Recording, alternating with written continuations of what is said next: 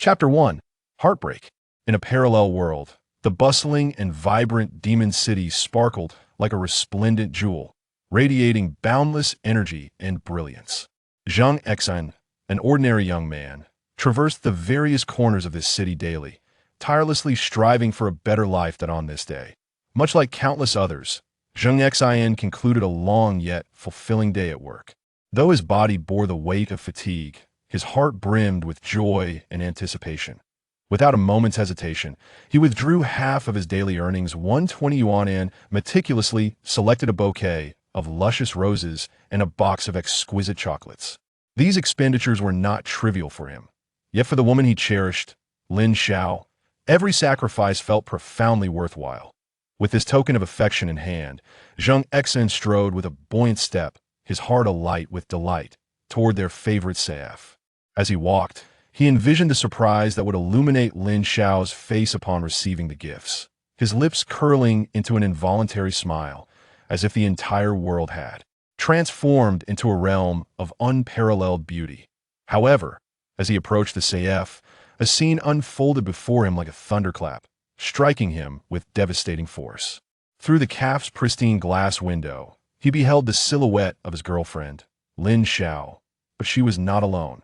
Beside her sat an unfamiliar man, their intimate proximity and shared laughter exuding an unmistakable air of intimacy, leaving Zheng Xin's mind blank. His feet felt as though they had been enchanted, rooted to the spot, unable to move an inch. He fixated on the scene inside, desperately attempting to convince himself that this was merely a misunderstanding. Perhaps this man was just a casual friend. And their conversation trivial. Yet, upon witnessing Lin Xiao's tender smile radiant in a way he had never seen directed at him and her gentle caress of the man's hand, his heart plummeted as if struck by a heavy hammer. Zheng Xin's body trembled slightly. He bit down hard on his jaw, the sound of grinding teeth echoing his inner turmoil. Waves of anger surged within him. He repeatedly questioned himself. How could she do this to me? I have treated her with such kindness. I love her deeply. His fists clenched tightly, nails digging into his palms until blood began to flow. Yet he remained oblivious to the pain, for the anguish in his heart eclipsed any physical suffering 1,000-fold. That moment, Zheng Xin was engulfed in a tumult of conflicting emotions. On one hand, he felt an overwhelming urge to storm in and confront Lin Xiao, to unleash the tempest of his fury and dissatisfaction. On the other, he recoiled from the truth. Terrified of hearing her utter those cruel words, he stood there, dazed, pallid, his eyes reflecting despair and helplessness. In that instant, Zheng Xin found himself laughing at his own absurdity.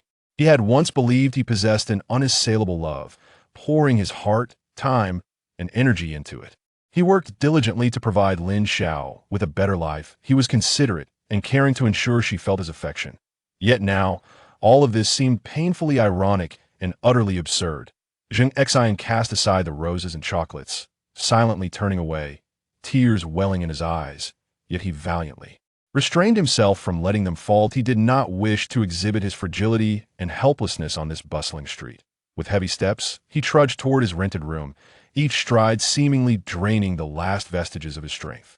Upon returning home, he isolated himself in his chamber, refraining from venturing outside all day. The heart-wrenching scene replayed incessantly in his mind as he pondered the future of this relationship.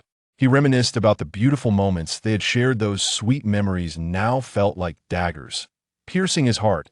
He could not comprehend why his girlfriend would treat him in such a manner. Was their bond truly so fragile? As night fell, the room enveloped in darkness and silence. Zheng Xin lay in bed, tossing and turning, unable to find solace in sleep. The agony and confusion within him rendered him breathless. He was uncertain how to confront the days ahead without his girlfriend. His world seemed to have lost its vibrancy. The following morning, sunlight streamed through the window, gently illuminating the room as Zheng Xin slowly opened his eyes. After a night of contemplation, he resolved to have a serious conversation with Lin Xiao. He needed to uncover the truth. Regardless of the outcome, he owed himself that much. Zheng Xin dialed Lin Xiao's number, and upon her answering, he recognized her familiar voice, albeit tinged with a hint of indifference. Taking a deep breath, he spoke slowly. Let's meet. There are matters I wish to discuss. After a brief silence, Lin Xiao acquiesced. They arranged to meet on a park bench. As Zheng Xin watched Lin Xiao approach, he felt an uncontrollable surge of emotion. Her face bore none of the warmth it once had. Instead, it was marked by a chilling detachment. Fighting back tears, his voice quivered slightly as he addressed her. "I saw you with that man yesterday. I need to understand what is happening." Lin Xiao lifted her gaze to meet his, responding coldly. "Since you've seen it, there's nothing left to conceal. You cannot provide the life I desire, so let us part ways." Zheng Xin's heart plummeted. Though he had anticipated this conclusion, hearing Lin Xiao articulate it brought him immeasurable anguish. The light in his eyes gradually dimmed, as if every ounce of hope had shattered in that moment. He lowered his head, his voice barely a whisper. "Why? We once loved each other so deeply. Can such beautiful memories be so easily discarded?" Lin Xiao's expression flickered with impatience as she replied flatly, "There's no reason feelings are capricious, and they can vanish just as swiftly." Zheng Xin abruptly lifted his gaze, staring into Lin Xiao's impassive face, a tide of sorrow swelling within him. He recognized with stark clarity that their love was akin to a shattered mirror, irreparably broken. After a moment of silence, he nodded slowly, his voice hoarse. "Very well. It has come to this, I consent. Let us conclude this relationship." Having spoken, he slowly rose to his feet, turning away with heavy, deliberate steps, his silhouette radiating an overwhelming sense of desolation. Each stride felt excruciating, as if he were treading upon the sharpest of blades. Yet he valiantly suppressed his tears, gradually making his way out of the park. Upon returning to his cramped and modest rented room, Zheng Xin collapsed onto the bed, his spirit plummeting into the depths of despair. The air within the room was thick with a stifling atmosphere, rendering him breathless. Memories of his time with Lin Xiao flickered incessantly in his mind. Those once sweet and joyous moments had now transformed into the sharpest of swords, piercing his heart. What lay ahead? Zheng Xin found himself engulfed in confusion, utterly at a loss. Chapter 2. The overindulgent daddy system. Zheng Xin stood at the entrance of his cramped rental apartment, his expression one of despondency, his eyes filled with confusion and helplessness.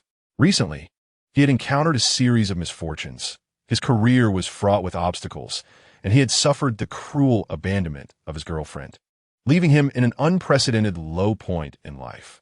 Just when he believed that his existence could not possibly deteriorate further, an unexpected figure appeared before him.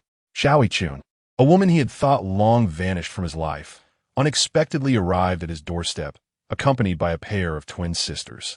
Zheng Xin's eyes widened in disbelief as he absorbed the reality before him.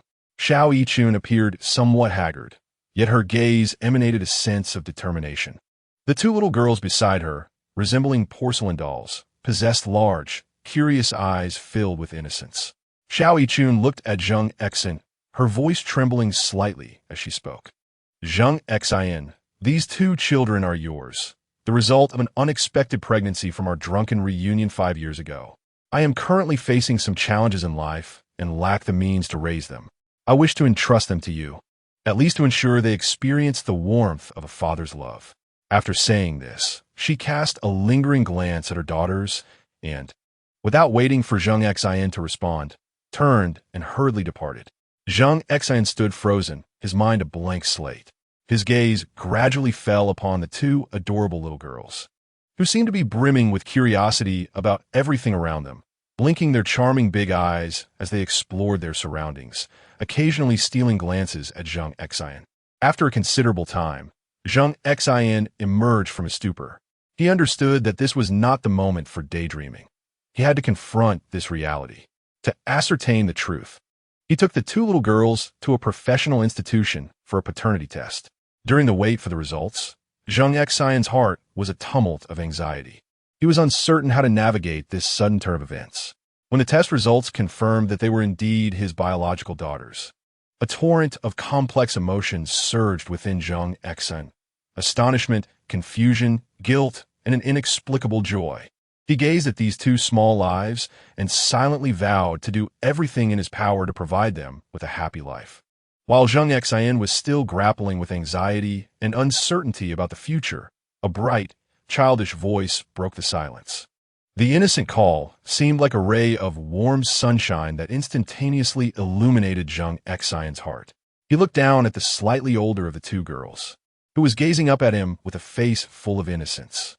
Then, a peculiar voice resonated in Zheng Xin's mind. Ding. Detected that the host has successfully bound with the super indulgent system for daughters. Congratulations on receiving the novice gift package. Zheng Xin gaped in astonishment. What was happening? Before he could ponder further, the system's notification chimed again. Novice gift package activated. You have received 1 million yuan in child-rearing funds, legally transferred to the account ending in 8088 at Huaxia Bank. Zheng Xin stared at the luminous screen that appeared before him. Host, Zheng Xin. Spouse, pending, mother of the daughters, Xiao Yichun. Daughters, eldest daughter, Zheng Xin. Youngest daughter, Zheng Xin, Nian. Physical fitness, 8, with the average person being 10 and the highest known record on Blue Star reaching 1,000. Skills, none. Wealth, 1,000. 350 soft sister currency. Assets, none. Zheng Xin's eyes widened in astonishment, his expression one of sheer disbelief, as if struck by a thunderbolt. He fixated on the enigmatic, luminous screen before him, shaking his head in disbelief, murmuring, "How can this be possible?" At that moment, he suddenly sensed two feeble, helpless gazes fixated upon him. It was the two little girls beside him, who had noticed his unusual reaction, their eyes reflecting profound fear and unease. They clung tightly to Zheng Xin's legs, their bodies trembling slightly, as if awakening from a dream. Zheng Xin snapped back to reality, hastily crouching down to gently stroke the heads of the two children, soothingly assuring them, "Don't be afraid, my darlings, Daddy is here." Upon hearing their father's warm voice, the girls' previously taut nerves began to relax, and their faces blossomed with innocent smiles once more. At present, Zheng Xin found himself in possession of a generous gift of 1 million soft sister currency from the novice package of the system. He began to ponder meticulously how to astutely utilize this considerable sum to genuinely enhance their living conditions, bringing more joy and happiness to his beloved children. After a thorough and profound contemplation, Zheng Xin resolutely decided to first fulfill the small wishes of the children by purchasing an abundance of exquisite toys and charming clothing. With excitement and delight, Zheng Xin led the two exuberant little girls into a grand shopping mall. They reveled in choosing from a dazzling array of toys, from the most adorable plush dolls to incredibly cool remote-controlled cars. Everything imaginable was available. Simultaneously, they carefully selected numerous fashionable and vibrant children's dresses, comfortable sneakers, and various apparel accessories. Observing the boundless joy on the children's faces as they frolicked amongst the towering piles of toys and the ecstatic expressions upon donning their new, beautiful outfits, an overwhelming sense of happiness surged within Zheng Xin. This feeling was akin to the gentle warmth of the spring sun caressing every corner of his being, utterly enchanting, almost impossible to extricate himself from. At that moment, a crisp notification chimed. Ding. The system detected that the host had purchased items for his two precious daughters, significantly enhancing their happiness and successfully triggering the system's hidden reward of tenfold cashback. 600. 000 soft sister currency, legally transferred into the account at Huaxia Bank, ending in 8088. Simultaneously, Zheng Xin's phone buzzed with a text notification. Upon opening it, he confirmed it was a bank notification of the deposit. A look of surprise and joy spread across his face. One day, his younger sister, Zheng Xin, suddenly developed a high fever, which sent Zheng Xin into a frenzy akin to an ant on a hot pan, filled with anxiety. He suddenly recalled the rudimentary, ancient medical skills bestowed by the system and promptly put them into practice without hesitation. With meticulous care, he massaged his sister's acupoints, employing the unique methods of traditional Chinese medicine for careful adjustment.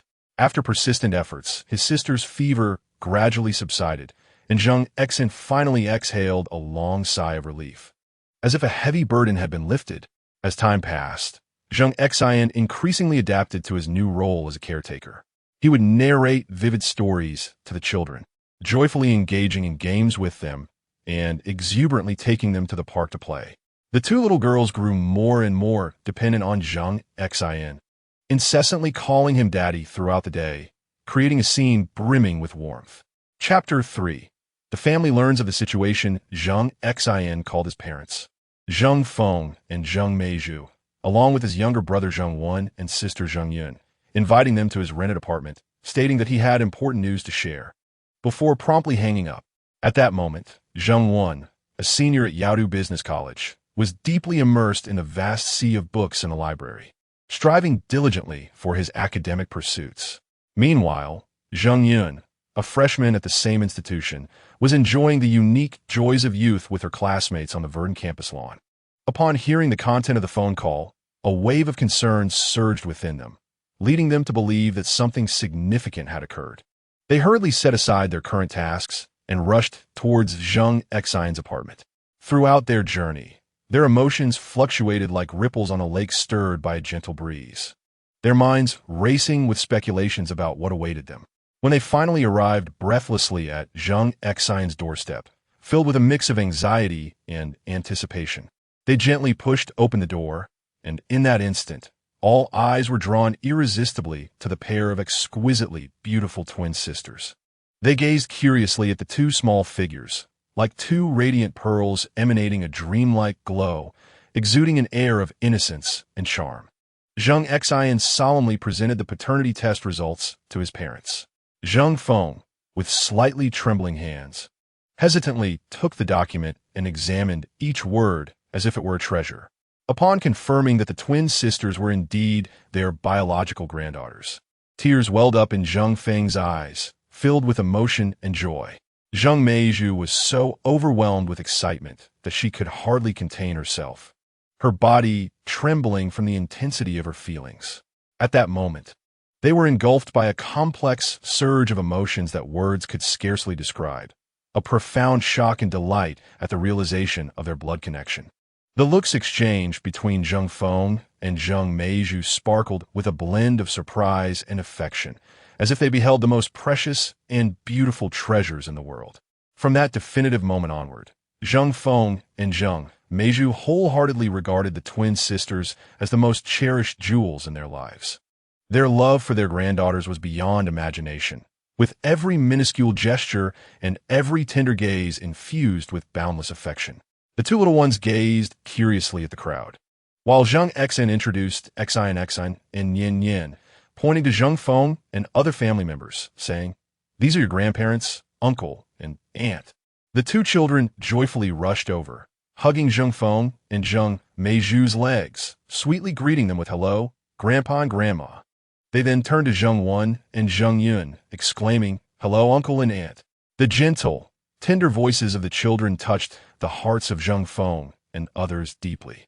Zheng Feng carefully embraced one of the little ones, his warm and broad palm tenderly caressing her delicate, silken face, softly murmuring, "My dear granddaughter, Grandpa loves you so much." He showered her cute little face with affectionate kisses, causing her to giggle joyfully, her laughter ringing like silver bells, a melody that melted Zheng Feng's heart in that instant. Zheng Meizhu, ever attentive, meticulously selected the prettiest and most suitable outfits for the little ones from the clothes Zheng Xin had purchased, adorning them like princesses from a fairy tale. Together with Zheng Yun, she patiently styled their adorable little braids, elegantly tying beautiful bows atop them. As she admired their charming appearances, a radiant smile of pure happiness illuminated Zheng Meizhu's face. Zheng Wen and Zheng Yun were equally enamored with the twin sisters. Zheng Wen, a fourth-year student typically absorbed in his studies, eagerly dashed over to spend time with the little ones. He delighted them with an array of cute toys, and their infectious laughter caused him to burst into hearty laughter as well. Zheng Yun, a lively freshman, regaled the little ones with enchanting stories, her sweet and gentle voice leading them into a wondrous fairy tale realm. The children were always captivated, occasionally bursting into fits of joyful laughter. Zheng Wen gently touched the tiny hands of the little ones, savoring their soft touch, and affectionately remarked, "Oh, my little darling, you are simply adorable." Zheng Yun cradled the little one, softly swaying her while humming a gentle lullaby. Watching their children shower such love upon their precious granddaughters filled Zheng Feng and Zheng Meizhu with immense joy and contentment. The family encircled the little ones, and the room was suffused with warmth and affection, as if time itself had paused to preserve this exquisite moment. Reluctant to part with their beloved granddaughters, Zheng Feng and Zheng Meizhu decided to stay in the rented apartment, leaving poor Zheng Xin to sleep on the sofa in the living room. The doting of Zheng Feng and Zheng Meizhu towards the twin sisters reached unparalleled heights. Each morning, Zheng Feng was always the first to rise, tiptoeing into the little one's room, eager to catch a glimpse of their sweet sleeping faces. He would gently sit by their bedside, quietly gazing at them, his eyes filled with an unbreakable affection, as if admiring the most precious masterpiece in the world. Zheng Meizhu would thoughtfully prepare a variety of nutritious and delicious meals, creatively crafting adorable shapes for their food, all to ensure that the little ones ate happily and healthily. She patiently fed them spoon by spoon, watching with a satisfied smile as the little ones savored their meal. Whenever Zheng had a moment to spare, he would take the little ones to the park to play. He would carefully hold their tiny hands and stroll across the grass, narrating the stories of every flower and blade of grass. Noticing their fascination with butterflies, he would chase after them recklessly, solely to elicit a joyful smile from the little ones. Zheng Yun, on the other hand, would craft exquisite little accessories for them, adorning their heads and transforming them into princesses.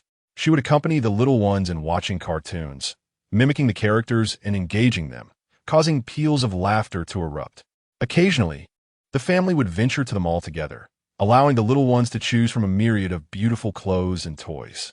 Without hesitation, Zheng Feng and Zheng Meizhu would purchase anything the children desired, caring little for the expense, believing that their happiness was worth every penny.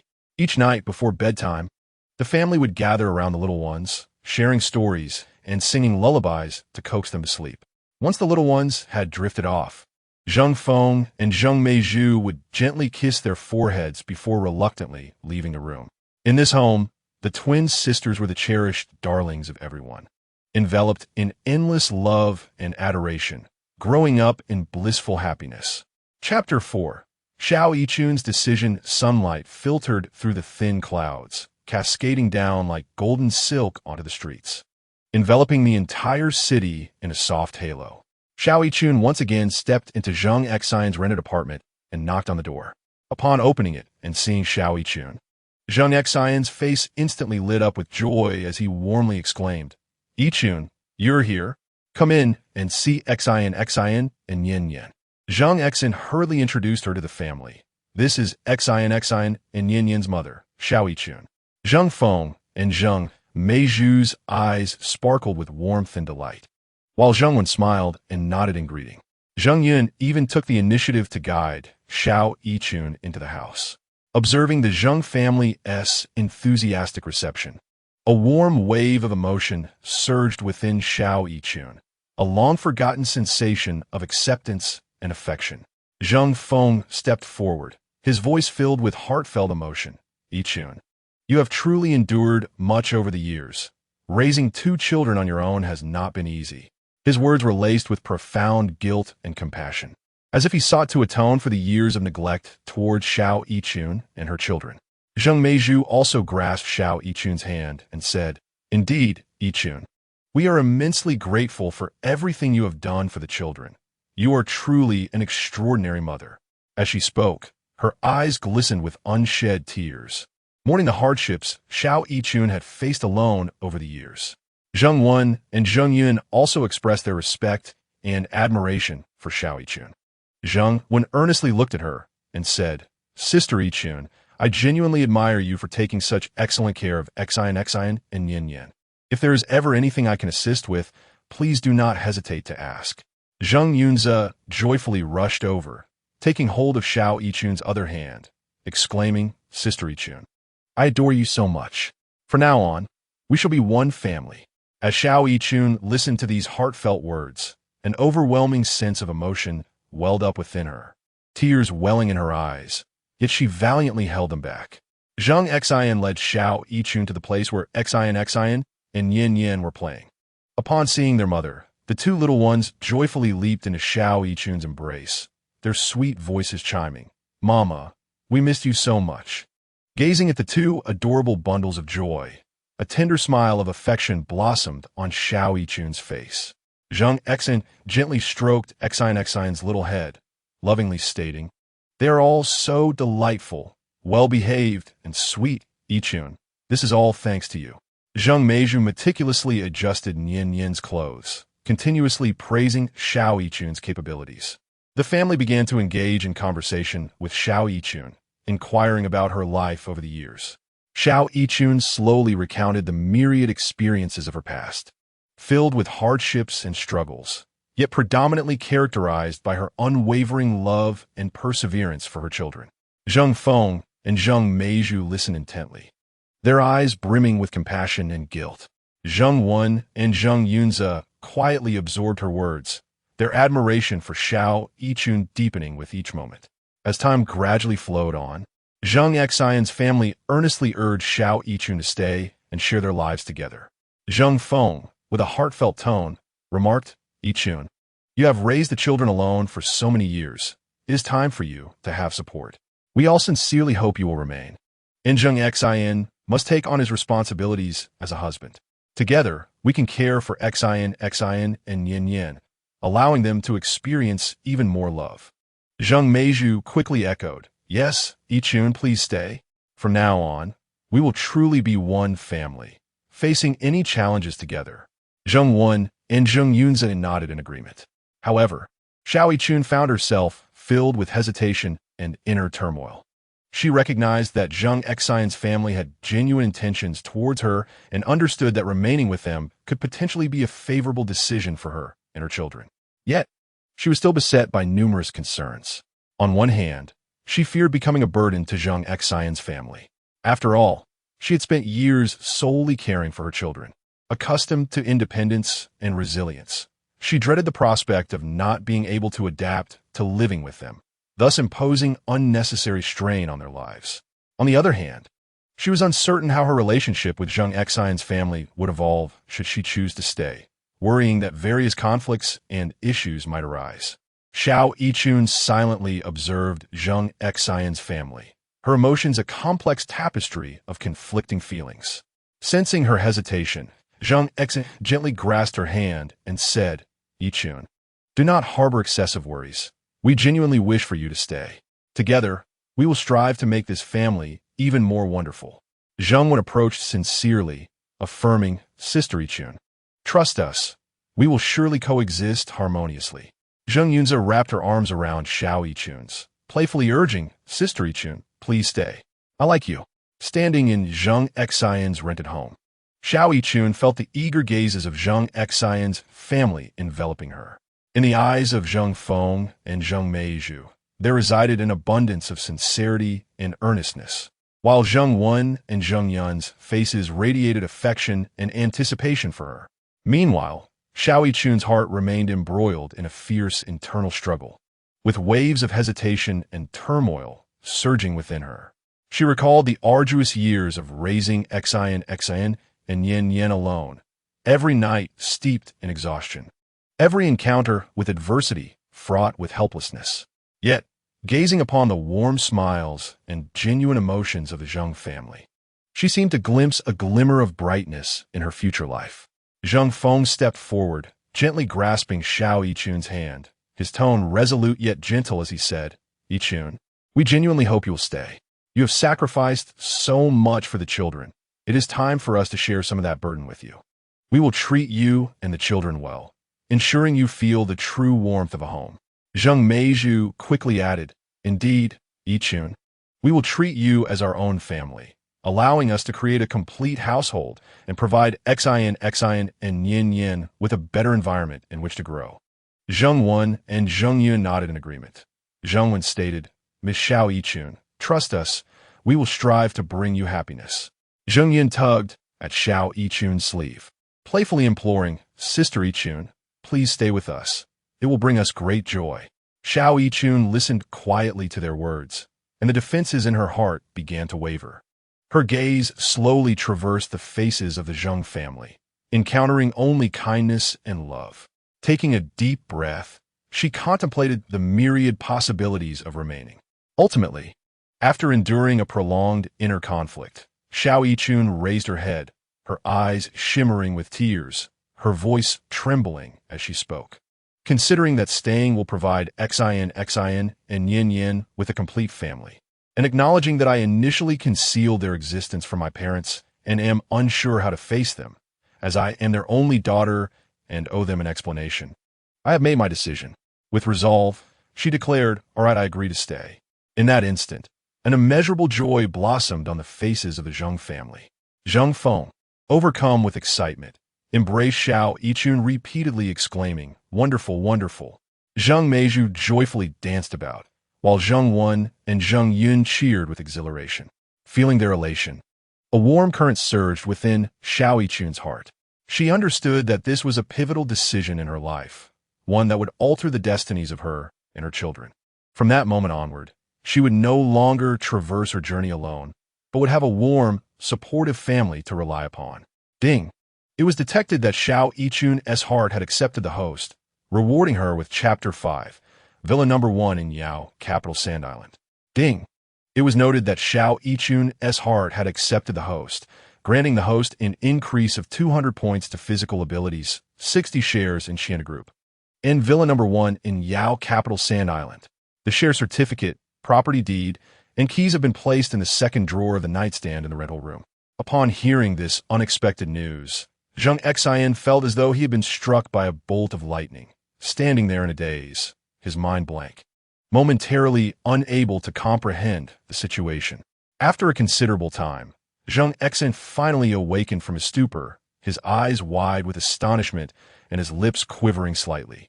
The shocking news resonated incessantly in his mind. The Qianda Group, a name that reverberates throughout the business world, boasts vast enterprises and formidable strength, with its operations spanning multiple sectors, rightly earning its title as an industry titan and a member of the Fortune Global 500, with a staggering market value reaching trillions. And now, he had become its largest shareholder. Furthermore, the luxurious Villa Number 1 on Sha Island in the enchanting capital, valued at 200 million yuan, represented not only the pinnacle of opulence and prestige, but also a symbol of status and identity, an entity that wealth alone cannot procure. Zheng Xin felt as if he were ensconced in a surreal dream, with everything seeming so unreal. However, he quickly recognized that such a monumental change would inevitably provoke curiosity and astonishment among his family. He understood the necessity of providing them with a reasonable explanation to help them accept this remarkable transformation in his life. Taking a deep breath, he endeavored to calm himself. His hands clenched slightly, as if to muster courage. He began to organize his thoughts, pondering how to convey this extraordinary experience to his family and earn their belief. After regaining his composure, Zheng Xin resolved to gather his family together. He entered the living room, where he found his parents engaged in conversation on the sofa, while his younger sister and brother frolicked nearby. Clearing his throat, he addressed them, "Mom, Dad, Yichun Wenyiner, please come here for a moment. I have something important to share." Upon hearing his words, his family paused their activities, their faces displaying curiosity and confusion, before encircling Zheng Xin. With determination and sincerity in his gaze, Zheng Xin slowly began to speak to his father, Zheng Feng. "Mom, Dad, I understand that my recent changes may have left you surprised and perplexed, and today I wish to explain everything to you. A few years ago, I encountered a mysterious sage." Zheng Feng and the others widened their eyes, as if they had stumbled upon a fantastical tale, and listened intently to Zheng Xin's narration. Zheng Xin continued, "It was an ordinary yet extraordinary day. As I strolled down the street, I found myself engulfed in confusion and helplessness regarding the future. Suddenly, as I passed a narrow alley, I heard an unusual sound. Following the sound's direction, I discovered a small hidden abode tucked away in the corner. Upon opening the door, I was greeted by the enigmatic sage, radiating a unique aura that exuded both mystery and authority. Zheng Yin could not help but interject, "Brother, this sounds incredibly fantastical. Does such a person truly exist? It feels like something out of story." Zheng Xin nodded, his expression grave as he replied, "Initially, I too found it hard to believe. Yet, as I spent more time with him, I gradually recognized his extraordinary nature. He resembled a concealed sage of the world, possessing exceptional abilities and profound wisdom." Zheng Feng furrowed his brow and inquired, "What has he taught you?" Zheng Xin pondered for a moment, organizing his thoughts before speaking. "He has imparted to me a wealth of knowledge, including a myriad of unique skills. He taught me how to perceive the intricacies of human nature, enabling me to discern true intentions and thoughts through a person's words, actions, and subtle expressions. This ability allows me to better understand the needs and psyche of others, facilitating more judicious decision-making in my interactions." Zheng Xin paused briefly, then continued, "Moreover, he instructed me on seizing business opportunities, sharpening my acumen to identify potential prospects within the ever-evolving commercial landscape. He guided me in analyzing market trends, competitors' movements, and consumer demands, allowing me to strategically position myself and gain a competitive advantage." Zheng Wen scratched his head and remarked, "That sounds truly impressive. What else did he teach you?" With a smile, Zheng Xin elaborated, "He also shared with me methods for cultivating inner strength, empowering me to remain calm and resolute in the face of adversity.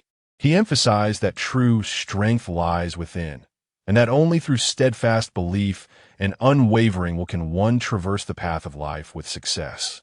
Additionally, he taught me how to regulate my emotions, ensuring that I maintain a clear mind, unclouded by fleeting feelings." Zheng Yun blinked, exclaiming, "Wow, is it these teachings that have made you so different?"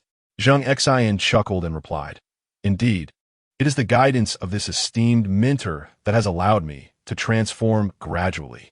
The capital he entrusted to me for stock trading has culminated in my current accomplishments. I have made strategic investments and now hold a 60% stake in the Chienda Group, becoming its largest shareholder, along with the luxurious Villa No. 1 on Sand Island. These are the fruits of my endeavors." Upon hearing Zheng Xin's narrative, his family fell into deep contemplation, their faces reflecting a blend of astonishment, curiosity, and, predominantly, trust and support for him. Zheng Feng and Zheng Meizhu were the first to speak. "Son, your mother, and I believe in you. Although all this sounds incredible, we know you have always been an ambitious and capable child. Since you have encountered such an opportunity, cherish it and utilize these resources wisely to create a better life for our family." Zheng Wen nodded in agreement. "Brother, I also believe in you. Regardless of circumstances, you are my most admired elder brother." Xiao Yichun and Zheng Yun expressed their support for Zheng Xin as well. Moved, Zheng Xin gazed at his family, tears glistening in his eyes. He understood that his achievements today were inextricably linked to their unwavering support and encouragement. Taking a deep breath, he declared, "Thank you, Mom and Dad, Yichun Wenyan. I will strive diligently to live up to your expectations. Our family will soon enjoy a better life. Prepare yourselves, for we shall move to Villa No. 1 on Sand Island." Subsequently, Zheng Xin led his family towards the magnificent Villa No. 1 on Sand Island. As they entered the villa, they were awestruck by its opulent decor and stunning vistas. The expansive living room, spacious bedrooms, exquisite garden, and river view enveloped them in a dreamlike atmosphere. Zheng Feng and Zheng Meizhu were overwhelmed with emotion, while Zheng Wen and Zheng Yun, along with Xiao Yichun, eagerly explored every corner of the villa, their youthful excitement radiating as they dashed about. As Zheng Xin gazed upon the blissful scene of his family, he proposed, "Let's celebrate our new home." At that moment, a chime resonated in his mind. "Congratulations! A new home is worthy of celebration. You have been rewarded with a permanent tenfold cashback, along with supreme culinary skills. The rewards have been dispatched." As the voice faded, Zheng Xin felt a brief dizziness, and soon an array of culinary techniques materialized in his thoughts. Overwhelmed with joy at the sight of his family's happiness, he suggested, "Shall we go buy ingredients to celebrate our new abode?" Excitement erupted among them. With exuberance, the family made their way to the seafood market. Upon entering, they were greeted by the pungent aroma of the sea and the vibrant atmosphere. Zheng Xin's heart swelled with anticipation as he beheld the dazzling array of seafood before him. They first approached a stall overflowing with fresh catches. Instantly, Zheng Xin's eyes were drawn to a colossal king crab, its shell a brilliant crimson and its legs robust, as if showcasing its might. The vendor enthusiastically proclaimed, "This is authentic king crab, known for its exquisite flavor and rich nutrition." Without hesitation, Zheng Xin declared, "This one."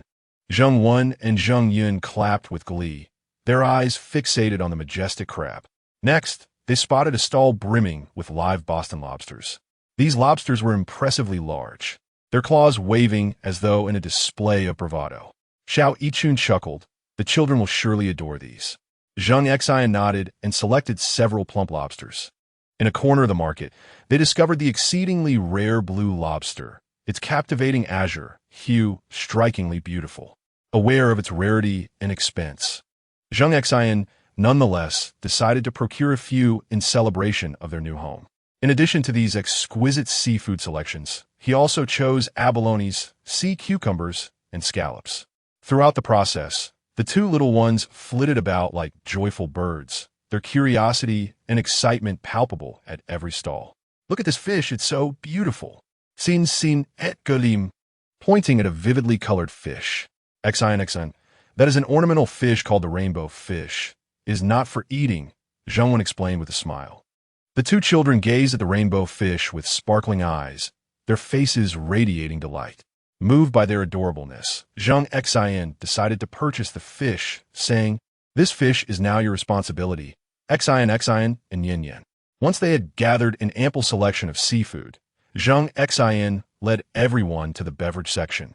He meticulously examined the various red wines, ultimately selecting a bottle of premium red wine from the country, priced at nearly 100,000 yuan, a truly exceptional vintage. He carefully placed the wine into the shopping cart, treating it as a precious treasure. After completing their purchases, the family returned home, their hearts and arms filled with bountiful treasures.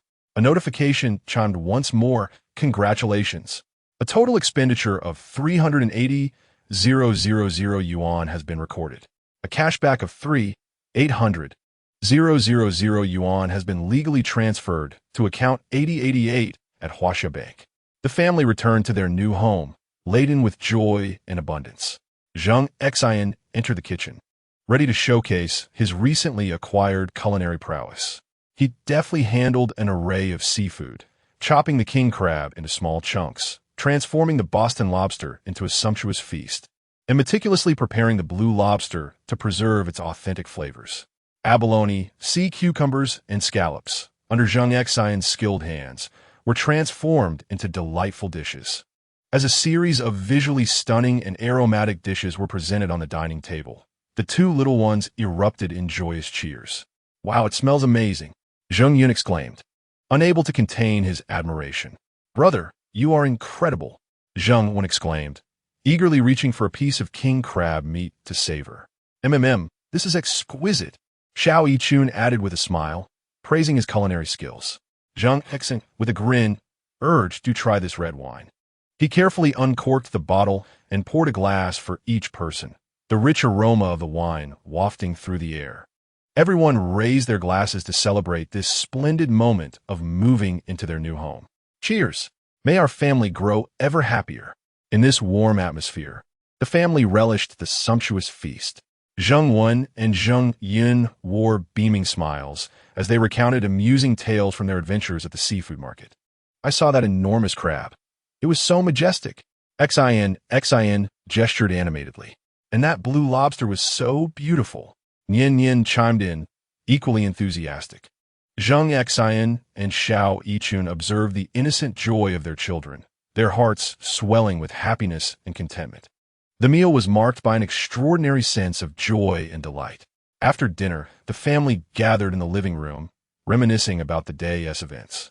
"Zheng Xin Zeplet, today has been truly unforgettable. We have this new home and have enjoyed such delicious food." Xiao Yichu nodded in agreement, saying, "Indeed, we must create more wonderful memories in this new abode."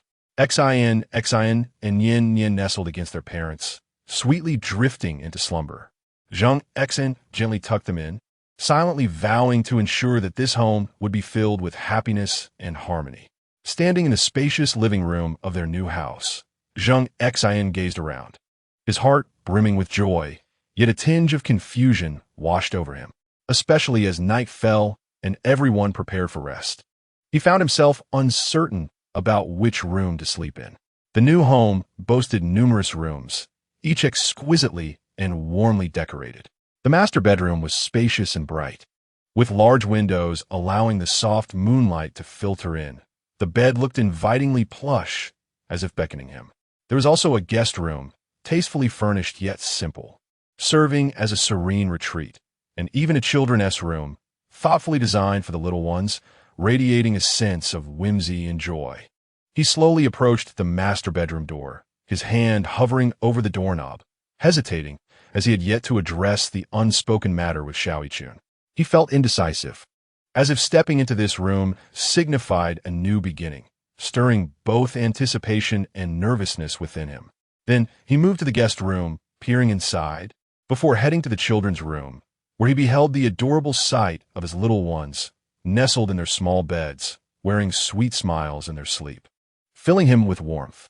The room was imbued with the essence of children, evoking memories of their joyful presence at the seafood market earlier that day. Xin pointed at the vividly colored fish, exclaiming how beautiful they were, while Nian curiously explored every intriguing object alongside her. Zheng Xin understood that this room was designed for the children, a sanctuary that belonged to them, and he felt he should not encroach upon it lightly. He wandered between the various rooms for quite some time, his inner conflict intensifying. Just as he found himself at an impasse, Xiaoyichun approached him. Noticing Zheng Xin's troubled expression, she couldn't help but smile. Xin, what are you doing? Why aren't you in bed yet? She gently inquired. Zheng Xin chuckled helplessly and replied, I'm pondering which room to sleep in. There are too many in this new house, and I'm at a loss. With a playful smile, Xiaoyichun took his hand and said, Silly, of course, you should join me in the master bedroom. That's our room. Upon hearing this, Zheng Xin's turmoil dissipated significantly. He nodded, saying, All right, how could I forget that? Thus, Zheng Xin and Xiaoyichun entered the master bedroom together. They lay on the soft bed, embracing the novel experience their new home offered. Zheng Xin held Xiaoyichun close and expressed, Yichun, thank you. She responded tenderly, From now on, we will spend every beautiful night here, watching our children grow. Zheng Xin nodded affirmatively, saying yes, indeed. As he gazed affectionately at Xiaoyichun, he slowly leaned in closer. Chapter 7. Beginner's 8 Extremes Fist. The following morning, Zheng Xin awoke to the delightful commotion of his two little ones bouncing at the edge of his bed, their faces aglow with innocent smiles. Daddy, rise and shine. The sun is up. Xin laughed while tugging at Zheng Xin's blanket. Daddy, come play with us. Nian chimed in eagerly. Zheng Xin chuckled in resignation, propping himself up, rubbing his eyes, and then enveloping both children in his arms. All right, you two little rascals. Let me freshen up first, and then I'll play with you, he said. He made his way to the bathroom, and after washing up, he proceeded to the dining room. Xiaoyichun had already prepared breakfast, and the family gathered around the table to relish the warmth of the morning meal together. After breakfast, Zheng Xin and his father, Zheng Feng, settled in the living room, sipping tea and engaging in conversation. At that moment, Zheng Xin's phone rang unexpectedly, seeing an unfamiliar number. He initially thought to dismiss it, but hesitated and answered instead. A voice on the other end said, Hello, is this Chairman Zheng Xin? This is Zheng Xin. Who is this? He responded, Greetings. I am Wang Shu, the General Manager of China Group. May I inquire when you would be available to visit the group?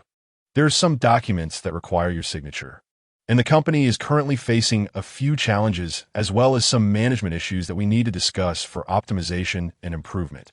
All right, I will come over shortly. Zheng Xin Zipli. Just then, a sudden realization struck him in his mind, ding. System task. Proceed to China Group to enhance the current situation. Reward. Divine Ancient Martial Art. Beginner 8 Extremes Fist. Physical Strength 300 points. Zheng Xin's heart swelled with joy, for he recognized that this system task presented a splendid opportunity to elevate his prowess. He resolved to accomplish this task first and informed his father of his intention to visit Qian Group. "Very well, go ahead. Be careful," Zheng Feng replied. Upon departing from his home, Zheng Xin made his way directly to Qian Group.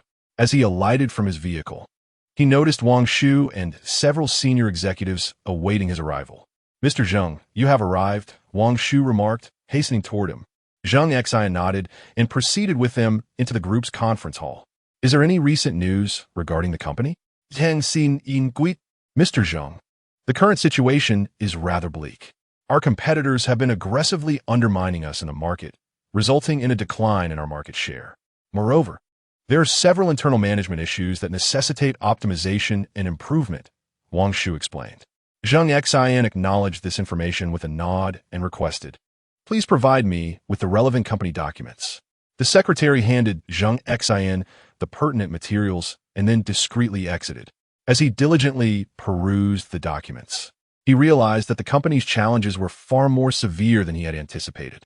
Determined to address the market share issue, Zheng Xin decided to tackle the problem through marketing strategies. He convened the marketing department colleagues and devised a series of promotional strategies, including discounts, advertising campaigns, and public relations events aimed at attracting a larger clientele. Additionally, he formulated plans to strengthen collaborations with distributors and suppliers to jointly explore the market. Simultaneously, he established a series of initiatives to enhance internal management, streamline processes, improve efficiency, reduce costs, and bolster research and development investments. He also urged relevant departments to introduce new products and technologies to elevate the company's competitiveness. Zheng Xin's comprehensive measures garnered recognition and respect from the company's employees. Ding. System task completed. Reward. Divine Ancient Martial Art. Beginner 8 Extremes Fist. Physical Strength 300 points.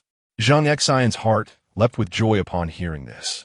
He understood that this reward was a testament to his hard work. He resolved to first study the Beginner 8 Extremes Fist before returning home. Zheng Xin proceeded to the company's gymnasium and began to learn the Beginner 8 Extremes Fist. Following the system's guidance, he practiced each move diligently and soon grasped the essence of the martial art. The Beginner 8 Extremes Fist is a vigorous style of combat that emphasizes powerful strikes. Characterized by its boldness and aggressive thrusts, close-range engagements, and a straightforward approach. Its movements are succinct and efficient, exuding raw power, designed for practicality in combat.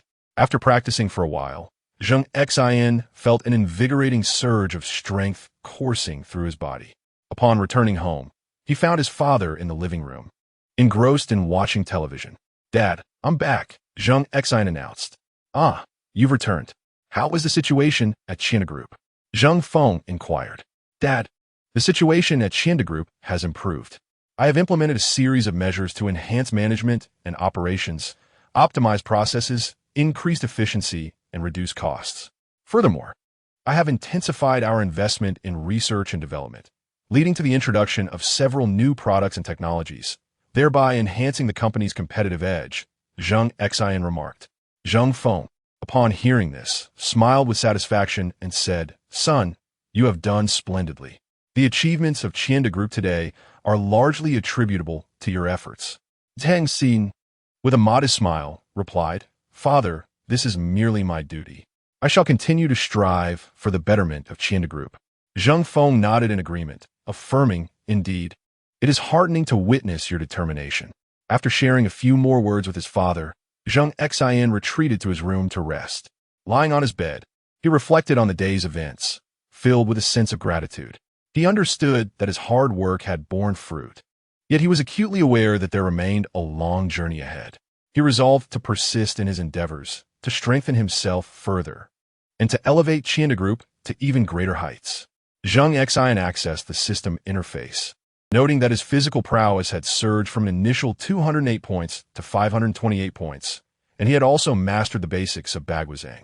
A surge of joy filled his heart, as he felt his strength had significantly advanced, placing him firmly within the realm of the innate. The classification of martial arts in Huaxia includes external strength, internal strength, transformation strength, master, grandmaster, acquired, innate, celestial being, celestial emperor, 9 tiers in total, establishing him as a formidable expert.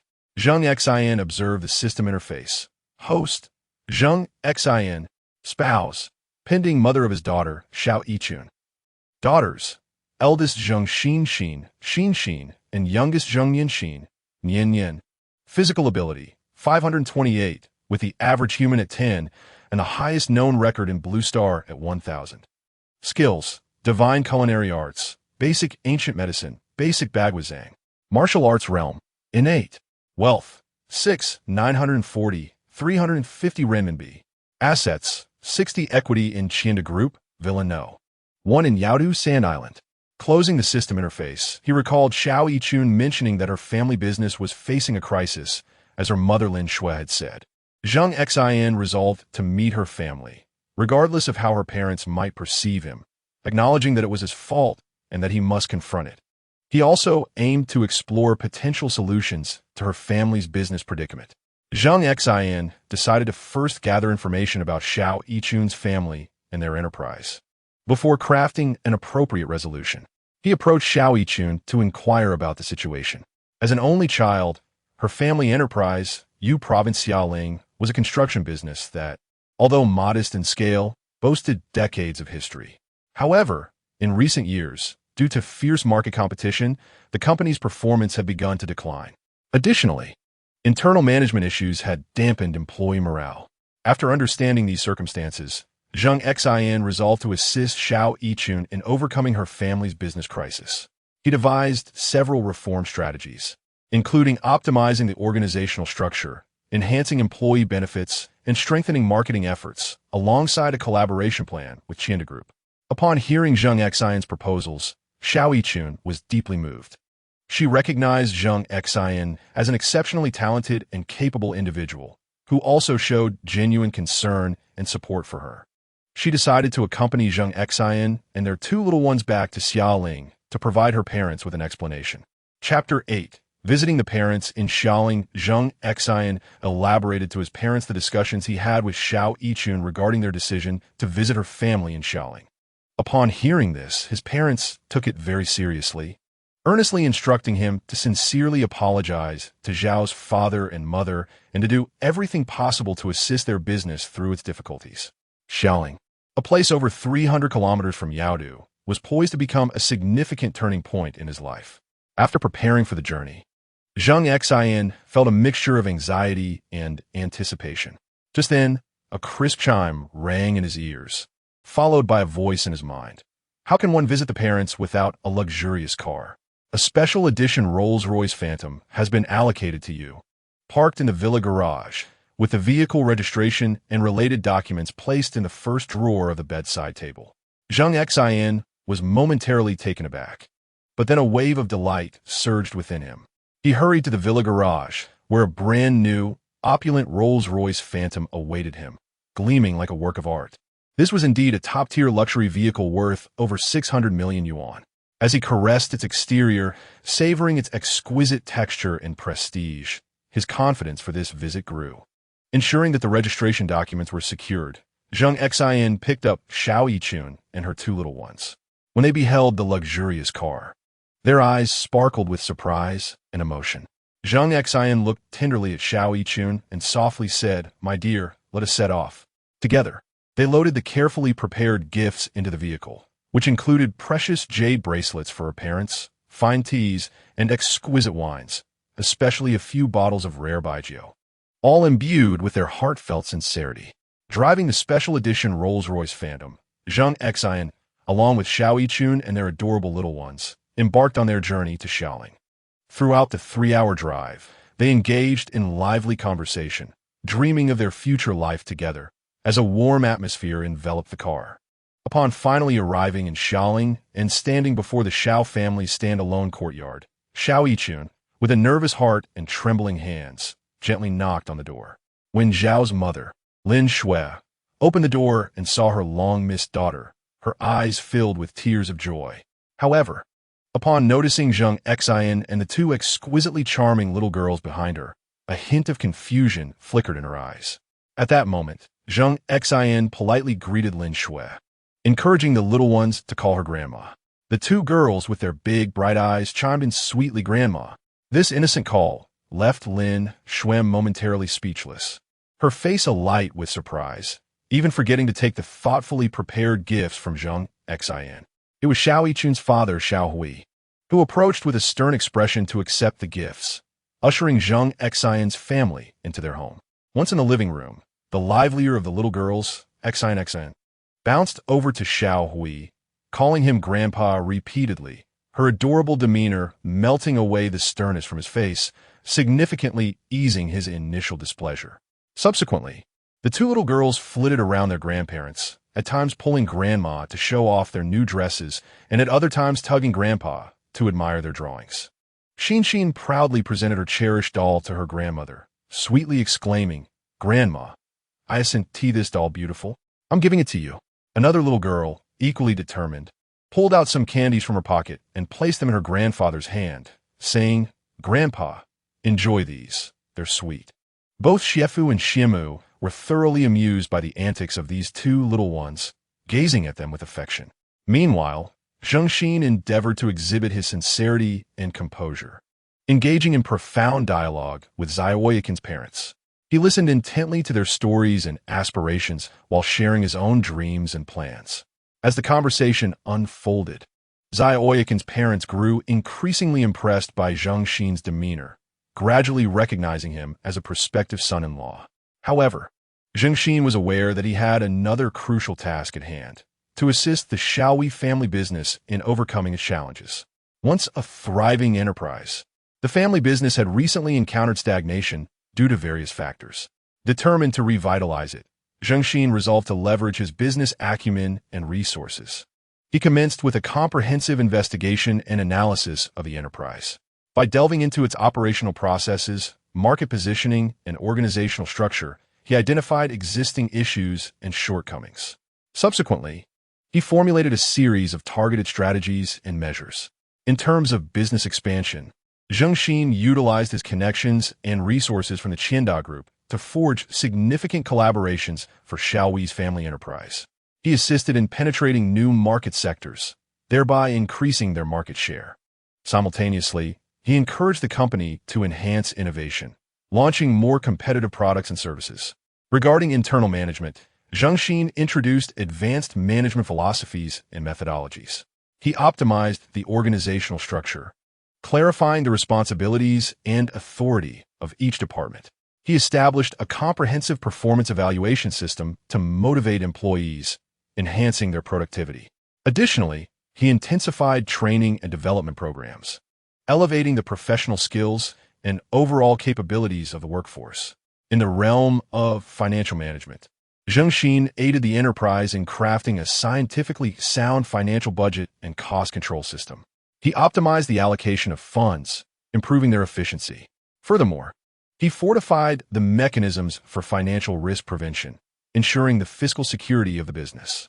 Thanks to Zheng Xin's diligent efforts, Xiaoyi's family enterprise began to undergo remarkable transformations. Performance steadily improved, internal management saw significant enhancements, and employee morale surged. Through Zheng Xin's facilitation, a robust partnership emerged between Xiaoyi's family business and his Qianda Group, leading to mutual benefits and shared growth. As time progressed, Zheng Xin's influence within Xiaoyi's family business magnified. He not only earned the respect and trust of the employees, but also garnered high praise from Xiaoyakin's parents. They recognized Zheng Xin's capabilities and sense of responsibility, envisioning a promising future for their daughter. During a family gathering, Xiaoyakin's father earnestly addressed Zheng Xin, saying, "Zheng Xin, my wife and I are truly grateful for everything you have done for our family business. You are a capable and responsible young man, and we believe you will undoubtedly bring happiness to Yichun." Zheng Xin spoke, "Uncle, this is what I ought to do. I am truly in love with Yichun, and I will exert every effort to ensure her happiness. I also promise to present Xiao Yichun with a romantic proposal and a magnificent wedding." During their time in Shaoling, through the persistent efforts of Zheng Xin and Xiao Yichun, they ultimately received the blessings of Zhao's parents, cherishing many wonderful moments together. They strolled through the streets, savoring the unique charm of the city, indulging in local delicacies, and relishing the joys of life.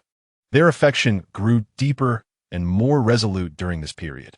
The two little girls brought boundless joy and warmth to everyone, fostering a harmonious and blissful family atmosphere. After reporting the smooth progress to Zheng Feng, he suggested that Xiao Hui schedule a time for both parties to discuss wedding arrangements. Chapter 9. Longsheng Amusement Park. It had been several days since Zheng Xian's family returned to Yaodu. In these days, life was tranquil and warm. One day, sunlight streamed through the window, illuminating the room, as Zheng Xian taught the two little ones to sing a nursery rhyme about two little cats. Two little cats. Two little cats. Meow, meow, meow. The little ones, with their slightly unsteady yet adorable steps, closely followed Zheng Xian. Their baby voices, sweet yet indistinct, sang along, their innocent and endearing expressions evoking uncontrollable laughter. However, at that moment, an abrupt yet remarkably clear electronic sound rang out. Ding! Congratulations, host, on successfully teaching the two little ones to sing a nursery rhyme. You are rewarded with 100 equity in Longsheng Amusement Park, and the relevant equity certification documents have been placed in the front compartment of your specially customized Rolls-Royce Phantom. This amusement park, located in the most bustling and vibrant area of Yaodu, boasted a staggering market valuation of over 10 billion yuan, attracting millions of visitors each year for entertainment. Initially stunned by this unexpected windfall, Zheng Xian's face soon lit up with uncontainable joy. He quickly turned to his family, enthusiastically exclaiming, "Let us go. We shall head to Longsheng Amusement Park and have an exhilarating time." As soon as the two little ones heard they would be visiting their dream amusement park, they erupted with excitement, dancing and clapping their hands, their eyes sparkling with anticipation. Before long, the entire family was ready to embark. Zheng Xian drove the luxurious, specially customized Rolls-Royce Phantom, carrying his parents Zheng Feng and Zheng Meizhu, fiancé Yishao Yikun, younger brother Zheng Wen, younger sister Zheng Yin, along with the adorable Xian and Yin Yin, toward Longsheng Amusement Park. Upon arriving at the park's entrance, they found a long line resembling a winding dragon. Zheng Xian, wishing to avoid alarming the park management, intended for his family to enjoy their outing without disturbance. However, faced with a lengthy queue, he had no choice but to call the park manager, Zheng Ming. Moments later, Zheng Ming hurriedly arrived at the entrance with several senior executives from the amusement park to welcome Zheng Xian's family. They greeted each other with warmth, and Zheng Ming welcomed them with a beaming smile. Subsequently, they entered the amusement park through a special passage, with Zheng Ming providing insights about the park as they walked further inside. Zheng Xian listened with a smile, but suggested discussing the park's details at another time, as today was meant for relaxation with family. Zheng Ming promptly understood and arranged for a female staff member to accompany Zheng Xian's family throughout their visit. Upon entering the amusement park, the vibrant attractions immediately captured the attention of the two little ones. They excitedly looked around, pointing at various rides and chattering animatedly. Zheng Xian and Xiao Yichun each took a child's hand, following the female staff member to the carousel. The children gazed at the magnificent horses, their eyes wide with wonder. Zheng Xian and Xiao Yichun lifted them onto the carousel, and as the music began to play, the ride started to spin gently. Xian and Yin Yin sat atop, their laughter ringing through the air like silver bells. Next, they arrived at the bumper car area. Zheng Xian, Zheng Wen, and Zheng Yin climbed into the bumper cars while Xiao Yichun stayed beside the little ones to watch. As the bumper cars revved up, laughter and cheers filled the space as they joyfully collided. The children, watching from the sidelines, cheered enthusiastically, their little arms flailing in excitement. After the bumper cars, the family approached a large inflatable castle.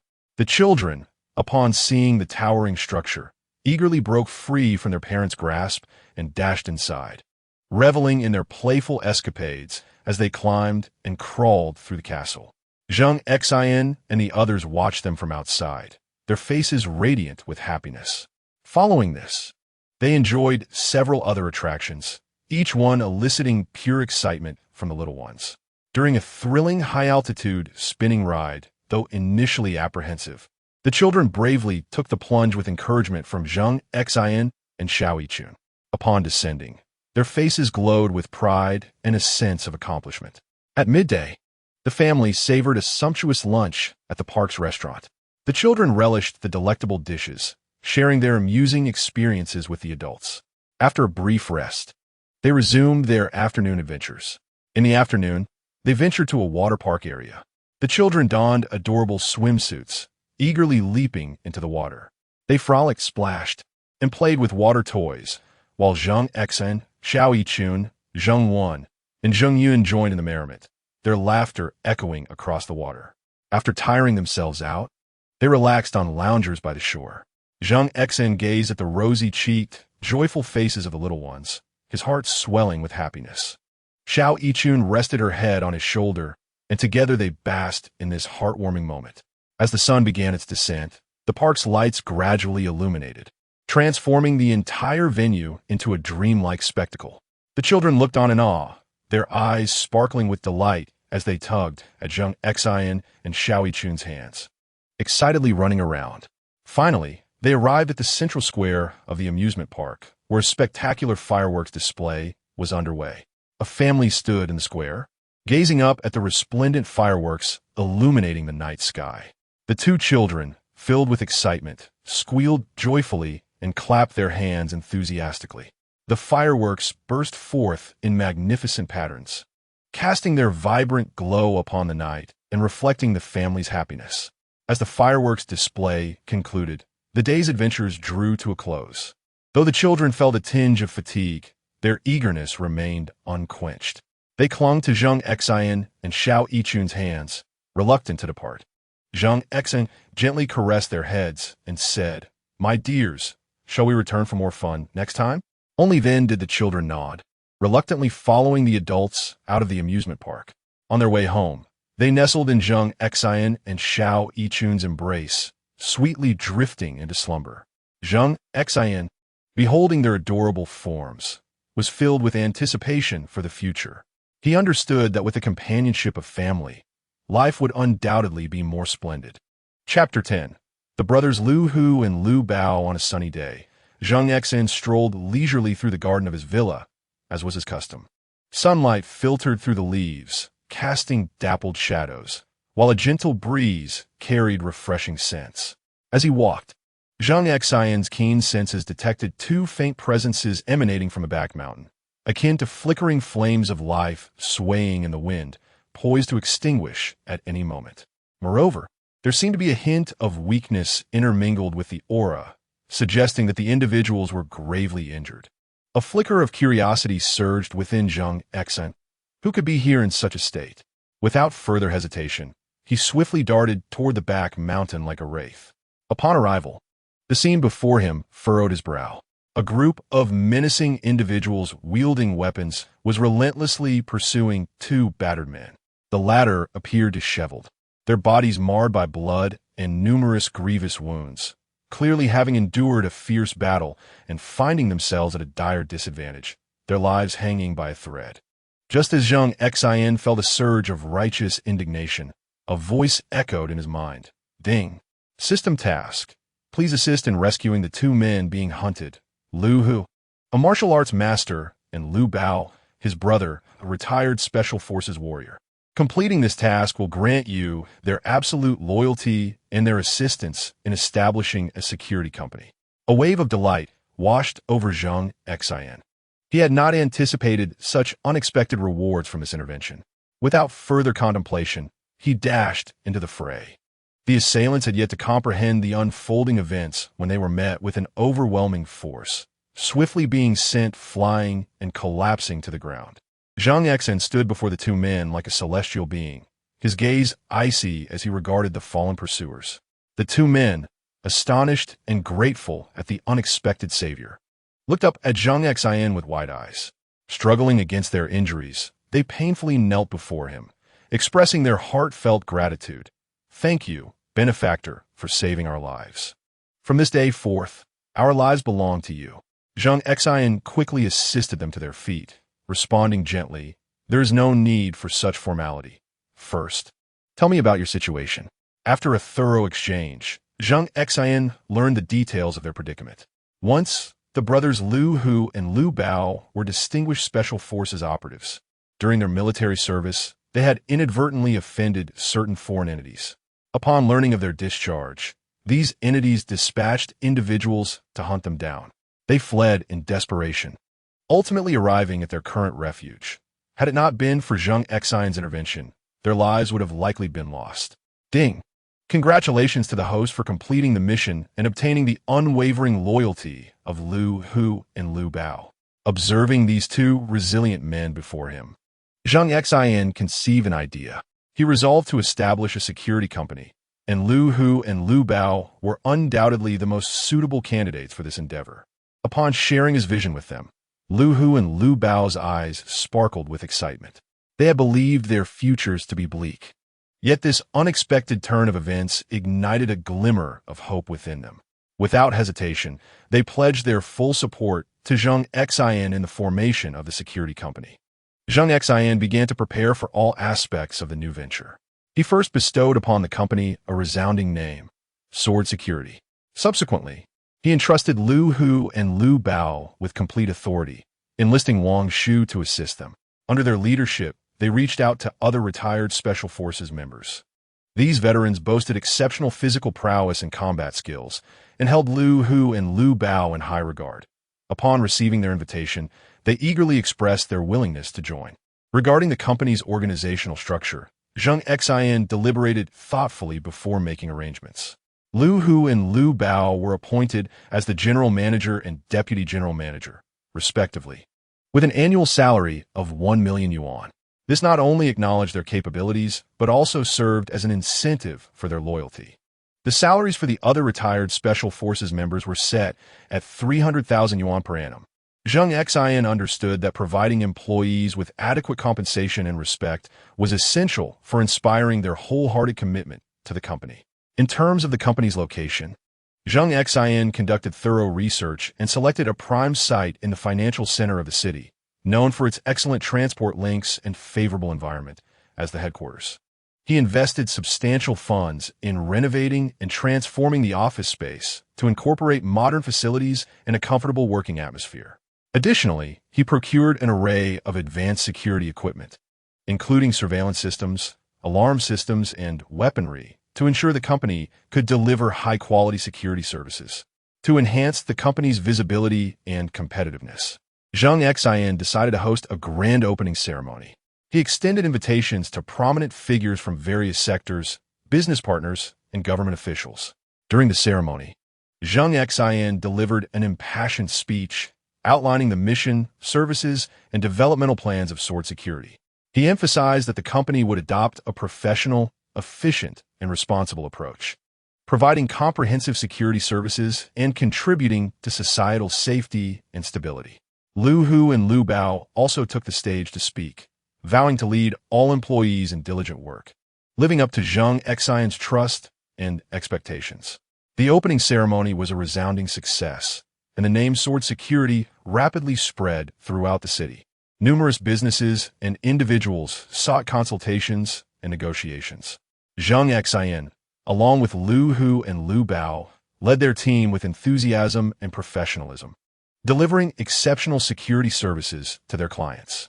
Their performance received high praise and recognition from clients, and the company's business gradually flourished. As the company expanded, Zheng Xin began contemplating the diversification of its business scope, aiming to enter international markets and provide security services to multinational enterprises and institutions. With the assistance of Lu Hu and Lu Bao, they actively collaborated and communicated with international security firms, acquiring advanced management experiences and technical methods.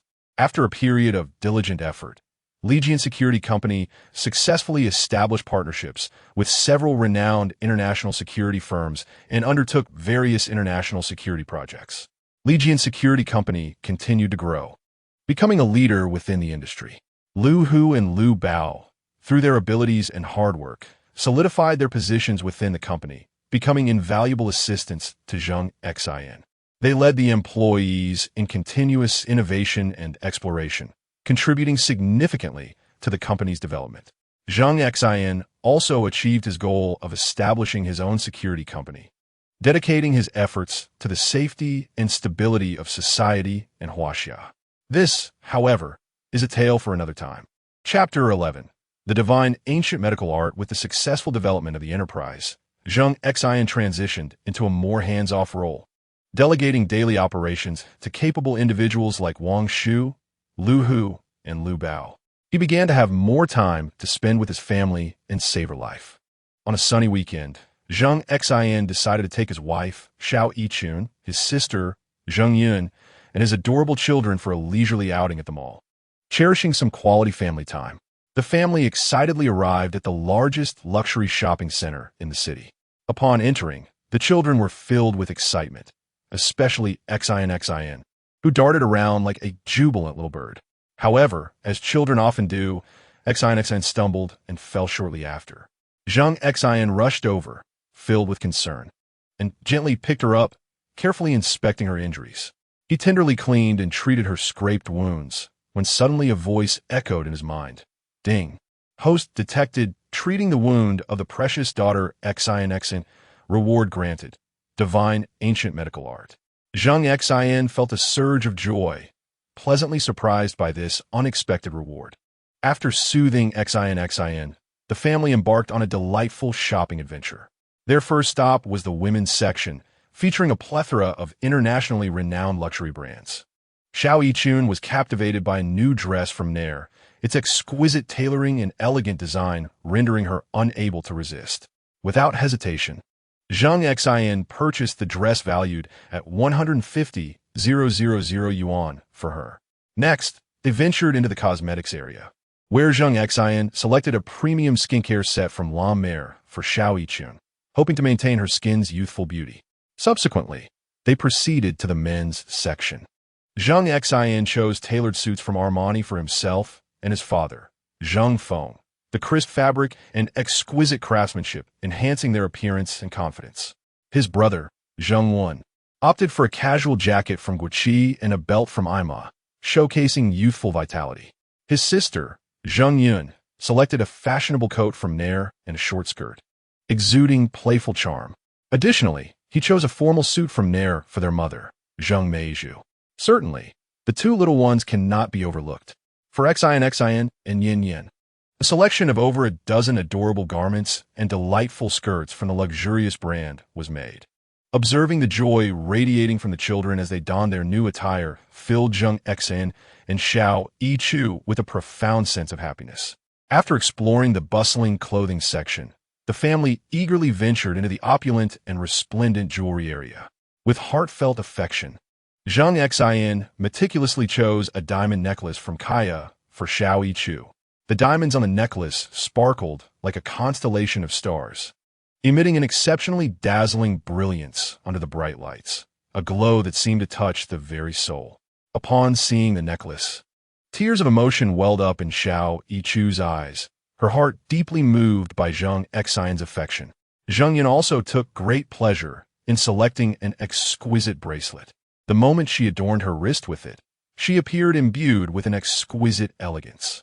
Moreover, Zheng Xin thoughtfully picked a valuable imperial green bracelet for his beloved mother, Zheng Meizhu. This bracelet, a vibrant emerald green, emanated a warm and enchanting luster, as if it held within it endless nobility and grace. Just as they were earnestly selecting precious jade and jewels, an unexpected figure came into view. Zheng Xin's former girlfriend, Lin Xiao, accompanied by a portly man around 50 years old, presumably her benefactor. Upon spotting Zheng Xin and the others, Lin Xiao provocatively sauntered over, twisting her waist, and mockingly remarked, "Oh, isn't this Zheng Xin? You all have come to select jewelry too?" Zheng Xin furrowed his brow and chose to ignore her. However, Lin Xiao persisted, continuing, "Take a look at our selection. It far surpasses yours in sophistication." While saying this, she waved a string of jewelry in front of Xiao Yichu. Xiao Yichu shot her a disdainful glance, but remained silent. Lin Xiao then boastfully claimed that her husband was none other than Yao Li, the head of the marketing department at Qianda Group, who, with an air of arrogance, addressed Zheng Xin, saying, "So you're Zheng Xin? This luxury store is not meant for someone of your financial stature. Can you even afford anything here?" He further exclaimed to the attendant, "Keep a close watch. Don't let him steal anything. Losing even a single item is beyond what a mere attendant like you can compensate." Such behavior was utterly distasteful, and the attendant, maintaining professionalism, politely responded, "Sir, madam, please do not disturb other customers." "Thank you." The quality of service at this establishment was commendable. Initially, Zheng Xin wished to disregard them, but their increasingly outrageous behavior finally tested his patience. He could no longer endure it and directly called Wang Shu, the general manager of his company, Chinda Group, instructing him to investigate Yao Li's unlawful activities and to report the matter to the authorities, demanding immediate termination of Yao Li's employment before hanging up the phone. He would not tolerate such individuals wreaking havoc within his company, and a glint of authority shone in Zheng Xin's eyes. Moments later, Yao Li's phone rang. Upon seeing it was a call from the marketing manager of Chinda Group, he realized the gravity of the situation, having overheard Zheng Xin's earlier remarks. He understood his downfall was imminent. Answering the call, he was met with a barrage of reprimands, and in shock, his phone slipped from his grasp as he sank helplessly to the ground. Suddenly, she crawled to Zheng Xin's feet, clutching his trouser leg, weeping as she pleaded, "Zheng Xiao, I implore you to spare me. It was that vile Lin Xiao who incited me to say and do all this. Please, grant me a chance to redeem myself." She then rose, yanking Lin Xiao's hair, slapping her while cursing, "You wretched woman, it is your fault. I will kill you. I swear I will kill you." Zheng Xin remained unmoved, understanding that individuals like her must ultimately face the consequences of their actions. He produced a black card, instructing the attendant to wrap their selected jewelry, and proceeded to make the payment, leaving the jewelry store with his family. The incident involving Lin Xiao and Yao Li was merely a trivial interlude. After several hours of shopping, the family emerged with an abundance of treasures, their arms laden with bags and their faces radiant with joy. Observing his family's happiness filled Zheng Xin with a profound sense of accomplishment and satisfaction. He recognized that while these material pleasures were not the entirety of life, they nonetheless brought joy and happiness to his loved ones. On the journey home, Zheng Xin silently vowed to continue striving to provide an even better life for his family. He also resolved to delve into the extraordinary ancient medical skills he had recently acquired, hoping to safeguard the health of his family and friends in the future. Upon returning home, Xiao Yichun and Zheng Yun eagerly organized their purchases. Xiao Yichun and Zheng Yun could hardly contain their excitement as they tried on their new clothes and jewelry, while the two little ones played joyfully nearby. Witnessing this heartwarming scene, Zheng Xin was filled with anticipation for the future. Chapter 12. The Raw Stone Exhibition. As was his custom, Zheng Xin leisurely sat with his father, Zheng Feng, in the elegant living room of their villa, both savoring the exquisite Dahong Pao tea gifted by Lu Hu. The fragrant aroma wafted through the air, narrating its uniqueness and rarity. The value and singularity of Dahong Pao are renowned worldwide. In ancient times, the tea produced from his mother tree was presented as a tribute, a privilege not afforded to the common folk. Today, only 6 of these mother trees survive, classified as a World Heritage Site, with strict prohibitions against their harvesting. At a recent auction, a mere 20 grams of Dahong Pao fetched an astounding price of 2.08 million yuan, translating to 10.4 million yuan per kilogram. As father and son engaged in hushed discussion about the wonders of Dahong Pao, Zheng Xin's phone suddenly rang. It was a call from Wang Shu. On the other end, Wang Shu inquired, "Mr. Zheng, the Yao Jade Association has sent 2 invitations for the Raw Stone exhibition. Would you be interested in attending?" Just as Zheng Xin was about to respond, a crisp chime echoed in his mind, followed by the system's voice. "System task. Please accept Wang Shu's invitation to attend the Raw Stone exhibition. Reward: gem appraisal skill." This piqued Zheng Xin's interest, and after a moment of contemplation, he agreed to Wang Shu's proposal. Almost simultaneously, the system notification chimed again. "Ding! Congratulations! The host has acquired the gem appraisal skill. Method of use: please gaze at the item for 5 seconds and silently recite a praise." Soon, Zheng Xin and Xiao Yichun made their way to the Yao Jade Association. Upon arrival, they found Wang Shu waiting at the entrance. Zheng Xin greeted him with a smile, and the three of them entered the exhibition hall together. Upon entering the venue, an array of exquisite raw stones dazzled the eyes, leaving one utterly mesmerized. Zheng Xin activated his gem appraisal skills, scanning the various stones before him. Most appeared to be commonplace and devoid of value, but soon, his gaze fell upon a stone named Phoenix Nirvana, priced at 5 million yuan. After a 5-second contemplation, he mentally invoked the appraisal, and the system promptly revealed this raw stone harbors high-quality jadeite within, with a market value of at least 30 million yuan. Zheng Xin's heart soared with delight. He resolutely decided to purchase the stone. Approaching the vendor, he commenced negotiations. The vendor, an experienced connoisseur, scrutinized Zheng Xin, a glint of shrewdness in his eyes, and remarked, "Sir, this stone is my prized possession. 5 million is already a most favorable price." Zheng Xin smiled faintly and countered, "How about 4,800,000? The vendor frowned, appearing somewhat hesitant. Seizing the moment, Zheng Xin continued, "I genuinely wish to acquire this stone. Shall we negotiate the price further?" After a moment of contemplation, the vendor ultimately nodded in agreement, consenting to sell the stone for 4,800,000 yuan. Zheng Xin promptly paid, instructing for the Phoenix Nirvana stone to be set aside. Next, he beheld a stone named Jade Dragon Soaring, priced at 8 million yuan. Upon appraisal, he discovered it contained an exceptionally rare variety of glassy jade, with a market value soaring to 60 million yuan. Without hesitation, he secured this gem as well. In his dealings with the vendor, Zheng Xin adeptly employed his negotiation skills, ultimately acquiring the stone for 6,500,000 yuan. Continuing his exploration of the venue, Zheng Xin sought after more coveted stones.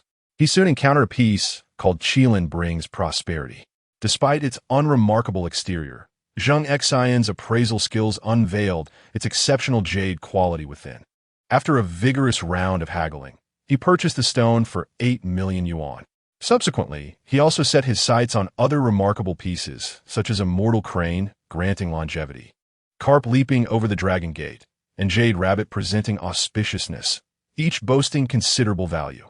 Throughout the acquisition of these stones, Zheng Xin not only had to negotiate prices with vendors, but also contend with competition from other buyers. On several occasions, he narrowly missed out on desired stones due to pricing disputes. However, through his wisdom and decisiveness, he ultimately succeeded in securing them. During his selection process, he also encountered several other commendable stones, such as Golden Dragon Setting Sail and White Tiger Roaring at the Sky. Among these, the Golden Dragon Setting Sail was priced at 10 million yuan. After appraisal, Zheng Xin determined the jade within was of exceptionally high quality, with a market value exceeding 100 million yuan. Engaging in a protracted negotiation, the vendor remained resolute, steadfast in his pricing. After considerable contemplation, Zheng Xin decided to employ a strategic maneuver. He addressed the vendor, "Sir, I am truly fond of this stone. How about this? I can increase my offer by 1 million, but you must include a smaller stone as a complimentary gift."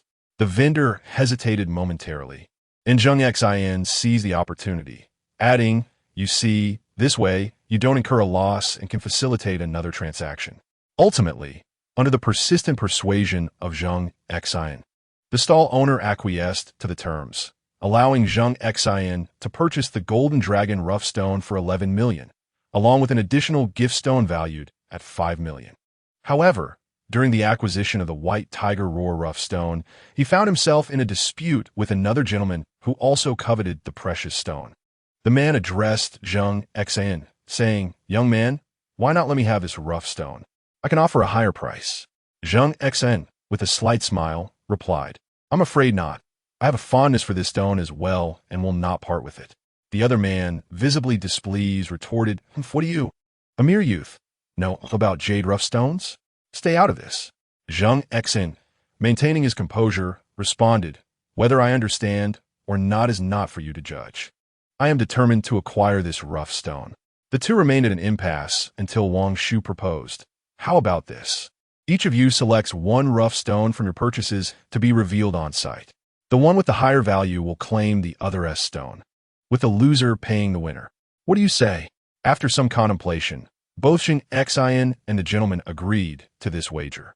Zheng Xin confidently chose the stone named Phoenix Nirvana, and upon hearing of the gamble, a crowd quickly gathered, their faces alight with curiosity, eager to witness the remarkable outcome of this rough stone. The gemologist, with utmost focus and care, commenced the unveiling process. Amidst the relentless roar of the machinery, the rough stone's hard exterior was gradually peeled away. As the crowd held their breath in anticipation, a breathtaking flash of emerald green emerged, prompting a collective gasp of astonishment from those present. Ultimately, the revealed jade was of exceptional quality, a pristine and translucent iced jade. At that moment, a wealthy merchant immediately offered 58 million to acquire the jade, and after a moment of reflection, Zheng Xin decided to sell it. However, the man competing with Zheng Xin coldly remarked, "Humph, the outcome is still uncertain." He then hastily instructed the gemologist to proceed with the rough stone he had selected. Once again, the machinery roared to life, and the exterior of his rough stone began to be systematically stripped away. Yet, as the layers were removed, a disheartening grayish-white emerged, indicating a disappointing result. Finally, the stone was split in two, revealing two dull, grayish pieces. The man stared in disbelief, unable to fathom the outcome, before reluctantly conceding defeat and paying Zheng Xin for the rough stone, leaving in a disgraced manner. In this manner, Zheng Xin successfully acquired 10 exquisite rough stones, totaling nearly 60 million. As for the remaining 9 stones, he chose not to reveal them on-site, but decided to take them home first. As he, Wang Shu, and Xiao Yichun departed from the exhibition, Wang Shu chuckled and remarked, "Mr. Zheng, today has indeed been a bountiful harvest. Your eye for selection is truly remarkable." Zheng Xin responded with a smile, just lucky." They conversed amiably, returning home with the raw stones. Zheng Xin carefully arranged these stones, intending to craft a piece of jewelry for each family member upon their unveiling. Chapter 13. System Upgrade. As Zheng Xin focused intently on the raw stones before him, a clear voice suddenly resonated in his mind. Ding! Energy-absorbing potential detected within the Golden Dragon set's sale raw stone. Would you like to absorb it? Zheng Xin was momentarily taken aback, but promptly and decisively thought, absorb. In an instant, the stone disintegrated into dust, cascading down like a shimmering veil. Ding! Upgrade successful. The host's initial level of 8 Extremes Fist has been elevated to the intermediate level. Intermediate 8 Extremes Fist, characterized by its fierce and explosive techniques, each move imbued with greater force and vigor. The strikes are as swift as a tempest, capable of unleashing astonishing attacking power in an instant, leaving adversaries defenseless. Reward: Intermediate Dragon Walking Step. As agile as a serpent and as light as the wind, this technique allows the user to navigate with the freedom of a dragon, achieving unparalleled agility and precision in both evasion and ambush. Reward: Lamborghini Veneno. This is the pinnacle of automotive engineering, valued at around 100 million. Its strikingly fierce appearance resembles that of a wild beast, with sharp lines and unique design that exude nobility and dominance. Its worth is astronomical. Not merely a vehicle, but a symbol of status and prestige. It boasts unparalleled performance, with extreme speed that offers drivers a thrilling experience akin to a lightning bolt. Currently, its price has soared to a staggering 1 billion yuan, and wealth alone does not guarantee possession. Reward: 100 points of physical strength. This sudden enhancement made Zheng Xin feel as though he were brimming with boundless energy, his physique becoming more robust and resilient. Reward: 30 bottles of Stamina Enhancement Elixir. This elixir increases stamina by 10 points upon consumption, with a chance of transcending limits. However, it is ineffective for the host. Upon reading the final notification, Zheng Xin felt somewhat at a loss, pondering why he lacked such fortune. Nevertheless, he swiftly adjusted his mindset and began contemplating the utility of these rewards. After careful consideration, he resolved to give each family member and the Liu brothers, Liu Hu and Liu Bao of the Sword Shield Security Company, a bottle of the stamina-enhancing elixir.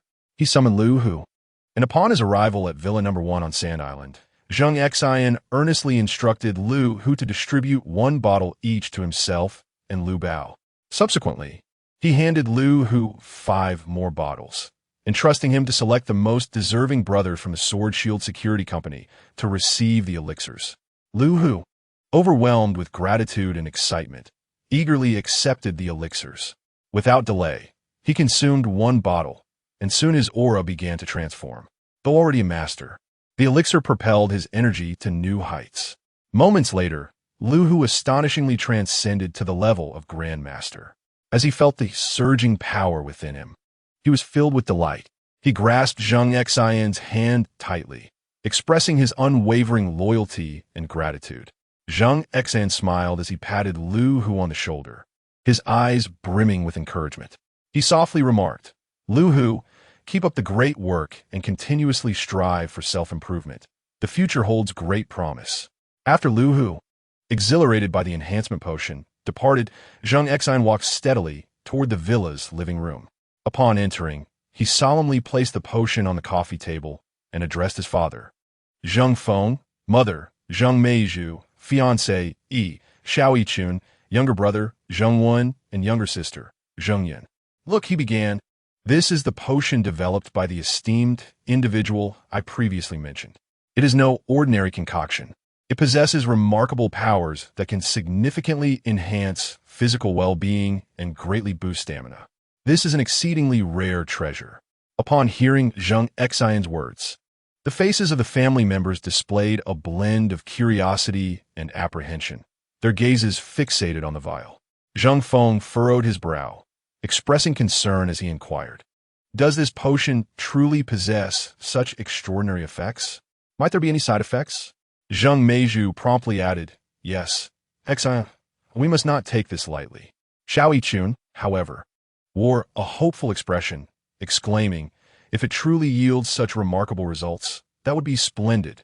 Zheng Wen excitedly chimed in, "Brother, I can't wait to try it." Zheng Yin nodded along enthusiastically. Zheng Xin patiently reassured them, "Rest assured, mother and father, I have thoroughly understood this potion. There will be no issues." He then distributed the potion to each family member. With a mix of trepidation, they consumed the potion, and soon after, extraordinary changes began to manifest within them.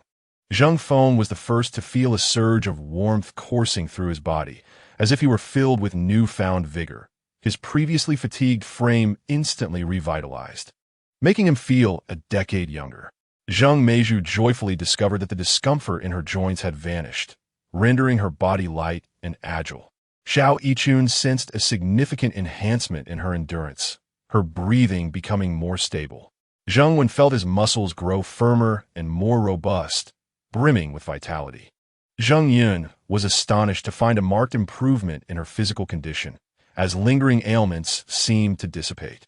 Feeling the transformation, Zheng Feng affectionately urged Xin, "Quickly administer the potion to Xin, and Yin to bolster their health and enhance their resistance." Zheng Xin, considering the system's guidance, replied that the children were too young for such a potion. Observing the delighted expressions of his family, he smiled and said, "The effects of this potion are indeed miraculous, but it is essential to maintain regular exercise and healthy living habits for lasting wellness." He then prudently secured the remaining potion for future arrangements. Following this, Zheng Xin began to delve deeper into the exploration of his newly acquired abilities and rewards. He dedicated time each day to practice Intermediate 8 Extremes Fist and Intermediate Dragon Step, continuously augmenting his strength. He drove his Lamborghini Veneno through the city streets with Xiao Yichun, savoring the exhilarating speed and thrill. Zheng Xin gazed at the illuminated screen before him. Host, Zheng Xin. Partner, pending, mother of the daughter, Xiao Yichun. Daughters, eldest daughter Zheng Xin. Youngest daughter Zheng Yin Xin, Yin. Physical fitness, 628. The average individual scores 10, while the highest known record by the Blue Star is 1,000. Skills, masterful culinary arts, unparalleled ancient medical knowledge, intermediate Bajiquan.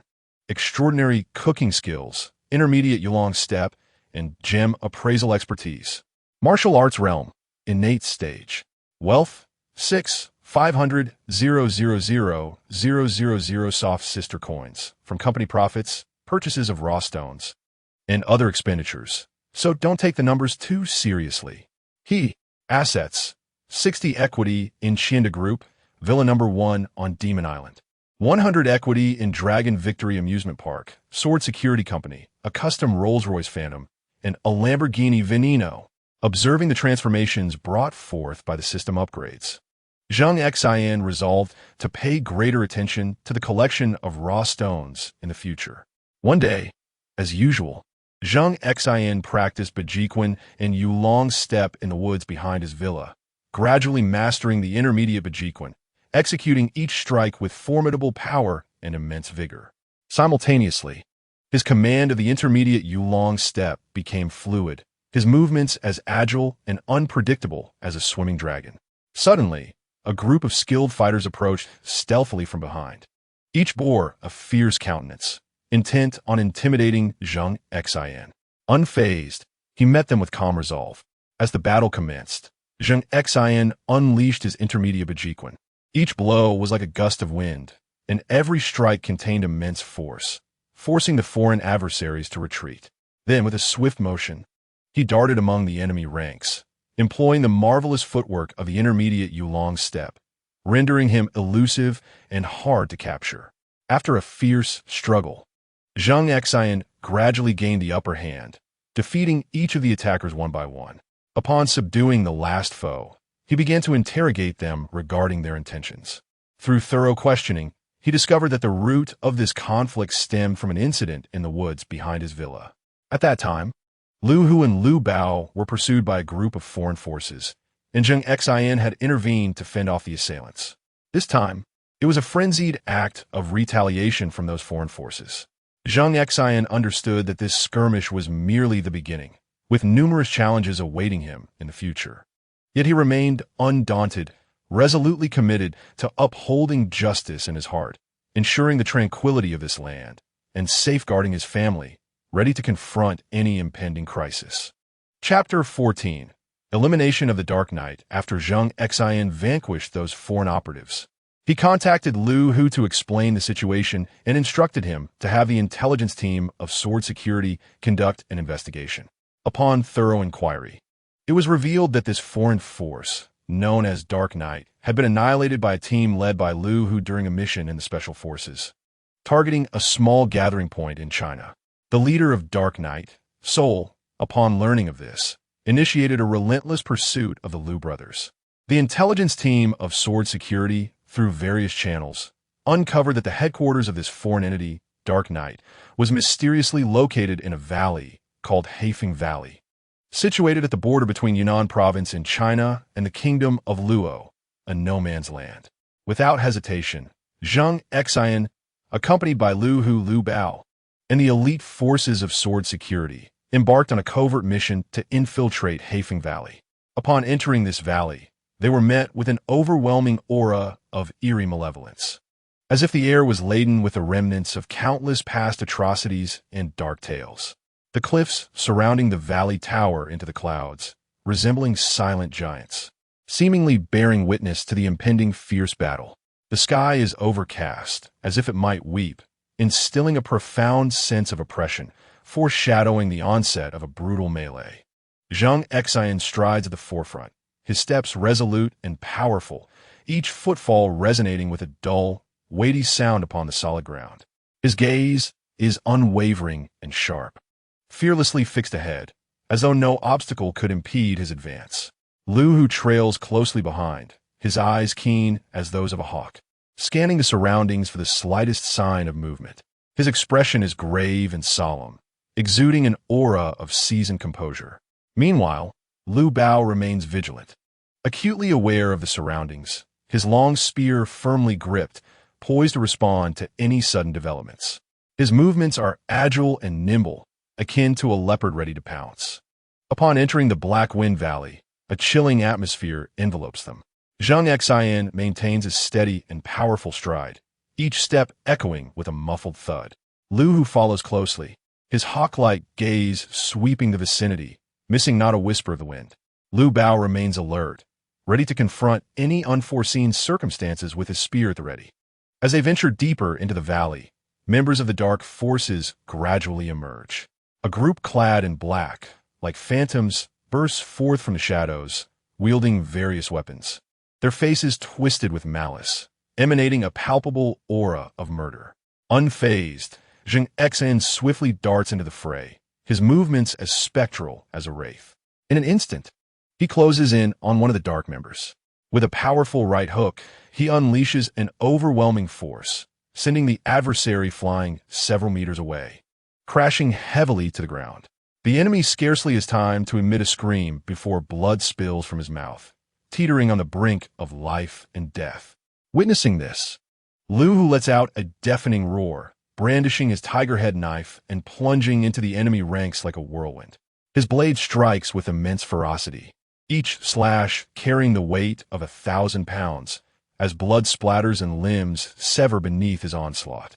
Lu Hu manifests as a harbinger of death where he treads. Foes fall, unable to withstand his relentless advance. Lu Bao capitalizes on the advantages of his spear, deftly maneuvering through the throng of enemies.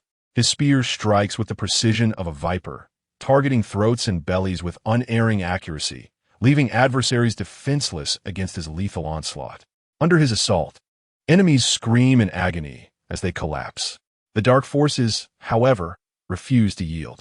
A brute named Mower, wielding a massive battle axe, charges at Lu Hu, his strength formidable, each swing of the axe conjuring a tempest. Undeterred, Lu Hu engages in a fierce duel with Mower.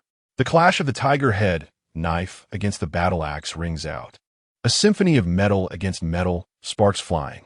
Through his exceptional skill and indomitable spirit, Lu Hu gradually gains the upper hand, as signs of defeat begin to show on Mower's face. Meanwhile, Zheng Xin had infiltrated the very heart of the enemy's ranks. Surrounded by successive circles of Dark Knight members, he remained utterly unperturbed. He unleashed his extraordinary skills, moving through the throng like a wraith, each strike resulting in the collapse of an adversary. His assaults were as ferocious as a tempest, rendering the enemy incapable of resistance. Amidst the fierce combat, Zheng Xin spotted a grim-faced man among the Dark Knight forces, none other than their leader, Sol. Concealed behind a cadre of subordinates, Sol directed their attacks with fervor. With a steely gaze, Zheng Xin sprang forth like a specter, charging directly at Sol. Alarmed, Sol hastily commanded his subordinates to intercept Zheng Xin. But the latter's speed was overwhelming. His foes scarcely had time to react before he dashed past them. In an instant, Zheng Xin stood before Sol, who stared in terror as he thrust his sword in desperation. Zheng Xin deftly evaded the blade and delivered a crushing blow to Sol's chest. With a wretched cry, Sol spewed forth blood and was sent reeling, his heart shattered. With Sol's fall, the morale of the Dark Knight forces plummeted. Seizing the opportunity, Zheng Xin, Lu Hu, and Lu Bao launched a final, decisive assault. They descended upon the remaining Dark Knight members like tigers from the mountains, utterly annihilating them. The valley was suffused with a dense, metallic scent of blood, the ground strewn with the corpses of the vanquished, bearing witness to the brutality and intensity of the battle. Standing amidst the bloodshed, Zheng Xin and his companions emanated an unparalleled aura of authority and dominance, as if they were the sovereigns of this land. After the battle, Zheng Xin gazed at the scattered bodies, a multitude of emotions swirling within him. He understood that this hard-won victory had come at a steep price, paid for with their blood and lives. Turning to Lu Hu and Lu Bao, he noted their exhaustion, yet their eyes radiated determination and exhilaration. Zheng Xin instructed them to tend to the fallen brothers, cleanse the battlefield, and distribute a portion of the spoils to their comrades, reserving the remainder as supplies for future endeavors before departing. Following this intense confrontation, the Dark Knight forces met their demise. Chapter 15. Bloodshed Hall in the aftermath of the Dark Knight organization's obliteration, Zheng Xin finally embraced a rare period of leisure. Aside from spending time with the enchanting Xiao Yichun and playfully engaging with the adorable little ones, he devoted himself wholeheartedly to the cultivation of Intermediate 8 Extremes Fist and Intermediate Swimming Dragon Step. Each day, he greeted the first rays of morning light, journeying to the familiar hills behind his home. Standing tall and resolute, his focus unwavering, he executed each move with the raw power of 8 Extremes fist and the fluid grace of swimming dragon step. As time progressed, his movements became increasingly adept and fluid, each punch and step seeming to meld seamlessly with the surrounding air. Through diligent training, Zheng Xin ultimately mastered the intermediate 8 Extremes fist and intermediate swimming dragon step to an extraordinary level. In that moment, he felt a surge of newfound energy coursing through him, an indescribable sensation of exhilaration enveloping his entire being. At that instant, the familiar notification chime of the system resonated in his mind. Ding! Congratulations to the host for mastering the intermediate 8 Extremes fist and the intermediate dragon step to a level of supreme perfection, resulting in an automatic upgrade to the advanced 8 Extremes fist and advanced dragon step. The system rewards him with an elevation to the celestial realm and an affiliation with the Blood Demon Hall assassin organization. Zheng Xin felt a surge of joy within, astonished that this breakthrough yielded such abundant rewards. As the rewards were bestowed, detailed information about the Blood Demon Hall flooded his mind. It turned out to be an organization generated by the system, with its members exhibiting unwavering loyalty of 100. The Hall Master, Angelique, possessed innate strength, while the 2 deputy masters were formidable grandmasters, and the 4 hall leaders were at the master level, with the remaining members all at the transformation stage. The organization comprised a total of 207 individuals, situated in a border city at the country's edge. Zheng Xin marveled inwardly, knowing that with such a powerful organization as his backing, his future endeavors would undoubtedly be bolstered. However, before he could fully absorb this delightful surprise, his phone suddenly rang with an urgent tone. Upon glancing at the screen, he noticed an unfamiliar number, accompanied by an inexplicable premonition. When he pressed the answer button, a voice as sweet as honey resonated from the other end. "Greetings, my master. I am coming to find you." Zheng Xin shivered involuntarily, beads of sweat forming on his forehead. Sensing his unease, Angelique adopted a serious tone, setting aside her teasing demeanor. "Master, I have a gift for you, and I will arrive in the Demon City tomorrow afternoon." Zheng Xin exhaled a sigh of relief and replied, "All right, I understand." The gift Angelique referred to was a mysterious page she had acquired during an adventure. The material of the page was unknown, inscribed with enigmatic symbols that seemed to conceal some arcane secret. Angelique had treasured it dearly, and her intention to present it to Zheng Xin was a testament to her loyalty and respect for him. The following afternoon, Zheng Xin arrived at the Demon City airport, filled with curiosity and anticipation regarding the secrets the mysterious page might hold. His attention was instantly captivated when he spotted Angelique's graceful figure emerging from the crowd. Dressed in a flowing crimson gown that accentuated her perfect figure, her long hair cascaded like a waterfall over her shoulders, and her enchanting eyes sparkled with allure. Upon catching sight of Zheng Xin, her face lit up with a radiant smile as she hurried towards him. "Master," Angelique playfully called out, embracing him in a warm hug, a gesture perhaps customary among foreigners. Feeling slightly awkward, Zheng Xin gently pushed her away, stating, "Not here, this is a public place." With a mischievous tongue-out gesture, Angelique retrieved the mysterious page from her bag and presented it to Zheng Xin. "Master, this is the gift I wish to bestow upon you." Zheng Xin accepted the page, examining it closely. The texture of the paper felt remarkably unique, seemingly unlike any material he was familiar with. The characters inscribed upon it twisted and turned, resembling ancient runes, none of which he could decipher. Zheng Xin furrowed his brow and inquired, "Angeli, do you know what is inscribed on this?" Angeli shook her head and replied, "I have no idea. It was in this state when I discovered it. However, I believe it must be of great significance, which is why I intended to present it to you." Zheng Xin nodded and carefully tucked the page away, resolving to explore its contents further upon his return. Subsequently, he escorted Angeli to the presidential suite of a 5-star hotel under the auspices of Qianda Group. Upon the system's scanning of the mysterious page, It was revealed that the text was in the ancient script of a long-lost tribe, chronicling the existence of a hidden treasure. Legend spoke of a riddle embedded within the text that, when unraveled, would lead to the treasure's location. A surge of excitement welled up within Zheng Xin. He recognized he had stumbled upon something extraordinary. According to the system's guidance, the treasure was located in a cavern within a valley in the primordial forests of Yi province. Not long after entering the ancient woods, they sensed an eerie atmosphere surrounding them. Suddenly, a swarm of enormous black venomous bees surged forth from the trees, akin to a dark cloud descending upon them. The group hastily brandished their weapons in defense, but the sheer number of bees proved overwhelming, and several individuals were stung. Collapsing in agony, Zheng Xin swiftly commanded everyone to cover their mouths and noses with their garments and urged them to advance. As they pressed on, they encountered a colossal python, its girth reminiscent of a tree trunk, blocking their path with its flickering tongue. Unfazed, Angeli stepped forward and engaged in a fierce struggle with the serpent. After a strenuous battle, they managed to extricate themselves from the python's grasp, only to find themselves ensnared in a treacherous swamp. Some inadvertently stepped into it, their bodies quickly sinking into the mire, creating a dire situation. Zheng Xin promptly organized a group to use branches and vines to pull each other to safety, expending considerable effort to rescue those trapped in the quagmire. Through arduous trekking and encounters with various perils, they finally located the entrance to the treasure.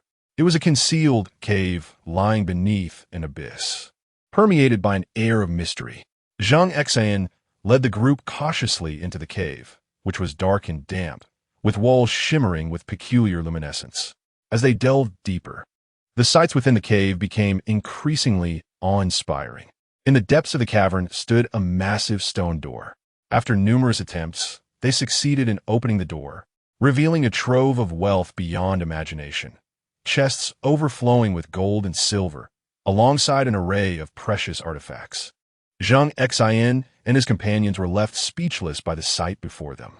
Overwhelmed with emotion, Zheng Xin instructed the group to transport the treasure to the blood altar for future utilization. Chapter 16. Sending my sister to the academy in July. Prior to the commencement of the academic year, Zheng Xin's younger brother, Zheng Wen, successfully obtained his university diploma from the Yao Capital Business Academy. Following Zheng Xin's arrangements, Zheng Wen began his employment at Qinda Group.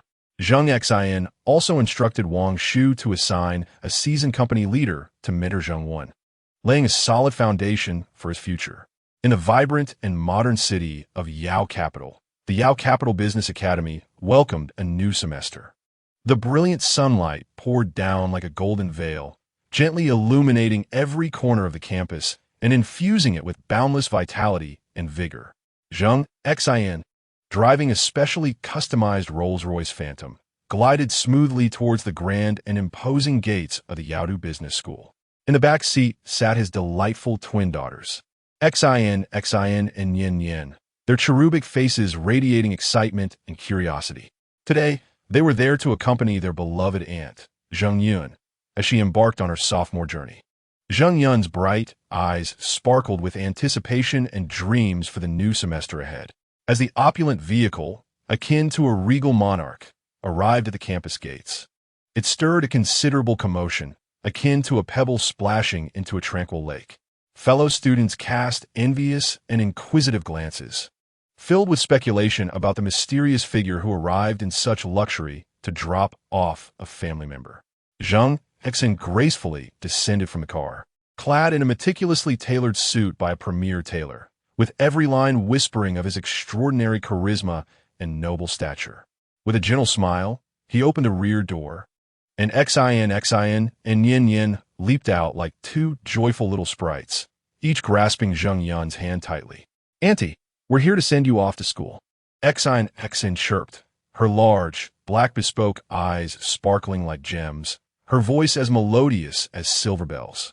Yes, Annie must behave at school," Yin chimed in sweetly, her innocent smile radiating warmth.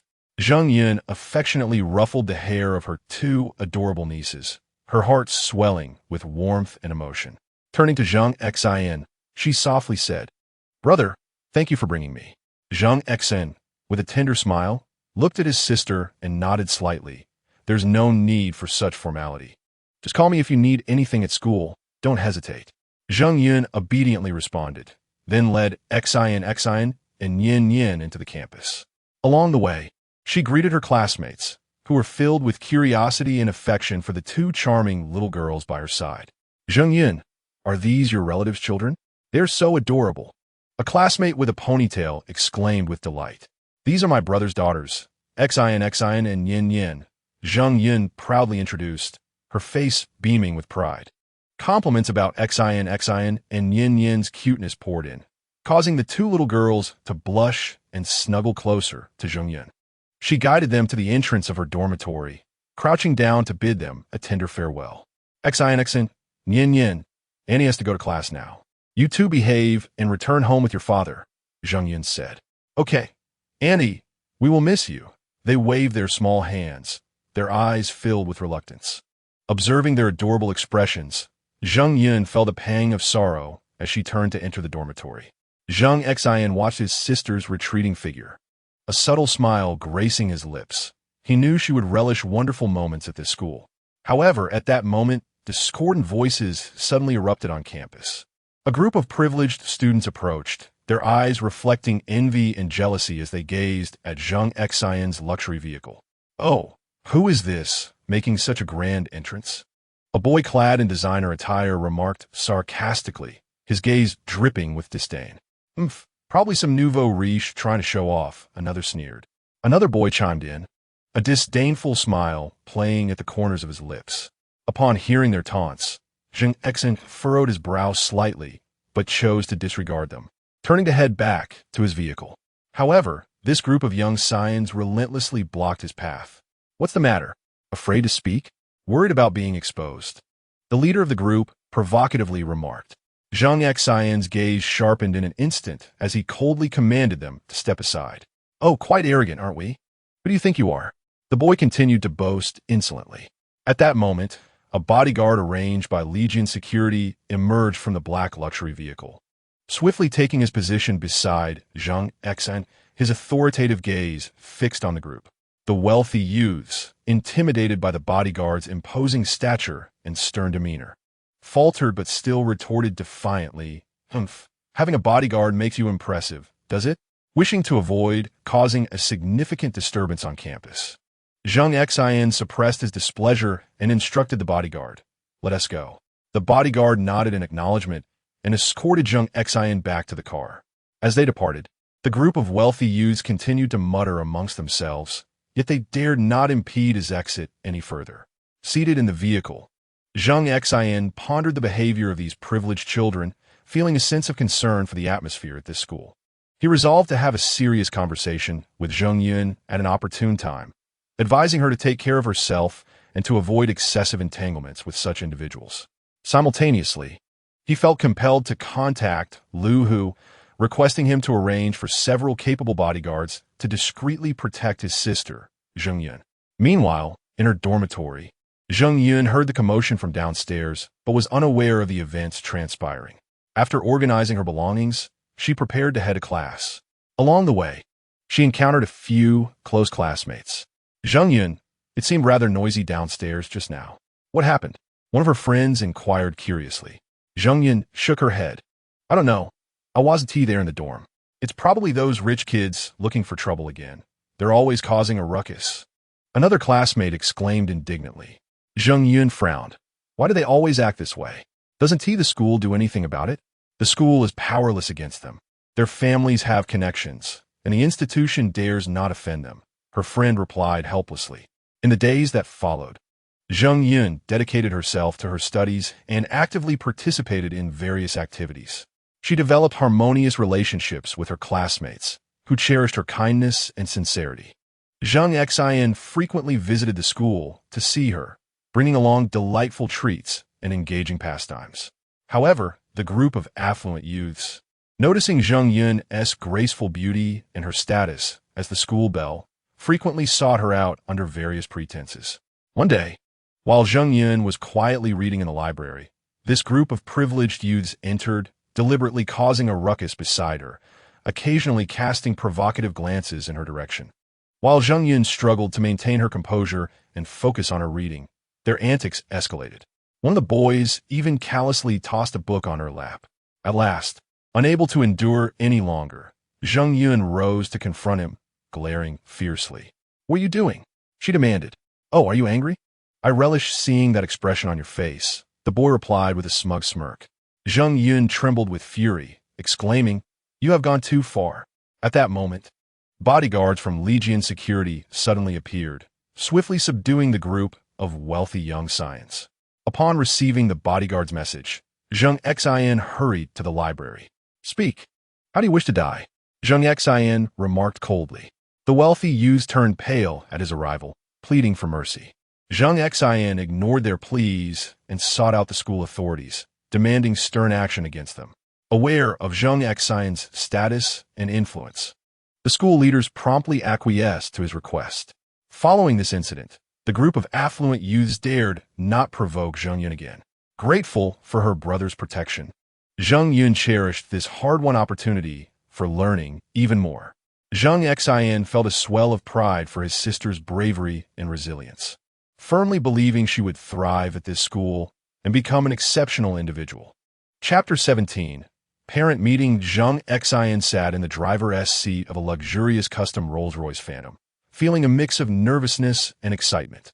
Today marked a significant occasion, the first meeting between him, his fiancée, Xiao Yichun, and both sets of parents, a day they had long anticipated. In the passenger seat, Xiao Yichun radiated happiness with a beaming smile, prompting Zheng Xin to glance at her frequently, his heart brimming with dreams of a beautiful future together. Zheng Xin, Zheng Feng and Zheng Meizhu occupied the back seat, cradling their adorable twin daughters, Xin and Yin Yin. Zheng Feng wore a serious expression, while Zheng Meizhu smiled gently, both placing great importance on this meeting. As the car sped along the highway, the twins gazed curiously out the window with their large, black, gemstone-like eyes, chattering incessantly. After more than 3 hours on the road, they finally arrived at Xiaoling. Zheng Xin parked at the agreed-upon location in front of an elegant hotel. Xiao Yichun's parents, Xiao Hui and Lin Shui, were already waiting at the entrance, their faces lighting up with warm smiles upon their arrival. "Ah, you finally made it." Lin Shui greeted them with a smile. Zheng Xin and Xiao Yichun, accompanied by the twins, exited the vehicle, followed by Zheng Feng and Zheng Meizhu. "Uncle Aunt, I apologize for keeping you waiting," Zheng Xin said, a hint of regret in his voice. "Not at all, not at all." Xiao Hui waved dismissively. After exchanging pleasantries, the group entered the hotel's private room. The room was tastefully decorated, and the dining table was laden with an array of delectable dishes. Everyone took their seats, with Zheng Xin and Xiao Yichun sitting together, while their parents occupied the opposite sides. The twins played nearby under the watchful eye of their nanny. "It is indeed a rare occasion for our families to gather together," Zheng Feng began. "Indeed, as parents, we must be attentive to our children's affairs," Xiao Hui concurred. Zheng Meizhu added, "We truly admire Yi Kun. She is both obedient and understanding." Lin Shui smiled, stating, "Zheng Xin is also a fine young man. We feel assured with Yi Kun by his side." Zheng Xin and Xiao Yichun exchanged a sweet glance, their hearts filled with joy. "Let's discuss the matter of their marriage," Zheng Feng suggested. "Indeed," Lin Shui remarked, "I believe it is essential to establish a date first." Consequently, the group commenced a discussion regarding the wedding date. After considerable deliberation, they settled on an auspicious day in April of the coming year, a splendid time of golden autumn. "And what about the form of the wedding?" Xiao Hui inquired. Zheng Xin glanced at Xiao Yichun and replied, "I wish to bestow upon Yichun a romantic and unforgettable grand wedding, tailored entirely to her preferences." Moved, Xiao Yichun expressed, "As long as I am with you, anything will suffice." The others nodded in appreciation of Zheng Xin's thoughtfulness. "What about the venue?" Zheng Meizhu asked. "The location shall remain a secret. I will ensure everything is arranged," Zheng Xin assured. With this statement, the group had no objections, merely requesting that Zheng Xin take care of the arrangements without further discussion on the matter. At this moment, Xin and Yin Yin, with their big, curious eyes, gazed up at the adults. In a sweet voice, Xin chimed, "Daddy, Mommy." Yin Yin echoed her call. Zheng Xin and Xiao Yichun smiled down at them. Xin continued, "Daddy and Mommy, are you getting married?" Yin Yin, her eyes wide with curiosity, asked, "What is getting married?" With a gentle laugh, Zheng Xin picked up Xin and explained, "Getting married means that Daddy and Mommy will be together forever, and we will truly be one family." Xin nodded, somewhat understanding, while Yin Yin clung to Zheng Xin's leg.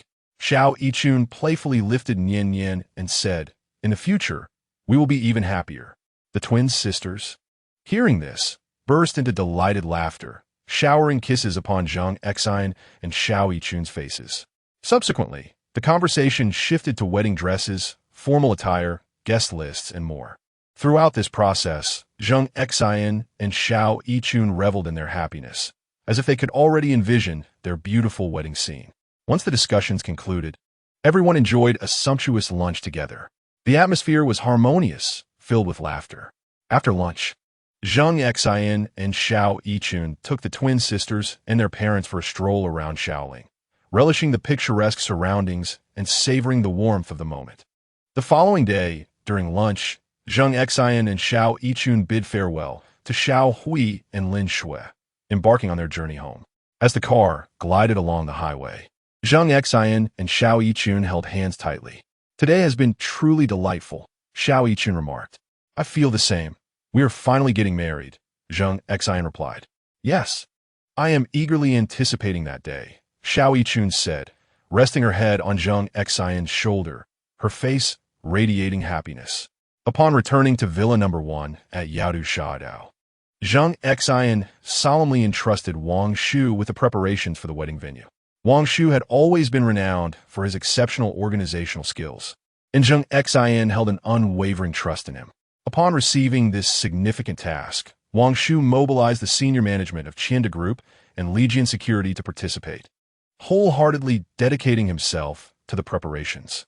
He commenced his endeavors with the fervor of a finely tuned machine, tirelessly traversing the city to meticulously examine every potential location. He not only inspected the venue's size, layout, and facilities in person, but also meticulously considered the surrounding environment and transportation factors. At times, in order to compare the merits and demerits of different locations, he would traverse multiple sites in a single day, so preoccupied that he scarcely found time to eat. While searching for the venue, Wang Shu actively reached out to the finest wedding planning teams. He inquired through various channels about those with exceptional reputations in the industry and engaged in in-depth discussions with each of them. He articulated in detail the expectations and requirements of Zheng Xin and Xiao Yichun for their wedding, attentively listening to their professional advice and creative concepts. He diligently compared the proposals and quotations from various teams, striving to make the most prudent choice while ensuring quality. To perfect every detail of the wedding, Wang Shu personally participated in the design of the wedding decorations.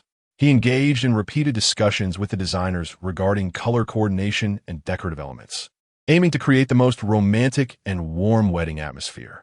He also personally supervised the production and arrangement of props, ensuring each item met his high standards. Throughout the preparation process, Wang Shu maintained a high level of focus and enthusiasm, leaving no detail unattended that could potentially impact the wedding's outcome, exerting every effort to craft a flawless event. Chapter 18. The joyful times of two little ones on a weekend morning, sunlight filtered through the thin clouds, gently cascading upon the garden of Villa No. 1. Zheng Yun, having concluded a week of studies at the Yao Capital Business School, could hardly contain his excitement to return to this warm home. Xin and Yin Yin eagerly tugged at Zheng Yun and Zheng Xin, imploring, "Daddy Annie, shall we go to the amusement park?" Upon seeing the enthusiasm of everyone, Zheng Xin informed his parents and then drove his specially customized Rolls-Royce Phantom, carrying Xiao Yichun, Zheng Yun, and their two precious daughters, Xin and Yin Yin, as they joyfully set out for the Yao Capital Longxing Amusement Park once more. Upon their arrival at the amusement park, the manager, Zheng Ming, was already waiting at the entrance, his face beaming with a warm smile. After respectfully greeting Zheng Xin's family, He guided them through a special passage into this dreamlike paradise. As they entered the amusement park, they were greeted by a vibrant sea of flowers. The colorful blossoms swaying gently in the breeze, as if welcoming them with open arms. Xian and Yin Yin eagerly broke free from their parents' grasp, darting towards the floral expanse like two jubilant little birds. They wove through the blossoms, their laughter ringing out like the sweet chime of silver bells, their tiny figures playfully contrasting with the beautiful flower sea.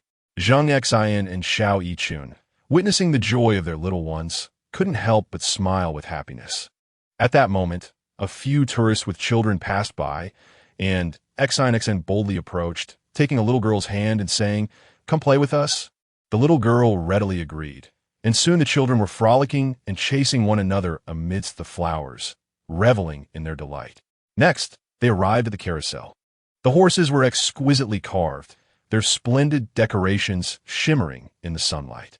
Xin and Yin Yin could hardly contain their excitement as they climbed atop the horses, and as the music began to play, the carousel slowly started to spin. Two little treasures tightly grasped the reins of the wooden horse, their faces brimming with surprise and joy. Zheng Yun, equally exuberant, mounted a wooden steed, reveling in the pure delight of childhood. Zheng Xin and Xiao Yichun stood nearby, capturing the enchanting moments of the children with their camera. A little boy, paralyzed by fear, hesitated to ride the horse. Upon witnessing this, Nian cheerfully encouraged him. "Don't be afraid. It's so much fun. Just give it a try." With Nian's encouragement, the little boy finally summoned the courage to mount the horse, and a smile gradually illuminated his face. After descending from the carousel, they ventured to the bumper car arena. The family divided into two groups.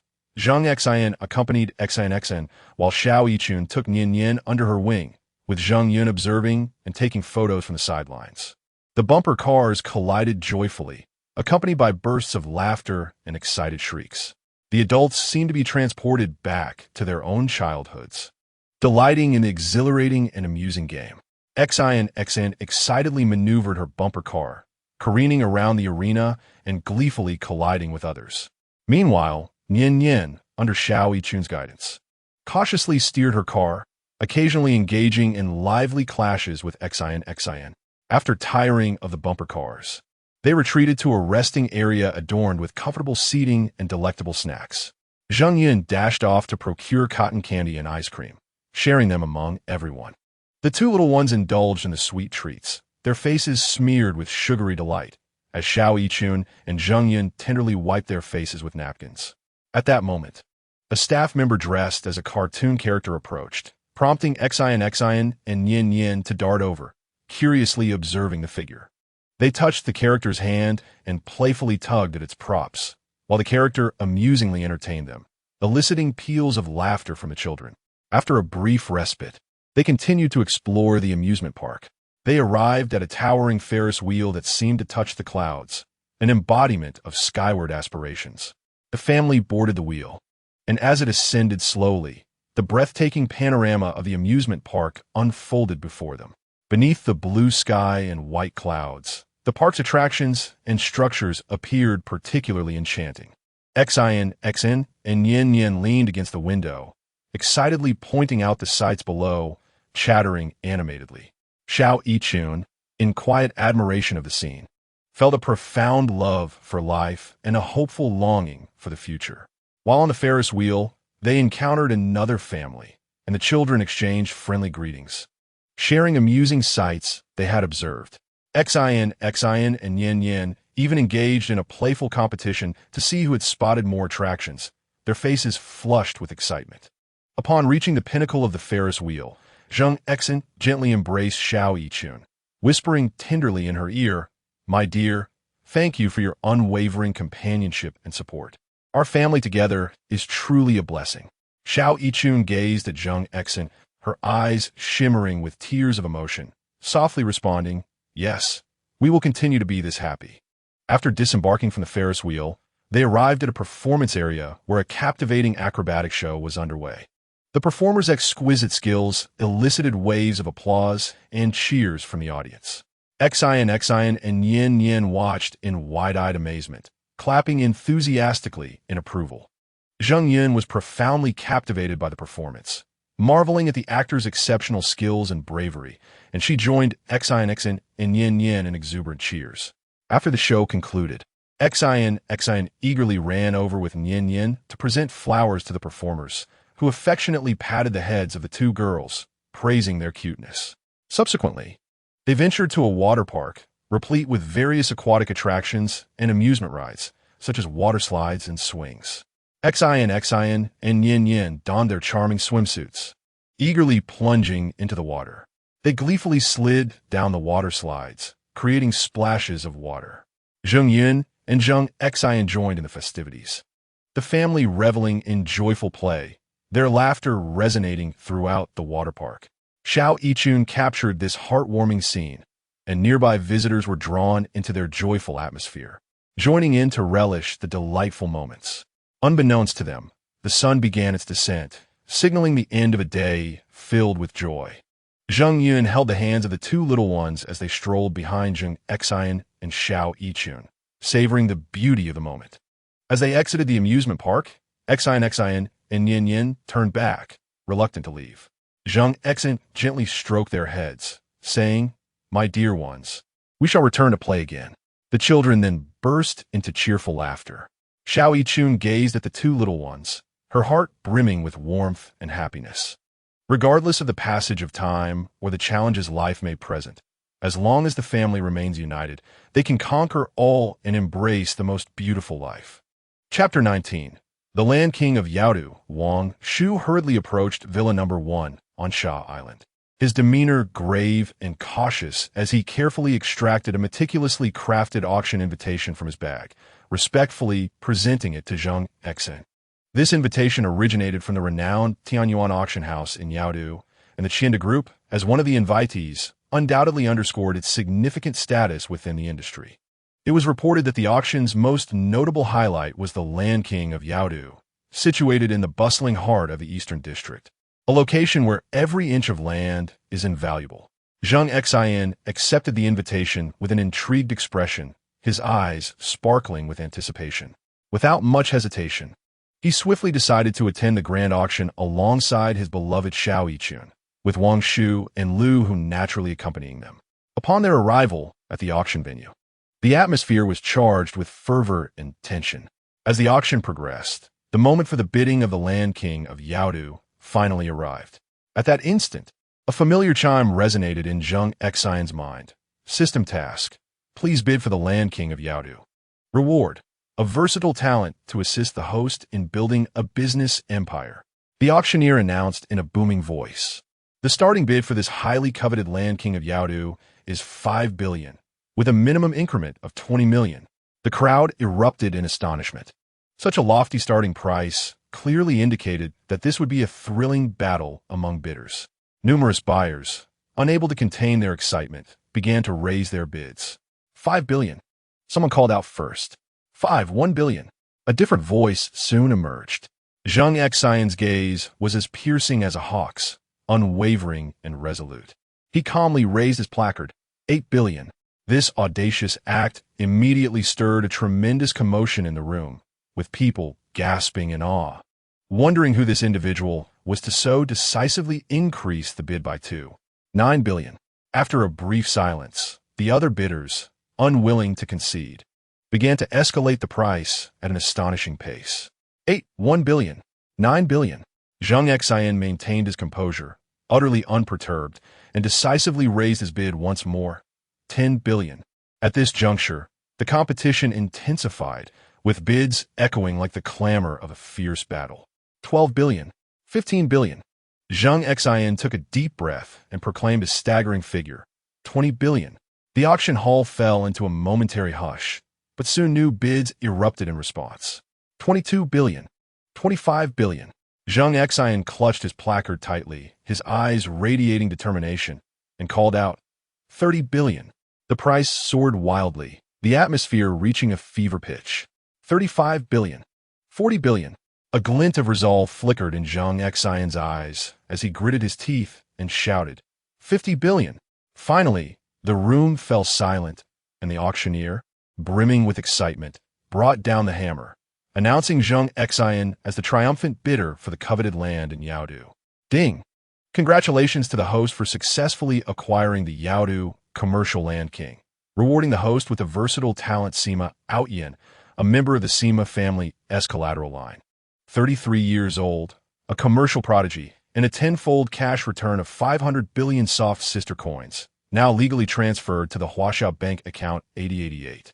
Zheng Xin's phone buzzed with a text notification, confirming the bank transfer, revealing that his personal assets had surpassed $1 trillion. After the auction, Zheng Xin promptly began to devise a grand blueprint based on his newly acquired land. He swiftly contacted Sima Outyin, the legendary polymath, who soon arrived in Yaodu. Sima Outyin's presence invigorated Zheng Xin, akin to a tiger gaining wings. Sima Outyin began to showcase his extraordinary commercial acumen, conducting a thorough and comprehensive analysis of the entire land project. He proposed a series of innovative and forward-thinking planning concepts, meticulously designing every detail from commercial layout to operational models, from brand integration to customer service.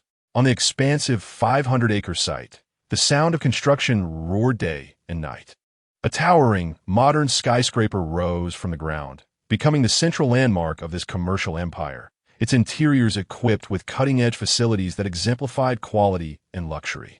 Surrounding it, diverse commercial buildings sprang up like mushrooms after rain, encompassing high-end shopping centers, luxurious hotels, unique dining establishments, and vibrant entertainment and leisure zones.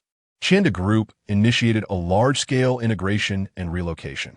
Each department methodically transitioned into the new office spaces, revitalizing their energies in this fresh environment.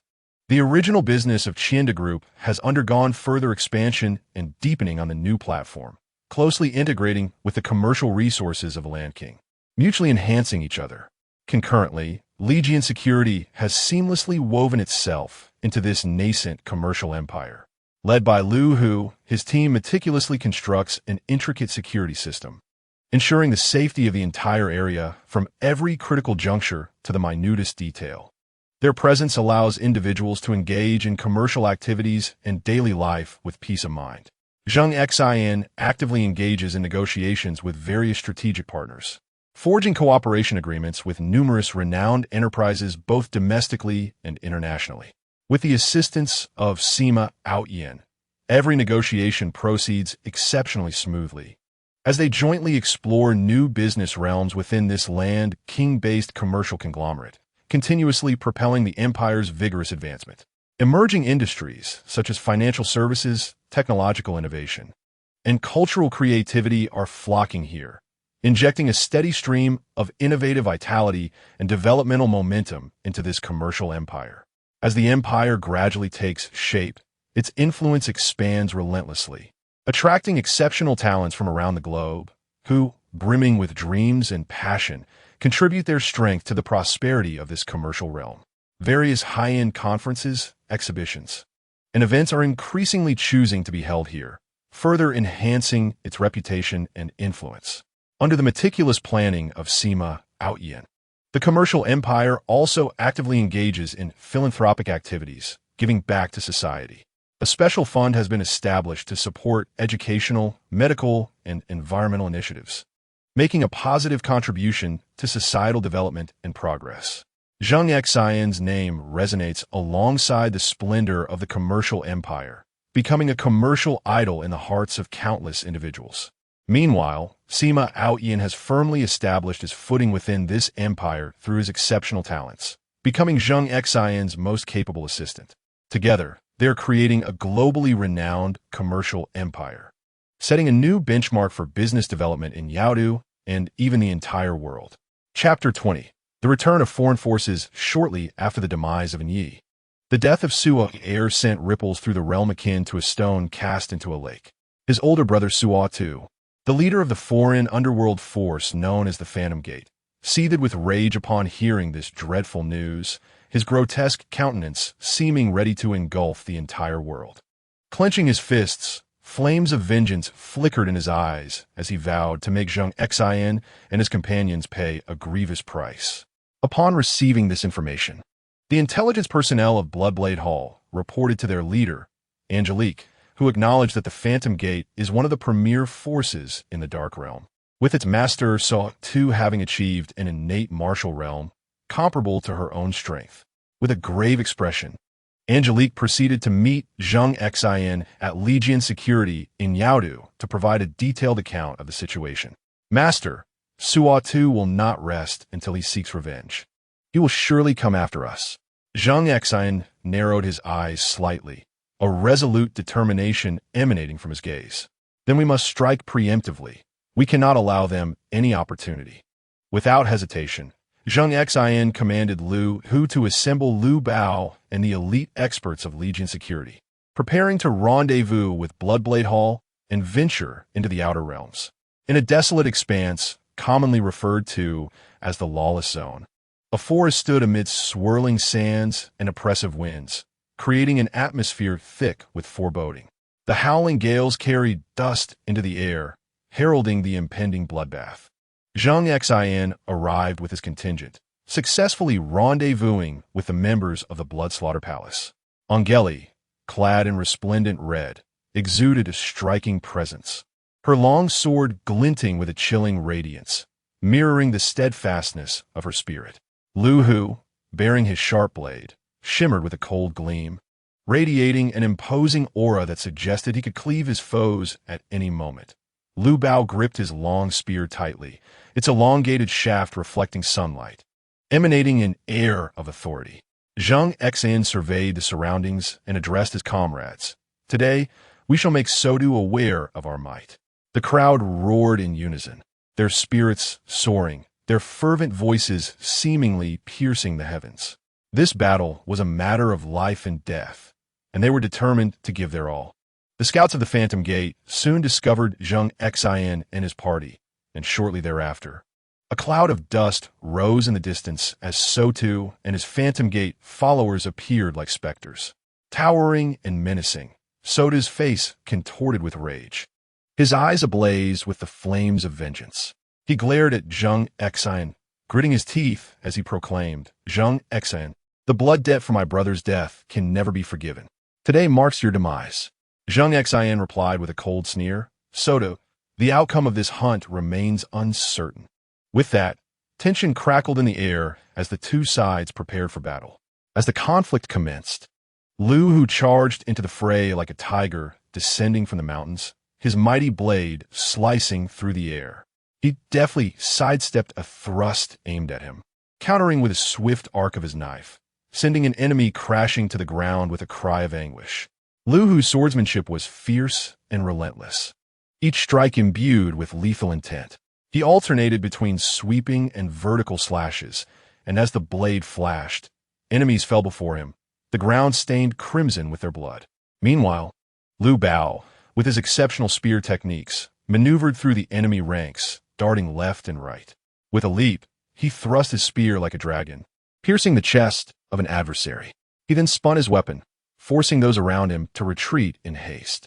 The spear danced in his hands like a silver lightning bolt, each strike inflicting devastating damage. Angeli, refusing to be outdone, moved with the grace of a delicate butterfly. Her sword flowed like water, each flick creating a cascade of blossoms, beautiful yet deadly as a celestial fairy scattering flowers. Her technique was ethereal, yet held immense power. She nimbly evaded attacks while launching rapid thrusts that caught her enemies off guard. As for Zheng Xin, he exhibited the formidable prowess of a transcendent being. Employing the advanced dragon steps, he glided through the enemy lines with ghostly agility. The foe's assaults seemed futile against him, as he appeared like a flash of lightning before their eyes. His 8 extremes fist unleashed tremendous force. Each punch resonated with the might of a landslide. When he struck an enemy in the abdomen, the foe spat blood and was hurled backward. Witnessing his subordinates fall like harvested wheat, a frenzied madness flickered in Sotu's eyes. He unleashed a ferocious roar towards the heavens, resembling a rampaging beast, as he charged fiercely at Zheng Xin. Observing this, Lu Hu hesitated not for a moment. He advanced with the steadfastness of a towering mountain, resolutely blocking Suo Tu's path and instantly engaged in a fierce struggle with him. Suo Tu's attacks were exceedingly ruthless and venomous. Each strike aimed directly at Lu Hu's vital points, akin to a mad serpent coiling tightly around him, intent on delivering a fatal blow. Despite Lu Hu's unmatched bravery and indomitable spirit, he gradually found himself at a disadvantage in the face of overwhelming strength. Before long, Lu Hu succumbed to Suo Tu's relentless onslaught, ultimately being defeated. Just as Lu Hu's head was about to be struck, Zheng Xin, perceiving the dire situation, swiftly executed the ethereal dragon step, his figure flickering like a phantom, and then unleashed a devastating 8 extremes fist, the force of which thundered as it crashed into Suo Tu's chest.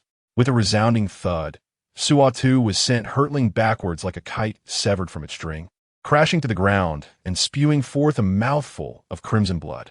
However, Suo Tu, consumed by rage, gritted his teeth and, despite the excruciating pain, struggled to rise. His eyes ablaze with indomitable defiance. Determined, he charged once more at Zheng Xin, unleashing his proud ultimate technique.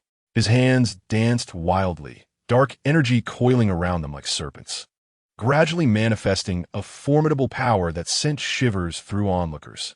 The spectators, involuntarily halting their actions, held their breath in anticipation, silently witnessing this climactic battle.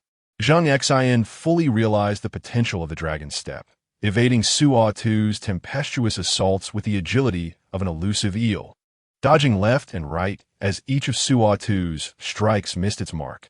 At last, Zheng Xin astutely detected a minuscule flaw and, without hesitation, executed a decisive maneuver from the dragon step, vanishing from Suo Tu's sight in an instant. Suo Tu, taken had no time to react before Zheng Xin appeared behind him like a specter, raising his iron fist to deliver a crushing blow to his back. Suo Tu let out a blood-curdling scream, collapsing to the ground, unable to move, and succumbed to the throes of death. With Suo Tu's fall, the members of the ghost sect lost their will to fight and scattered in disarray. Zheng Xin and his companions pursued relentlessly, capturing the remaining foes in one sweeping motion.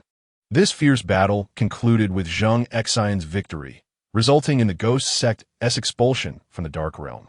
Zheng Xin instructed his team to scour the battlefield for spoils, which would significantly bolster the strength of Bloodsaber Hall and Sword Security. As for Zheng Xin and his crew, they emerged from this conflict with their names resounding, becoming a formidable presence within the Dark Realm. Chapter 21. The Crisis of Commercial Competition in the Bustling and Vibrant City of Yaodu. The stage of commerce unfolds daily with fierce rivalry and competition. The magnificent commercial hub constructed by Zheng Xin in the enchanting city of Yaodu stands as a beacon of brilliance, gathering a multitude of high-end brands and vibrant scenes. The primary overseer, Ouyang Outyen, with his exceptional management prowess, has propelled the commercial circle to thrive remarkably. Under the leadership of Wang Shu, Qinda Group has exhibited formidable competitiveness across various sectors, emerging as a leader within the industry.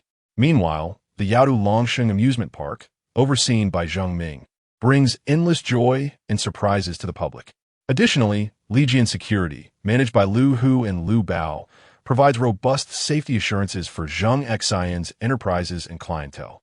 However, beneath the tranquil surface often lurks turbulent undercurrents. Ito International, helmed by the ambitious Chairman Yi, is known for a ruthless approach to business. This formidable rival has quietly risen, casting a covetous gaze upon Zheng Xin's commercial domain. One day, while Zheng Xin was in his office discussing the next steps for the commercial circle with Ouyang Outyen, Wang Shu hurriedly entered. Zheng Dong, trouble is brewing. Ito International has been making frequent moves, seemingly targeting our various industry layouts, and they have already snatched away several of our clients and projects, Wang Shu reported, his expression grave. Zheng Xin furrowed his brow, a glint of sharpness flashing in his eyes. Keep a close watch on their movements. I shall see what they truly intend. Simultaneously, Xiao Yichun learned about Ito International's maneuvers. As Zheng Xin's fiancée, she may not directly partake in business operations, yet her keen insight was undeniable. Xin, I believe we cannot remain passive. Ito International is advancing aggressively. We must take action, Xiao Yichun stated earnestly. Zheng Xin nodded. I understand, dear. What ideas do you have?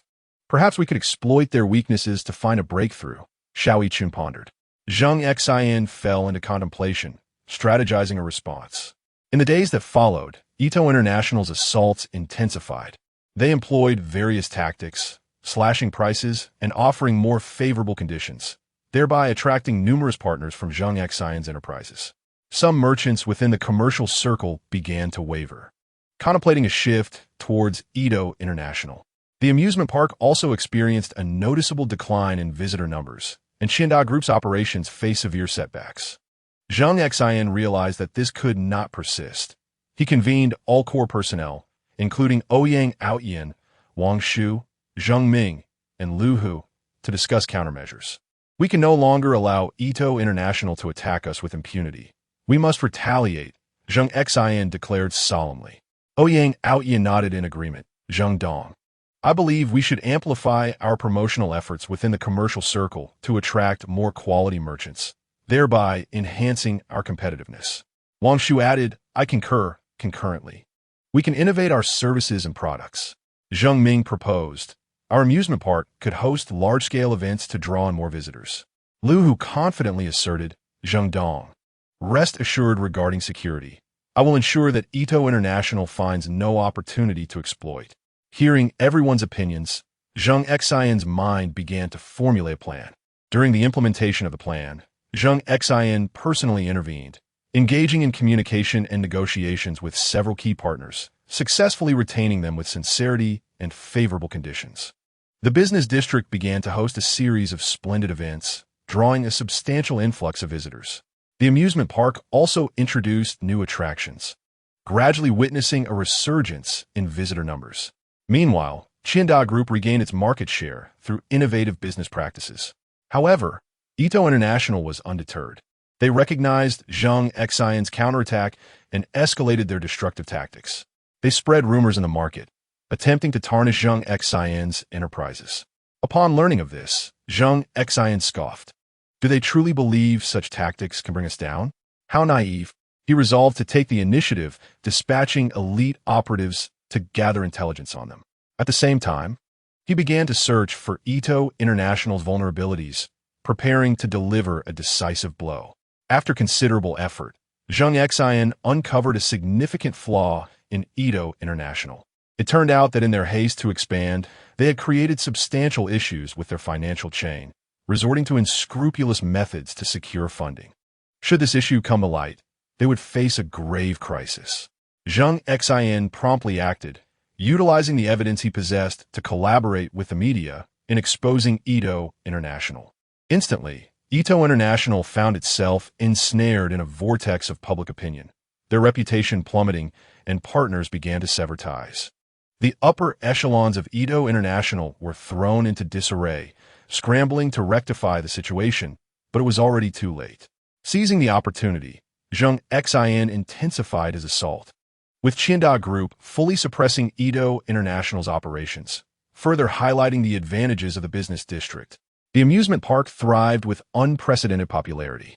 In this crisis of commercial competition, Zheng Xin exhibited remarkable leadership and decisive decision-making. He guided his team step by step to reverse the situation. As Ito International gradually faltered, Zheng Xin perceived a prime opportunity to acquire them. Together with his team, he meticulously devised a detailed acquisition plan. At the negotiation table, Zheng Xin adopted a commanding stance in discussions with Ito International's chairman, Wu Yi. Leveraging his advantages and bargaining chips, he persistently lowered the acquisition price. Although Wu Yi and the shareholders of Ito International were reluctant, the pressure of reality forced them to concede, as refusal would lead to bankruptcy and liquidation. Ultimately, Zheng Xin successfully acquired Ito International at a remarkably low price, integrating this former rival into the fold of Qinda Group. This victory in commercial competition solidified and strengthened Zheng Xin's business empire. His enterprises welcomed new developmental opportunities. The business district flourished further. Qinda Group continued to expand. and the amusement park became a hallmark of the city. Xiao Yichun, observing Zheng Xin's monumental success in business, felt a swell of pride and admiration. This is my man, a true commercial genius. Xin, you are truly remarkable, and I believe you will create even more miracles, she gently expressed in the villa room of Sand Island No. 1. Zheng Xin smiled as he embraced Xiao Yichun, saying, "This is also your accomplishment, dear. Thank you for your unwavering support and encouragement. Your husband is truly remarkable. What reward shall I bestow upon him?" With a rosy flush, Xiao Yichun pressed a tender kiss upon Zheng Xin's lips and prepared to rise. Yet, Zheng Xin was unwilling to let such a delightful morsel slip away. He gently embraced Xiao Yichun and slowly laid her down upon the soft bed. Chapter 22. The learning talents of the young ones Zheng Xin and Yin have now reached the age of 4.5. And it is time to find them a suitable kindergarten, Zheng Feng stated earnestly to Zheng Xin and Xiao Yichun. At that moment, a notification chimed. System task. Please select a kindergarten for the two precious daughters. Reward: divine calligraphy skills and divine painting skills. In the villa district of Shadao, there lies a kindergarten renowned for its beautiful environment and comprehensive facilities. Surrounded by lush greenery and vibrant flowers, it resembles a picturesque fairy tale world. The setting is exquisitely enchanting, with an abundance of creative playground equipment and meticulously designed classrooms, exuding warmth and comfort at every corner. Zheng Xin and Xiao Yichun brought their adorable daughters, Zheng Xin and Yin, to this enchanting place. As soon as the two little ones stepped through the gates of the kindergarten, they were immediately captivated by the dreamlike surroundings. Their round, sparkling eyes shone with excitement, gleaming like two black gemstones. They blinked their lovely eyes, curiously and joyfully surveying their surroundings, their little mouths opening and closing as they cheerfully exclaimed, "Daddy, Mommy, this place is so beautiful. I love it here." Seeing the delight and wonder in their daughter's expressions, Zheng Xin and Xiao Yichun exchanged knowing smiles, content that their little ones adored this kindergarten. Subsequently, with the enthusiastic and meticulous introduction from the kindergarten teachers, as well as their patient and amiable guidance, they proceeded smoothly with the enrollment procedures for the two girls. On a particularly sunny morning, the long-awaited first day of kindergarten arrived. Zheng Xin, Xiao Yichun, and their parents, along with Zheng Wen and Zheng Yun, who had taken leave from work and school to return home, escorted the two little ones on their inaugural school day. Upon arrival at the kindergarten, the teachers warmly greeted each child. Hand in hand, the charming twin sisters, Zheng Xin and Yin, bid farewell to their grandparents and happily entered the kindergarten, their bright eyes sparkling with curiosity and anticipation for this new adventure. Ding! Congratulations to the host for successfully completing the task. Reward: divine calligraphy skills and divine painting skills have been granted. Suddenly, a wave of dizzying sensations surged through Zheng Xin's mind, as if a magical door had swung open. Instantly, he was flooded with a plethora of exquisite knowledge and techniques related to calligraphy and painting. It felt as though a mysterious force was swelling within his mind, continuously imparting the profound essence of divine calligraphy, the intricacies of brushwork, and the sophisticated techniques of composition and color in divine painting. Upon entering the classroom, Zheng Xin and Yin were instantly enchanted by the colorful toys and captivating books that surrounded them. They eagerly embarked on their exploration, flipping through one book and fiddling with another toy. Xin picked up a small doll and smiled at Yin, saying, "Yin, look how adorable this is." Yin, clutching a picture book, responded with sparkling eyes, "Sister, this story seems quite intriguing." In the classroom, the teacher began to teach the children to sing nursery rhymes. Her gentle voice flowed like a clear spring, guiding the children to sing line by line. Xin and Yin listened attentively, their tiny mouths opening and closing in rhythm with the teacher, as if they were the most lively musical notes. Xin whispered to Yin, "We must learn well." Yin nodded vigorously. Before long, they had mastered the entire nursery rhyme. Their sweet, clear voices echoed in the classroom, resembling the most enchanting celestial melodies, prompting the teacher to praise their musical talents. Next, The teacher introduced flashcards to teach the children to recognize characters. Xin focused intently on the cards, her bright eyes sparkling with intelligence, her little mind whirling as she endeavored to understand and memorize. Nian was equally determined, carefully observing the shape and structure of each character, earnestly grasping their meanings. Xin turned to Nian and said, "Nian, I think I recognize this character. Mama taught us." Nian responded with a smile. "Yes, I know this character too." Soon, Xin, and Nian could almost instantly recognize the characters and read them accurately, their remarkable performance attracting envious glances from their peers. During art class, Xin grasped a paintbrush, her little hands gracefully dancing across the paper. She first sketched a rough outline before carefully filling in the colors. Nian, watching from the side, exclaimed, "Sister, you paint so beautifully." Xin beamed with pride, while Nian focused on drawing adorable little animals, meticulously capturing every detail. The lively creatures seemed as if they might leap off the page at any moment. Their artwork left the teacher in awe, who praised their artistic talents profusely. In mathematics class, the teacher utilized engaging games and teaching aids to introduce the children to numbers and simple calculations. Xin and Nian participated enthusiastically, swiftly grasping the concept of numbers and accurately performing basic addition and subtraction. Xin proposed, "Nian, let us work on this together." Nian happily agreed and even took the initiative to assist other children in understanding the material, showcasing her admirable quality of helpfulness. During the craft lesson, the teacher instructed everyone on how to make paper cranes. Xin attentively observed the teacher's demonstration before picking up colored paper and folding it meticulously. Nian assisted by handing her scissors, glue, and other tools. With her nimble fingers, Xin soon crafted a beautiful paper crane. Not to be outdone, Nian followed suit and created her own crane. They placed their cranes together and shared joyful laughter. In outdoor activities, Xin and Nian played exceptionally well with the other children. They slid down the slide together, Xin in front and Nian behind, giggling all the way. The slide bore witness to their joyful antics. Engaging in games, when a child accidentally tumbles, Xin and Nian promptly rush over to assist him, offering gentle words of comfort. During a jump rope game, Xin and Nian leap gracefully, their agile forms resembling joyful swallows. Together with their friends, they collaborate, allowing laughter to echo across the playground. During free playtime, Xin and Nian discover a sandbox and excitedly dash over. Xin picks up a small shovel and begins to dig, while Nian gathers tiny shells to embellish the sandpit. Together with their companions, they construct a modest castle. Surrounding it with a small river, they excavate. Gazing upon their creation, they beam with delight.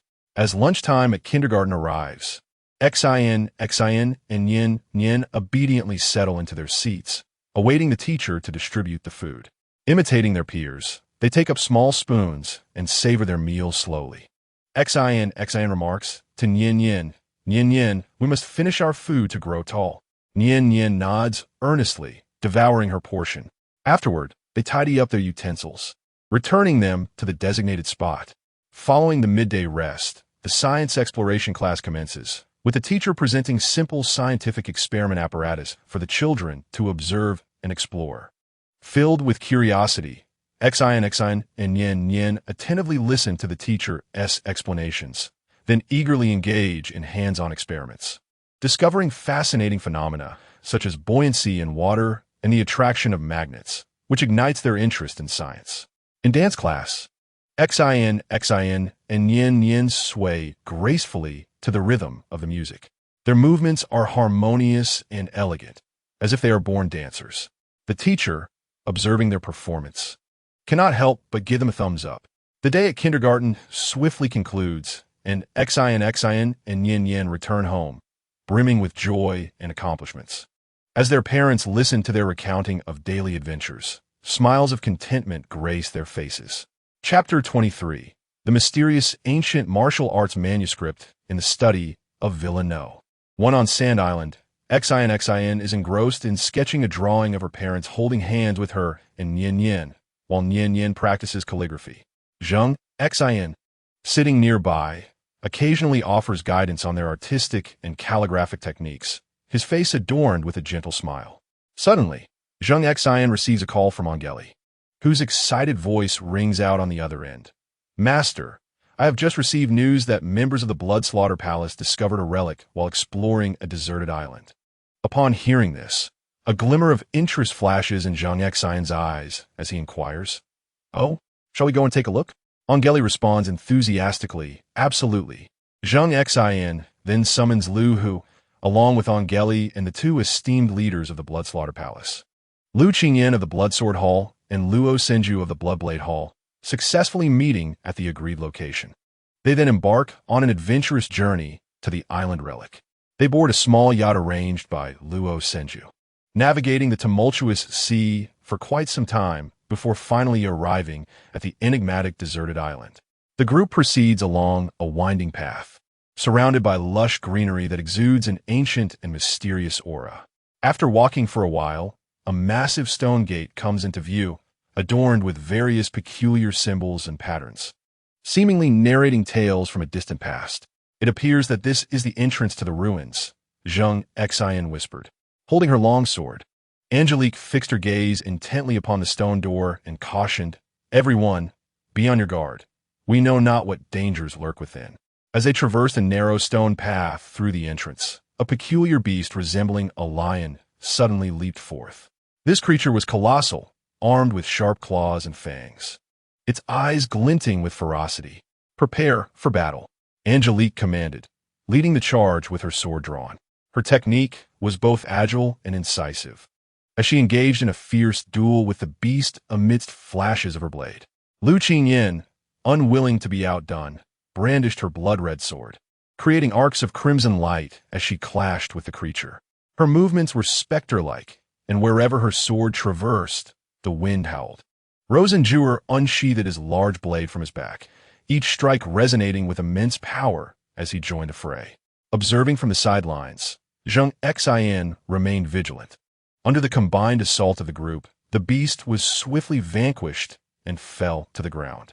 Cautiously, they proceeded along the passage, when suddenly, a multitude of sharp spikes rained down from above. Zheng Xin, leading the way, shouted, "Be careful." Just then, both Angelique and Lu Qingyan leapt forward, employing their swordplay to deflect the descending spikes. Delving deeper, they arrived at a vast cavern. The walls were adorned with ancient inscriptions and motifs, and at the center of the cavern stood a massive, enigmatic stone door, tightly shut. Intrigued, Angelique approached for a closer inspection, only to be startled as a gigantic spider descended silently from the cavern ceiling. This spider was enormous, covered in black fur, and exuded a viscous web from its mouth. Taken aback, Angelique swiftly swung her sword at the arachnid. The spider adeptly evaded her strikes while launching more webs towards her. Observing this, Zheng Xin charged forward, executing a powerful strike from his 8-extremities fist, which sent the spider reeling back several paces. Lu, who also joined the fray, wielding his large blade with vigor. Meanwhile, Lu Qingyan and Rosenjuer remained on high alert, scanning for any additional threats. Angelique's swordplay was relentless, akin to a tempest, while Zheng Xin's martial prowess was formidable, complemented by Lu, whose imposing strikes. Through their concerted efforts, they ultimately subdued the giant spider. The stone door bore intricate mechanisms, and, after a thorough examination, they deduced that a puzzle must be solved to unlock it. "Allow me to attempt," Rosenjuer said, stepping forward to scrutinize the mechanism. Drawing upon his experience and intellect, he gradually deciphered the puzzle solution. After a period of concentrated effort, a resounding click echoed as the stone door began to part slowly. "It's finally opened," the group exclaimed in exhilaration. Beyond the door lay a more expansive chamber, filled with ancient tomes and weaponry, with a stone pedestal at its heart displaying a wooden box. However, just as they prepared to approach the ancient manuscripts and arms, a horde of colossal monstrosities surged forth from all directions. The monsters varied in form. Some resembled lions, others tigers, and still others dragons, each exuding a formidable presence. "Beware!" Zheng Xin shouted. Angelique and the two main hall leaders immediately confronted the beasts, engaging in a fierce battle. Angelique's sword danced like a swimming dragon, each strike imbued with a sharp sword aura. Lu Qingyin's blood sword unleashed crimson rays, enveloping the monsters within. Rosen Jewer wielded his large blade, engaging in close combat with the beasts. Zheng Xin and Lu, who were equally undeterred. Zheng Xin's dragon steps, coupled with the 8 Extremes fist, allowed him to weave effortlessly through the throng of monsters, while Lu Hu's mighty blade struck with overwhelming force. Despite their valiant efforts, the sheer number of monsters began to overwhelm them. At that moment, Zheng Xin discerned their weakness. "Aim for their eyes," he called out. Upon hearing this, the group adjusted their strategy, focusing their attacks on the monster's eyes. Indeed, this tactic proved highly effective, significantly diminishing the monster's onslaught. After a grueling battle, all the beasts were finally vanquished. The exhausted group panted heavily, yet their eyes sparkled with exhilaration.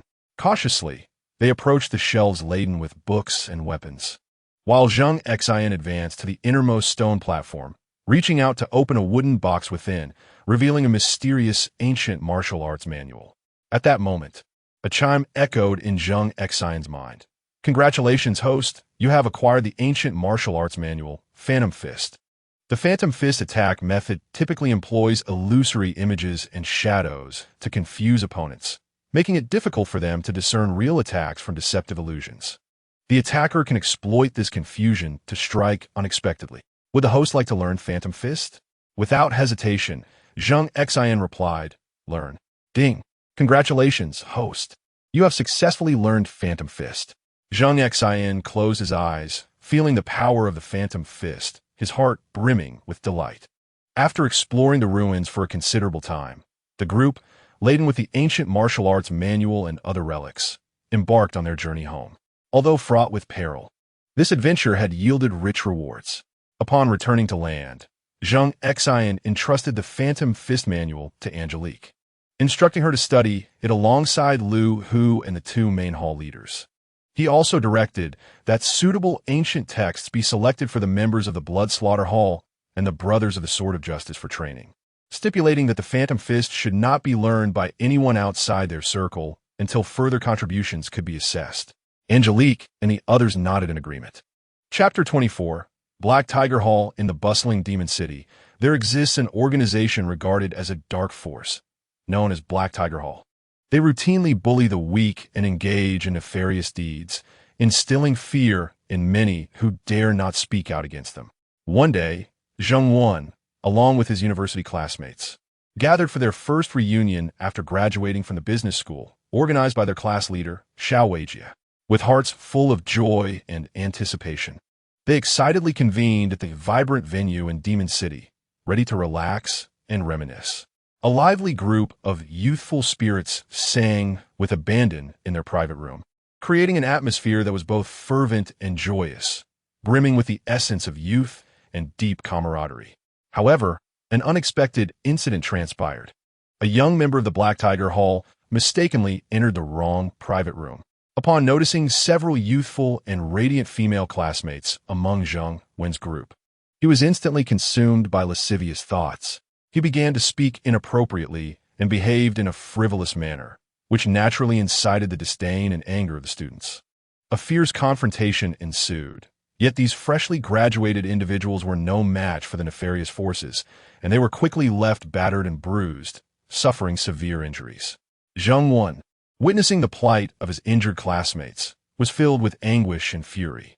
Enduring the pain of his own wounds, he dialed Zheng Xin's number.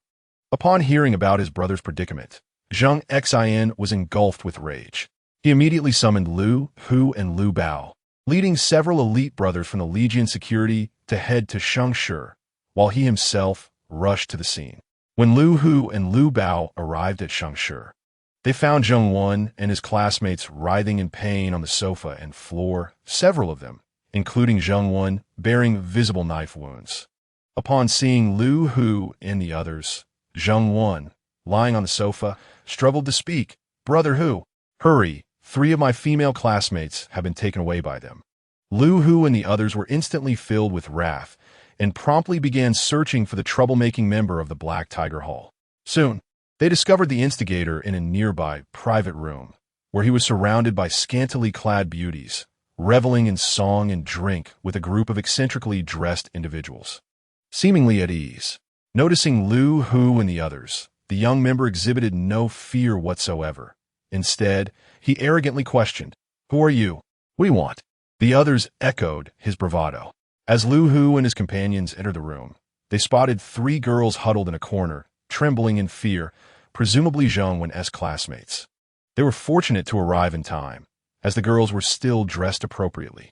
Lu Hu, filled with indignation, demanded, "Did you just injure someone in the opposite room and forcibly bring them here?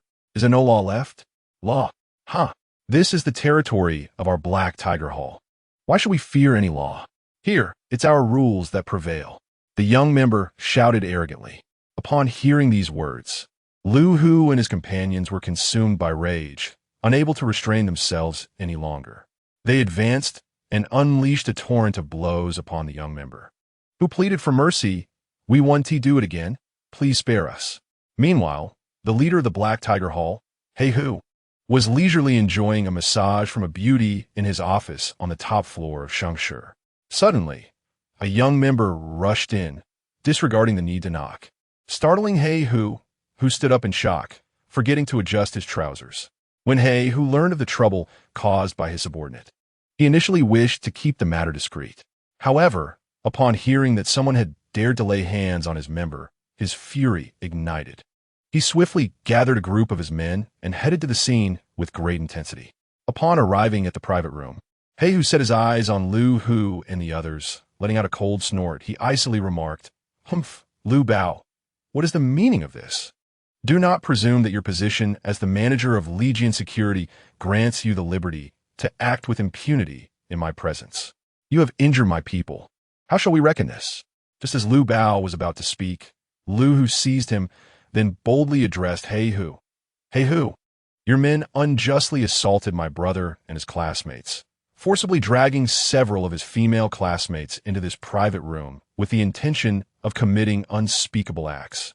The He Hu Hall has long been notorious for its malevolence. Today marks the end for you and your nefarious organization." The atmosphere between the two factions grew increasingly tense, as if a spark could ignite the air at any moment. It was during this critical juncture that Zheng Xin arrived in haste. His gaze swept over the chaotic scene, revealing a simmering fury and steely resolve.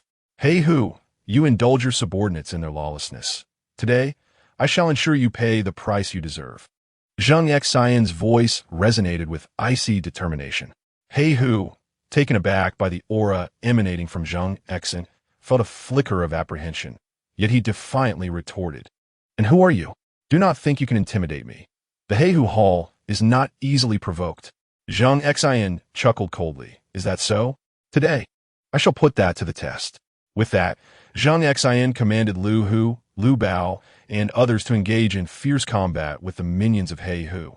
As Zheng Wen and his classmates witnessed the impending clash, their faces were etched with shock and trepidation, concerned for Zheng Xin's safety, despite their injuries. Zheng Wen and his classmates limped toward the entrance of the private room. Their eyes widened in disbelief, mouths agape. They instinctively recoiled a few steps. The 3 female classmates screamed in terror, clinging to one another, their bodies trembling, pallid faces reflecting their utter disarray. They had never encountered such a scene, their hearts brimming with fear and anxiety, torn between worry for Lu Hu and gratitude for his bravery. Zheng Xin moved with agility, as if traversing a realm devoid of obstacles, dispatching the minions of He Hu with ease. Sensing his precarious position, He Hu attempted to flee, but Zheng Xin was relentless. He quickly closed the distance, subduing He Hu with a decisive maneuver. "Please spare me. I acknowledge my mistakes. I will compensate for the injuries inflicted by my men, whatever the cost. Just let me go." He Hu pleaded. "Spare you? And who will spare those whom you have oppressed?" Zheng Xin ziplit gon li. At that moment, the police arrived on the scene, having been alerted by Zheng Xin en route. The officers acted swiftly, capturing the remaining members of He Hu Hall with a ferocity that left no one unaccounted for. Due to the numerous management failures and the facilitation of He Hu Hall's criminal activities, Shengshi was subjected to stringent measures by the relevant authorities, ordered to cease operations for rectification and undergo thorough investigation to prevent such incidents from recurring. They would also be held accountable for any past violations. In the aftermath of this event, the malevolent force of He Hu Hall was decisively eradicated. The citizens of Yaodu rejoiced upon hearing this news, applauding the long-awaited resolution. Zheng Xin and his classmates swiftly regained their health under Zheng Xin's care. Chapter 25. Accompanying Xiao Yichun to the mall in the early morning. Sunlight streamed through the gaps in the curtains, illuminating the room. After tenderly sending the adorable Xin and Yin off to kindergarten, Zheng Xin turned gently to Xiao Yichun, his eyes brimming with affection. With a smile, he proposed, "My dear, it has been quite some time since we indulged in new attire. Shall we visit the mall today?" Xiao Yichun, gazing at Zheng Xin with a radiant smile of happiness, readily agreed. Soon, Zheng Xin, driving his impressively stylish Lamborghini Veneno, whisked Xiao Yichun away to the lavish imperial shopping city in the enchanting city of Yaodu. This establishment truly deserves its reputation as the most opulent shopping haven in the entire city. With its magnificent architecture gleaming in golden light and the fountain at the entrance refracting a spectrum of colors in the sunlight. Upon entering the shopping center, they were greeted by a spacious and luminous interior, where opulent decorations transported them to a dreamlike realm. Their first stop was the Gucci boutique, where the air was infused with an unmistakable sense of luxury the moment they stepped inside. Zheng Xin held Xiao Yichun's hand tightly as they strolled through the store. His gaze was immediately drawn to a collection of men's suits, the exquisite tailoring and premium fabrics capturing his attention. After careful consideration, he selected a deep gray custom suit for his father. The fabric is smooth as silk, adorned with intricate patterns that spoke of superb craftsmanship. As Zheng Xin gently caressed the suit, he could almost envision the air of authority and elegance his father would exude while wearing it. The price tag, however, was a staggering 880,000. Next, he ventured into the women's section, choosing a delicate lilac silk dress for his mother. The dress shimmered softly under the lights, its ethereal hue complemented by exquisite embroidery, each stitch exuding opulence, priced at 360,000. Subsequently, Zheng Xin made his way to the men's accessories section to select gifts for his younger brother.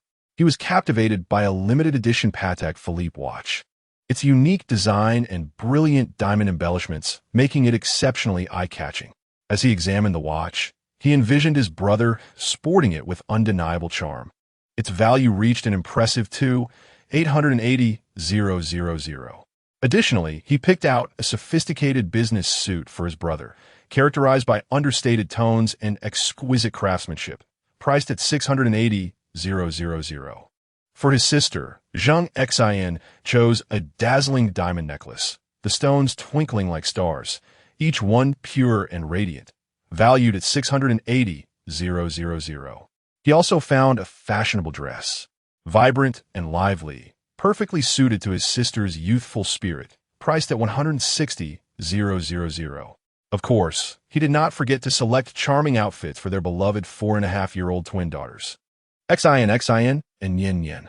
He meticulously curated a collection of exquisite little dresses and sets, each piece exceeding 30,000, adorned with playful cartoon patterns and lace embellishments that infused the garments with childlike whimsy. Finally, they arrived at the Hermes store. Upon entering, the luxurious ambience enveloped them, and Zheng Xin's attention was immediately captured by a crocodile leather Birkin bag. The bag's leather was smooth and exquisite, its color deep and noble. Without hesitation, he picked up the bag and handed it to Xiao Yichun, saying, "My dear, this bag suits you perfectly. Holding it will surely make you look exceptionally beautiful." Overwhelmed with joy, Xiao Yichun gazed at the bag as Zheng Xin promptly purchased the crocodile leather platinum bag priced at 680,000. Subsequently, He selected a pair of exquisite high heels for her, the height of the heels just right, adorned with dazzling crystals, costing an astonishing 28 million. As they were selecting clothes, Xiao Yichun suddenly heard a familiar voice. Oh, isn't that Xiao Yichun? Turning around, she saw her high school classmate, Ma Lily, accompanied by her husband, Wu Yong. Ma Lily scrutinized Xiao Yichun and Zheng Xin, a hint of disdain curling her lips as she remarked, Xiao Yichun, after all these years, you still appear so ordinary. Is this your boyfriend? He doesn't seem impressive. Zheng Xin frowned, about to speak, but Xiao Yichun grasped his hand and smiled at Ma Lily, saying, yes, this is my fiancé, Zheng Xin. Ma Lily chuckled derisively. With your attire, you hardly seem like the type who could afford anything here. Wu Yong chimed in. Exactly. This is not a place for people like you to shop. Zheng Xin sculpt. Oha? Is that so? What can you afford then? Ma Lily, brimming with pride, replied. My husband is a company executive. We just purchased a 50,000 outfit, which is certainly beyond what you can compare with. Merely here for a visual feast. Zheng Xin smirked dismissively. 50,000? Is that truly worthy of boasting? With that, he reassured Xiao Yichun to disregard such individuals and continued selecting clothes for her.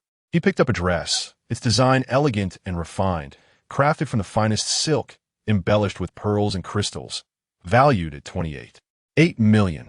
What do you think of this, my dear? He asked with a smile, to which Xiao Yichun nodded enthusiastically. Zheng Xin then chose a jacket, uniquely tailored from precious wool, priced at 380,000. As Xiao Yichun tried on these garments, she radiated a captivating charm. Zheng Xin looked at her with eyes full of love and admiration. Seeing the luxury items Zheng Xin and Xiao Yichun were selecting, Ma Lily and Wu Yong's expressions grew more contemptuous.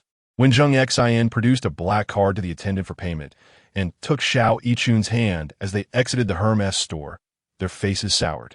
They had initially presumed Zheng Xin and Xiao Yichun were just an ordinary couple, only to discover his immense wealth, enabling him to purchase such extravagant items with ease. As they prepared to leave, a surge of resentment rose within Ma Lily, and she exclaimed loudly, Humph, even if you can afford these clothes, you're still just nouveau riche. Zheng Xin halted, turning to look at Ma Lily and Wu Yong, a glimmer of authority in his gaze as he stated, whether we are nouveau riche or not is inconsequential. What truly matters is our ability to enjoy these beautiful things, while you can only stand here, envious and derisive.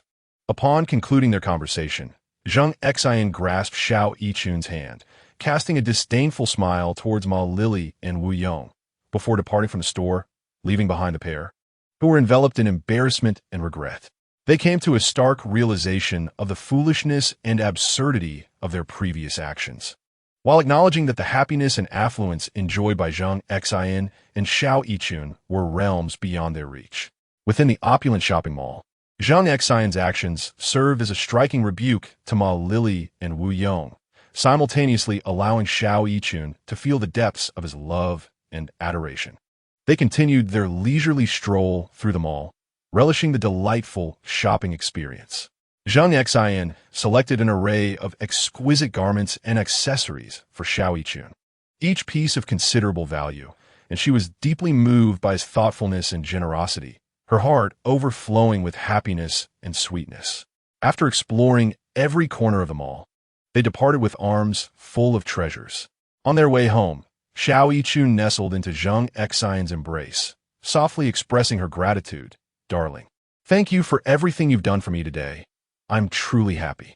Zheng Xin gently caressed her hair, replying, My dear, it is my duty to make you happy. I would do anything for your joy. As they returned home, bathed in the warm glow of the setting sun, they carried with them an abundance of happiness and love to share with their family, celebrating their newfound treasures and joy.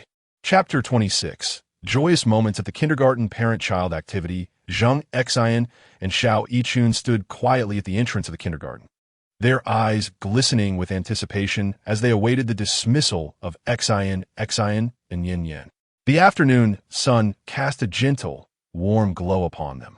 Under the guidance of their teachers, the children joyfully lined up to exit, their orderly procession resembling a cheerful brook meandering forth. When Xian and Yin Yin, the two adorable little ones, appeared at the entrance, their eyes sparkled like radiant stars, and they scampered towards Zheng Xin and Xiao Yichun, leaping into their embrace while exclaiming in sweet, childish voices, "Daddy, Mommy, we missed you so much." Their innocent tones seemed to melt hearts. Nearby, a kindergarten teacher smiled and addressed Zheng Xin. "Mr. Zheng, tomorrow, we will host a parent-child activity. We would love for you to join us."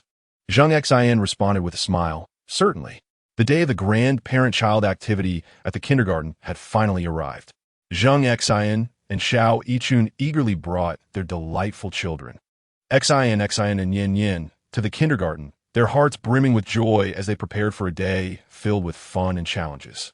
The atmosphere in the kindergarten was lively, with colorful balloons dancing in the air like joyful spirits, and streamers fluttering in a breeze, transforming the entire area into a dreamlike fairy tale world.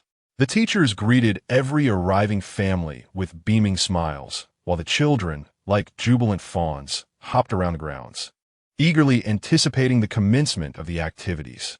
Zheng Xin and Xiao Yichun looked upon their lively and adorable children with hearts full of warmth and happiness. The first event of the day was a parent-child relay race. Each family was required to send forth both parents and their child to participate in a series of tasks, including running, skipping rope, and passing a balloon. Zheng Xion's family stood at the starting line, with Xian and Yin Yin tightly clenching their tiny fists, cheerfully cheering for their daddy and mommy in their sweet, high-pitched voices, a sight that was utterly delightful. As a sharp whistle pierced the air, Zheng Xin darted forward like an arrow released from its bow, his agile form shimmering under the sunlight. With powerful strides, he swiftly completed the first segment of the race in the blink of an eye. Following closely, Xiao Yichun gracefully seized the jump rope, dancing like a lovely butterfly in flight. With her hands rapidly swinging the rope and her feet rhythmically hopping, her elegant movements rivaled those of professional athletes. In no time, she successfully accomplished the required number of jumps. Finally, Xian and Yin Yin carefully cradled the balloon, passing it to their parents. Together, Zheng Xin and Xiao Yichun propelled themselves towards the finish line with the balloon in hand. Through the collective effort of the family, they were the first to cross the finish line, earning a resounding round of applause and cheers. The two little ones leaped with excitement, tightly embracing their parents, their radiant smiles as dazzling as the sun. Next came the family puzzle competition. Each family was assigned a large puzzle to complete within a set time. The Zheng family gathered around the puzzle, embarking on an intense yet enjoyable task of assembly. Zheng Xin, with his keen observational skills, meticulously searched for the edge pieces. His gaze flitted among the scattered fragments, leaving no detail overlooked. Once he identified a suitable edge piece, he swiftly picked it up and placed it in the correct position. Meanwhile, Xiao Yichun concentrated on assembling the central design, patiently selecting puzzle pieces, carefully comparing colors and shapes, and then delicately connecting them. Her nimble fingers moved as if playing a beautiful melody. Xian and Yin Yin, eager to contribute, blinked their large eyes and diligently assisted their parents in locating the smaller pieces. Their tiny fingers rummaged through the fragments, and whenever they found a fitting piece, they would exclaim with delight. The family worked in perfect harmony, as if they were a single entity. As the progress of the puzzle quickened, they noticed other families catching up, prompting Zheng Xion's family to focus even more intently. The atmosphere was charged with tension.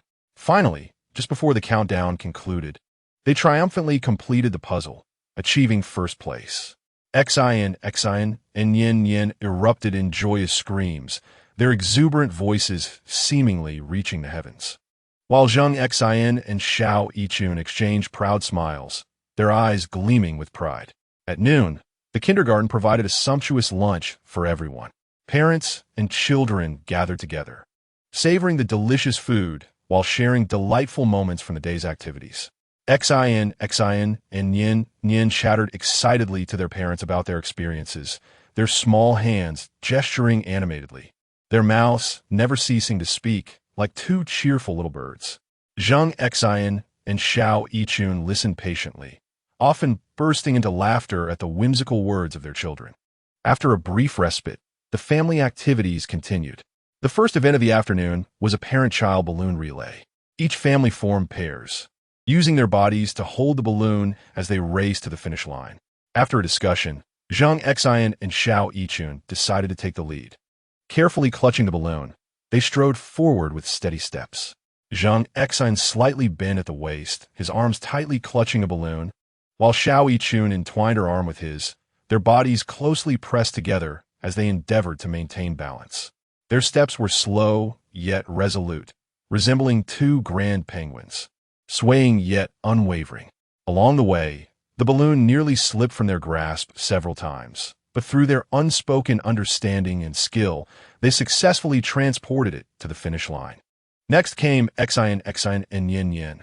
Though young, they earnestly emulated their parents, firmly holding the balloon between them. The two little ones nestled closely together, using their small bodies to secure the balloon, inching forward step by step. Their little faces, flushed with effort, were utterly adorable. Amidst the cheers of encouragement, they accomplished their task with ease. After a spirited competition, Zheng Xin's family secured an admirable second place. The final activity was a parent-child painting competition. For Zheng Xin, who possessed extraordinary artistic talent, this task was a mere trifle. Each family was to collaboratively create a painting with the theme Our Home. The Zheng family gathered around the canvas, embarking on their creative journey. Zheng Xin took charge of outlining the house's silhouette, gently sketching on the canvas with his brush. His strokes flowed with natural ease, as if imbued with magic, and soon a cozy house materialized on the canvas. Xiao Yichun then filled the scene with an array of colors, meticulously selecting hues and delicately applying them with a brush. The vibrant tableau resembled a fantastical realm, brimming with life and energy. Xin, and Yin Yin adorned the canvas with their favorite flowers and small animals, diligently illustrating with strokes filled with childlike innocence and vitality. The family immersed themselves in the joy of creation, and time seemed to stand still. Upon completing their artwork, a picture of warmth and love emerged, captivating all who beheld it. The judges praised the piece effusively, and ultimately, Zheng Xin's family received high accolades, with their work proudly displayed on the classroom's honor wall. As the sun set, the kindergarten's parent-child event concluded amidst laughter and joy. Hand in hand, Zheng Xin and Xiao Yichun led Xin and Yin Yin out of the kindergarten. This day was filled with happiness, familial love, and growth, leaving behind a cherished memory. On the way home, Xin and Yin Yin remained enveloped in the delight of the event, eagerly sharing their feelings with their parents. Zheng Xin and Xiao Yichun smiled as they listened, their hearts brimming with happiness and contentment. Ding! It was detected that the host accompanied his two precious daughters to the kindergarten parent-child event, resulting in an overwhelming sense of joy for the two little girls. As a reward, the host received a Ferrari, the LaFerrari, a limited edition model with only 499 units produced, a Ferrari 458, a mid-engine, 8-cylinder, two-door sports car and high-performance vehicle, and a Ferrari, a 5-door 4-seater, all of which have been allocated to the garage of Villa No. 1 on Sand Island. The keys and relevant documents have been placed in the first drawer of the bedside cabinet in the villa's room. Chapter 27. Tianjin Construction Group. Zheng Xin stood silently beside several Ferraris, his gaze reflecting a stream of thoughts. He contemplated, this LaFerrari should be bestowed upon Xiao Yichun. It undoubtedly embodies my profound affection for her. The 458, on the other hand, shall be gifted to my sister, Zheng Yun, for I have always cherished her dearly, and this present will surely bring her immense joy. As for my younger brother, who has recently entered the workforce, this vehicle is perfectly suited for him. I sincerely hope it will facilitate a smoother journey along his path in life. Having settled these arrangements in his mind, Zheng Xin gently took Xiao Yichun's soft hand, and together they gracefully emerged from the opulent Villa No. 1, akin to a palace. They made their way steadily towards the garage. A tender smile graced Zheng Xin's face as he delicately placed the key to the LaFerrari in Xiao Yichun's palm. Upon receiving the key, her excitement surged, and she eagerly hopped into the car, igniting the engine and taking it for a spin, reveling in the unparalleled speed and exhilaration. The roar of the engine seemed to narrate its exceptional performance. As Zheng Xin beheld her eyes, brimming with surprise and emotion, a warm sensation enveloped his heart, and a wave of tenderness washed over him. Subsequently, Zheng Xin and Xiao Yichun settled into the Ferrari 458, and with the engine's spirited roar, the vehicle soared towards the Yao Capital Business School like an arrow released from a bow. Upon their arrival at the business school, Zheng Yin, upon seeing her brother and sister-in-law arriving in such a dazzling car, was nearly overcome with joy, bounding forward like a jubilant bird and embracing Xiao Yichun tightly. Her face radiated a blissful smile, shining as brightly as the sun. Zheng Xin approached and gently stroked Zheng Yun's hair, his eyes filled with affection. Zheng Yun held an unwavering trust and admiration for her brother, Zheng Xin, and the bond of familial love between them was remarkably resilient. After attending to these matters, Zheng Xin, the chairman of the Qianda Group, arrived at the entrance of his company. However, he did not enter immediately.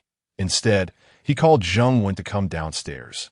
He then presented the brand-new Ferrari to Zheng Wen, who wore an elated smile that seemed to stretch from ear to ear, prompting Zheng Xin to smile in return.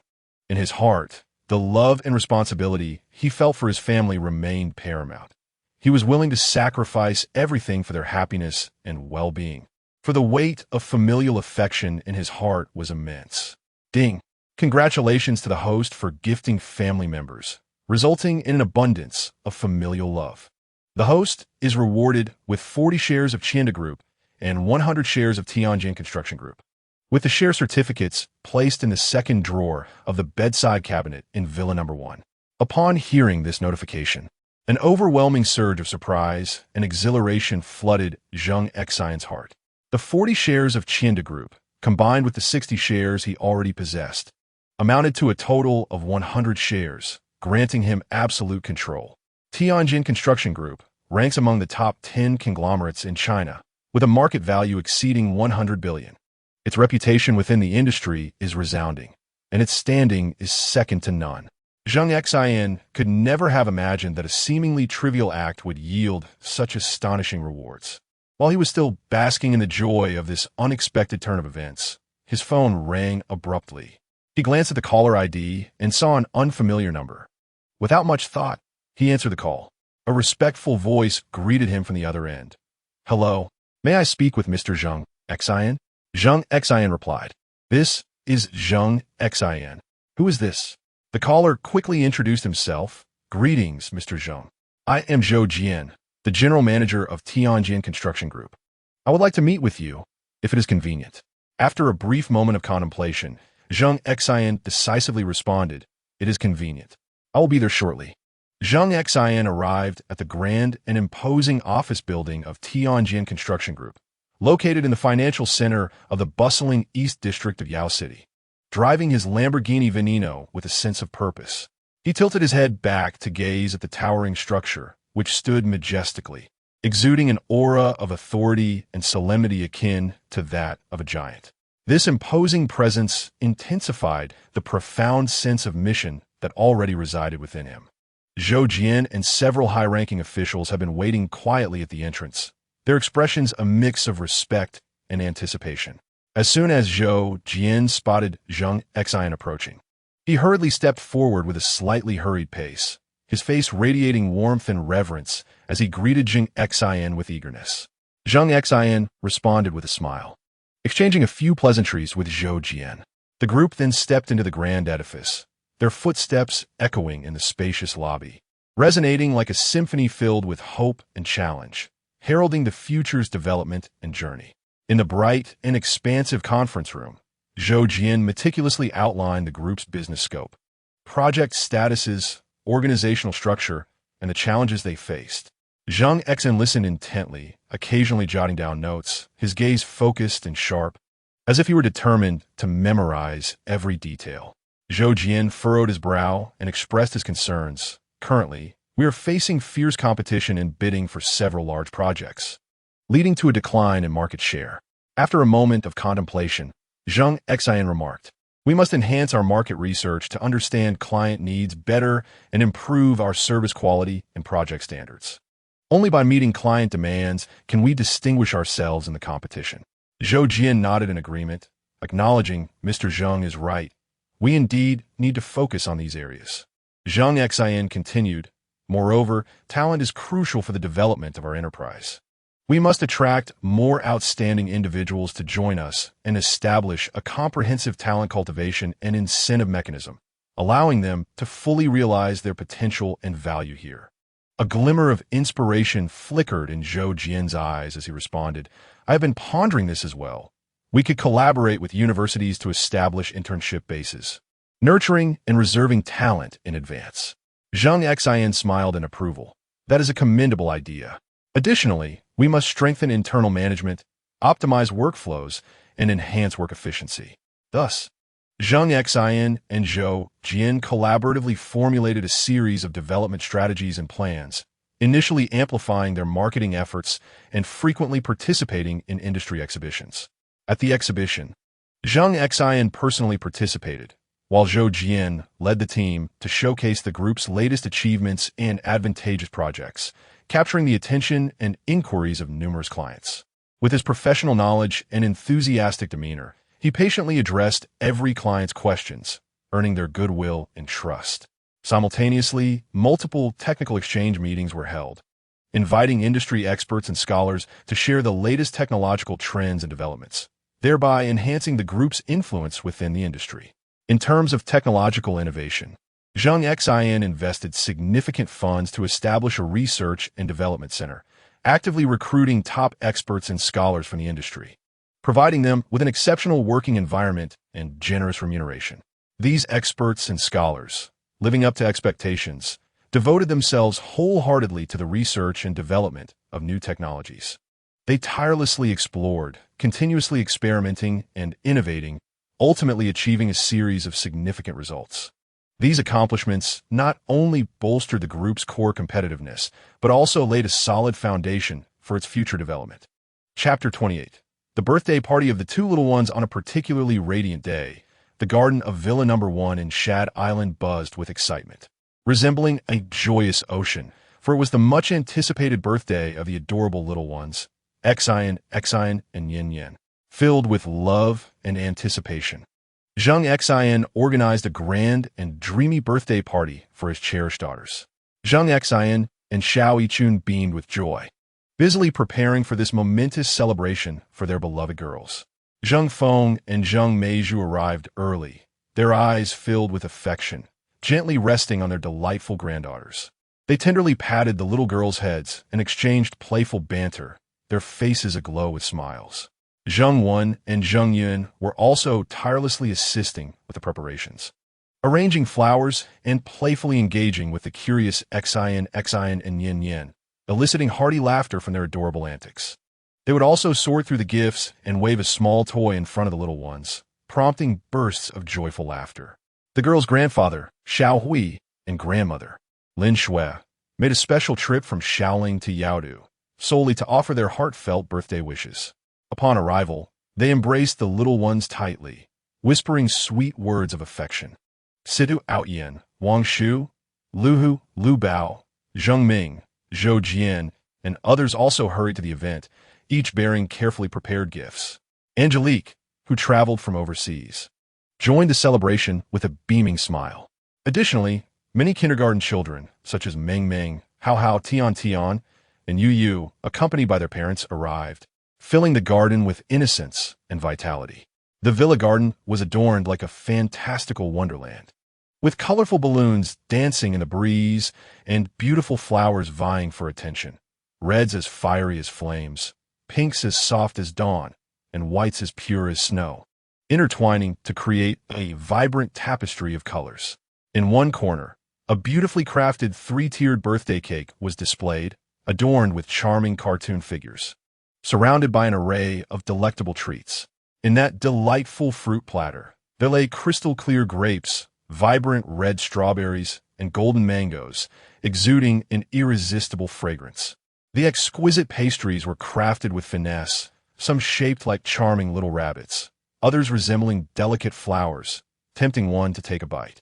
Delectable ice creams in an array of flavors, chocolate, vanilla, and blueberry, sparkled enticingly in the sunlight. Xin and Yin Yin, adorned in beautiful princess dresses, flitted about the garden like two joyful sprites. At one moment, they chased after colorful butterflies amidst the blossoms, their laughter ringing out like silver bells, drawing other children into their playful pursuit. Zheng Xin, observing the jubilant figures of his daughters, joined in the chase, gently guiding the butterflies to encourage the little ones to pursue with even greater enthusiasm. Soon, they engaged in a game of hide-and-seek, with Meng Meng hiding behind a grand tree, cheekily revealing a tiny foot, while Hao Hao concealed himself behind the tree, inadvertently snagging his clothes on a branch and calling out in distress. Tian and you nestled among the flowers, enticing Xin and Yin Yin to guess their hiding spots, peeking through the gaps in the foliage. Xiao Yichun, meanwhile, watched the children play with a tender smile, occasionally reminding them to be cautious. The children also indulged in a game of eagle catching chicks, with Xin volunteering to be the mother hen, spreading her arms wide to protect the little ones behind her, while Yin Yin led the other children as chicks, clutching the corners of the garments of those in front. Lu Hu and Lu Bao, filled with childlike exuberance, took on the roles of the eagle, dashing across the grass with laughter, the eagle swooping left and right, while the mother hen guided her chicks to dodge and weave. Zheng Feng, Zheng Meizhu, Xiao Hui, and Lin Shui watched with rapt attention, occasionally applauding the children's splendid performances. The sounds of joy echoed throughout the garden. After a while, everyone presented their gifts. Zheng Xin Geli Lai Fet Xin Xin and Nian Nian, presenting each of his precious daughters with a beautiful bracelet featuring precise location tracking, which sparkled brilliantly in the sunlight as he delicately placed them on their tiny wrists, evoking gleeful touches from the little ones. Xiao Yichun smiled as she gifted each of them a charming plush toy, soft and fluffy, which Xin and Yin Yin embraced tightly, showering their mother with affectionate kisses. Zheng Feng and Zheng Meizhu presented 2 sets of treasured picture books, their captivating stories drawing the granddaughters to sit beside them as they softly narrated the tales. Zheng Wen and Zheng Yun gifted exquisite music boxes. A gentle winding of the key would release enchanting melodies, which they placed in Xin and Yin Yin's small hands, teaching them how to wind the mechanism. Xiao Hui and Lin Shui lovingly adorned the girls with 2 lustrous pearl necklaces, their round, pristine pearls radiating a captivating sheen, enhancing the beauty of the little ones' necks as they twirled joyfully to showcase their necklaces. Situ Ao Yin knelt down, patiently introducing Xin and Yin Yin to 2 intelligent learning robots capable of telling stories and imparting knowledge as the curious girls eagerly explored the devices. Wang Shi's presented a beautifully crafted toy car to the children, adorned with delightful cartoon designs. The little ones gathered around, eager to take a ride. With a smile, Wang Shi's lifted Xin and Yin Yin into the car. Lu Hu and Lu Bao gifted a magnificent toy castle, replete with various rooms and miniature furniture, prompting the children to eagerly dive into play. Lu Hu and Lu Bao joined them, immersing themselves in the joy of the moment. Zheng Ming, equipped with a set of exquisite paints and sketchbooks, sat beside the children, encouraging them to unleash their imaginations in creative expression. Zhou Jian presented 2 pairs of charming little leather shoes, embellished with sparkling rhinestones. The 2 girls joyfully strutted around in their new footwear, while Zhou Jian clapped in approval. Angie brought 2 specially customized Barbie dolls from abroad, clad in splendid gowns and adorned with intricate accessories, captivating Xin and Yin Yin completely.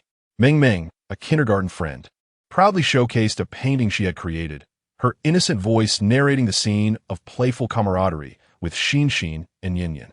Hao Hua gleefully demonstrated how to make a toy airplane soar, inviting Xin and Yin Yin to join the fun. Tian gifted a bouquet of wildflowers she had picked herself, their vibrant colors exuding a natural fragrance as Xin and Yin Yin delightedly inhaled their sweet scent. Yaya shared a box of her favorite candies, spreading sweetness among her friends. As Xin and Yin gazed at the mountain of gifts, their eyes sparkled with surprise and joy. Zheng Xin and Xiao Yichun shared slices of birthday cake, spreading happiness all around. The entire garden basked in an atmosphere of bliss and celebration. Chapter 29. Collaboration with the official authorities of Yaodu. Following the heartwarming and joyous birthday celebration for the two little ones, Zheng Xin's life was infused with newfound vitality, embarking on an entirely fresh journey. Under Zheng Xin's guidance, Tianjin Construction Group began its relocation to the commercial zone developed by the Yaodu Land King, resembling a grand strategic deployment.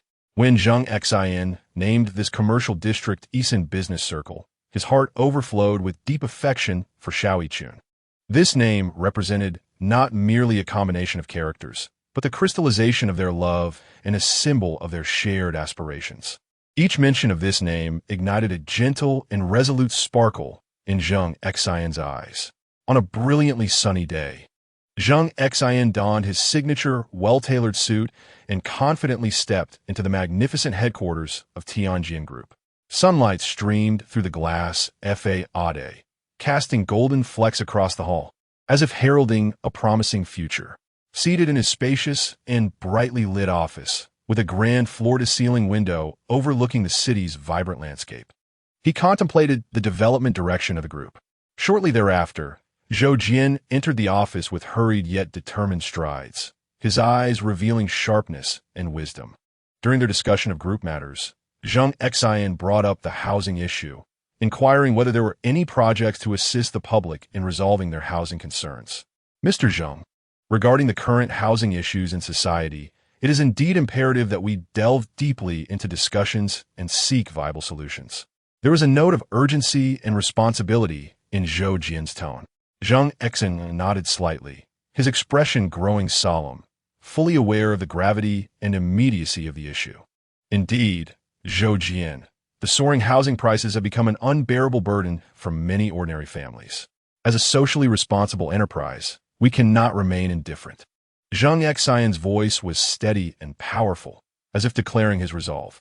Zhou Jian continued, "Shall we consider launching a more affordable housing project?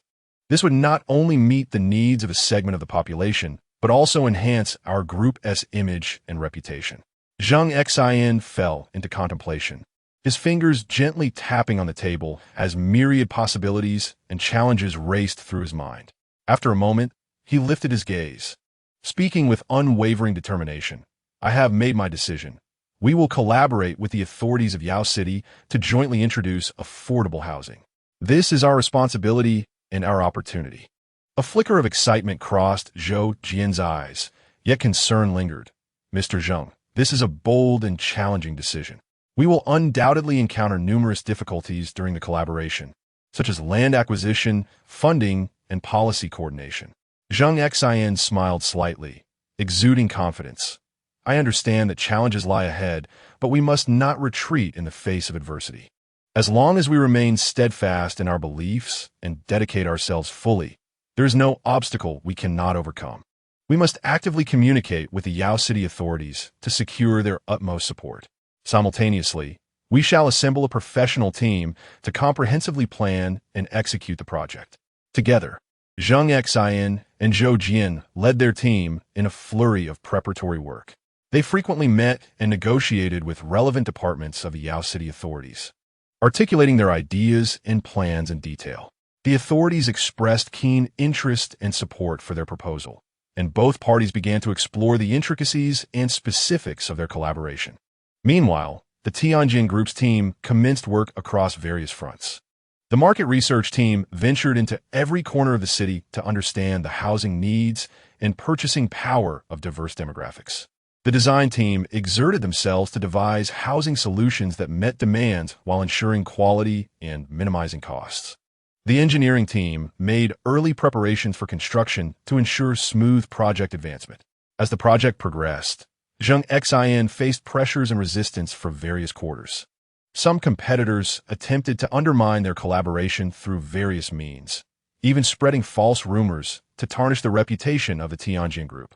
Yet, Zheng Xin remained calm and resolute. adeptly navigating one crisis after another with his wisdom and courage.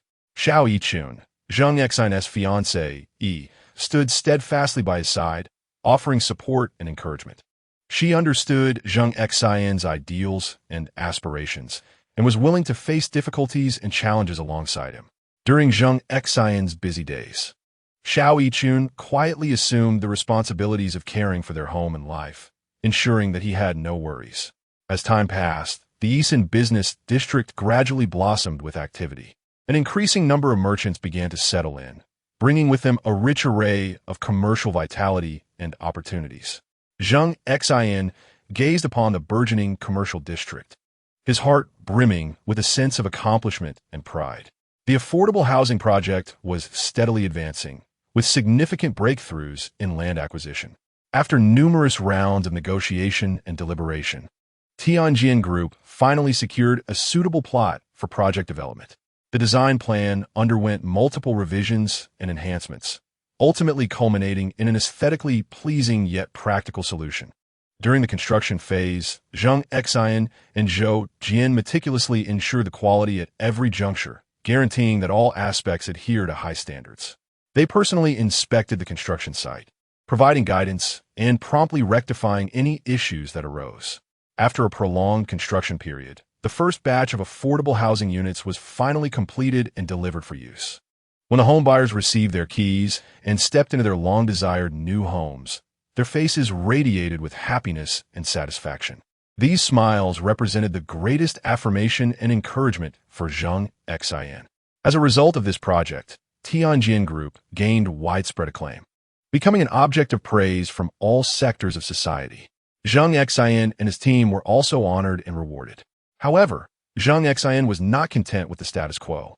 He recognized this as merely a beginning, with more challenges and opportunities awaiting them in the future. By chance, Zheng Xin encountered a groundbreaking construction technology. This innovative method boasted numerous advantages, such as significantly enhancing the quality and stability of buildings, while also reducing costs and shortening construction periods. Zheng Xin astutely recognized this as an exceptional opportunity to elevate Tianjin Group's competitiveness. He promptly convened his team to research and develop this technology. After investing substantial funds and manpower, and after countless experiments and improvements, they ultimately mastered this technique. Zheng Xin resolved to apply this technology to subsequent affordable housing projects, aiming to create higher quality housing at lower prices. As Tianjin Group continued to thrive, Zheng Xin began contemplating a diversification strategy for the company. He realized that relying solely on real estate development was insufficient. They needed to expand into other business realms. Consequently, they ventured into commercial operations, property management, and educational training, crafting a multifaceted corporate group. Under Zheng Xin's leadership, Tianjin Group steadily advanced towards loftier goals, earning accolade from the official authorities and the appreciation of the populace. With resolute strides, Tianjin Group would inscribe its own glorious chapter upon the stage of commerce. Throughout this journey, Zheng Xin's relationship with Xiao Yichun deepened, and they often took their two precious daughters to explore various fascinating places together. Chapter 30. A resounding comeback with the orderly development of the Yisin commercial district. Zheng Xin once again assumed a hands-off role. At this juncture, the Yisin commercial district had firmly established itself as a dazzling commercial gem within the city, bustling and vibrant. Standing atop a high rise in the district, Zheng Xin surveyed the thriving landscape he had meticulously crafted, his heart swelling with pride and contentment. After attending to several important matters within the district, Zheng Xin decided to grant himself a well-deserved respite, relishing this rare leisure time. One day, as usual, Zheng Xin sat in the courtyard of his home with his father, Zheng Feng, savoring fragrant tea and enjoying the rare tranquility and warmth shared between father and son. Sunlight filtered through the gaps in the leaves, casting dappled shadows upon the ground, while a gentle breeze wafted by, bringing with it a refreshing essence. After finishing his tea, Zheng Xin rose slowly, ambling leisurely towards the garage of the villa. As he stepped into the garage, his gaze instinctively landed upon his father's car. which had long been a companion to his father. This vehicle bore witness to countless memories and heartwarming tales accumulated over the years. Its exterior showed signs of age, with the paint slightly faded and the interior seating and fittings inevitably worn and aged. Zheng Xin gazed silently at the car, a complex and ineffable emotion swelling within him. He understood well that his father had always been frugal, and this car had been a steadfast companion, holding profound sentimental value for him, which explained his reluctance to part with it. Yet, Zheng Xin felt deeply that after years of hard work, and now possessing the means to provide, it was time for his father to indulge in a more splendid and higher quality of life. With hopeful anticipation, Zheng Xin approached his father and softly remarked, "Dad, you've had that car for so long. Perhaps it's time for a change." Zheng Feng paused, slightly taken aback by his son's words, then chuckled and shook his head, replying, "No need to change. This car still runs well, and I don't want to waste money." Knowing his father's steadfast nature, Zheng Xin patiently urged, "But Dad, look at how old this car is, and its performance pales in comparison to newer models. A new car would be much more comfortable for you." Still unmoved, Zheng Feng caressed the car's exterior and said, "I have an emotional attachment to this car. It has been with me through so much. I don't wish to replace it." Observing his father's stubbornness, Zheng Xin felt a twinge of helplessness but refused to relent. He gently persisted, "Dad, let us just go take a look. There's no obligation to buy." Eventually, Zheng Feng, unable to resist his son's insistence, reluctantly agreed. Thus, Zheng Xin guided his father into the newly purchased custom Rolls-Royce Phantom and drove slowly out of the villa. Along the way, Zheng Feng continued to chide Zheng Xin for his extravagant spending, while Zheng Xin cheerfully reassured his father that he merely wished for him to enjoy a better life. Before long, they arrived at the illustrious Rolls-Royce dealership. The exterior was grand, and the expansive showroom showcased an array of luxurious vehicles, shimmering under the illuminating lights. Accompanying his father into the showroom, they were warmly greeted by a sales representative who began to elaborate on the features and advantages of various models. As Zheng Feng listened attentively to the sales pitch, he meticulously observed the cars, feeling a flicker of temptation, yet still believing there was no need for a change. Just as they were engrossed in their selection, a harsh voice pierced through the air. "Oh, if it isn't Zheng Feng, what brings you here? Do you really think you can afford a car here?" Zheng Xin and his father turned towards the sound to see a rotund, ostentatiously dressed middle-aged man approaching. A malicious grin plastered across his face. Zheng Xin immediately recognized the man before him. It was Wu Yi, a former business rival of his father's. Wu Yi had engaged in numerous fierce competitions with Zheng Feng in the business arena, resulting in a considerable amount of animosity between them. Wu Yi had harbored resentment towards Zheng Feng, constantly seeking opportunities for retribution. Upon seeing Zheng Feng and his son here, Wu Yi felt a surge of satisfaction, believing he had finally found a perfect opportunity to humiliate them. Zheng Feng's expression darkened slightly, yet he maintained his composure and replied coolly, "Wu Yi, we are merely here to look at cars. There is no need for your sarcasm." Wu Yi, however, was relentless, continuing to taunt, "Oh, just looking at cars? I suppose that is all you can do. Every vehicle in this showroom is worth a fortune. Can you truly afford one?" Hearing Wu Yi's belittlement of his father ignited a surge of anger within Zheng Xin. He stepped forward, glaring at Wu Yi, and declared, "Wu Yi, do not overstep your bounds." Wu Yi merely chuckled dismissively and retorted, "What? Am I mistaken?" Zheng Xin, suppressing his fury, replied, "Wu Yi, our affairs are none of your concern. You should focus on yourself instead." Wu Yi laughed heartily, saying, "Oh, quite the temper you have. But to me, Zheng Feng's company has closed its doors. You are indeed down and out, unable to afford anything." Observing Wu Yi's arrogant demeanor, Zheng Xin silently vowed to ensure that his father would have the finest vehicle to demonstrate their family's strength to Wu Yi.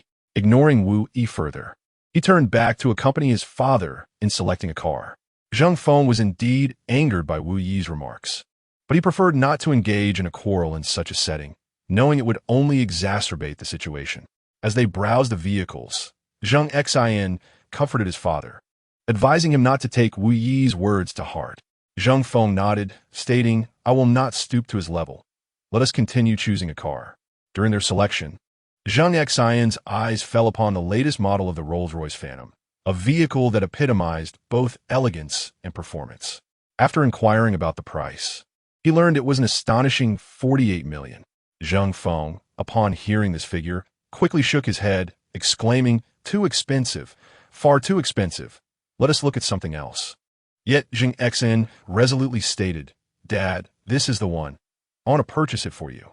Before Zheng Feng could voice another objection, Zheng Xin pulled out his black card and addressed the sales representative. "This one, please proceed with the transaction."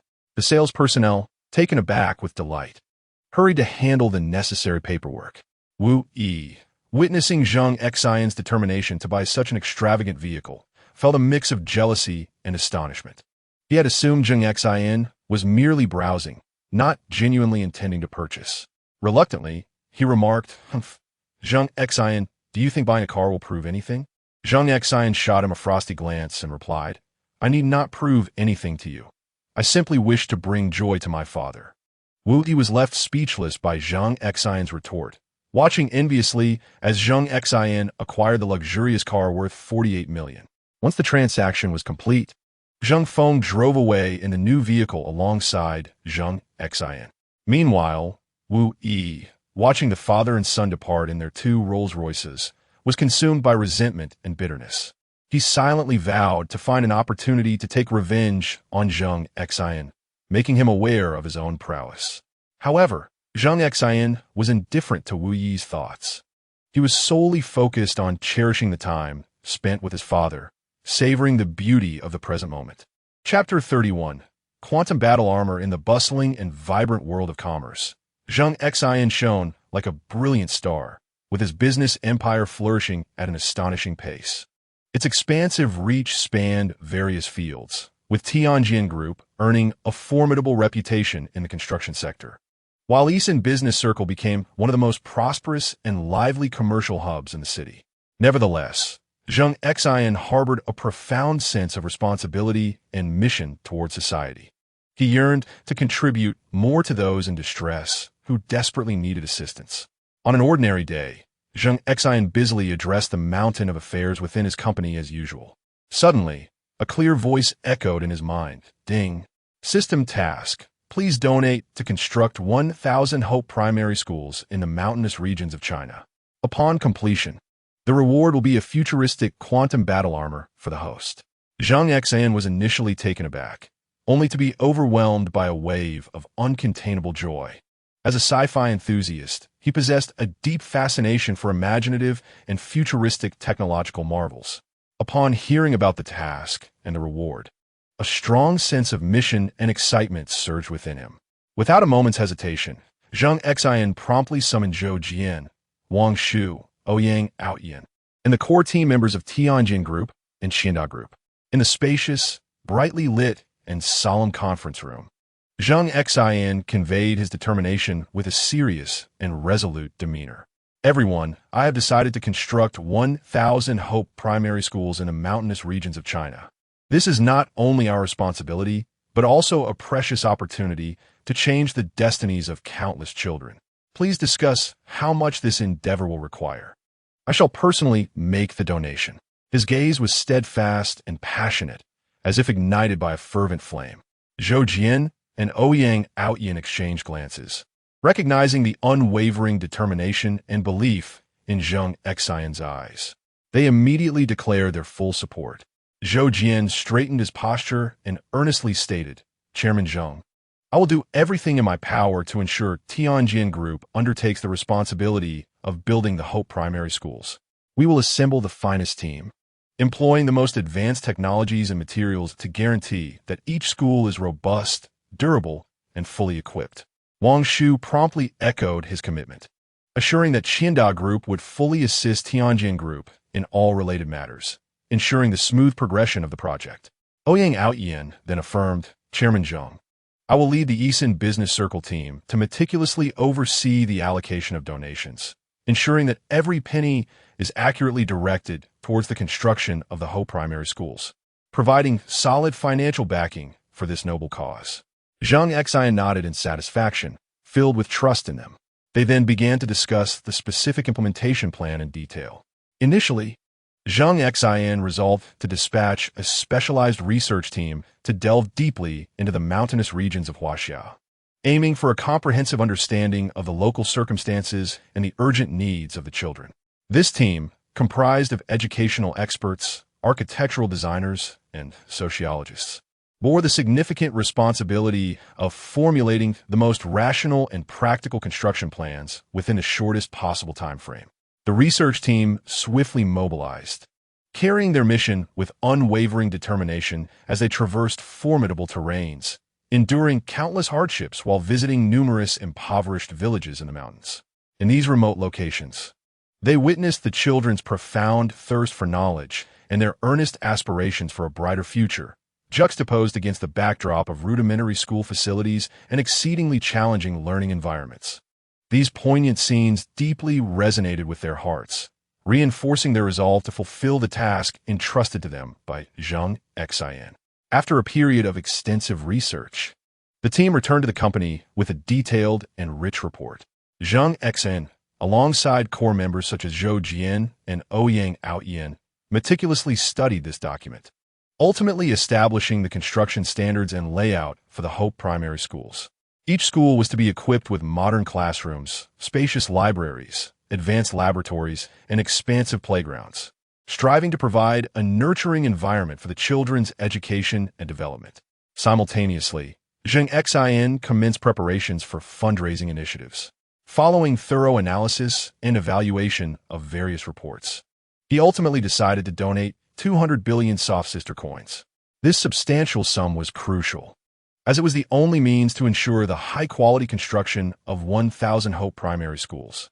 Ouyang Aoyan, leading the Xin Business Circles team, instituted a stringent financial management system and oversight mechanisms.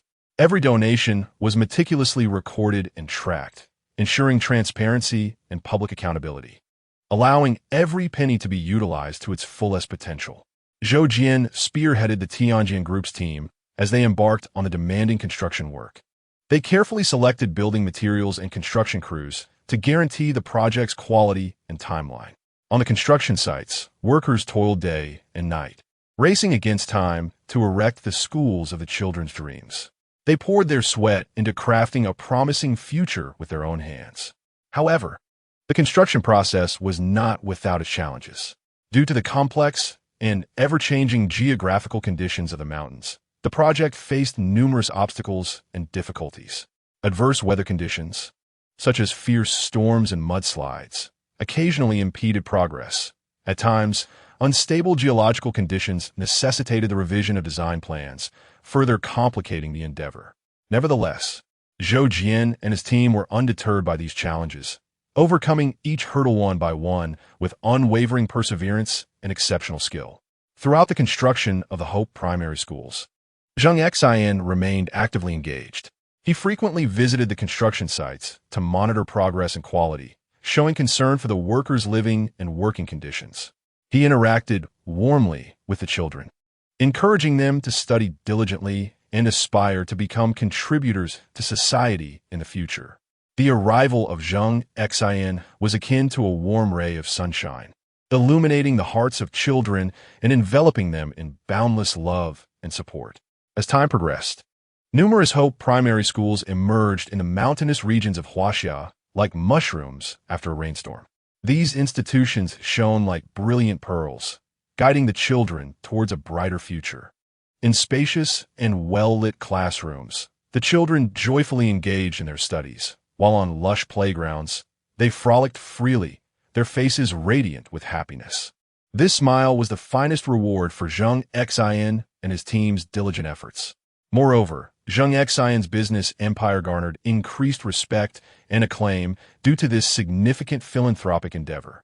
His corporate image experienced a remarkable enhancement, and his business further expanded. His benevolence not only transformed the destinies of countless children, but also made a profound contribution to societal development and progress. Finally, through the relentless efforts of Zheng Xin, Zhou Jian, Ouyang, Aoyan, and others, all 1,000 Ho primary schools were completed. At the inauguration of the last school, Zheng Xin beheld the joyous figures of the children and felt a surge of accomplishment and pride. He understood that all his endeavors were worthwhile. These Ho primary schools would serve as a solid foundation for the children's journey into the future. At that moment, a voice echoed once more in Zheng Xin's mind. Ding. Congratulations, host, on completing the task of donating to the construction of 1,000 Ho primary schools. The reward, the future black technology quantum armor, has been placed in the study of Villa Number 1 on Sand Island. Zheng Xin felt a mysterious force surge within him, and soon, a wealth of information regarding the quantum armor flooded his mind. Eagerly, he rushed to the study, and upon seeing the armor, his heart surged with excitement. He cautiously extended his finger to touch the quantum armor, immediately sensing a profound connection with this extraordinary suit. With a mere thought, the armor materialized around him, radiating a mystical glow imbued with high-tech allure. As he attempted to manipulate the armor, he discovered its immense power and myriad wondrous functions. He felt as if he had transformed into a superhero, endowed with the ability to change the world. Zheng Xin understood that this quantum armor represented not merely a reward, but a profound responsibility. He resolved to utilize this armor to continue making contributions to society, to protect those in need, and to usher in greater peace and justice for the world. Chapter 32. Quantum Armor 2. After acquiring the quantum armor, Zheng Xin refrained from hastily showcasing its might to the world. He was acutely aware of the tremendous energy encapsulated within the armor and recognized the weightier responsibilities that now rested upon his shoulders. Meanwhile, far to the east in the land of cherry blossoms, insidious conspiracies were quietly brewing. In a secret base within this nation, a group of ambitious individuals schemed against Huaxia. Leading them was a nefarious character named Yamamoto Ichiro, known for his cunning and ruthlessness. Accompanying him were several capable subordinates, such as Kobayashi Jiro and Watanabe Saburo. Ladies and gentlemen, we must deliver a crushing blow to Huaxia, making them aware of the might of our cherry blossom nation, Yamamoto Ichiro declared with malevolence. However, the power of Huaxia is now formidable. Where should we begin? Kobayashi Jiro inquired with a hint of concern. We can exploit their weaknesses, perhaps by inciting chaos along the borders or sabotaging their vital installations. Yamamoto Ichiro replied with a glint of cunning in his eyes. Meanwhile, Zheng Xin had also learned of the unusual movements from the Cherry Blossom Nation through various channels. He resolved to confront these adversaries personally, to make them aware of his prowess. Donning his quantum armor, he activated its flight function and vanished into the horizon. Zheng Xin swiftly arrived at the borders of the Cherry Blossom Nation, where an atmosphere of tension hung palpably in the air as soldiers patrolled the area. Concealed within the clouds, he observed their every move. These little devils truly believe they can pose a threat to Huaxia? Zheng Xin scoffed inwardly. Suddenly, he spotted a squad of special forces from the Cherry Blossom Nation stealthily approaching the border of Huaxia. He immediately soared over and blocked their path. Who are you to dare intrude upon the borders of Huaxia? Zheng Xin's voice thundered in their ears. The special forces were startled by his sudden appearance, and their expressions turned to one of terror upon seeing his quantum armor. It's the mysterious figure from Huaxia. Quick, report to Lord Yamamoto. One of the special forces shouted. Zheng Xin regarded the terrified soldiers with disdain. Thinking you can escape? Not so easily. In a flash, he appeared before the soldier who had shouted, seizing him by the collar. Speak. What scheme are you concocting? Zheng Xin demanded, his eyes blazing with fury. The soldier trembled uncontrollably, stammering, We're merely following orders. I know nothing of the specific plans. Not willing to speak the truth, are we? Zheng Xin snuck on Li. With a flick of his wrist, a radiant beam of energy shot forth, sending the soldier flying several meters away, crashing heavily to the ground. His fate uncertain. Upon witnessing this, the other special forces raised their weapons and opened fire on Zheng Xin. He merely chuckled, his armor shimmering with brilliance, effortlessly deflecting their attacks. With a graceful motion of his hands, streams of energy beams erupted from his armor, raining down upon the special forces. Despite their rigorous training, they were utterly powerless against Zheng Xin's formidable onslaught. In a short span, half of them lay dead or wounded. The remaining soldiers, filled with dread, gazed at Zheng Xin and dared not linger, fleeing back into the territory of the Cherry Blossom Nation. Zheng Xin chose not to pursue them, but turned his gaze toward the Huaxiao border. He understood that these special forces were merely a fragment of the Cherry Blossom Nation's plot. The true threat loomed behind. At that moment, a sudden roar echoed through the sky as several fighter jets from the Cherry Blossom Nation hurtled toward him. Zheng Xin's eyes narrowed. This was perfect. Let them experience the might of quantum armor. He soared into the air, charging toward the jets. The pilots, seeing Zheng Xin approach, unleashed a barrage of missiles. Zheng Xin skillfully evaded their attacks while continuously firing energy beams, bringing down jet after jet. As Zheng Xin engaged in fierce combat with the enemy aircraft, Ichiro Yamamoto, within the borders of Sakura Nation, received reports from his special forces. Upon learning of Zheng Xin's presence, his countenance darkened considerably. Those detestable Huaxiao people possess such formidable weaponry. He seethed. However, I shall not allow him to prevail. He promptly summoned all available troops to prepare for a comprehensive assault against Zheng Xin. On Zheng Xin's side, after successfully downing all enemy fighters, he descended upon a mountain peak along the border. Vigilantly, he surveyed his surroundings, acutely aware that the main forces of Sakura Nation would soon arrive. Indeed, it was not long before a multitude of soldiers and military equipment from Sakura Nation appeared along the border. Ichiro Yamamoto, standing atop a tank, gazed toward Zheng Xin. Huaxiao man, if you know what is good for you, surrender your battle armor at once, or you shall find no resting place in death. He bellowed. Zheng Xin chuckled heartily. Ichiro Yamamoto, do you truly believe that your pathetic forces can seize my battle armor? Dream on. With a disdainful huff, he declared, then do not blame me for being ungracious. With a wave of his hand, Yamamoto signaled his soldiers to charge. A glint of cold determination flashed in Zheng Xin's eyes as he activated his quantum battle armor and soared into the enemy ranks. Energy beams erupted forth, and wherever they struck, Sakura soldiers fell in droves. Witnessing this, Yamamoto, in a fit of rage, ordered tanks and armored vehicles to open fire. Shells and bullets rained down upon Zheng Xin, yet all were effortlessly deflected by his quantum armor. He maneuvered through the enemy forces with the ease of one in a deserted realm. The soldiers of Sakura Nation, in terror, soon realized that their assaults had no effect on Zheng Xin, while each of his strikes inflicted devastating casualties upon them. What in the world is this monster? Yamamoto cursed. Yamamoto, prepare to meet your demise. Zheng Xin suddenly located Yamamoto's position, and with a flash, he appeared before him. Yamamoto, gripped by fear, leaped from the tank, attempting to flee. But Zheng Xin would not allow such an escape. A beam of energy shot forth, striking Yamamoto directly. With a cry of agony, he collapsed to the ground, his fate uncertain. Without Yamamoto's command, the soldiers of Sakura Nation plunged into chaos.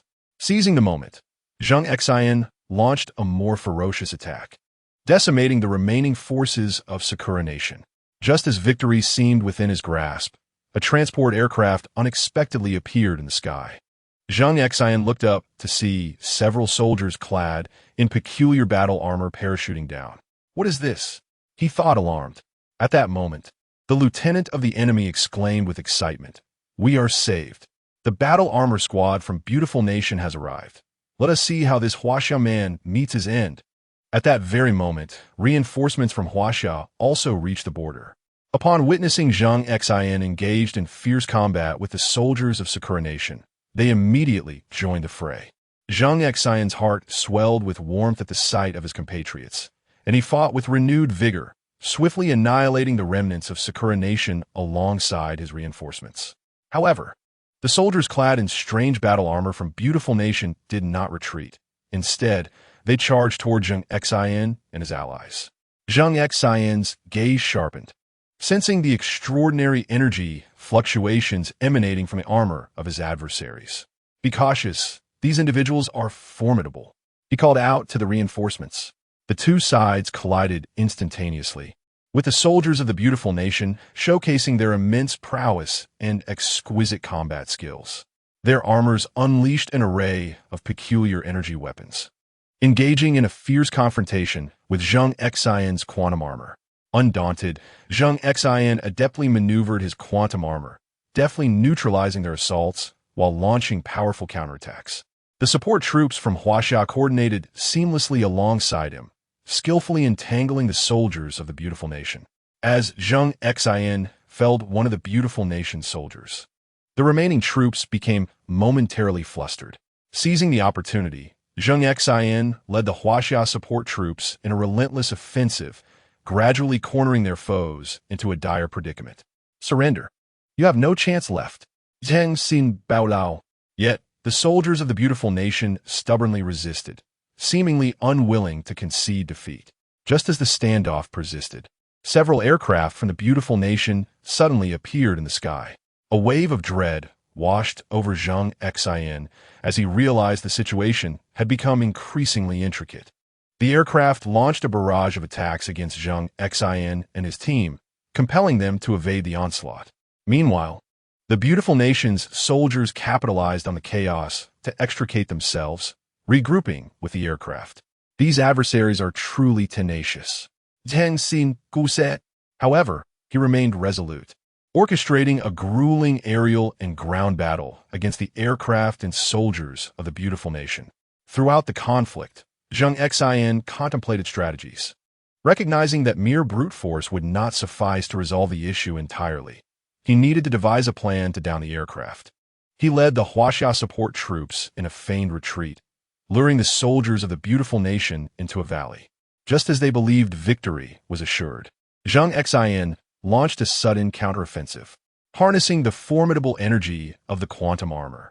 He systematically struck down the beautiful nation's aircraft and concentrated his assaults on the energy conversion vulnerabilities of their armor. In an instant, the soldiers' armors malfunctioned, plunging them into a state of utter panic. Seizing the moment, the Huaxia support troops launched a decisive assault, capturing the soldiers of the beautiful nation. Ultimately, Zheng Xin triumphed in this arduous battle, thwarting the plans of the Cherry Blossom Nation and the beautiful nation. As he surveyed the captured soldiers and the confiscated armor, a torrent of thoughts surged within him. This incident was merely the beginning. Countless challenges and crises awaited him in Huaxia in the future. Zheng Xin entrusted the captured soldiers to the appropriate authorities and then returned to the base with the Huaxia support troops. There, he engaged in thorough research and analysis of the confiscated armor with the scientific personnel. Through their studies, they discovered that the beautiful nation had indeed made significant advancements in armor technology, yet there were also notable shortcomings. Simultaneously, Zheng Xin realized that Huaxia must bolster its technological research and defense capabilities to secure an indomitable position in future international competition. He presented a series of suggestions and proposals to the higher-ups and submitted the preliminary plans for the quantum battle armor reward system to the Huaxia authorities, contributing his part to the nation. This garnered significant attention and support from the official leaders.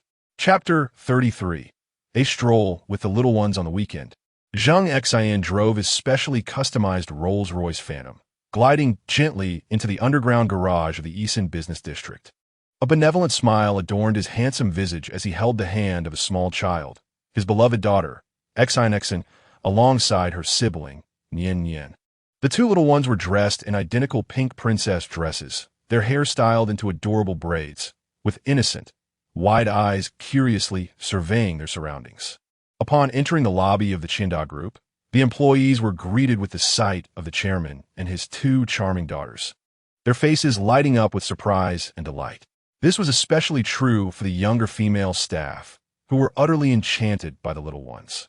"Wow, Chairman, these two little treasures are absolutely adorable," exclaimed a young lady, unable to contain her excitement. Xin sweetly zipli, he, Tangju, Sita, Nian Nian chimed in, her voice soft and sweet. "Hello, sister." Zheng Xin greeted his employees with a smile before leading his daughters towards the general manager's office. Once inside, he engaged in discussions about work with General Manager Wang Shu, while Xin and Yin Yin played quietly with their toys nearby. However, seizing an opportunity when Zheng Xin was distracted, the two little ones quietly slipped out of the office. Hand in hand, they joyfully wandered down the corridor, brimming with curiosity about everything around them. Suddenly, they accidentally bumped into a short and stout supervisor, whose demeanor was rather stern. This supervisor, Zhou Chui, upon realizing that she had been collided with by two children, felt a surge of anger. "Hey, you two little rascals, can't you watch where you're going?" Tsukui scolded loudly. Startled, Xin and Yin Yin felt tears welling in their eyes. "I'm sorry. Oni, Zheng mumut sopti." Is sorry enough? Where are your parents? How can they allow you to run around the company like this? Zhou Chui continued relentlessly, her expression growing more menacing. Yin Yin, feeling wronged, replied, "Our daddy is in the office." Zhou Chui sneered, "Such poor upbringing." With that, she unexpectedly reached out to push Xin and Yin Yin. The unsuspecting little ones fell to the ground, their knees striking hard against the floor, and they immediately burst into tears. At that moment, Zheng Wen happened to pass by and heard the commotion. He hurried over, and upon witnessing the scene, his anger erupted. "What are you doing?" Zheng Wen shouted. Zhou Chui's expression shifted as she saw Zheng Wen, and she stammered, Zheng I. How dare you lay a hand on children? Have you no humanity?" Zheng Wen said furiously as he rushed to scoop up the two little ones. By now, a crowd of employees had gathered, all incensed by Zhou Chui's actions. Zheng Xin and Wang Shu, alerted by the disturbance, rushed over to find their precious daughters crying in Zheng Wen's arms, their hearts aching with concern. "What happened?" Zheng Xin asked, his face stern. Zheng Wen succinctly recounted the events, and Zheng Xin's expression grew increasingly grim. "Zhou Chui, you have gone too far," Wang Shu exclaimed loudly, while Zheng Xin coldly stared at Zhou Chui. Zhou Chui, frightened and pale, collapsed onto the ground, hastily pleading, "Chairman, General Manager Wang, I realize my mistake. I had no idea these two children were your daughters. I beg you for another chance." "Another chance? Did you consider that when you were bullying my daughter?" Zheng Xin zipli daisi sivin. Wang Shu, immediately process her resignation and investigate any misconduct. If found, impose severe consequences. Wang Shu nodded in agreement, acknowledging the directive. Zheng Wen gently comforted the two little ones, which helped to subdue their cries. "Don't cry, my dears. Uncle will seek justice for you," Zheng Wen assured them, with Wang Shu nodding in affirmation beside him. Xin sobet tangzu unso. Yin Yin wiped her tears and nodded in agreement. Zheng Xin, feeling a pang of sorrow, embraced his daughters and softly reassured them, "Don't be afraid, Daddy is here." After calming the little ones, Zheng Xin turned to Zhou Chui and coldly stated, "Such individuals are not welcome in my company. Your behavior is utterly unworthy of remaining in Chinda Group." Zhou Chui had no words left and could only leave in disgrace. Zheng Xin, holding his daughters, returned to the general manager's office with Zheng Wen and Wang Shu. "Wang, strengthen the company's management to prevent such incidents in the future," Zheng Xin said sternly. "Yes, Chairman Zheng, I will certainly be more vigilant," Wang Shu responded with a nod. Zheng Wen playfully teased Xin and Yin Yin, "Little treasures, don't be sad. Uncle will take you for a delicious treat." Yes. Xin and Yin Yin instantly brightened up. Watching his daughter smile, Zheng Xin felt his anger gradually dissipate. He resolved to take even better care of them in the future, ensuring they would never face harm again. In the following moments, Zheng Wen continued to accompany the two little ones around the company. The young ladies in the office, upon seeing the children return, flocked to them, showering them with candies and toys, eliciting delightful laughter from Xin and Yin Yin. "Oh, such adorable little ones. Indeed, I wish I could hold them." Zhou Chui returned to her workstation, filled with regret and fear. She realized she had made a grave mistake, losing her job and possibly facing more severe repercussions. Sitting there, she stared blankly ahead, her mind replaying the earlier scene, regretting her impulsive actions. She began to reflect on her behavior, recognizing that her usual attitude towards others may have been problematic. She had always been overly impatient and harsh, lacking in compassion and kindness. Her actions towards the two small children were an unforgivable error. Determined to change, she resolved to maintain calmness and rationality in all future situations. Vowing never to lash out or harm others again, she hoped that one day she could regain others' recognition and forgiveness. However, it might be too late. Legal consequences awaited her due to the investigation's findings. Meanwhile, Zheng Xin remained in the office, spending time with his daughters. Looking at their innocent smiles, his heart swelled with warmth and happiness. He knew that family was the most vital aspect of his life, and he would dedicate all his love to cherish them. Dear ones, I promise to protect you well in the future, ensuring that no one dares to bully you, Zheng Xin murmured softly. Xin, and Yin nodded obediently, feeling the warmth of their father's love and care. On this particular day, they experienced a remarkably unforgettable time at Xin Group, where they not only felt their father's affection, but also the kindness and fondness from uncles and other employees. Zheng Xin, in turn, became acutely aware that his family was the most vital aspect of his life, and he vowed to nurture them with all the love he could muster. He resolved to work harder to create better living conditions for his family, while also prioritizing the education and development of his daughters, aspiring for them to grow into compassionate, loving, and responsible individuals. Chapter 34. The Dragon Soul Fighter Jet Ding. A voice resonated in Zheng Xin's mind, notifying him that he had successfully thwarted the conspiracies of Sakura Nation and Beautiful Nation against Huaxia, making a significant contribution. As a reward, he received the design blueprint for the future black technology Dragon Soul Fighter Jet. Stunned, he felt a wave of information about the aircraft flooding his consciousness, momentarily overwhelming his thoughts until he gradually regained composure. Zheng Xin's heart raced, and beads of sweat formed on his forehead. The Dragon Soul Fighter Jet, embodying both mystery and power, held immense value and profound implications. It was not merely an aircraft, but a potential catalyst for reshaping the global landscape. Taking a deep breath, he endeavored to calm himself, his gaze becoming resolutely determined as he resolved to leverage his capabilities to bring this project to fruition. He understood that this was not solely a personal opportunity, but a chance for the future and glory of Huaxia. His first thought was to assemble a professional team to tackle this formidable challenge. He called Wang Shu, stating, "Wang Shu, I require your assistance in establishing a laboratory to recruit elite researchers. We shall collaboratively develop the Dragon Soul Fighter Jet, which is far ahead of contemporary technology." Without hesitation, Wang Shu agreed. Soon, under Wang Shu's adept management, a large and well-equipped laboratory was established. They recruited a cadre of exceptional researchers through various channels. Individuals hailing from diverse fields, yet united by their fervent pursuit of technology and remarkable talents. Zheng Xin shared the design blueprints of the Dragon Soul Fighter Jet with them in batches, and everyone was captivated by the astonishing design, igniting their spirit and passion. Within the laboratory, Zheng Xin led his team in relentless research and experimentation. They confronted countless technical challenges, where every detail required meticulous scrutiny and validation. However, Zheng Xin and his team remained undaunted, advancing step by step with their tenacious will and ingenuity. As the research progressed, Zheng Xin realized that to truly develop the Dragon Soul Fighter Jet and unleash its full potential, their own resources would be insufficient. He began to contemplate how to collaborate with the Huaxia military to seek stronger support and resources. Zheng Xin, through various connections, managed to reach a high-ranking general in the Huaxia military.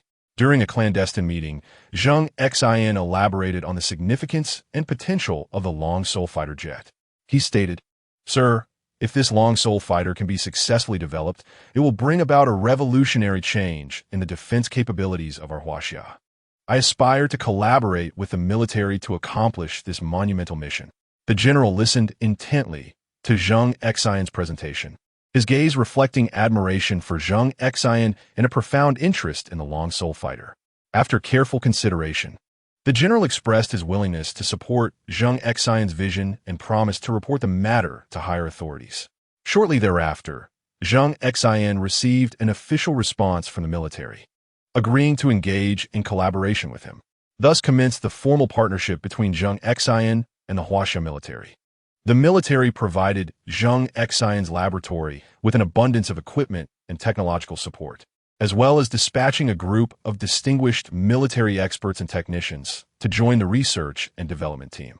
Zheng Xin felt an immense sense of gratitude for the military support, acutely aware of the significant responsibility he bore.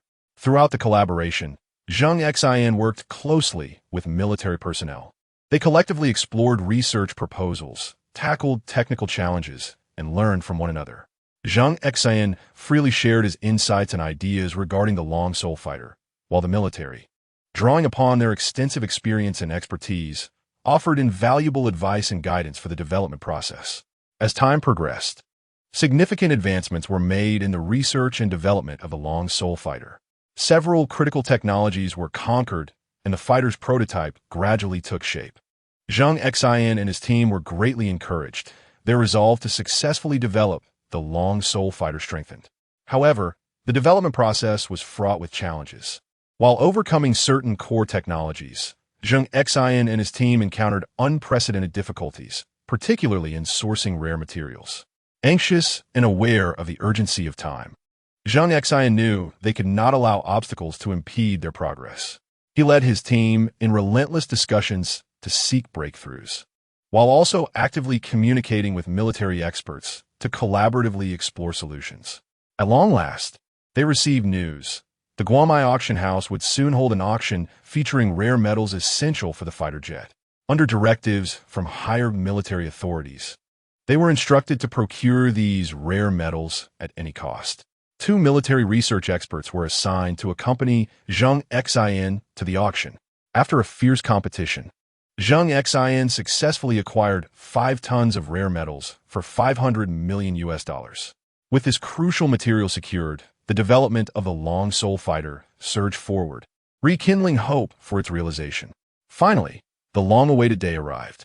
The assembly of the Long Soul Fighter was complete, and it was time for its inaugural test flight.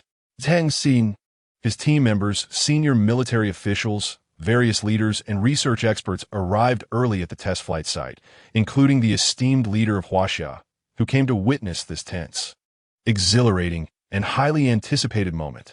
As the test flight commenced, the Long Soul Fighter, under the pilot's deft control, soared into the sky like a majestic eagle. Zheng Xin and his team members closely monitored the movements of the fighter jet, silently praying for a successful outcome. The aircraft executed a series of intricate maneuvers and tests in the sky, reaching an astonishing speed of 8 Mach. It is noteworthy that contemporary fighter jets, such as those of the United States, achieve speeds of around 3 Mach at most. The performance was truly remarkable, befitting the Dragon Soul fighter jet, a hallmark of future technological advancements. As the aircraft landed smoothly on the runway, the venue erupted with enthusiastic cheers and applause. Zheng Xin was overwhelmed with emotion, tears welling in his eyes. They had succeeded. The successful test flight of the Dragon Soul fighter marked a significant milestone for Zheng Xin and his team, signifying that China had firmly established its preeminence in the field of aviation. Zheng Xin resolved to dedicate the design blueprints of the Dragon Soul fighter to the nation, viewing it as a vital contribution to his country and its people, as well as the most fulfilling means of realizing his personal values. The leader of Huaxia 5 received the design blueprints, representing the official acknowledgement and high praise from the state for Zheng Xin's efforts. In recognition of the outstanding contributions made by Zheng Xin and his laboratory research team, the nation decided to award him the National Outstanding Contribution Award, along with substantial financial rewards.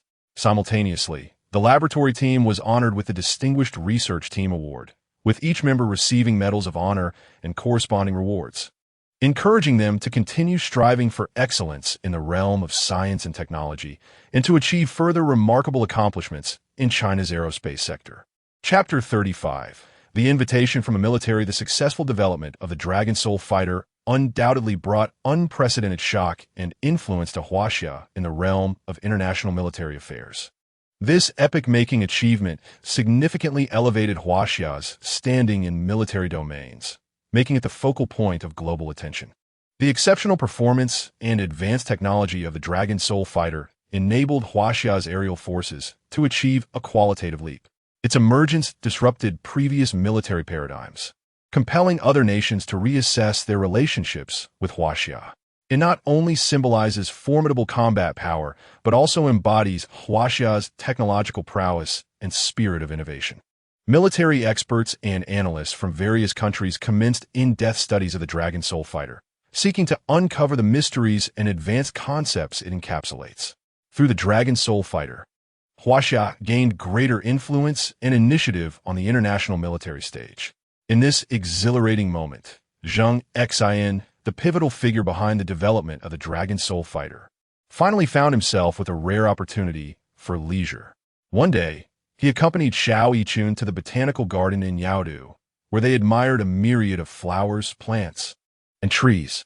The garden was a tapestry of vibrant blossoms and lush greenery, and as they strolled along the tranquil paths, they reveled in this fleeting moment of peace and beauty.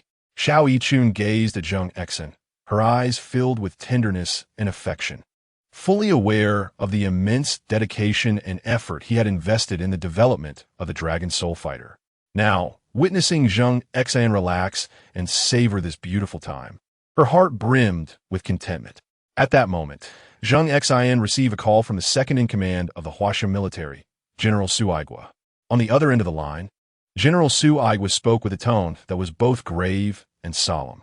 Zheng Xin, he stated with resolute confidence, I urgently request that you proceed to the Kyoto military headquarters at once, as there are matters of utmost importance that require your counsel.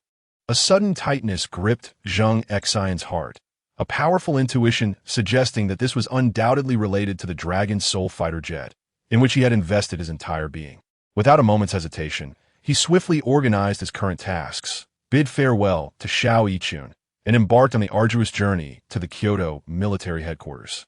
After a tumultuous journey, Zheng Xin finally arrived at the headquarters.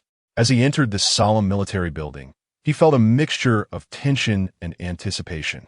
Soon, he encountered the second-in-command, General Su Aigua, whose expression was serious and focused. General Su gazed deeply into Zheng Xin's eyes, revealing a multitude of complex emotions. He then solemnly conveyed directives from the top leaders of Huaxia. After careful deliberation and consideration, the leaders had decided to grant Zheng Xin the honorary rank of Major General. Although this rank conferred no immediate authority, it freed him from the constraints typically imposed on military personnel during working hours. This unprecedented decision undoubtedly reflected the nation's profound recognition and esteem for Zheng Xin, serving as the highest reward for his immense contributions over the years. Upon receiving this momentous news, an overwhelming wave of emotion surged within Zheng Xin, accompanied by an unparalleled sense of pride. He understood that this military rank was far more than a mere honor. It represented a weighty responsibility and a sacred mission. Standing tall, he fixed his gaze upon General Su Aigua and earnestly declared, General, rest assured that I, Zheng Xin, shall not betray the profound trust placed in me by the nation and its leaders. I will wholeheartedly dedicate my strength to the military cause of our country until my very last breath. General Su Aigua patted Zheng Xin's shoulder in encouragement, his eyes brimming with pride and hope for the future. With deep emotion, he said, Zheng Xin, the nation entrusts you with such a significant and challenging responsibility. This is a testament to your personal capabilities. The successful development of the Dragon Soul Fighter jet is indeed a remarkable achievement, but it is merely the beginning. We have a long road ahead in the realm of military affairs, fraught with countless formidable challenges that we must face with courage. Zheng Xin nodded gravely, acutely aware of the weight of the burden he bore. The following day, a grand and solemn ceremony was held to bestow the rank, enveloped in an atmosphere of gravity. It was presided over by the fifth leader of Huaxia, accompanied by the first and second military leaders, along with numerous high-ranking officials from both the military and Huaxia's administration. With an exhilarating heart, Zheng Xin strode with determination towards the ceremony. He was filled with anticipation for this glorious moment, yet acutely aware of the heavy responsibility it entailed. As he stood before the fifth leader of Huaxia, his gaze conveyed both resolve and reverence. Under the scrutiny of numerous leaders, Zheng Xin stood tall and straight, as if demonstrating his unwavering determination and sense of duty to all present. Subsequently, leader number 5 solemnly adorned Zheng Xin's shoulder with the insignia of rank, a symbol of honor and responsibility, which seemed to radiate a narrative of the country's recognition and trust in him. Following this, Zheng Xin reverently accepted the momentous officer's credentials, his fingers trembling slightly, a manifestation of his exhilaration. In that instant, unable to contain the surge of emotion within, Zheng Xin promptly informed his family of this thrilling and immensely honorable event. On the other end of the line, Zheng Feng was momentarily taken aback upon hearing the news, his face soon illuminating with uncontrollable joy, his eyes sparkling with excitement, lips quivering as he exclaimed with a voice tinged with emotion, "Shiner, well done. You are the pride of our family. Your parents are truly proud of you." Zheng Yun, choked with emotion, added, "Brother, you are amazing. I always knew you could do it." Upon hearing this news, Xiao Yichun felt an overwhelming sense of pride, her eyes gleaming as she thought of the remarkable man she deeply loved, so exceptional and admirable. Zheng Wen was equally thrilled to have such an outstanding brother, exclaiming, "Brother is incredible. I will strive to be like him." The family was enveloped in an atmosphere of joy and pride, collectively celebrating Zheng Xin's achievements. Zheng Xin understood that this was not merely a personal honor, but a profound mission bestowed upon him by the nation. He vowed silently to live up to this trust, to utilize his intellect and strength in the relentless pursuit of military excellence, dedicating himself to the defense of his homeland and its people. He stood tall, resolutely facing the future, prepared to embrace new challenges and opportunities, ready to inscribe even more glorious chapters in the realm of military affairs. As time passed, Zheng Xin's name resonated ever more loudly within the Chinese military and the international military community, becoming a name of great renown. With his extraordinary talent and unparalleled sense of responsibility, he garnered heartfelt respect and sincere accolades from all. Whenever people spoke of Zheng Xin and his pride, the Dragon Soul fighter jet, admiration and reverence filled the air. At a significant military symposium, Zheng Xin delivered a captivating speech, eloquently articulating his unique and profound insights into future military developments. The audience of numerous military experts and leaders nodded in agreement throughout his discourse, as if they could see the hopeful beacon of the future of Chinese military shining brightly through Zheng Xin.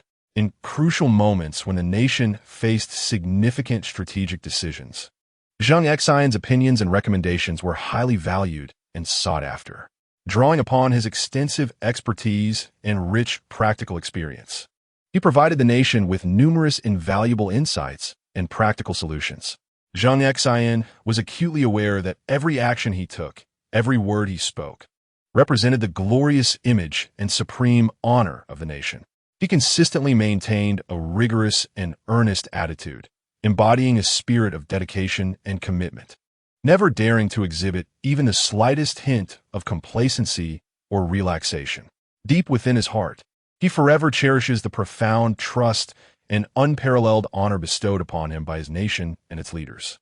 He is determined to translate this into tangible actions that will usher in a more splendid future for the country and its people. The gleaming insignia of a major general will forever stand as a radiant lighthouse, inspiring him to relentlessly pursue advancement across various domains, steadfastly moving towards ever loftier aspirations. Chapter 36. The Dragon Soul warship Zheng Xin boarded the plane back to Yaodu, his heart brimming with excitement. As he settled into his seat, a sudden chime resonated. "Congratulations, host, on receiving the honor of the Major General rank in Huaxia. The system rewards you with the design blueprint for the futuristic technological marvel, the Dragon Soul warship." This clear and astonishing voice reverberated in his mind, striking him like a thunderbolt and plunging him into a state of shock that bordered on stupor. A torrent of information regarding the Dragon Soul warship surged into his consciousness like tumultuous ocean waves, overwhelming his thoughts with its complexity and profundity, nearly causing his mind to burst from the sheer intensity of the influx. After some time, Zheng Xin gradually emerged from this daze. His heartbeat racing as if it might leap from his throat, beads of sweat forming on his brow. He fully understood the mystique and might of the Dragon Soul worship, a marvel of future technology. Its emergence was akin to a beacon of light illuminating Huaxia's path in military science and technology.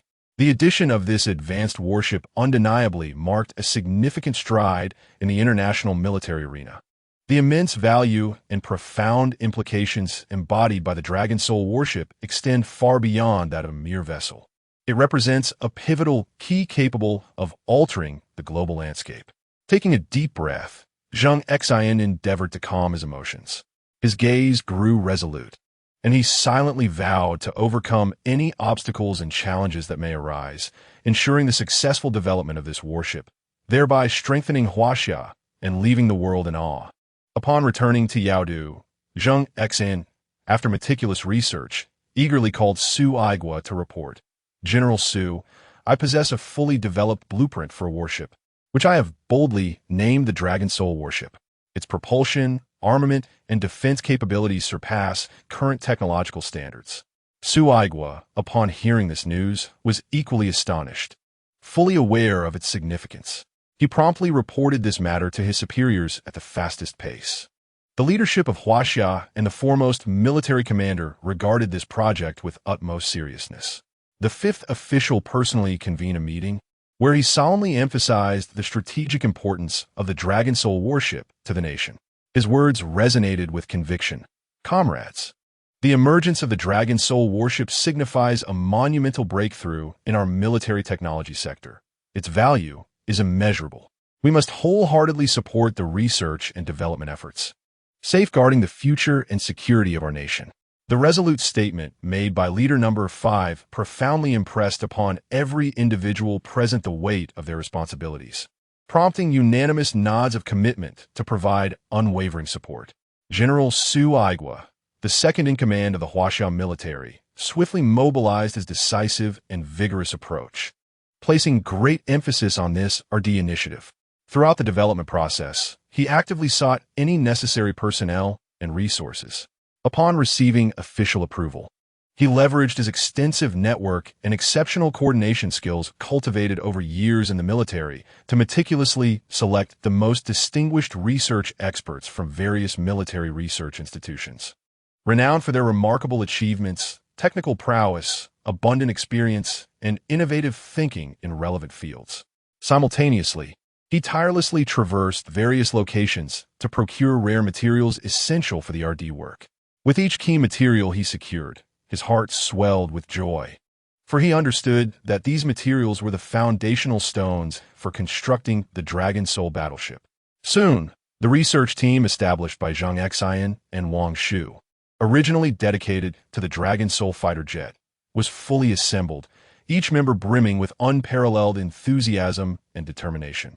These researchers, experts deeply versed in their respective fields, had previously invested countless hours and effort into the development of the Dragon Soul fighter jet and were now ready to immerse themselves in the creation of the Dragon Soul battleship. They were acutely aware of the daunting nature of this task, yet they faced the challenge with courage, unyielding in their resolve. Alongside these laboratory researchers, the team also included top military research experts from Huaxia, whose inclusion provided the team with formidable strength. These military specialists brought unique insights and extensive experience in military technology, infusing the RD efforts with powerful motivation and confidence. Once this new research team was officially formed, they immediately devoted themselves day and night to the study of the design blueprints. Throughout this research process, they encountered numerous technical challenges, each akin to an insurmountable mountain looming before them. However, these exceptional researchers were undeterred by difficulties, employing their extraordinary intellect and tenacious spirit to overcome each obstacle one by one. General Su Aigua consistently monitored the progress of the RD work, offering unwavering support in terms of personnel and resources, while frequently visiting the site to encourage the researchers and provide guidance and advice. His presence instilled a profound sense of reassurance and reliance among the researchers. The expert team first conducted an in-depth analysis of the overall structure of the Dragon Soul battleship. They meticulously examined the design blueprints, striving to thoroughly comprehend every detail. In accordance with the specifications of the blueprints, they commenced the construction of a robust, yet lightweight hull. Throughout this process, they needed to continuously experiment and improve, seeking suitable materials and techniques. They also faced significant challenges regarding the power systems and weaponry.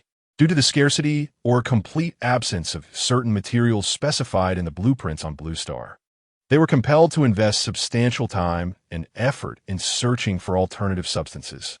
This was an exceedingly arduous endeavor, requiring relentless exploration and experimentation. In the realm of weaponry, the atmosphere is imbued with a sense of science fiction.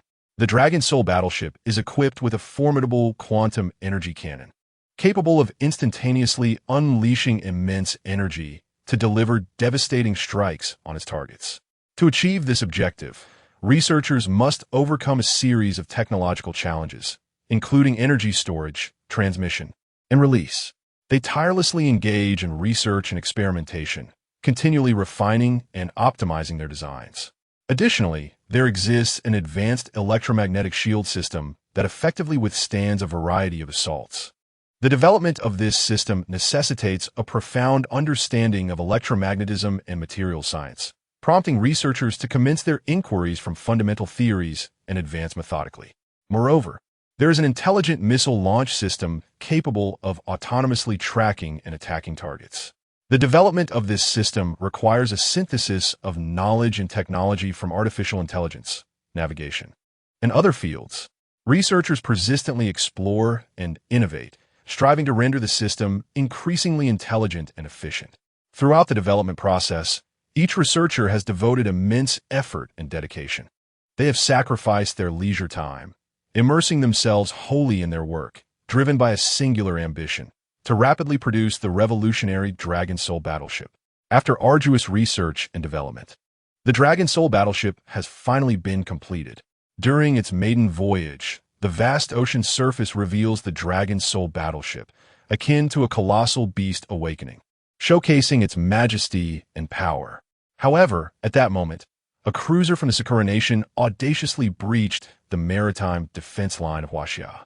Upon detecting this unwelcome intruder, the entire crew of the Dragon Soul battleship immediately entered a state of heightened alert. After warnings went unheeded, Su Aigua, with a steely gaze fixed upon the radar screen, felt a blaze of anger ignite within him. With resolute determination, he commanded the Dragon Soul battleship to advance at full speed toward the adversary. "Attack!" Su Aigua bellowed decisively, issuing the command. The Sakura Nation's cruiser, clearly unprepared for such a formidable opponent, attempted to flee in panic, but the Dragon Soul battleship would not grant them that opportunity. Its powerful propulsion system propelled the Dragon Soul battleship forward like lightning, as the quantum energy cannon rapidly charged. At the sound of a command, a brilliant beam of light shot forth from the Dragon Soul battleship, striking the fleeing cruiser with precision. A tremendous explosion resonated across the ocean surface, as the Sakura Nation's cruiser sustained grave damage from the Dragon Soul battleship's overwhelming assault, gradually losing power and drifting aimlessly. The crew of the Dragon Soul battleship erupted in cheers, filled with pride and elation at their successful defeat of the enemy. This encounter not only showcased the formidable strength of the Dragon Soul battleship, but also served as a stark reminder to those coveting Huaxia's territorial waters that its sovereignty is inviolable. The Dragon Soul battleship shall continue to safeguard Huaxia's maritime domain, defending the dignity and sovereignty of the nation. When this magnificent vessel graced the eyes of the world, its emergence left an indelible mark. Its advanced technology and unparalleled performance captivated the attention of other nations, eliciting admiration and awe. Zheng Xin and all those who contributed to its development felt an overwhelming sense of pride, as their efforts and sacrifices finally bore fruit. The leaders and military generals expressed high praise for the research and development achievements. Fully aware that the birth of the Dragon Soul warship would significantly elevate Huaxia's standing and influence on the international stage, safeguarding the nation's security and development. In the days to come, this Dragon Soul warship will become a national treasure of Huaxia, carrying the hopes and pride of its people as it sails through the vast cosmos, penning a glorious chapter that belongs to Huaxia. It will serve as a crucial symbol of Huaxia's strength and confidence on the world stage, allowing the entire globe to witness the rise and might of Huaxia. Chapter 37. The proposal on a particularly radiant day. The sky gleamed like a sapphire, and the fluffy white clouds floated like cotton candy. A gentle breeze wafted through, bringing with it a delightful fragrance. This day marked a meticulously planned romantic and grand proposal by Zheng Xin, who had devoted great effort to this ceremony.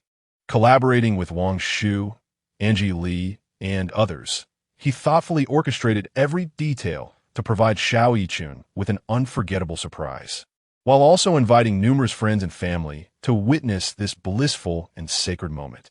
The large banquet hall of the five-star Qianda Hotel in Yaodu was transformed into a romantic proposal venue, adorned like a fantastical wonderland. Lush, vibrant flowers competed for attention, artfully arranged into exquisite patterns, while colorful ribbons intertwined like a rainbow in the air. Light balloons danced with the wind, embellishing the entire space and infusing it with a romantic and warm ambience. As the decorations were completed, Zheng Xin heard chime. Ding. The system has detected that the host is about to embark on a sacred proposal event.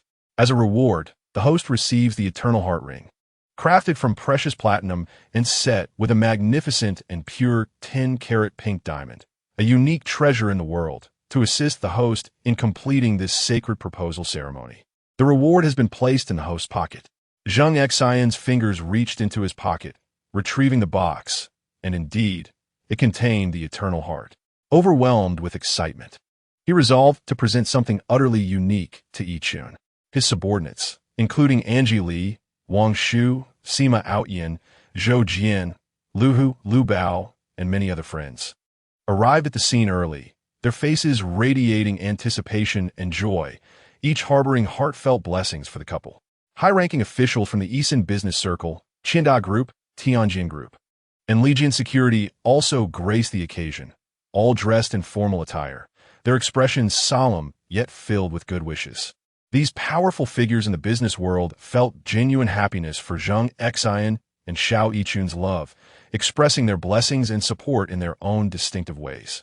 Charming twins Xin and Yin Yin also made an appearance, resembling little angels descended from heaven, clad in beautiful princess dresses with pink skirts that fluttered like blooming flowers.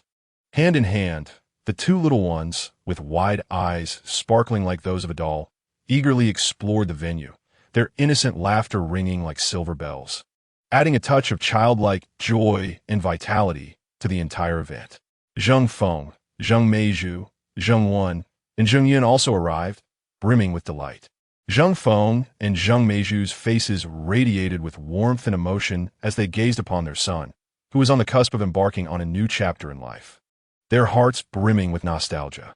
Zheng Wen and Zheng Yun shared in their brother's joy, their eyes sparkling with delight as they eagerly anticipated the romantic proposal ceremony. Xiao Yichun as parents, Xiao Hui and Lin Shui, arrived at the venue from Shaoling, their steps slightly hurried, their gaze filled with hope. Upon seeing their daughter, tears of joy shimmered in their eyes, a poignant testament to their happiness in witnessing her find love. They understood that their daughter had discovered a man who genuinely cherished her, filling their hearts with contentment and fulfillment. Meanwhile, Xiao Yichun was still immersed in the splendid anticipation of the day ahead. The makeup artist and stylist were diligently preparing her, and in the mirror, she resembled a blooming flower, enchanting and radiant, dressed in a pristine white wedding gown adorned with dazzling diamonds that sparkled under the sunlight. Her long hair cascaded like silk, elegantly pinned up with playful strands gently framing her face, enhancing her tenderness and allure. With a light touch of makeup, her features were aglow with the joy of love. As Xiao Yichun slowly entered the proposal venue, she was utterly mesmerized by the dreamlike scene before her, as though she had stepped into a fairy tale. Zheng Xin, clad in a meticulously tailored suit of deep, solemn hues, epitomized charm and sophistication. In his hands, he held a bouquet of 99 red roses, each vibrant bloom symbolizing his passionate and profound love for Xiao Yichun. A gentle smile graced his face, brimming with dreams and expectations for the future. As he nervously approached her, when Zheng Xin stood before Xiao Yichun, his heart raced more fervently. After taking a deep breath, he gazed deeply into her eyes and earnestly proclaimed, "Yichun, you are the most significant person in my life, and I love you. Please marry me. I will cherish and protect you like a princess for all my days." As he spoke, Zheng Xin gradually knelt on one knee, revealing a ring that sparkled with eternal brilliance, the symbol of his unwavering love. Xiao Yichun was taken aback by Zheng Xin's heartfelt declaration. A blush crept across her cheeks, and tears of emotion glistened in her eyes. Zheng Xin continued, "This ring represents my everlasting love for you. I hope you will accept my proposal and allow me to safeguard you for a lifetime." Overwhelmed with emotion, tears streamed down Xiao Yichun's face like a torrential flood. Her heart swelled with indescribable joy and love as she looked at the man who adored her so deeply, filled with gratitude. Nodding, she choked out, "I do." Her voice trembled, yet resonated with unwavering resolve.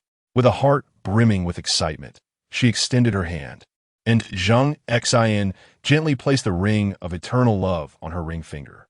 The venue erupted in enthusiastic applause and cheers, the sound surging like crashing waves. Friends and family rushed forward to bless the joyous couple, their faces alight with happiness and well wishes. Angeli embraced Xiao Yichun tightly, whispering, "Yichun, congratulations. This is your exclusive happiness." Wang Shu, Sima Outyin, Zhou Jian, Lu Hu, Lu Bao, and other friends and family members also extended their heartfelt blessings, their words filled with beautiful expectations for the newlyweds. Xin and Yin Yin rushed over and hugged Zheng Xin and Xiao Yichun, joyfully exclaiming, "Daddy, Mommy, we wish you happiness too." Their innocent smiles radiated warmth, akin to the gentle embrace of sunlight. Zheng Xin and Xiao Yichun held their precious daughters close, their hearts overflowing with happiness and gratitude. They felt the warmth and strength of family, fully aware of the significant responsibilities they bore. In this splendid moment, Zheng Xin and Xiao Yichun seemed to forget everything around them. Their eyes were solely focused on one another. They embraced tightly, sharing tender kisses, feeling each other's warmth and heartbeat, as if wishing to etch this moment in their hearts forever, filled with longing and anticipation for the future. Zheng Xin gently stroked Xiao Yichun's hair and softly declared, "Yichun, I love you. I will ensure your happiness every day to come." Leaning into Zheng Xin's embrace, Xiao Yichun replied softly, "Xin, I love you too. I believe we will be happy." Their words were as warm as a spring breeze, instilling confidence in their future together. As the music began to play, Zheng Xin and Xiao Yichun took to the dance floor, under the watchful eyes of their friends and family, performing their first dance. Their movements were graceful and light, reminiscent of two butterflies gliding through the air. Their faces radiated happiness, with only each other in their gaze. Friends and family soon joined in, transforming the entire venue into a sea of joy. Chapter 38. The mysterious organization abroad in a secluded corner of the overseas world. A mysterious organization known as the Dark Alliance was quietly active. Its leader, Hawks, along with his members, had witnessed Zheng Xin's astounding strength in dismantling the Night and Phantom Gates, deeply impressed by his power. Now, the Dark Alliance faced an unprecedented crisis amidst their struggles for dominance overseas. Hawks understood that their current strength was insufficient to confront this challenge, prompting him to consider reaching out to Zheng Xin. As the Dark Alliance began attempting to contact Zheng Xin through various channels, Lu Hu and Angeli were the first to sense the anomaly. Drawing on his years of experience, Lu Hu keenly perceived the unusual activities of this mysterious organization and immediately intensified surveillance. Angeli swiftly initiated an analysis of the Dark Alliance. Utilizing the intelligence networks of Bloodshed Hall and Sharp Sword Security, along with information gathered from various sources, she conducted a thorough examination of the organization's history, structure, and operational style. Angeli discovered that while the Dark Alliance was shrouded in mystery, it also possessed its own weaknesses and limitations. Faced with their current crisis, they appeared somewhat flustered and uncertain, which might explain their eagerness to connect with Zheng Xin. Additionally, Angeli noticed that there seemed to be internal conflicts and divisions within the organization, which could potentially impact their operations. Simultaneously, Angelique discerned the intricate connections between the Dark Alliance and several other factions, rendering the entire situation increasingly convoluted. She meticulously reported her analytical findings to Zheng Xin, providing crucial insights for his decision-making. Upon receiving this information, Zheng Xin fell into deep contemplation, weighing the implications of engaging with this enigmatic organization. After Angelique presented her detailed analysis of the Dark Alliance, Zheng Xin began to seriously deliberate the advantages and disadvantages of establishing contact with this mysterious entity. In these turbulent times, every decision could profoundly influence the future trajectory.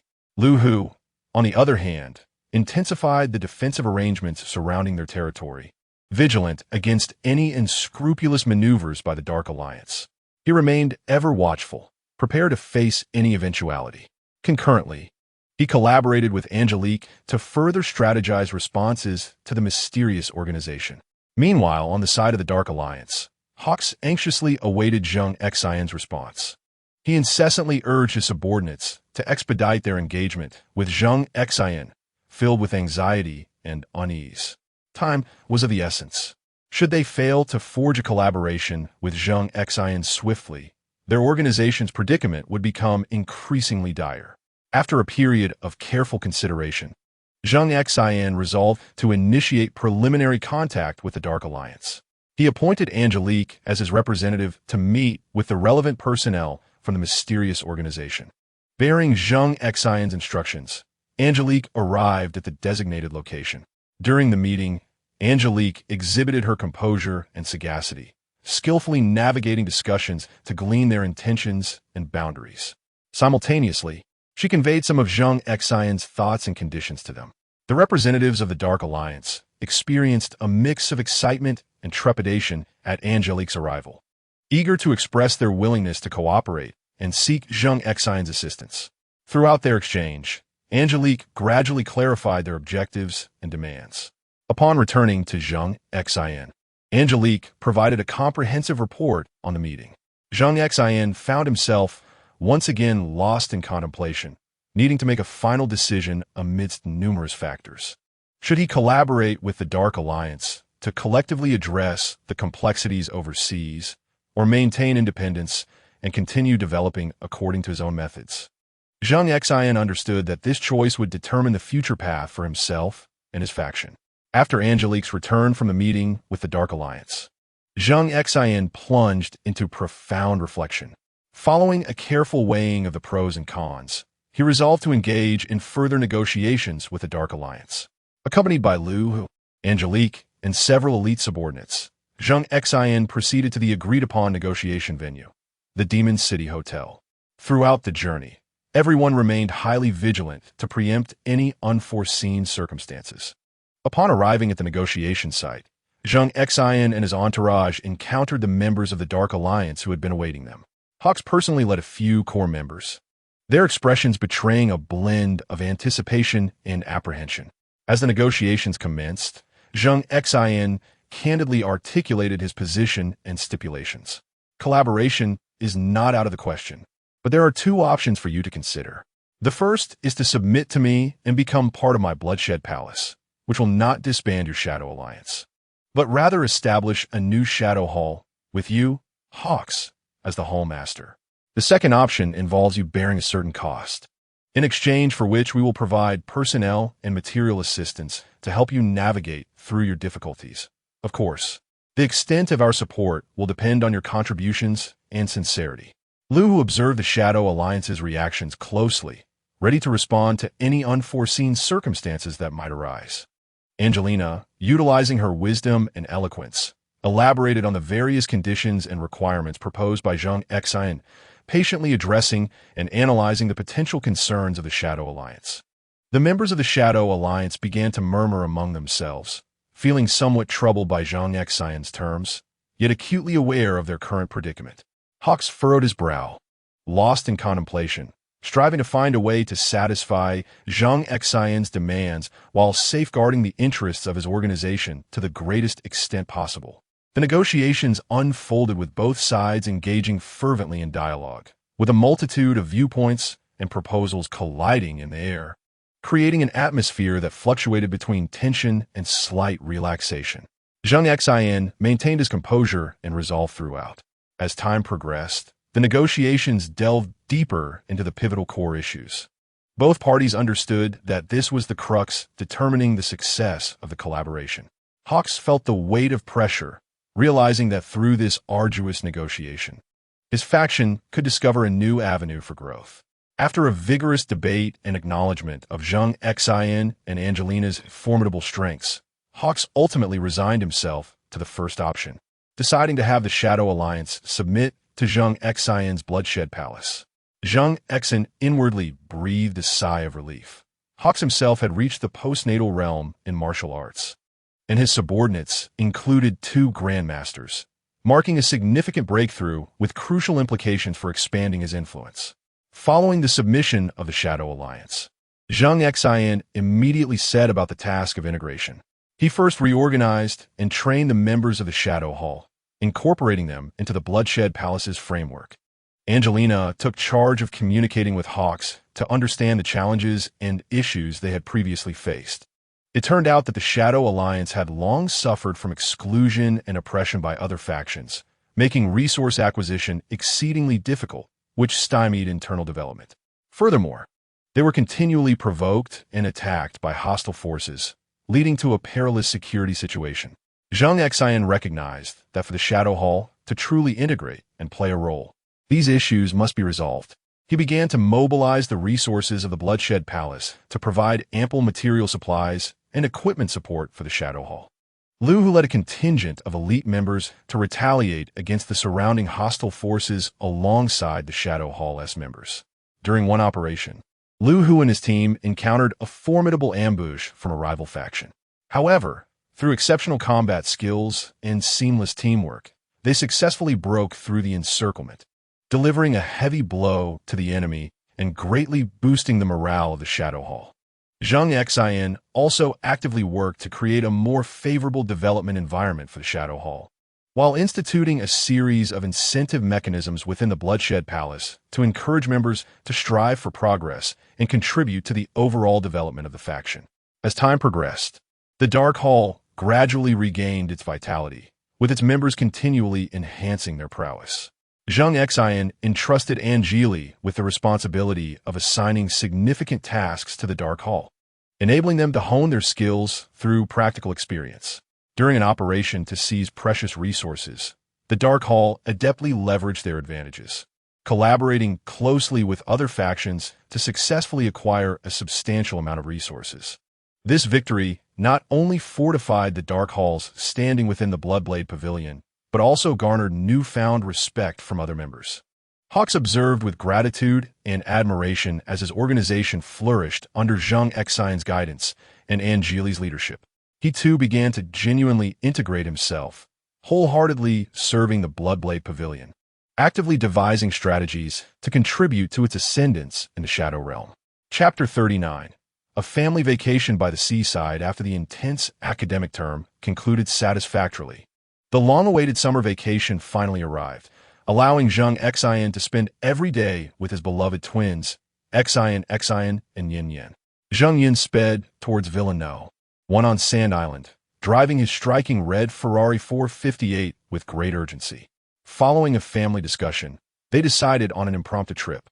With anticipation and excitement, they departed from the bustling and vibrant city of Yaodu, heading south to the picturesque province of Qiong, embarking on a leisurely seaside vacation.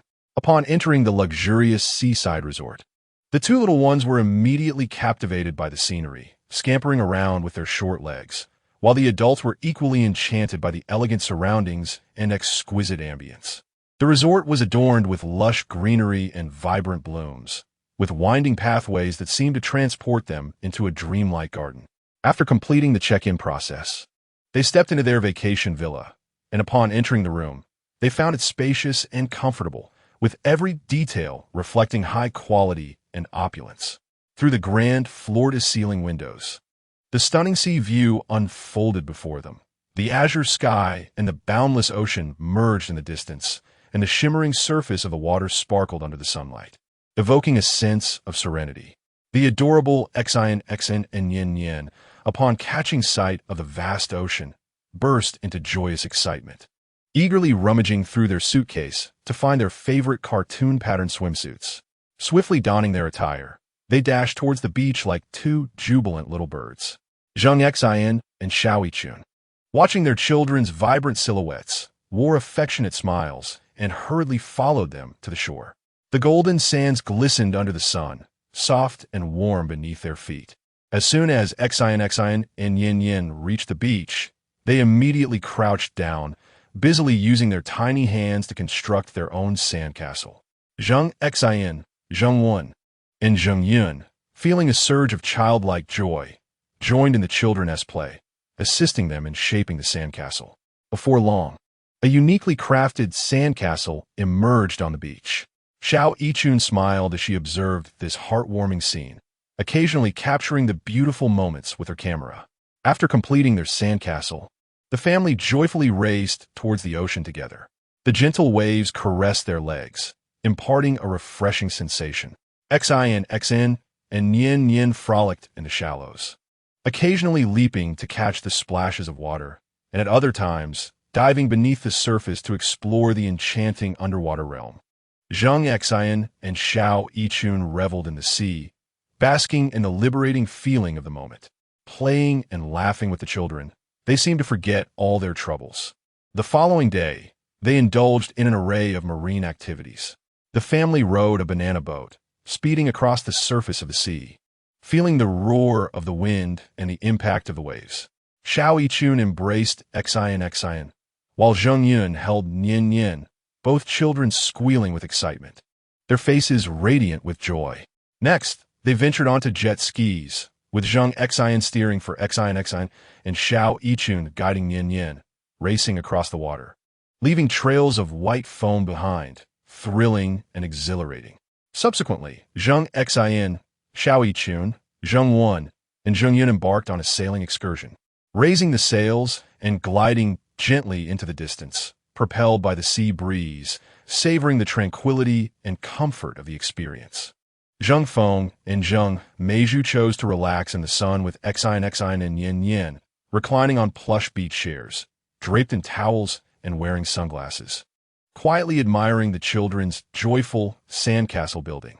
Their faces radiated happiness, a profound sense of contentment and gratification. Occasionally, Zheng Feng would turn to Zheng Meizhu, engaging in soft-spoken exchanges, sharing their feelings in that moment. As the sun began its descent, painting the sky in vibrant hues of orange and red, the family, though slightly weary, returned to the resort, their hearts filled with joy. As night enveloped the landscape, the resort's restaurant shimmered with light, and they entered, eager to savor a sumptuous seafood feast. After placing their orders, the attentive staff soon presented an array of delectable seafood dishes. The first to capture their attention was a platter of Australian lobster, its massive, crimson form exuding an irresistible aroma, valued at over 1,000 yuan. The lobster meat was succulent and tender, each bite a delightful indulgence. Following this, a serving of Alaskan king crab arrived, its robust legs brimming with rich crab meat, fetching a price in the thousands. They relished the exquisite taste of the king crab, savoring the distinct flavor of the sea. Additionally, they enjoyed Gina's oysters, their smooth texture and intense briny flavor, each worth several hundred yuan. Furthermore, an assortment of rare fish and shellfish graced their table, such as the esteemed East-Star grouper and abalone, each dish epitomizing luxury. While relishing the seafood, they also uncorked a bottle of the nation's finest red wine, Romanée-Conti, valued at over 100,000 yuan. The jewel-like liquid swirled in the crystal glasses, emanating an enchanting bouquet. Zheng Xin gently lifted his glass, savoring a sip of the wine, allowing its rich flavor to unfold on his palate. Experiencing the exquisite harmony between the wine and seafood, Xiaoyichun and Zheng Yun emulated Zheng Xin, savoring the wine's magnificence, their faces reflecting sheer delight. The children were filled with curiosity about red wine, and Zheng Xin patiently elucidated the intricacies of this exquisite beverage, even allowing them to experience it with small spoons. After their parents sampled it, Zheng Xin and Yin made faces of distaste, exclaiming in their sweet voices, "It tastes awful, so bitter." This elicited laughter from everyone. As the family delighted in a sumptuous seafood feast, their joyous banter filled the air. The children, fascinated by the novel seafood, chatted animatedly while savoring each bite. They raised their glasses in celebration, with Zheng Xin and Yin lifting their juice to clink with the adults. Immersed in this rare moment of warmth, Zheng Feng and Zheng Meizhu basked in the atmosphere of delight, their faces radiant with happiness. After the meal, they strolled along the beach, admiring the enchanting night scenery. The moonlight cascaded over the sea, its shimmering surface appearing ethereal. Hand in hand, Zheng Xin and Xiao Yichun felt the gentle caress of the sea breeze. Their eyes filled with tenderness as they gazed at Zheng Xin and Yin, hearts brimming with joy and contentment. Zheng Yun playfully led the two children ahead, their laughter echoing on the beach, as if the entire world belonged solely to their blissful family. On this tranquil and beautiful night, they created countless cherished memories, a time that would remain unforgettable. They continued their leisurely stroll, savoring the rare tranquility and comfort until the night deepened, returning to their room with satisfied smiles, ready to enter a sweet slumber, anticipating the next day's fishing adventure. The following morning, Zheng Wen rented a luxurious yacht, preparing to set sail into the vast ocean. The Zheng family excitedly boarded the vessel, as the crew expertly navigated towards the horizon. The yacht sped across the water, the sea breeze playfully tousling everyone's hair. Soon, they arrived at an excellent fishing spot. Eagerly, everyone picked up their fishing rods, baited their hooks, and cast their lines into the sea, brimming with anticipation. Zheng Feng sat calmly and intently, and before long, his rod began to twitch. Skillfully reeling in, he wrested a plump fish from the depths, a triumphant smile spreading across his face. Not to be outdone, Zheng Wen focused intently on his rod, soon reeling in a vibrantly colored fish, his excitement palpable. Zheng Xin also enjoyed a string of successes, his joy growing as the bucket filled with fish. In contrast, Xiao Yichun and Zheng Yun appeared somewhat disheartened, their rods remaining still. A hint of anxiety and resignation flickered in Xiao Yichun's eyes, while Zheng Yun let out a gentle sigh. Zheng Meizhu, too, had caught nothing, and witnessing the other's successes, a wave of subtle disappointment washed over her. As time slowly passed, Zheng Feng, Zheng Xin, and Zheng Wen continued to revel in their fishing triumphs, while Xiao Yichun, Zheng Yun, and Zheng Meizhu grew increasingly disheartened. Yet they endeavored to adjust their mindsets and enjoy their time on the water. Observing her grandmother, mother, and aunt's glum expressions, Zheng Xin chirped encouragingly, "Grandma, Mama, Annie, you can do it. Catch a fish. Tonight we'll feast on the fish you catch, not the ones they do." As Zheng Meizhu, Sanren, and Xin immersed themselves in playful banter, their spirits lifted considerably, allowing them to focus intently on the fishing floats. The sunlight danced upon the surface of the sea, creating a shimmering tapestry that intertwined with their joyous and melancholic silhouettes, crafting a complex yet beautiful tableau. It was not until the sun dipped below the horizon that the Zheng family returned to shore, their hearts brimming with fulfillment and joy, concluding a day rich with surprises and intricate emotions from their seaside fishing expedition. Chapter 40. Establishing a technology company having wrapped up his coastal journey in Xiong province. Zheng Xin returned to Yaodu with his family. At this moment, he found himself in the garden of Villa No. 1 on Shadao Island, relishing the rare leisure time while meticulously tending to the flora. Suddenly, an unexpected voice erupted in his mind. Ding. The seaside trip has fostered a profound sense of familial happiness, rewarding the host with the complete design schematics for a new energy vehicle and future cutting-edge battery technology. The schematics have been dispatched to the study of Villa No. 1. This voice struck him like thunder, causing his heart to race uncontrollably, followed by a wave of dizziness. As a torrent of detailed knowledge regarding new energy vehicles and advanced battery technology surged into his consciousness. Overwhelmed with excitement, Zheng Xin composed himself and resolutely decided to establish a technology company. Eagerly, he summoned Sima Outyin. Upon arriving at the villa and hearing Zheng Xin's grand vision, Sima Outyin's eyes sparkled with enthusiasm, and he immediately pledged his unwavering support for the endeavor. Thus, Sima Outyin hastily made his way to the Eason Business District office building, where he convened a meeting with the company's upper management, including Wang Shu, to deliberate on the proposal. Thereafter, Sima Outyin tirelessly scoured the area, diligently searching for a suitable location to establish the technology company. This endeavor was fraught with challenges. Finding a venue proved to be daunting, and recruiting personnel was equally arduous, with one obstacle after another weighing heavily upon their hearts. Eventually, through relentless efforts, the company began to take shape, incorporating the laboratory into its structure. The next phase involved the critical and intense research and development work. Zheng Xin and Sima Outyin led a passionate team of engineers and technologists, toiling day and night within the laboratory.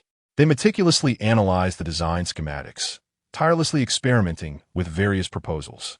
Throughout this protracted journey, they encountered an array of unimaginable hardships and setbacks.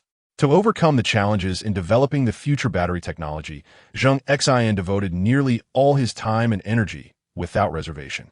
He immersed himself in a multitude of resources, engaging in extensive discussions with team members, continuously refining experimental plans. Meanwhile, Sima Outyin leveraged his intellect, probing the issues from diverse perspectives and proposing numerous innovative ideas. After countless trials and persistent refinements, they finally achieved a groundbreaking breakthrough. It was an exhilarating moment when the newly developed future battery technology exhibited performance far exceeding expectations, igniting an explosive wave of excitement throughout the laboratory. The capacity of this battery far surpasses that of contemporary batteries, boasting a multitude of advantages, including an extraordinarily rapid charging speed and an astonishingly long lifespan. Moreover, its compact design in comparison to existing batteries presents significant benefits for reducing the overall weight of vehicles and creating space for enhanced safety features. This remarkable achievement illuminated the path to success for them. With a robust foundation provided by this futuristic battery technology, they embarked on a new journey akin to valiant warriors, plunging into the research and development of new energy vehicles without hesitation. This endeavor undoubtedly represents a more intricate and formidable challenge, akin to a towering mountain replete with obstacles looming before them. It encompasses a myriad of technological and academic disciplines, spanning mechanical engineering, electronics, material science, and intelligent control, each facet resembling a complex riddle awaiting their meticulous unraveling. Zheng Xin and Sima Outyin, along with their team members, confronted these challenges with unwavering resolve and indomitable courage. Commencing with the design of the vehicle's exterior, they meticulously crafted every line, striving to achieve a unique aesthetic while adhering to aerodynamic principles to minimize drag. In terms of internal structure, they meticulously deliberated over the layout and connections of each component, ensuring both stability and rationality in the overall design. With respect to the power system, they exerted themselves to the utmost, ceaselessly testing and refining to attain optimal power output and energy efficiency. In the realm of intelligent driving, they ardently explored cutting-edge technologies to endow the vehicle with advanced autonomous capabilities. Throughout the research and development process, every stage was painstakingly honed and polished. They engaged in extensive discussions, continuously optimizing design proposals and leaving no minute flaw unaddressed. They endeavored to create a new energy vehicle that not only dazzled with its stylish and vibrant appearance, capturing immediate attention, but also excelled in performance, achieving pinnacle levels in acceleration, range, and handling. This undertaking transcended the mere development of an automobile. It represented a crucial stride in their pursuit of dreams and their ambition to transform the world, demanding their utmost dedication and striving for perfection. With the relentless efforts of Zheng Xin, Sima Zheng and the entire team, the research and development of the new energy vehicle progressed steadily. They successfully crafted an astonishing prototype of a new energy sports car. This vehicle features impeccably fluid lines and a strikingly futuristic design, constructed from high-strength lightweight materials that significantly reduced its weight while markedly enhancing its handling and acceleration capabilities. The interior is equipped with the most advanced intelligent driving system and luxurious, comfortable furnishings, allowing the driver to revel in speed and exhilaration while experiencing unparalleled comfort. Zheng Xin aptly named this sports car Xinyan, and after careful consideration, they set its price at 3 million yuan. Subsequently, they introduced sedan and other models tailored for diverse consumer demographics. Sedans are categorized into several tiers. Entry-level sedans prioritize cost-effectiveness and practicality, priced at 150,000 RMB, perfectly catering to the daily commuting needs of the average consumer. Mid-range sedans, on the other hand, exhibit significant enhancements in configuration and performance, placing greater emphasis on driving quality and comfort, with a price tag of 380,000 RMB. High-end sedans epitomize luxury, showcasing impeccable interiors and performance that exude opulence and elegance. Priced at 680,000 RMB, the models are meticulously classified as well. The basic version offers a remarkably spacious interior and reliable performance, making it ideal for family travel. Priced at 200,000 RMB, the mid to high-end variant introduces an array of intelligent technologies and premium features, such as panoramic sunroofs and advanced sound systems, delivering a superior driving experience. Priced at 880,000 RMB, the top-tier model amalgamates various cutting-edge technologies, boasting not only robust power, but also exceptional off-road capabilities and intelligent safety systems, priced at 280,000 RMB. Throughout the research and development process, rigorous testing and refinement were consistently undertaken, from vehicle range and charging efficiency to safety performance. Every minute detail was subjected to stringent scrutiny. As time progressed, their new energy vehicles gradually emerged in the market. Consumers were deeply captivated by these innovative models, bestowing high praise upon them. The company's reputation and influence have continuously expanded. To satisfy the burgeoning market demand, Zheng Xin and Sima Zheng resolutely decided to scale up production. They invested substantial capital to establish new production bases and introduced advanced manufacturing equipment and processes. Concurrently, they focused on strengthening their talent pool by recruiting a host of exceptional engineers, designers, and managerial talents, thus providing a solid foundation for the company's sustained and stable development. In terms of market promotion, the company adopted a variety of strategies. They held grand product launch events, showcasing the outstanding performance and unique allure of their new energy vehicles. Actively participated in international auto shows, competing alongside globally renowned automotive brands, significantly enhancing brand visibility, and organized a series of test drive events, allowing consumers to personally experience the immense advantages of new energy vehicles. Through the relentless efforts of the entire company, sales of new energy vehicles surged exponentially, with market share continually expanding. This success not only brought substantial profits to the company, but also made an indelible contribution to the rapid development of the global new energy vehicle industry. Chapter 41. Renewed collaboration with the military in this era of rapidly advancing technology. Zheng Xin's tech company shines like a brilliant star, radiating a unique brilliance in the field of technology. Leading his team, Zheng Xin forges ahead in the realms of cutting-edge battery technology and new energy vehicles, continually scaling the peaks of innovation. Their developed advanced battery technology, renowned for its exceptional performance and extended range, swiftly became the benchmark within the industry. This innovative battery employs advanced materials and unique craftsmanship, enabling it to store immense energy within a remarkably compact volume, thus providing enduring and stable power support for various devices. The successful introduction of new energy vehicles has sparked widespread attention and fervent enthusiasm globally. Their stylish design, efficient drive systems, and intelligent configurations have ignited anticipation for future modes of transportation. This series of achievements has not only earned technology companies a stellar reputation, but also signifies an indelible contribution to the rapid advancement of the global new energy vehicle industry, marking a significant and solid step forward for Huaxia on the international stage.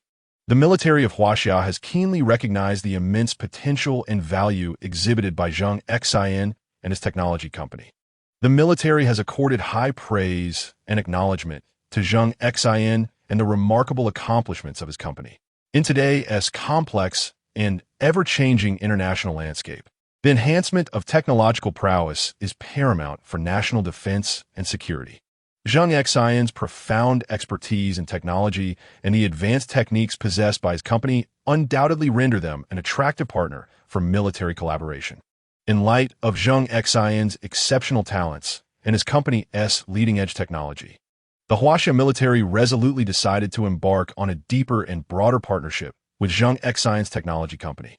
This decision not only recognizes Zheng Xin and his team's efforts, but also underscores the military's significant emphasis on and proactive utilization of technological strength. Both parties are acutely aware that such collaboration will yield tremendous benefits and advantages for the nation. In the initial phases of their collaboration, they focused on the research and development of a new generation of military equipment, leveraging the unique advantages of the cutting-edge battery developed by Zheng Xin's company. The military aspires to significantly enhance the performance and endurance of military facilities and weaponry. Major General Zheng Xin fully comprehends the significance of this collaboration. He commits himself wholeheartedly to the endeavor, leading his team to work closely with military experts. Together, they explore and research how to seamlessly integrate the technology of the advanced battery into the development of military equipment. Extensive experiments and tests are conducted, continually optimizing solutions to achieve the best results. Throughout this process, they encountered numerous technical challenges and hurdles. For instance, ensuring the stability and safety of the battery in extreme environments and achieving efficient compatibility between the battery and various military equipment. However, Zheng Xin and his team were undeterred by these difficulties, overcoming each problem with tenacity and exquisite skill. Through countless days and nights of effort, they ultimately achieved groundbreaking progress. With the incorporation of the advanced battery, the new military facilities exhibited a remarkable enhancement in endurance, allowing for prolonged, efficient operation. The application of the cutting-edge battery also empowered the weaponry with greater strength and sustained combat effectiveness, marking a robust advancement in the military capabilities of Huaxia. Simultaneously, both parties actively explore the development of specialized vehicles for military use, based on the technology of new energy vehicles. They thoroughly consider the operational demands in various complex environments, ranging from extreme terrains to harsh climates, and from high mobility requirements to heightened stealth needs. Zheng Xin and his team, endowed with extensive research and development experience and exceptional innovation capabilities, tirelessly conquer one technical challenge after another. They have conducted in-depth studies on the characteristics and requirements of military operations, comprehensively optimizing and enhancing the structures, power systems, and suspension systems of vehicles. To improve the vehicle's off-road capability, they have developed specialized tires and suspension systems adept at navigating various rugged terrains. To augment the vehicle's concealment, they have employed advanced stealth materials and technologies, significantly reducing the signal characteristics detectable by radar and infrared systems. In response to the demands for high mobility, a formidable power system has been devised, enabling rapid acceleration and movement in a short span of time. Through relentless effort, a series of uniquely functional military-specific new energy vehicles have emerged, boasting not only robust power and exceptional endurance, but also highly intelligent control systems and advanced protective devices. These vehicles can operate swiftly and flexibly under a variety of challenging conditions, providing formidable support for military operations. Their advent has introduced novel ideas and possibilities to the military actions of the Huaxia Armed Forces. During practical drills, they have exhibited outstanding performance and reliability, garnering high praise from military leaders at all levels. As cooperation deepens, Zheng Xin's technology company has forged increasingly close ties with the Huaxia military. Together, they have established multiple joint research and development centers, bringing together top talents from both sides to form a powerful collaborative force in innovation. Within these centers, new ideas continually emerge, and groundbreaking technologies are developed. Researchers work tirelessly, driven by the aspiration to elevate the nation's military technological capabilities. These centers are equipped with the most advanced experimental facilities and optimal research environments, allowing researchers to fully unleash their imagination and creativity, undertaking bold experiments and explorations. They consistently challenge themselves, transcending the confines of traditional thinking and infusing new vigor into the development of military technology. Throughout this process, Zheng Xin has maintained a profound sense of responsibility and mission, fully aware of the weight of his duties, not only for the advancement of his company, but also for the security and honor of the nation. He leads by example, inspiring his team members to dedicate themselves wholeheartedly to each project, ensuring every outcome meets the highest standards. He frequently engages with researchers on the front lines, collaboratively addressing challenges and resolving issues. He encourages innovation and experimentation, instilling a fearless attitude towards failure. Under his leadership, the entire team is imbued with vitality and determination, united in their efforts to achieve a common goal. The Huaxia military, in turn, has provided Zheng Xin and his technology company with comprehensive support and guarantees. From resource allocation to policy support, from technical guidance to information sharing, the military spares no effort in creating the most favorable conditions for collaboration. This close partnership not only accelerates the rapid development of the technology company, but also offers the military unprecedented opportunities and advantages. The military has extended substantial financial and technical support to the technology company, facilitating their research and production endeavors. Simultaneously, the military has actively coordinated various resources to ensure the development of technology companies. For instance, significant support and assistance have been provided in areas such as raw material supply, production facility construction, and talent cultivation. Additionally, the military has established an information-sharing mechanism with technology companies, promptly conveying military needs and technological advancements to facilitate their research and development endeavors. Under the collaborative efforts of Zheng Xin and the Huaxia military, the fruits of this partnership have begun to manifest a tremendous influence across various fields. These advanced military equipment and specialized vehicles not only enhance the combat capabilities of the Huaxia military, but have also garnered widespread attention and acclaim in international military exchanges and collaborations. Other nations have expressed admiration and envy for Huaxia's achievements in military technology, further elevating its status and influence on the global stage. However, Zheng Xin and his team do not rest on their laurels. They are acutely aware that technological advancement knows no bounds. Only through continuous progress and innovation can they maintain their leading position. Thus, they have embarked on a new round of research and exploration, setting their sights on cutting-edge technological fields such as quantum technology and artificial intelligence, striving to integrate these advanced technologies into the development of military equipment and vehicles, thereby crafting a more competitive and formidable weapon system for the Huaxia military. In the realm of quantum technology, they are dedicated to developing quantum communication devices and quantum computing chips. Quantum communication offers exceptional security and confidentiality, providing reliable assurance for military communications. Meanwhile, quantum computing chips possess extraordinary computational power, proving invaluable in data analysis and cryptography. The incorporation of quantum technology into military assets will significantly elevate the military's level of informationization and operational efficacy. In terms of artificial intelligence, they are actively exploring its applications in the military domain, such as the development of intelligent combat robots and smart command control systems. Intelligent combat robots can execute missions in complex and hazardous environments, thereby reducing soldier casualties. Smart command control systems can make real-time decisions based on battlefield conditions, enhancing command efficiency and operational outcomes. By merging artificial intelligence technology with military equipment, a novel combat paradigm and philosophy will emerge. Chapter 42.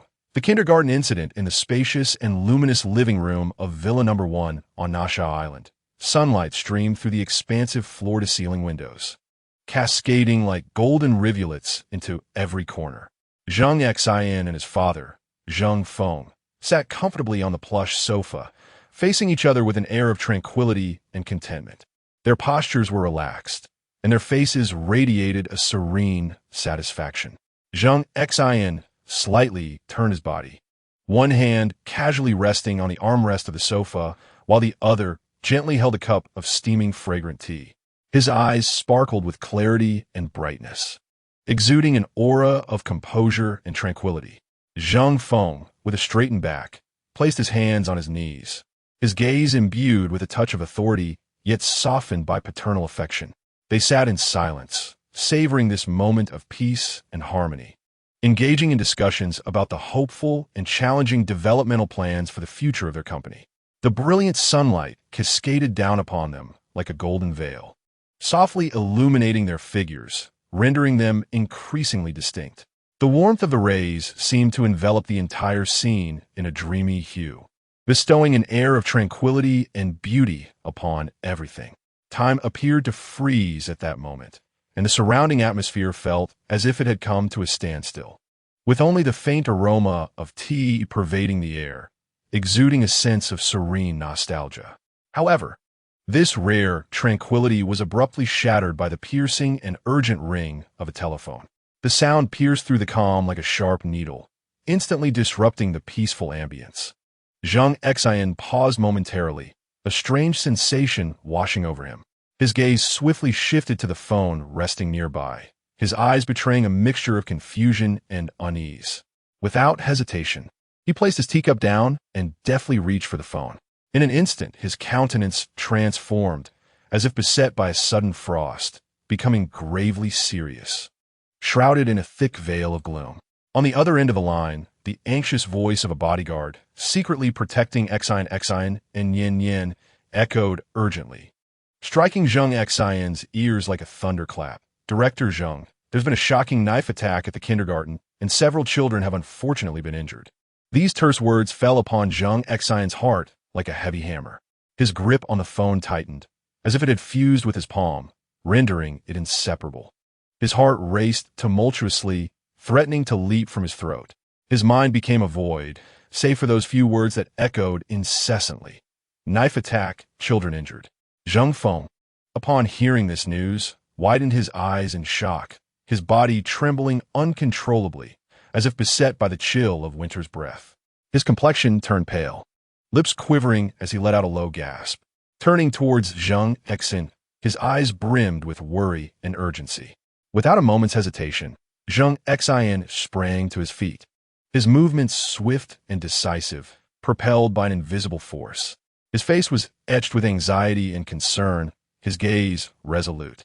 He quickly donned his coat, preparing to rush to the kindergarten. Zheng Feng hurriedly followed suit, closely trailing his son's footsteps. Though his steps were somewhat frantic, his eyes radiated determination and resolve. Throughout the journey, Zheng Xin's mind was inundated with vivid images of Xin and Yin's cherubic faces. His heart brimmed with trepidation, as though an invisible hand clutched tightly at his soul, rendering him almost breathless with pain. He fervently prayed within his heart, beseeching that nothing would befall his precious children. His hands gripped the steering wheel with such intensity that his fingers became pale. His gaze remained fixed and anxious, intensely focused on the road ahead, wishing he could instantly soar to the kindergarten. Upon his frantic arrival, the scene before him was one of chaos and terror. In the kindergarten's playground, children fled like frightened birds, their faces etched with fear and helplessness. The heart-wrenching cries rose and fell like the relentless tide, assaulting the ears of those present and filling their hearts with compassion and sorrow.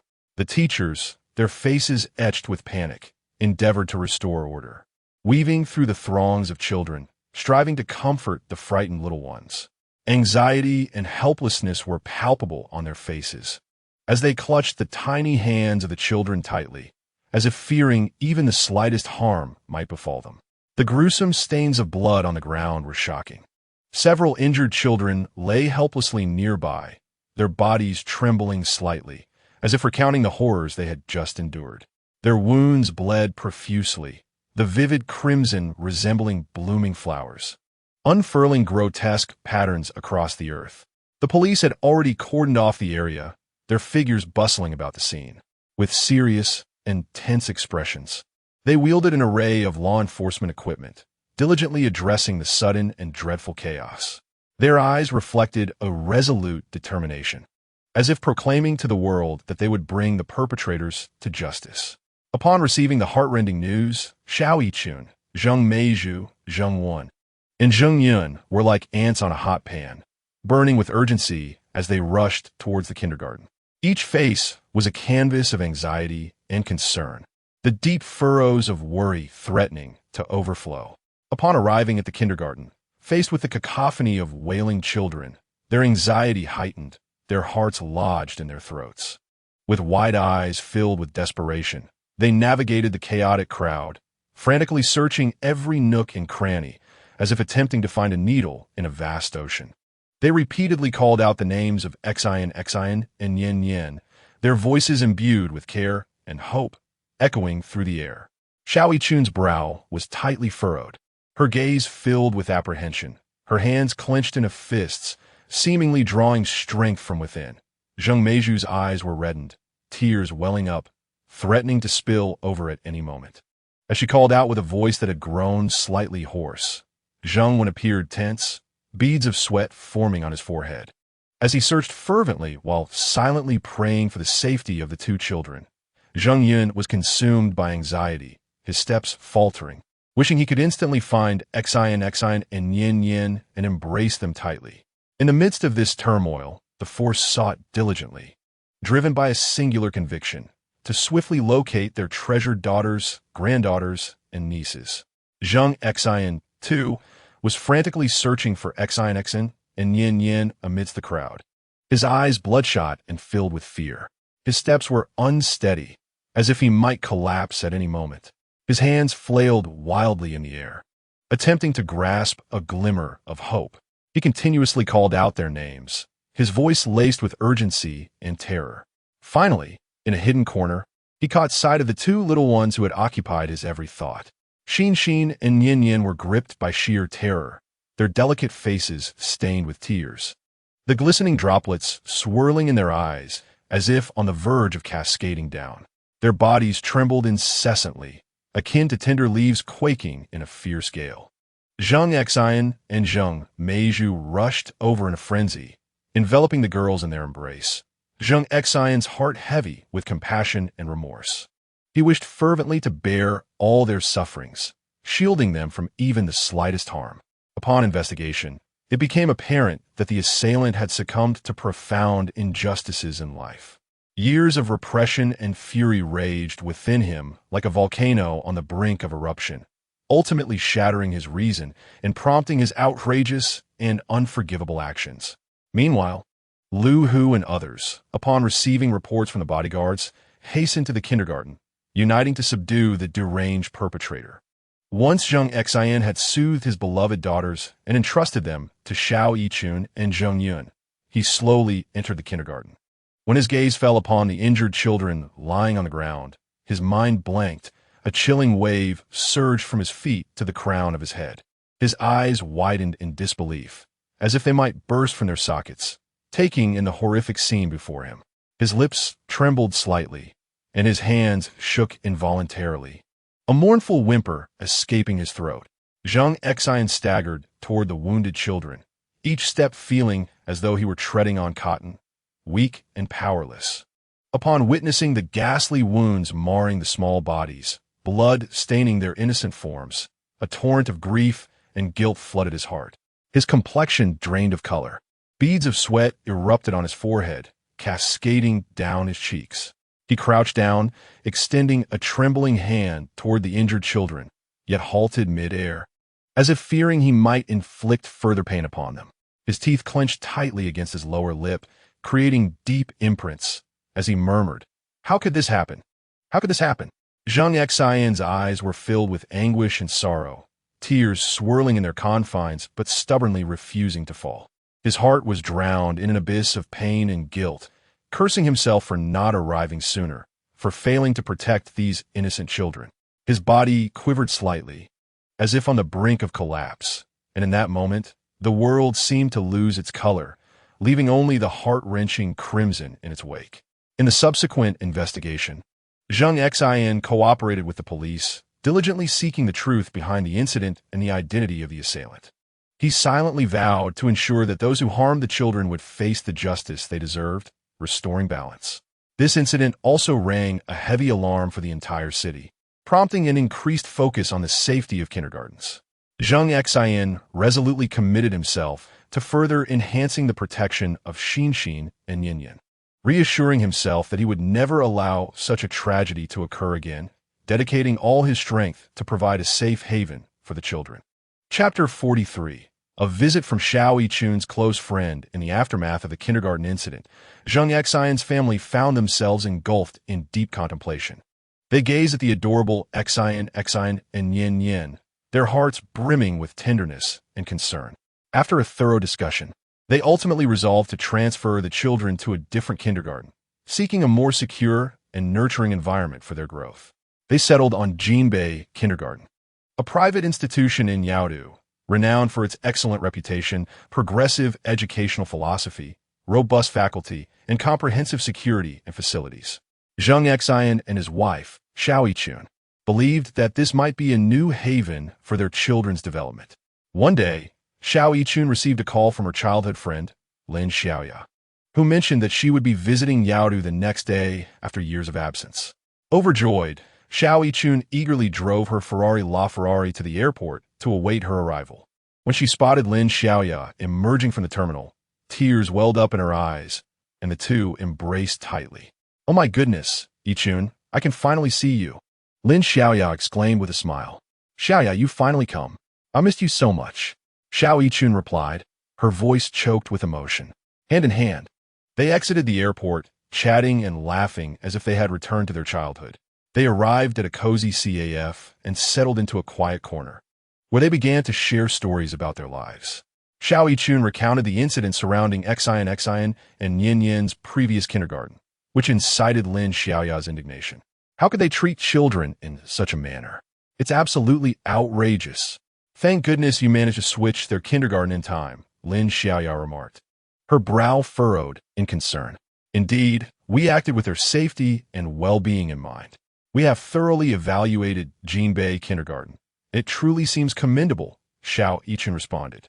"That's wonderful. I hope Xin and Yin flourish in their new environment," Lin Xiaoya said with a smile. Subsequently, Xiao Yichun shared snippets of her family life, including Zheng Xin's job, the children's amusing antics, and some minor troubles they faced. Lin Xiaoya, in turn, recounted her experiences in another city, the challenges at work, and the intriguing people and events she encountered. Speaking of which, I have yet to meet Xin and Yin. I am eager to see these two little cuties, Lin Xiaoya expressed excitedly. "Haha, we'll head back shortly, so you can have a good look at them. They are quite mischievous, but utterly delightful," Xiao Yichun replied with a grin. They conversed for quite a while, as if there were an endless stream of topics to discuss. After leaving the CAF, they strolled through the shops, purchasing gifts to bring back for Xin and Yin. Upon returning to Villa No. 1 on Shadao Island, they found Zheng Xin engaging in playful activities with the children. Upon seeing Lin Xiaoya, the Zheng family greeted her warmly. "Welcome to our home, Xiaoya," Zheng Xin said with a smile. "This is my husband, Zheng Xin, my father-in-law, Zheng Feng, my mother-in-law, Zheng Meizhu, my aunt, Zheng Yun, and my second uncle, Zheng Wen." Xiao Yichun introduced her family to Lin Xiaoya. "Hello, everyone. I am Lin Xiaoya, a lifelong friend of Yichun." Lin Xiaoya greeted the Zheng family. "Zheng Xin, it's a pleasure to finally meet you," Lin Xiaoya said to Zheng Xin with a smile. Curious about their guests, Xin and Yin rushed over. Xiao Yichun knelt down to introduce Lin Xiaoya to the children. Xin, Yin, This is your mother's dear friend, Aunt Xiaoya. Hello, Aunt Xiaoya. The children greeted politely. Lin Xiaoya looked at the two adorable kids, her heart brimming with affection as she presented them with gifts. This is a little something for you from Auntie. Do you like it? Yes, thank you, Aunt Xiaoya. The children exclaimed joyfully as they received the presents. Wow, Xiaoya, you are too generous, Xiao Yichun remarked. Ha! It's merely a token of my affection for the children, Lin Xiaoya replied with a smile. In the days that followed, Lin Xiaoya settled into the villa on Sand Island No. 1 with Xiao Yichun and her family. Together, they played with the children, shared stories, and engaged in games. The children quickly grew fond of Lin Xiaoya, eagerly seeking her company throughout the day. One day, they took the children for a stroll in the park. The sun shone brightly, and the trees provided ample shade. The children frolicked on the grass, their laughter echoing through the air. Xiao Yichun and Lin Xiaoya sat on a bench, watching the joyful figures of the children, their hearts filled with happiness. Yichun, seeing you so blissful now truly warms my heart, Lin Xiaoya expressed with sentiment. Indeed, I feel very fortunate. Though challenges may arise from time to time, having Zheng Xin and the children by my side makes it all worthwhile, Xiao Yichun replied with a smile. Yes, it is essential to cherish the present. By the way, how is your work going lately? Lin Xiaoya inquired. I haven't returned to work yet. Zheng Xin suggested that I choose a job I like after our wedding, which will also facilitate caring for the family, Xiao Yichun explained. Haha, you're absolutely right. For me, family is of utmost importance at this stage. Xiao Yichun added with a grin. I share that sentiment. Family is always our warmest haven, Lin Xiaoya concurred. They watched as the children chased butterflies across the grass, their faces radiant with innocent joy. Xiaoya, what do you think the children will be like when they grow up? Xiao Yichun suddenly asked. I believe they will be exceptional and accomplished, Lin Xiaoya replied with a smile. I hope so too. My only wish is for them to grow up healthy and happy, Xiao Yichun said.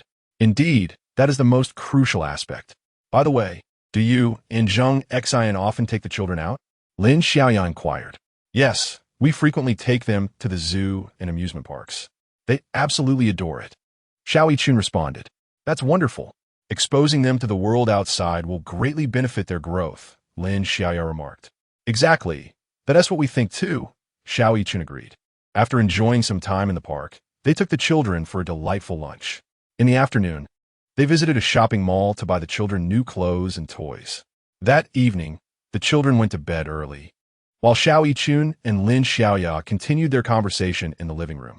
Xiaoya, how long do you plan to stay in Yaoda this time? Xiao Yichun asked. I'm not certain yet, perhaps around a week. I would like to explore Yaoda thoroughly, Lin Xiaoya replied. That sounds great.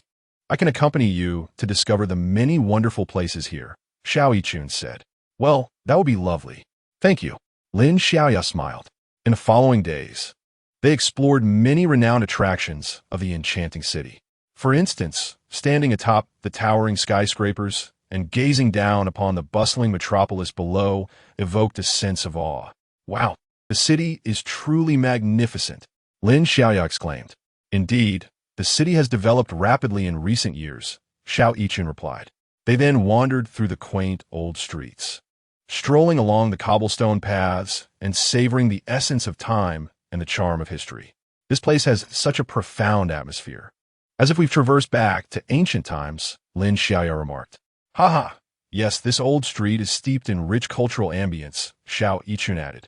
Next, they visited the picturesque riverside promenade, where they marveled at the magnificent modern architecture lining the banks. This is so spectacular, Lin Xiaoya couldn't help but exclaim. Indeed, the banks are the bustling economic center of the city, and my husband Zheng business district is located here, Xiao Yichun noted. During their excursions, they also made sure to bring back small gifts for the children. Xin, and Yin were always thrilled to receive presents, drawing them closer to Lin Xiaoya. However, such delightful moments are fleeting. Before long, Lin Xiaoya was preparing to depart from the city. On the eve of her departure, Xiao Yichun and Zheng Xin specially prepared a sumptuous dinner for her. Xiaoya, I really wish you wouldn't leave, Xiao Yichun said with a hint of sadness.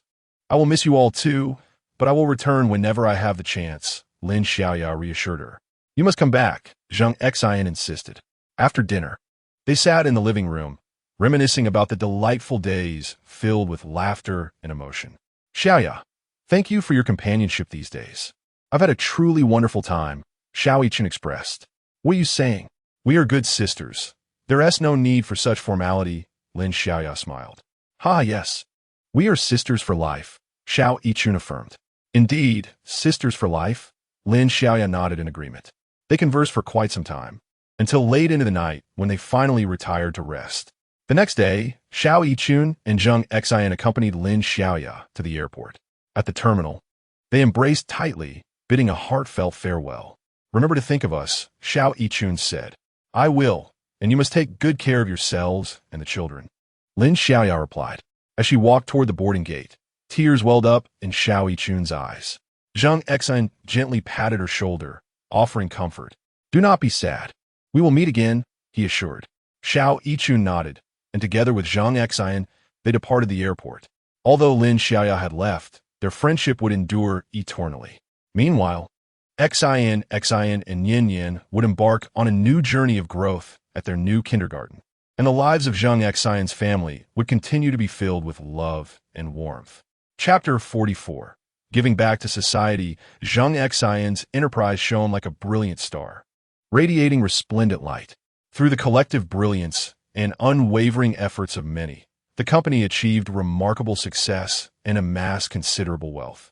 Zheng Xin understood that the triumph of the enterprise was not merely a personal honor, but also a reflection of the opportunities and support provided by society. On a sunlit morning, core members including Sima Outyin, Wang Shu, Zhou Jian, and Liu Hu gathered in the spacious and well-lit conference room of the Yisan Business District to collectively deliberate on how to initiate a benevolent endeavor for society. At the outset of the meeting, Zheng Xin, with a resolute gaze, addressed the assembly, stating, Esteemed colleagues, our enterprise has achieved commendable success and amassed wealth. Yet we must not forget our roots. We bear the responsibility to give back to society and contribute our strength to those in need. Sima Outyin promptly echoed Zheng Xin's sentiments, asserting, Indeed, Director Zheng is correct. We must not solely pursue profit, but also focus on societal development and the welfare of the populace. Contributing to society is not merely a moral obligation, but an essential guarantee for the sustainable growth of our enterprise. Wang Shu nodded slightly and shared his perspective. I believe we can commence our efforts in the realm of education. Education serves as the cornerstone of a nation and a people's development. By providing better educational resources to children in impoverished areas, we can transform their destinies. Zhou Jian concurred. Absolutely. We can donate books, stationery, and even establish additional Hope primary schools, enabling more children to access quality education. While the Hope primary schools funded by you, Director Zheng, have already been constructed and are operational, it remains insufficient for the children in mountainous regions. After a moment of contemplation, Liu Hu remarked, In addition to education, healthcare is equally crucial. Many impoverished areas suffer from inadequate medical facilities, leaving people without timely and effective treatment. We could donate medical equipment or sponsor healthcare assistance projects. The room buzzed with fervent discussion as everyone voiced their opinions and suggestions. Wang Shu continued, Beyond material support, we should also consider offering training and career guidance to help young individuals in impoverished areas enhance their skills and increase employment opportunities, thereby achieving genuine self-development and poverty alleviation. Sima Outyin added, Right, we could collaborate with vocational schools to implement targeted training programs, ensuring that graduates can smoothly transition into relevant industries. Zhou Jian further proposed, we could also engage in environmental activities, such as afforestation and promoting renewable energy, thus contributing to environmental improvement. Liu Hu smiled and remarked, These ideas are excellent. Shall we consider establishing a dedicated philanthropic department to oversee the concrete implementation and management of these initiatives? Zheng Xin nodded in agreement. This suggestion is commendable. We need a professional team to efficiently execute our social contribution plans. After thorough discussion, they resolved to formulate a comprehensive action plan for giving back to society. Initially, in the domain of education, a special education fund will be established. This fund will support impoverished students in completing their studies by providing tuition fees, living expenses, and study materials. Concurrently, collaborations with major universities will be initiated to establish scholarships that encourage outstanding students to strive for excellence. Additionally, plans are underway to organize volunteer teams that will regularly visit impoverished regions to conduct teaching activities, bringing knowledge and joy to the children. To enhance the implementation of the educational outreach plan, Zheng Xin personally led the team on an on-site investigation in the impoverished mountainous areas. They traversed the rugged mountain paths and arrived at a remote village. The local school was woefully inadequate, with dilapidated classrooms and a severe lack of educational resources. The children's eager eyes, filled with a thirst for knowledge, profoundly touched Zheng Xin and his companions. Zheng Xin engaged in thorough discussions with the local principal and teachers, gaining insight into the specific challenges and needs they faced. Upon returning to the company, Zheng Xin promptly set in motion various initiatives. They procured a substantial quantity of books, stationery, and teaching equipment, dispatching them to the village. Concurrently, they began recruiting volunteers to form a teaching support team. Before the first group of volunteers embarked on their journey, Zheng Xin personally bid them farewell, encouraging them to nurture the children with care, impart knowledge, and ignite hope. The volunteers set forth on their educational mission with fervor, spending unforgettable moments with the children in the village. They not only taught cultural knowledge, but also organized a plethora of vibrant activities, such as art competitions and sports events, allowing the children to experience the joy of learning and the beauty of life. In addition to education, they took proactive steps in the medical sector. Collaborating with several renowned medical equipment companies, they acquired advanced medical devices, donating them to hospitals and clinics in impoverished areas. They also funded various medical aid projects, providing assistance to families burdened by the costs of serious illnesses. Zheng Xin led his team to visit a hospital that had received donations, where they met patients undergoing treatment. One patient, filled with emotion, grasped Zheng Xin's hand and said, "Thank you. You have given me a second chance at life." Zheng Xin felt a profound sense of responsibility, acutely aware of how significant their efforts were for these patients. In the realm of vocational training and guidance, they signed cooperative agreements with multiple vocational schools to jointly implement training programs. They invited industry experts and accomplished professionals to serve as instructors, imparting practical skills and experiences to the students. Many students, after completing the training, successfully found employment, realizing their life aspirations. In their environmental, philanthropic endeavors, they actively participated in afforestation activities, organizing employees and volunteers to plant saplings in barren lands. They also collaborated with relevant organizations to promote the use of renewable energy sources, such as solar and wind energy, contributing to the reduction of carbon emissions. As the community outreach initiative progressed, Zheng Xin's enterprise garnered widespread acclaim and respect in society. An increasing number of individuals began to take notice of and support their charitable efforts, with numerous companies following suit, collectively contributing to social development and progress. However, Zheng Xin recognized that there remained a long journey ahead. The issues of education and healthcare in impoverished areas were still daunting, necessitating the efforts of many. Thus, they continually refined and optimized their community outreach initiative, increasing investment and expanding collaborative fields. During a philanthropic event, Zheng Xin encountered a student who had once benefited from their support. Now, this student had been accepted into their dream university and aspired to become a philanthropist, helping others in the future. Zheng Xin felt immense gratification, knowing that their efforts had not been in vain. The seeds of hope they had sown were flourishing beautifully. Reflecting on past endeavors and accomplishments, Zheng Xin is filled with profound sentiments. He is acutely aware that the development of a business is inextricably linked to societal support, and that giving back to society is an inherent responsibility of any enterprise. He aspires that their actions will awaken a greater sense of social responsibility among individuals, collectively striving to forge a more beautiful world. In the days to come, Zheng Xin and his team will steadfastly continue along the path of societal contribution, persistently exploring new philanthropic models and projects to bring forth greater welfare and hope to the community. Chapter 45. The commencement of charitable endeavors following a series of benevolent acts and deep contemplation regarding societal contribution. Zheng Xin, with the unwavering support of his family and associates, such as Sima Outyin, Wang Shu, Lu Hu, and Zhou Jian, decided to establish a charitable foundation named the Xinyan Foundation, derived from the names of his two beloved daughters, Zheng Xin and Zheng Xin. This decision was not a fleeting whim, but rather stemmed from Zheng Xin's profound awareness of social responsibility and a strong sense of mission. Zheng Xin has always harbored compassion for those ensnared in adversity. He has witnessed too much suffering and injustice and yearns to effectuate change and hope for them through his own efforts. Sima Outyin and others are equally benevolent and socially responsible individuals, sharing Zheng Xin's vision and desire to contribute more significantly to society through charitable means.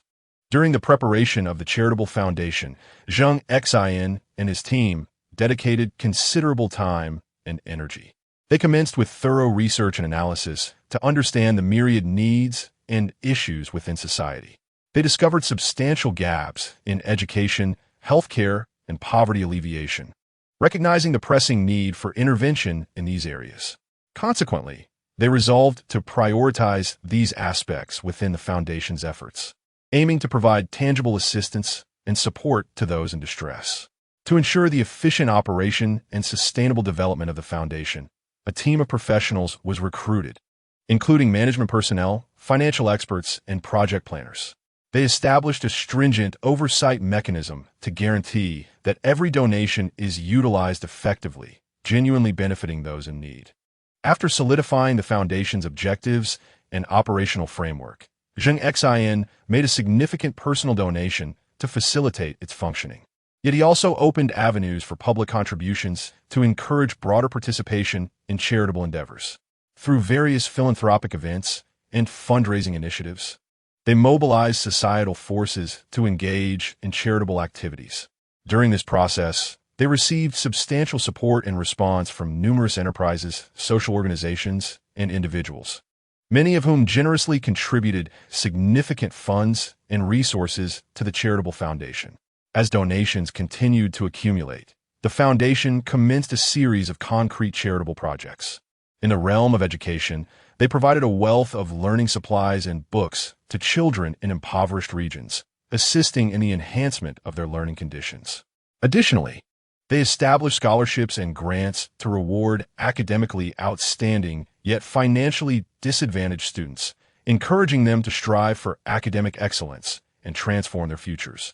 In the realm of healthcare, collaborations with numerous hospitals have been established to provide free medical assistance and surgical treatment for impoverished patients.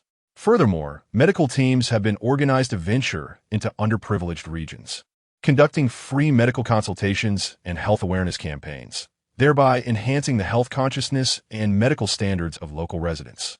In the domain of poverty alleviation, essential living supplies and financial aid have been offered to impoverished families to help them address fundamental life challenges.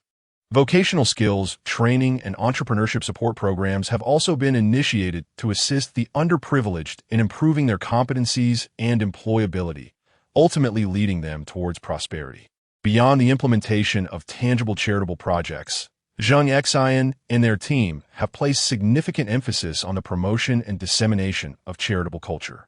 Through various media channels, they have extensively publicized charitable philosophies and deeds, urging more individuals to pay attention to philanthropy and engage in charitable activities.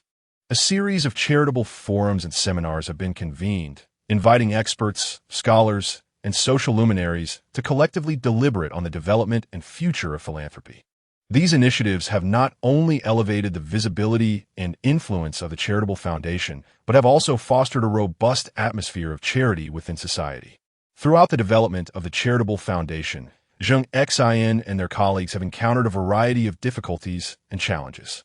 For instance, during the fundraising process, they faced skepticism and distrust from some quarters, with certain individuals questioning their philanthropic motives.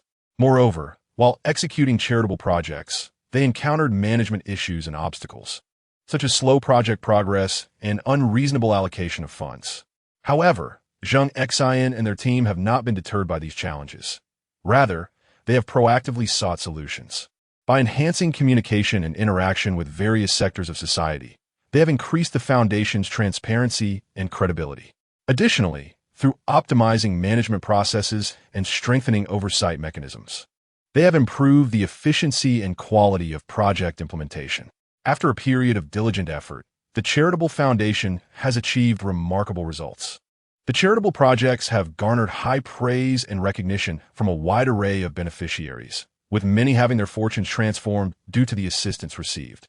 Concurrently, the foundation has gained widespread acclaim and support from all segments of society, establishing itself as a beacon of philanthropic endeavor.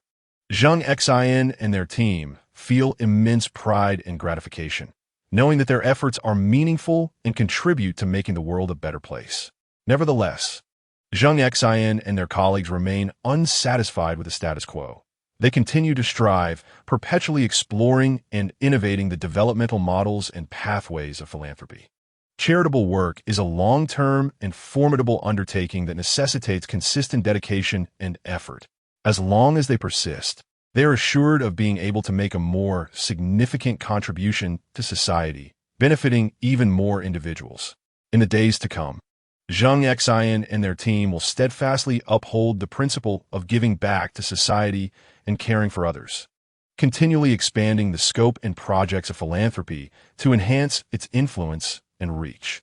They aim to strengthen cooperation and communication with other charitable organizations, both domestically and internationally, learning from advanced philanthropic concepts and experiences to elevate their own charitable capabilities.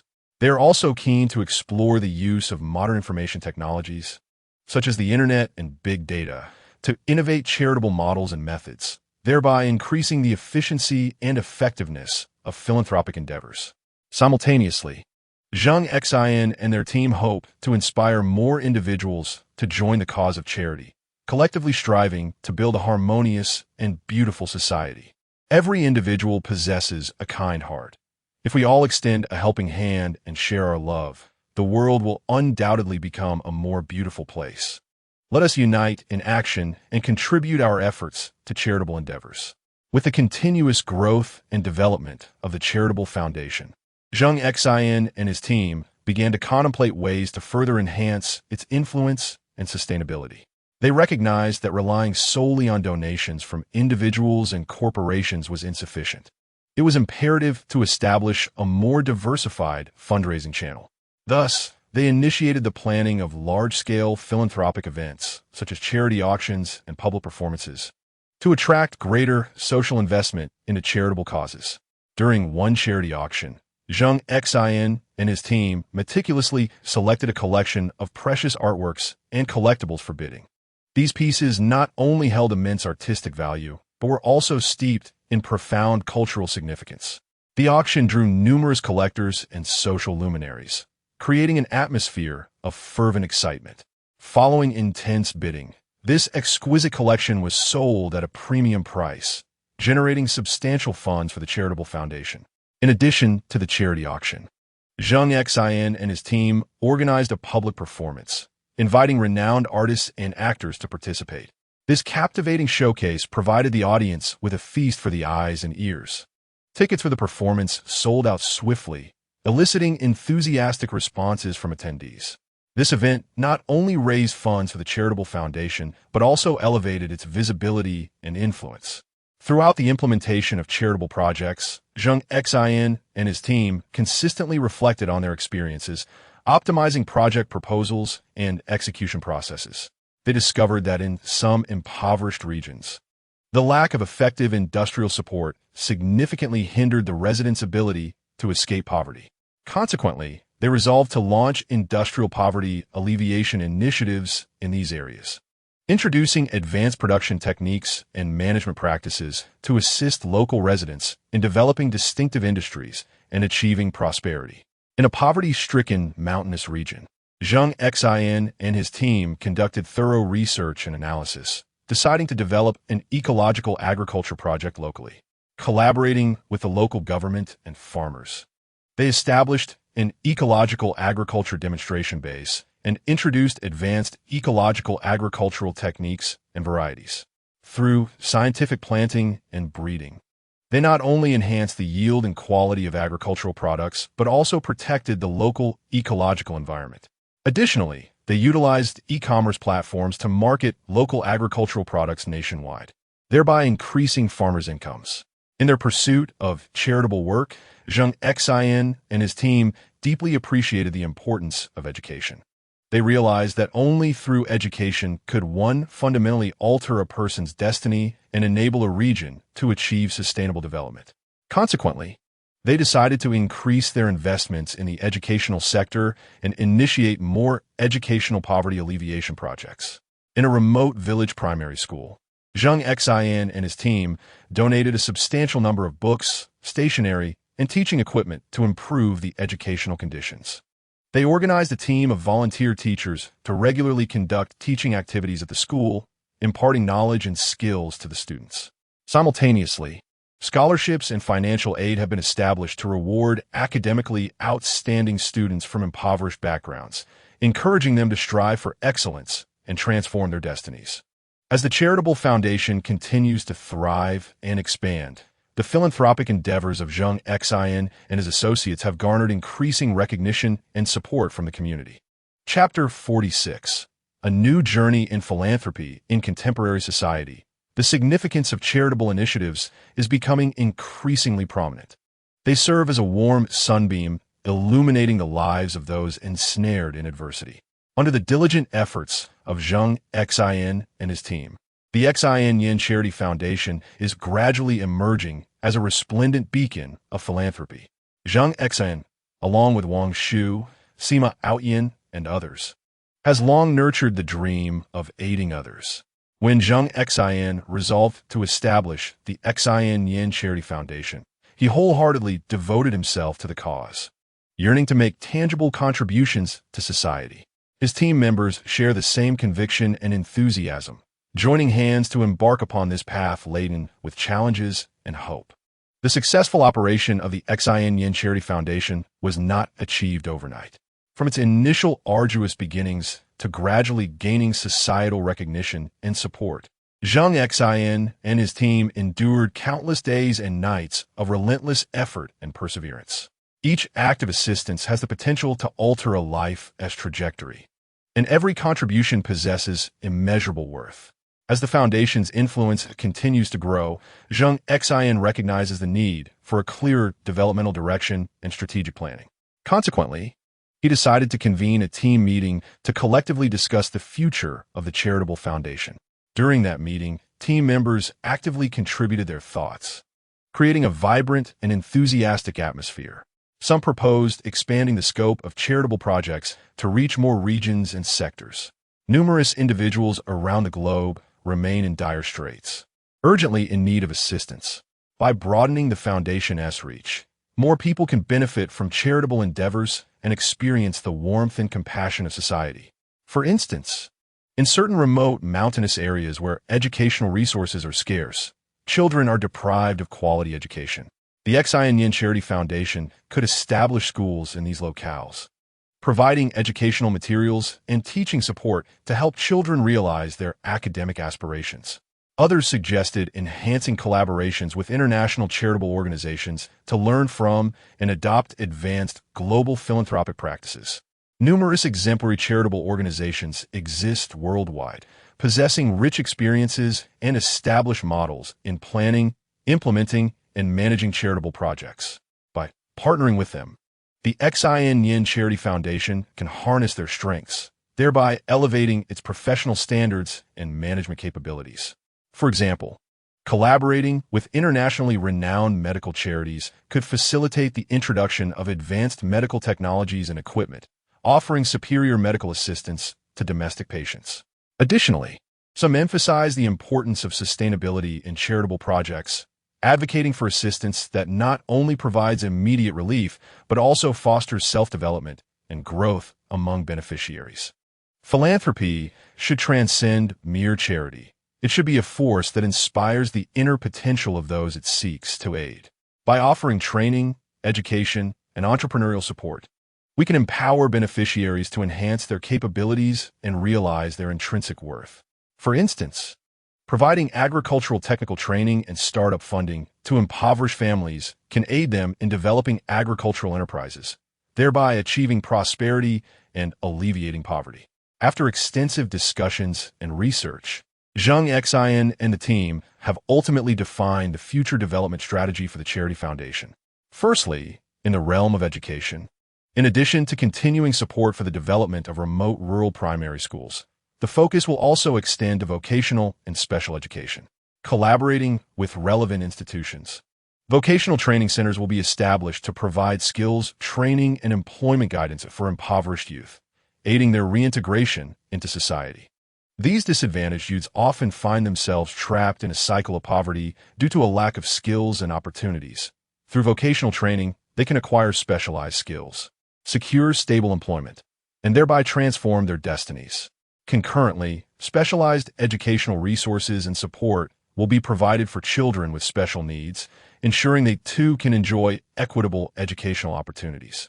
Special needs children represent one of the most vulnerable groups in society, facing physical or intellectual challenges. Yet, they equally possess the right to pursue knowledge and personal growth. The Xin Charity Foundation will allocate resources to establish dedicated schools or educational institutions for these children, equipped with professional educators and educational facilities, offering them personalized educational services. In the medical sector, alongside the continued provision of free medical assistance and health clinics, there will be an emphasis on strengthening collaborations with medical institutions, promoting innovation and application of medical technologies. A medical research fund will be established to support medical research projects, contributing to the resolution of complex medical issues. Healthcare is a critical domain concerning the health and well-being of individuals. Many people in impoverished regions lack access to medical resources and funds, rendering them unable to receive timely and effective treatment. The Xin Charity Foundation will significantly increase its investment in medical aid, organizing medical teams to conduct health clinics in impoverished areas, providing patients with free medical services and medications. Simultaneously, partnerships with medical institutions will be fostered to jointly pursue research projects, exploring new treatment methods and technologies, thus offering greater possibilities for addressing complex health conditions. In the field of poverty alleviation, in addition to providing material assistance, there will be a heightened focus on building the self-development capabilities of impoverished families. Entrepreneurship training and guidance will be implemented, offering microloans and entrepreneurial support to empower individuals to achieve self-sufficiency and prosperity through their own efforts. Poverty is often a multifaceted issue, and relying solely on material aid is insufficient for a fundamental resolution. The Xin Charity Foundation will assist impoverished individuals in cultivating an entrepreneurial mindset and acquiring the necessary skills through training and guidance. Additionally, ultra-low interest microloans and entrepreneurial support funds will be made available to help them initiate entrepreneurial ventures, facilitating self-development and wealth creation. Furthermore, there will be an emphasis on strengthening partnerships and exchanges with other charitable organizations, both domestically and internationally. Strategic partnerships will be established with renowned domestic charitable entities to collaboratively undertake large-scale charitable projects, leveraging each other's strengths to achieve resource sharing and complementarity. Through such collaborations, the integration of various resources can enhance the effectiveness and impact of charitable initiatives. For instance, by partnering with an educational charity organization to jointly implement an educational poverty alleviation project, the Xin Charity Foundation will provide financial support, while the partner organization contributes educational resources and teaching personnel, working together to create better educational conditions for children in impoverished regions. At the same time, active participation in international charitable activities will be pursued, exchanging cooperative experiences with international charity organizations to elevate the Foundation's global influence. International cooperation enables the Xin Yin Charity Foundation to stay abreast of the latest developments and trends in the global philanthropic landscape, while also acquiring advanced management practices and operational models that can serve as valuable references for the foundation's growth. In a bid to further advance charitable endeavors, Zheng Xin has resolved to recruit professional managerial and technical talents. A cohort of individuals endowed with extensive management experience and specialized skills has been enlisted to join the foundation's team. They are entrusted with the daily operational management, project planning and implementation, as well as fundraising and financial management tasks, thereby fortifying the foundation's development. The infusion of professional management and technical expertise is anticipated to introduce novel perspectives and methodologies, enhancing the foundation's operational efficiency and governance standards. For instance, engaging a professional with a robust background in financial management to oversee fundraising and financial stewardship can ensure the safety and judicious use of funds, thereby optimizing their utilization.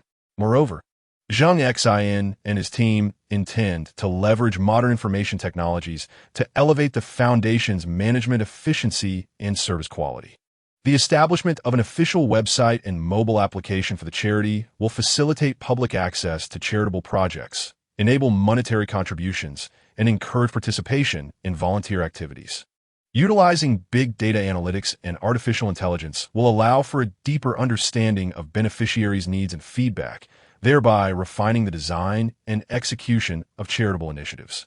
The advancement of modern information technology presents both new opportunities and challenges for philanthropy.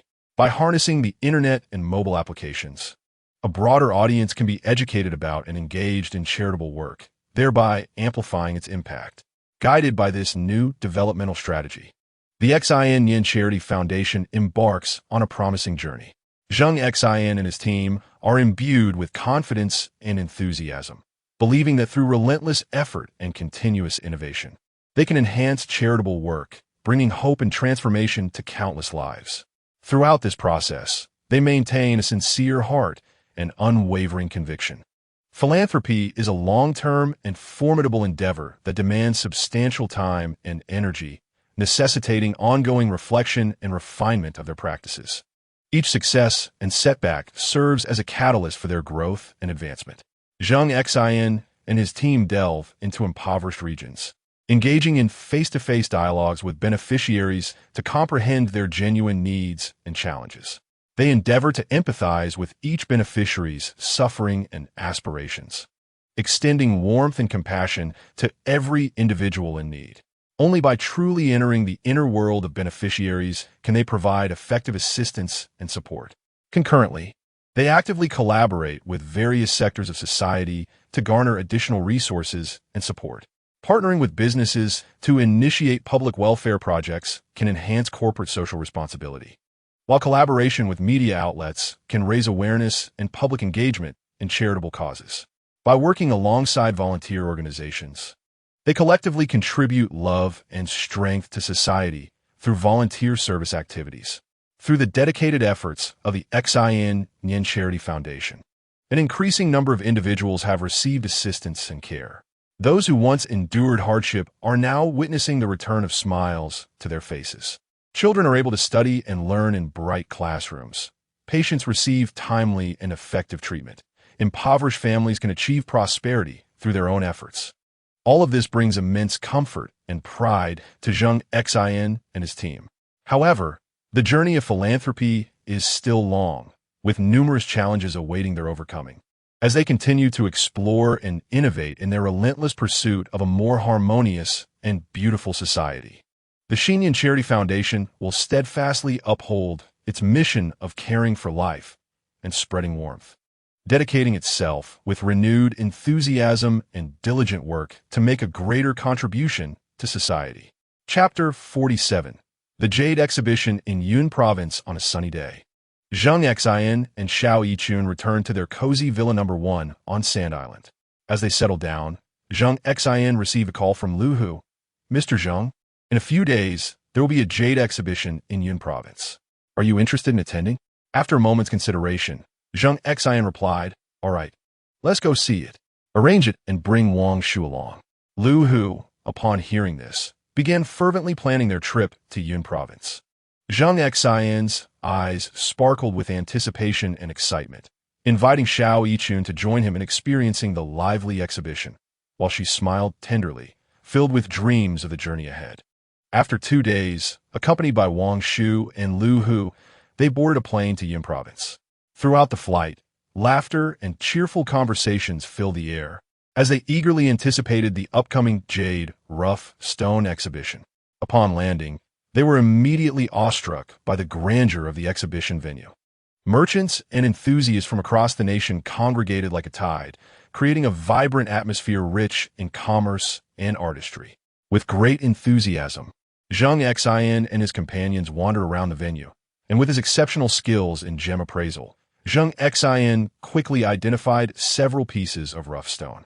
Among them was one that appeared unremarkable on the outside, yet Zheng Xin sensed that it contained an extremely rare violet jadeite within. Without hesitation, he decisively purchased it for 8 million yuan. During the selection process, Zheng Xin encountered an arrogant second-generation rich heir, dressed in designer brands and exuding an air of superiority. The heir approached Zheng Xin with a derisive smile and provocatively remarked, "Oh, do you even know how to select rough stones? Don't waste your money. There are hardly any good pieces here." Zheng Xin merely smiled faintly, choosing to ignore such baseless provocations as he remained focused on the stone before him, uninterested in the triviality of the individual. However, when Zheng Xin set his sights on another piece of rough stone, the wealthy heir came over again, loudly declaring, "I want this stone. I'll pay 10 million. Zheng Xin frowned slightly, turning to face the heir calmly, stating, "I'm sorry, but I have my eye on this piece as well." The heir, furious, glared at Zheng Xin and spat, "Do you dare to compete with me? Do you know who I am? Do you believe I can ensure you don't leave here?" Zheng Xin, maintaining his composure, responded, "This stone does not belong to you. Why can't I buy it?" The two individuals found themselves in yet another heated dispute, the atmosphere growing increasingly tense. At this juncture, Wang Shu stepped forward and proposed, "Why not do as we did last time? Each of us selects a rough stone to unveil on site. The one with the higher value will claim ownership, while the loser shall compensate the winner." The affluent heir pondered briefly, confident of his victory, and thus consented to this wager. Zheng Xin set the juke, brimming with confidence in his discerning eye. With the esteemed Elder Yuan, a highly regarded figure in the jade and gemstone community, officiating as a witness at the exhibition, Zheng Xin selected a piece of violet jadeite, while the wealthy heir chose a rough stone he believed held great potential. As the unveiling commenced, a throng gathered, captivated by the unfolding drama. The sound of the stone-cutting machine resonated through the air, and gradually, Zheng Xin's rough stone revealed the exquisite violet jadeite within, its rich hue and delicate texture evoking gasps of admiration from the crowd. Ultimately, the market value of this violet jadeite was assessed at an astonishing 50 million yuan, earning Zheng Xin abundant praise for his keen insight. In stark contrast, the affluent heiress stone, upon unveiling, turned out to be nothing more than an utterly ordinary rock, with a hint of green that was disappointingly mundane, yielding perhaps only enough material for 2 ring faces, utterly devoid of value. The heiress expression soured drastically. Gritting his teeth, he reluctantly paid Zheng Xin 10 million yuan under the scrutinizing gaze of Elder Yuan and the onlookers, fleeing in disgrace. Zheng Xin observed his retreat with a quiet amusement. Subsequently, Zheng Xin selected several more rough stones, each showcasing his exceptional discernment and judgment, though in truth, he remained woefully uninformed about jade himself. It was merely his gem appraisal skills that rendered him invincible. Among his acquisitions was a rough stone containing Xinjiang green jade, purchased for 12 million yuan, which upon unveiling was valued at an impressive 80 million yuan. Another, featuring flecks of jade, cost him 9 million yuan and was appraised at approximately 60 million yuan post-reveal. After wandering the venue for quite some time, Zheng Xin had procured 28 rough stones, with total expenditures exceeding 300 million yuan. He decided to find a place to rest and contemplate their future plans. While resting, Zheng Xin tenderly addressed Xiao Yichun, saying, "My dear, upon our return, I shall transform these jade pieces into exquisite jewelry for you and your family." Xiao Yichun smiled blissfully and replied, "That sounds wonderful. I'll look forward to it. I will consider how best to handle it." Zheng Xin gazed at her radiant smile, his heart swelling with affection and warmth. The following day, they resumed their exploration of the venue. Zheng Xin's attention was drawn to yet another rough stone, which appeared unremarkable at first glance. However, utilizing his gem appraisal skills, he discerned the presence of an exceptionally rare glass-type jadeite within, with a market value exceeding 100 million yuan. Without hesitation, he spent 15 million yuan to acquire it. During the process of selecting rough stones, they encountered a jade merchant from another region. Upon observing the rough stone in Zheng Xin's possession, the merchant's eyes sparkled with interest, prompting him to hastily approach and declare, "Sir, I beseech you to sell me this rough stone. I shall offer 20 million. Zheng Xin shook his head resolutely, responding, "I'm afraid I must decline." The merchant, unwilling to concede, persisted, "I can increase my offer. How about 25 million? Zheng Xin remained steadfast in his refusal. Frustrated, the merchant retorted, "Do not mistake my courtesy for weakness. I possess considerable influence in this area. Zheng Xin sculpt like the Jialending. I am curious to see what influence you wield." At that moment, Wang Shu and Lu Hu stepped forward, standing tall as they cautioned, "Sir, I advise you to choose your words wisely. We are not easily intimidated." Faced with their resolve, the merchant had no choice but to retreat in defeat. Zheng Xin and his companions continued to select rough stones, acquiring several with promising potential. Among them was a rough stone containing jadeite with golden threads, purchased for 10 million and valued at approximately 70 million. Another rough stone, featuring glutinous jade, cost 8 million and was valued at around 50 million. As they prepared to exit the venue, the same merchant reappeared, accompanied by a group, blocking their path. With a menacing glare, he declared, "I shall see how you leave this venue today." Unfazed, Zheng Xin responded, "What do you intend to do?" The merchant demanded, "Surrender all the rough stones you purchased today, or you shall not leave." Zheng Xin chuckled coldly. "Do you truly believe you can prevail?"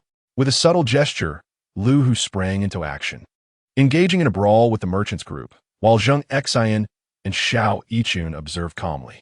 In mere moments, the group was left in disarray. Seeing this, the merchant fell to his knees, pleading for mercy. Zheng Xin stated, "I shall spare you this time, but do not let me see you again." The merchant nodded vigorously before retreating in disgrace.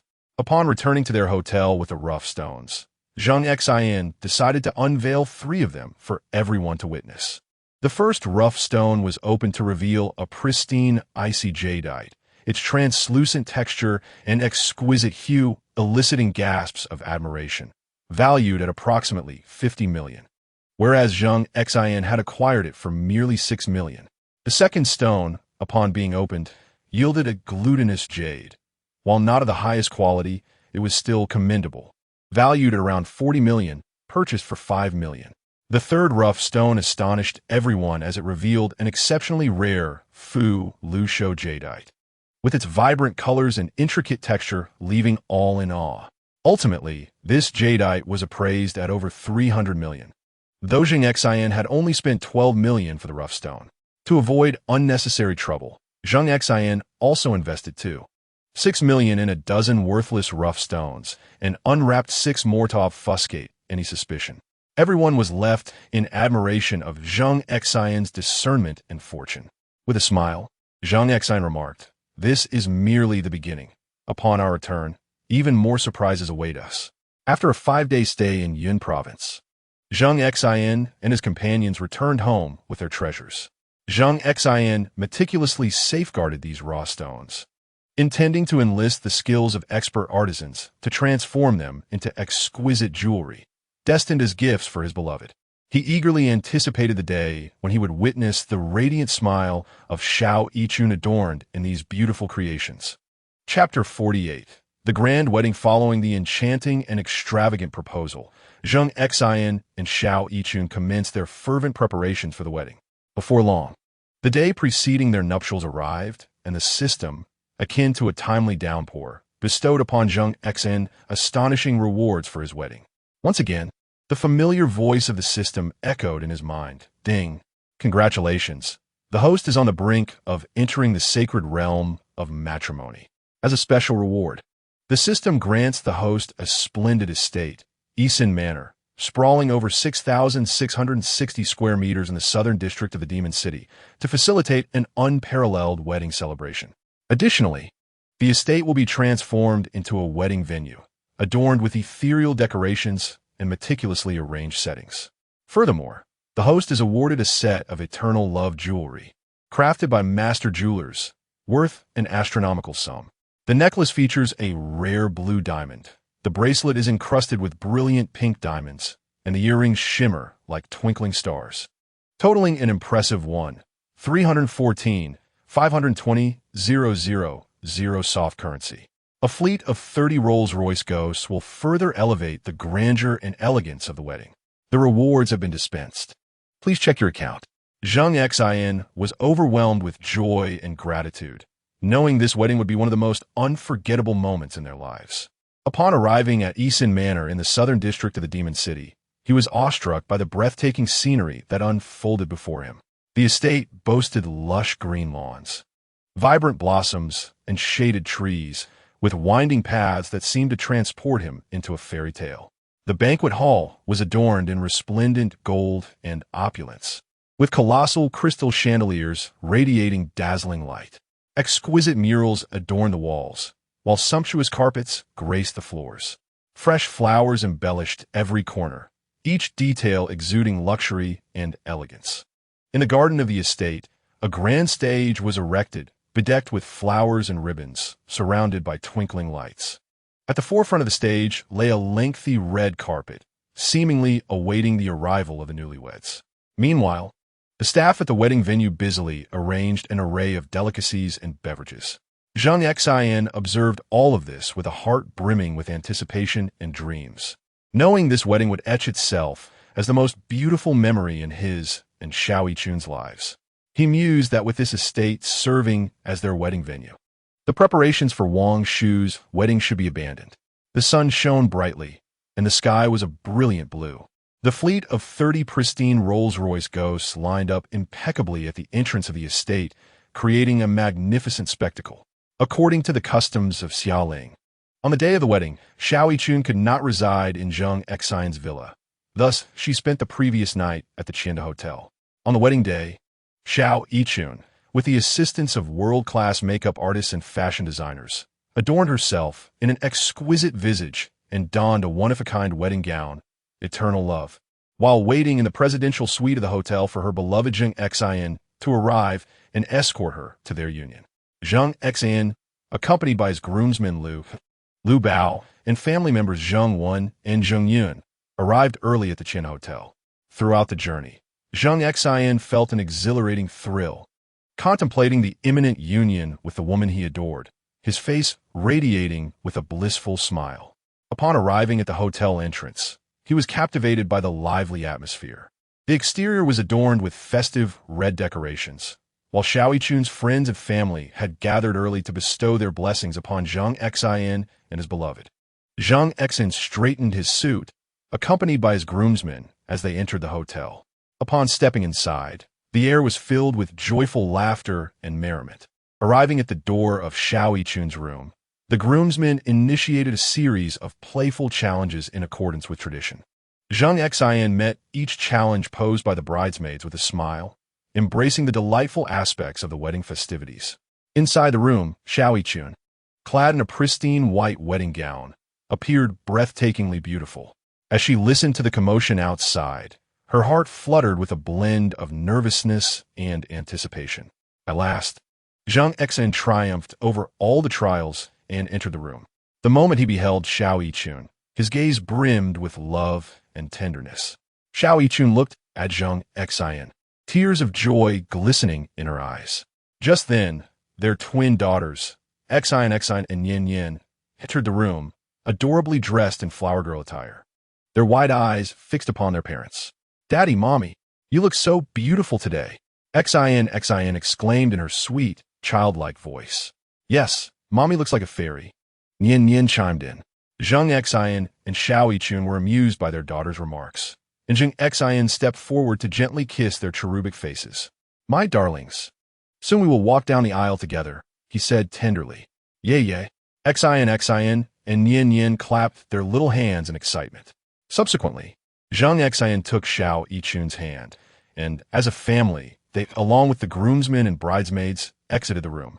In a hotel corridor, friends and family applauded and offered their blessings. Zheng Xin and Xiao Yichun, with Xin and Yin in tow, proceeded toward the wedding car amidst a throng of well-wishers. The wedding procession began to move slowly, heading towards the estate. Along the way, sunlight bathed them, as if draping them in a golden glow.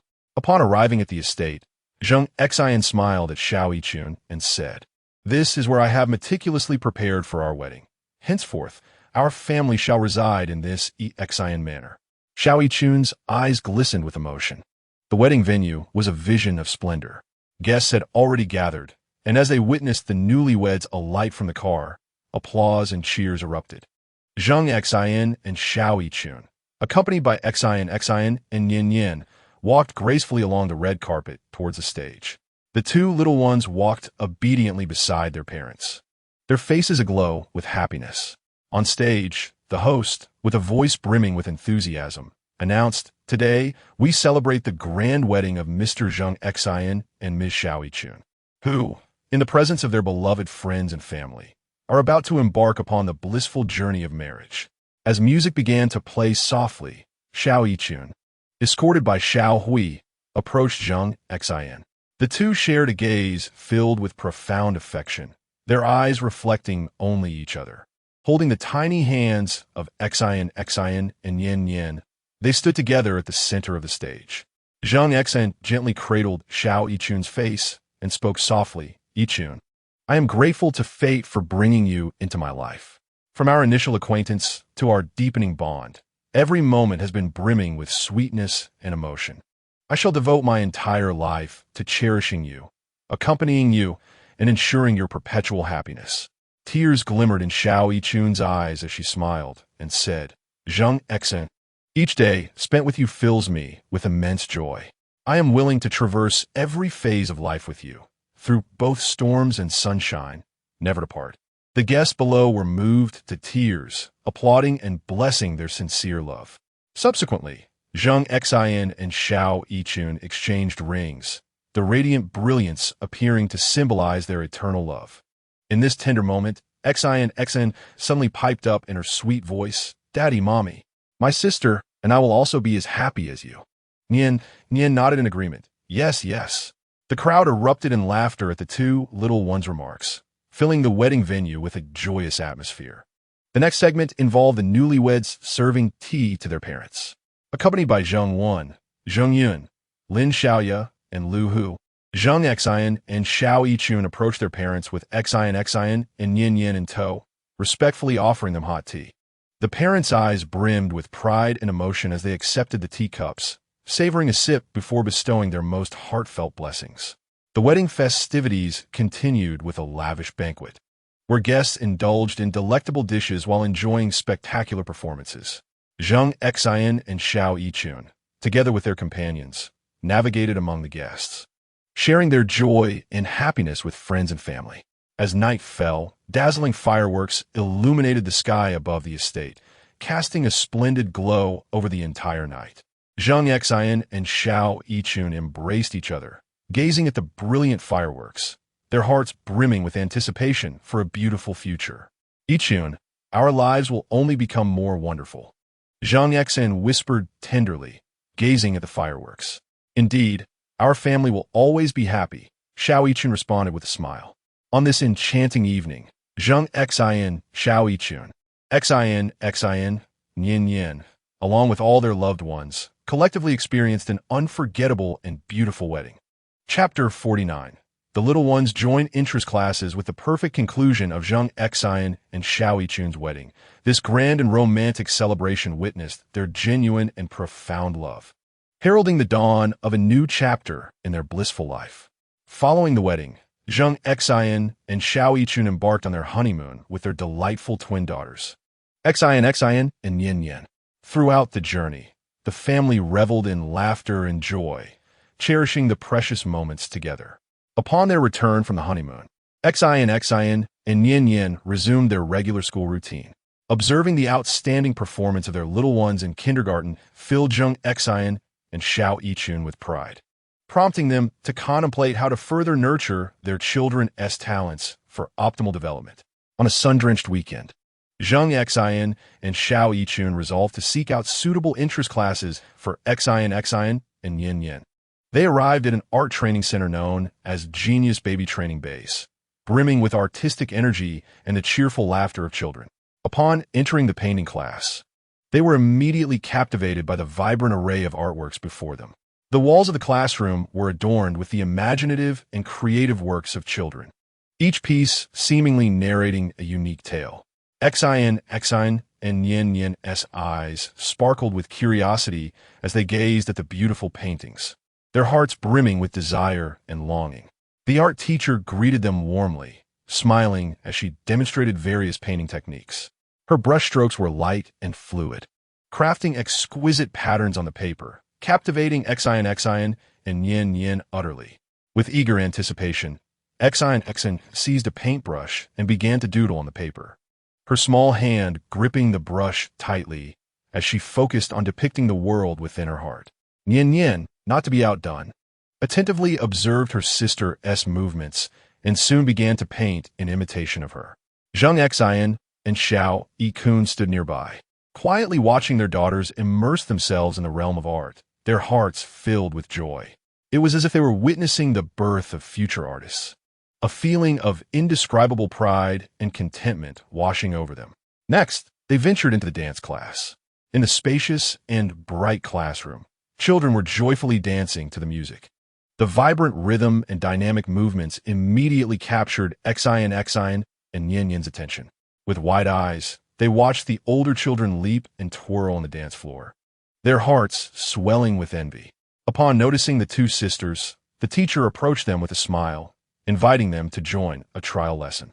Xin and Yin Yin excitedly joined the dance class, earnestly learning various dance moves under the teacher's guidance. Their small bodies swayed to the rhythm of the music. Although their movements were somewhat stiff, they radiated enthusiasm and vitality. Zheng Xin and Xiao Yichun couldn't help but chuckle at their daughter's adorable antics.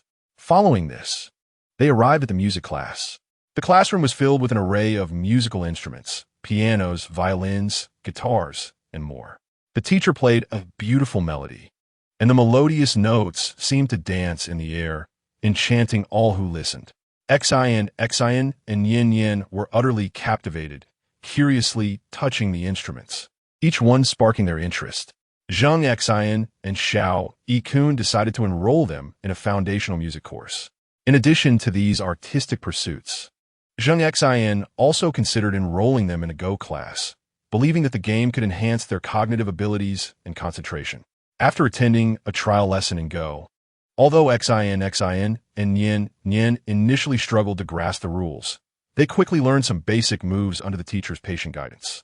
They developed a keen interest in this strategic game, their eyes sparkling like black gemstones as they turned to Zheng Xin and Xiao Yichun, sweetly exclaiming, "Mommy, Daddy, we really love it here.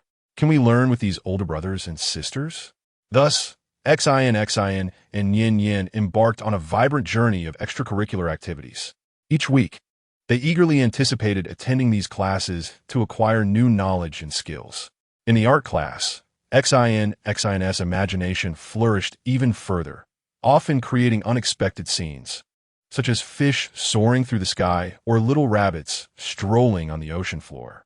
Her artwork was filled with whimsical ideas, leaving her teacher in awe.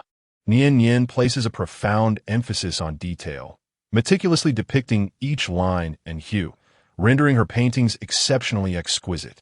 Their artistic creations are frequently showcased by their teacher in the classroom, serving as exemplars for their peers. In the dance class, Xin and Yin Yin exhibit remarkable progress, with an ever-improving sense of rhythm and increasingly precise movements. Not only have they mastered various fundamental dance steps, but they also possess the ability to choreograph simple dance routines independently. They have participated in several small dance performances where they exuberantly displayed their talents on stage. Their graceful movements and radiant smiles garnered resounding applause from the audience. In the music class, they have not only learned to sing, but have also begun to explore the basics of playing simple musical instruments. Xin has developed a keen interest in the piano, dedicating time each day to practice. Nian, on the other hand, is enamored with the violin, finding its sound to be exceptionally melodious. Under the guidance of their instructor, their performance skills are continuously improving. In the Go class, Xin and Nian's thinking has become increasingly agile. They have learned to analyze situations and make astute decisions on the board. They often engage in games of Go with their peers, honing their skills through play.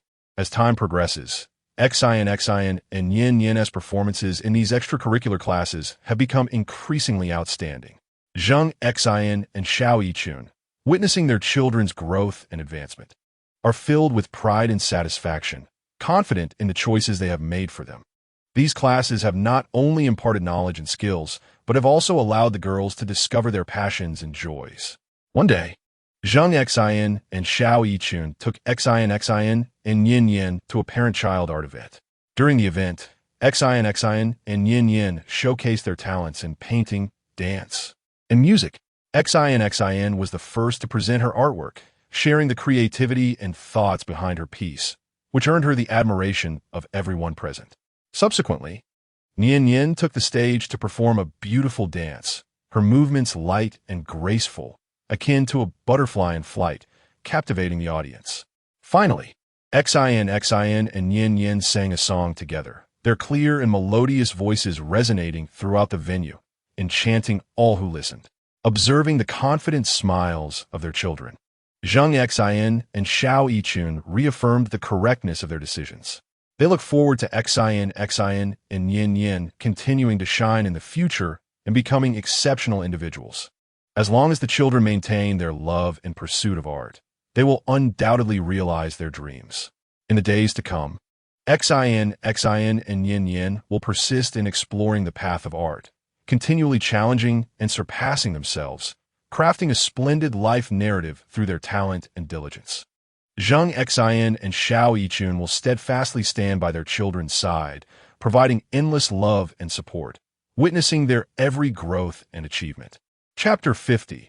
Establishing a jewelry company in the Xin manor of the southern district of Yao City, Zheng Xin and Xiao Yichun stand side by side, their gaze fixed upon the precious raw stones procured from Yun province, now meticulously cut into jade. Each piece radiates a unique charm. Zheng Xin's heart is brimming with anticipation, envisioning these jades transformed into exquisite jewelry, destined to become eternal works of art. Zheng Xin resolved to establish a jewelry company, aspiring to elevate his jewelry enterprise to unprecedented heights. This notion had long been brewing in his mind, with the hope of centering it around Xiao Yichun, thereby crafting a unique and enchanting jewelry brand. Xiao Yichun had consistently harbored a profound passion for jewelry design. Her talent and creativity led Zheng Xin to firmly believe that she would be the very soul of this brand. Upon conveying his vision to Xiao Yichun, her eyes sparkled with excitement. Her dream had always been to possess her own jewelry brand, bringing exquisite designs to a wider audience. Zheng Xin's proposal illuminated a path to realizing her aspirations, prompting Xiao Yichun to unhesitatingly accept his offer, pledging to wholeheartedly dedicate herself to this venture.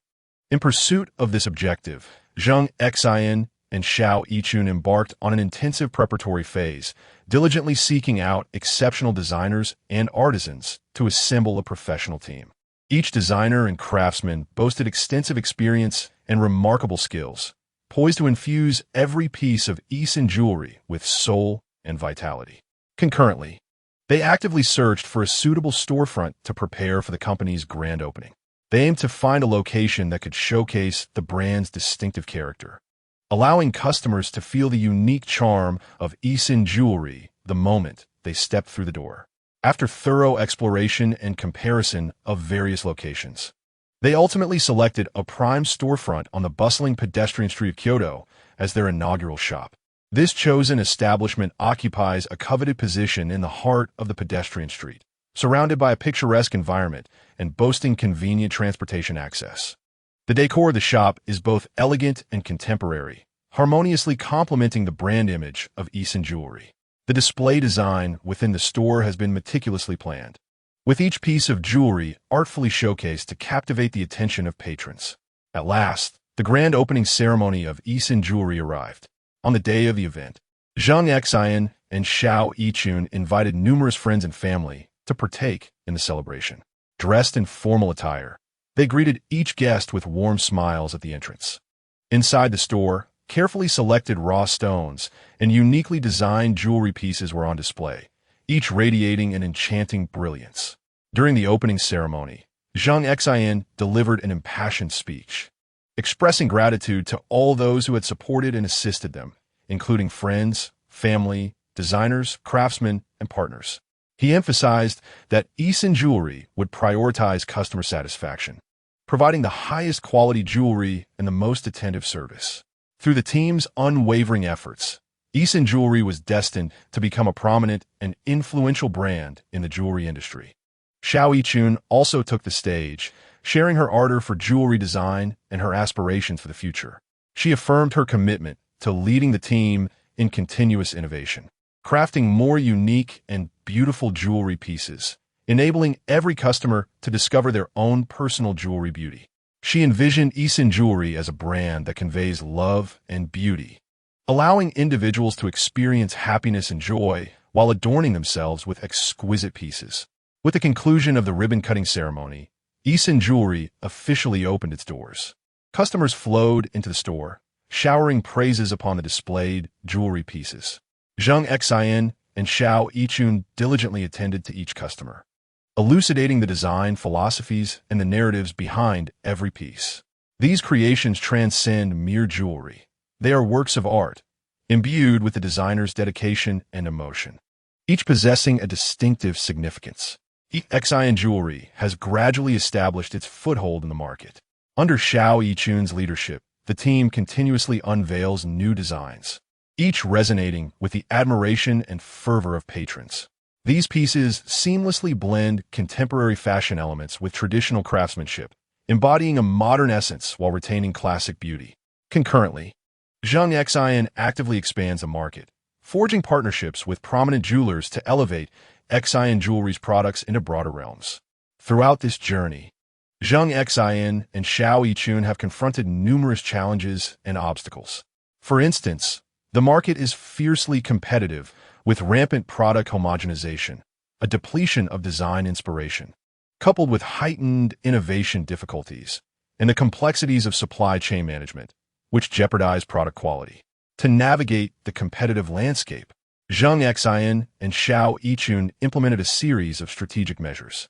They enhanced brand development, amplifying brand recognition and reputation, prioritized product quality, meticulously overseeing every stage to ensure adherence to high standards, and intensified market research to grasp customer needs and market trends, promptly adjusting product designs and marketing strategies. In their quest to overcome the stagnation of design inspiration, Xiao Yichun led her team in relentless exploration and innovation, drawing inspiration from diverse realms, including nature and historical culture. They adeptly integrated these elements into their jewelry designs, resulting in a series of uniquely distinctive creations. Xiao Yichun understands that nature is the ultimate source of inspiration. She encourages her team members to immerse themselves in the natural world, experiencing its beauty and wonder firsthand. Designers seek inspiration among the mountains and forests, deriving creativity from the patterns of leaf veins and the forms of flowers, transforming nature's splendor into dazzling jewelry. Historical culture also serves as a vital source of inspiration for Xiao Yichun's team. They delve into the study of ancient civilizations and traditional craftsmanship, unearthing unique design elements. Age-old patterns and exquisite techniques are reinterpreted and infused into modern jewelry design, bestowing the pieces with profound cultural significance. Moreover, Xiao Yichun places great emphasis on the individual expression and creativity of her designers. She encourages them to transcend conventional design concepts, boldly experiment with new materials and techniques, and craft more personalized and fashionable creations. This open and creative atmosphere ignites the designer's boundless potential, enabling them to continuously innovate and introduce delightful new pieces to Xin jewelry. Regarding product quality, Zheng Xin and Xiao Yichun have instituted a stringent supply chain management system. Only by ensuring the quality of raw materials and the stability of supply can high-quality jewelry products be produced. Consequently, they have established long-term, stable partnerships with suppliers, rigorously screening and inspecting raw materials to guarantee that each batch meets Xin jewelry's quality standards. Throughout the production process, Zheng Xin and Xiao Yichun have intensified monitoring and management, implementing advanced production equipment and techniques to ensure that every stage complies with quality standards. Simultaneously, a comprehensive quality inspection system was established, rigorously examining each product to ensure the stability and reliability of its quality. In addition to emphasizing product excellence, Zheng Xin and Xiao Yichun placed significant importance on after-sales service. They developed a robust after-sales service framework to promptly address customer inquiries and complaints, thereby enhancing customer satisfaction. Exceptional after-sales service constitutes a vital component of brand image. Only by ensuring customer contentment can trust and support be earned. Through the collaborative efforts of Zheng Xin and Xiao Yichun, Xin jewelry gradually flourished, becoming a darling of the fashion world and attracting the attention of numerous celebrities and luminaries. Zheng Xin and Xiao Yichun emerged as paragons of success in the eyes of the public, their love and careers evoking widespread admiration. However, they remained unsatisfied, recognizing that success was merely a new beginning. Continuous effort and innovation were imperative to thrive amid fierce market competition. They would persist in leading the Xin jewelry team, relentlessly exploring and innovating to deliver more high-quality, personalized jewelry products, establishing Xin jewelry as an enduring brand. Chapter 51.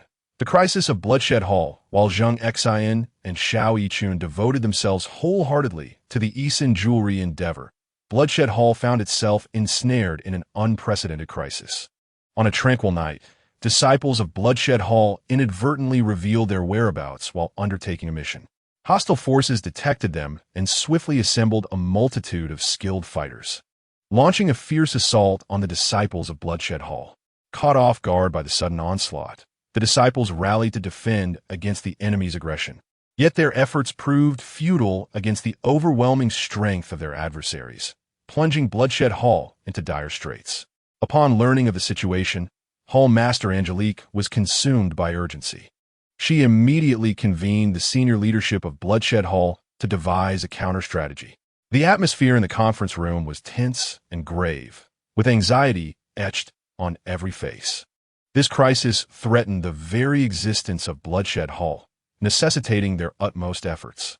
Angelique's gaze was resolute and determined, her tone imbued with conviction.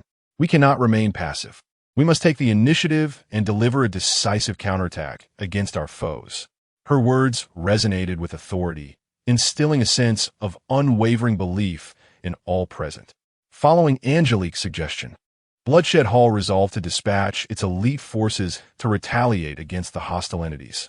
Additionally, Angelique decided to enlist the assistance of Sword Guard security to partake in this operation.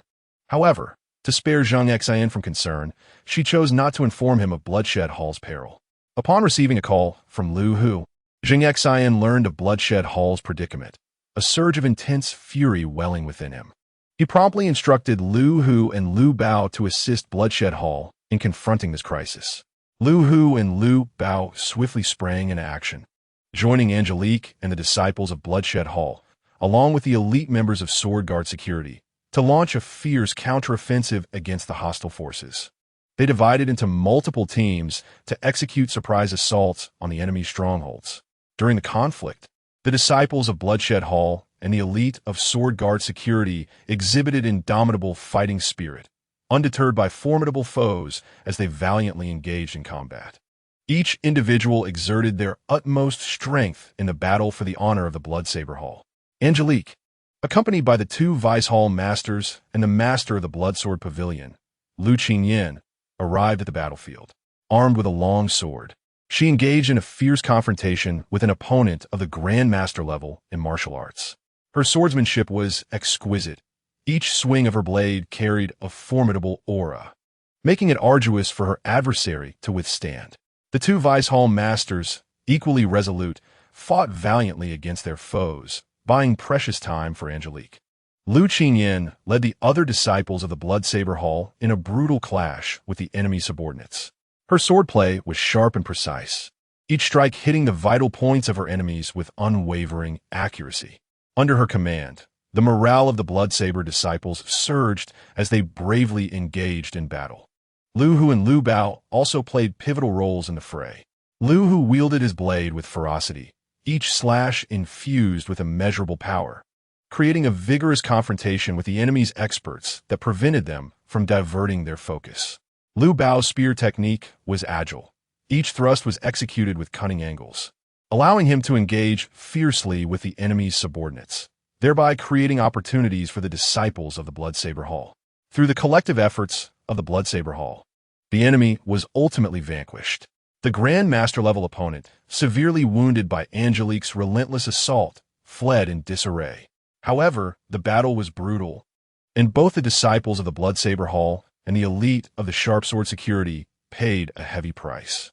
Some disciples tragically sacrificed their lives, defending the dignity of the Bloodsaber Hall and the Sharp Sword Security with their very existence. The loss of these elite disciples left an indelible sorrow upon all.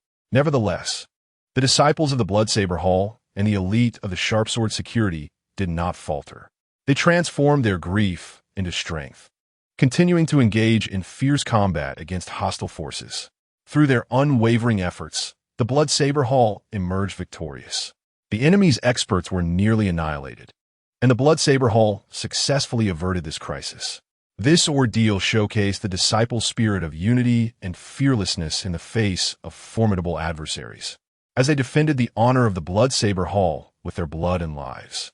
Simultaneously, the crisis made the higher-ups of the Bloodsaber Hall realize that only through continuous enhancement of strength could they maintain their standing in the martial world.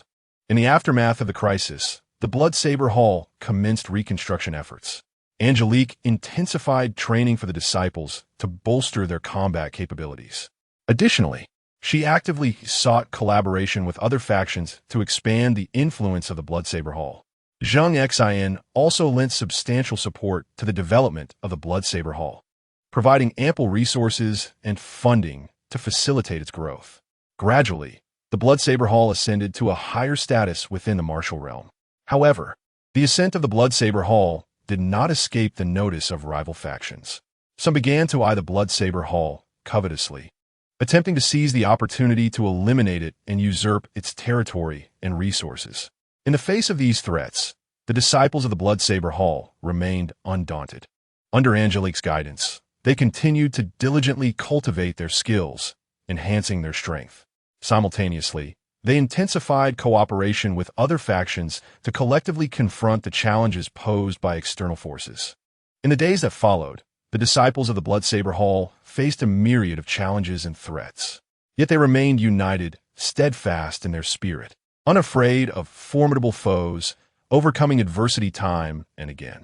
In the midst of a fierce battle against hostile forces, the disciples of the Bloodslaughter Hall found themselves cornered.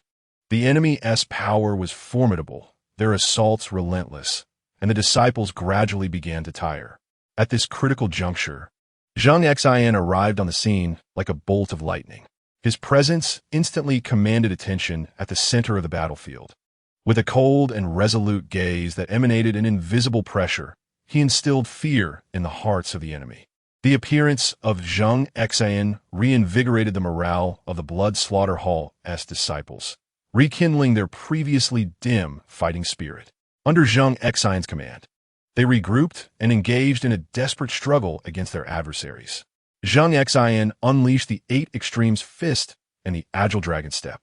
His punches were powerful and forceful, each strike imbued with devastating energy, rendering the enemy nearly defenseless. His footwork was nimble and unpredictable, weaving through the ranks of the enemy like a swimming dragon, leaving them bewildered. The disciples of the Blood Slaughter Hall, not to be outdone, closely followed Zheng Xin's lead, fiercely battling their opponents.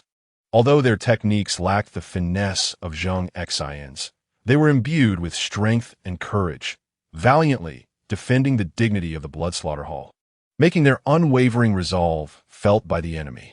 Through the joint efforts of Zheng Xin and the disciples, the enemy gradually found themselves in dire straits.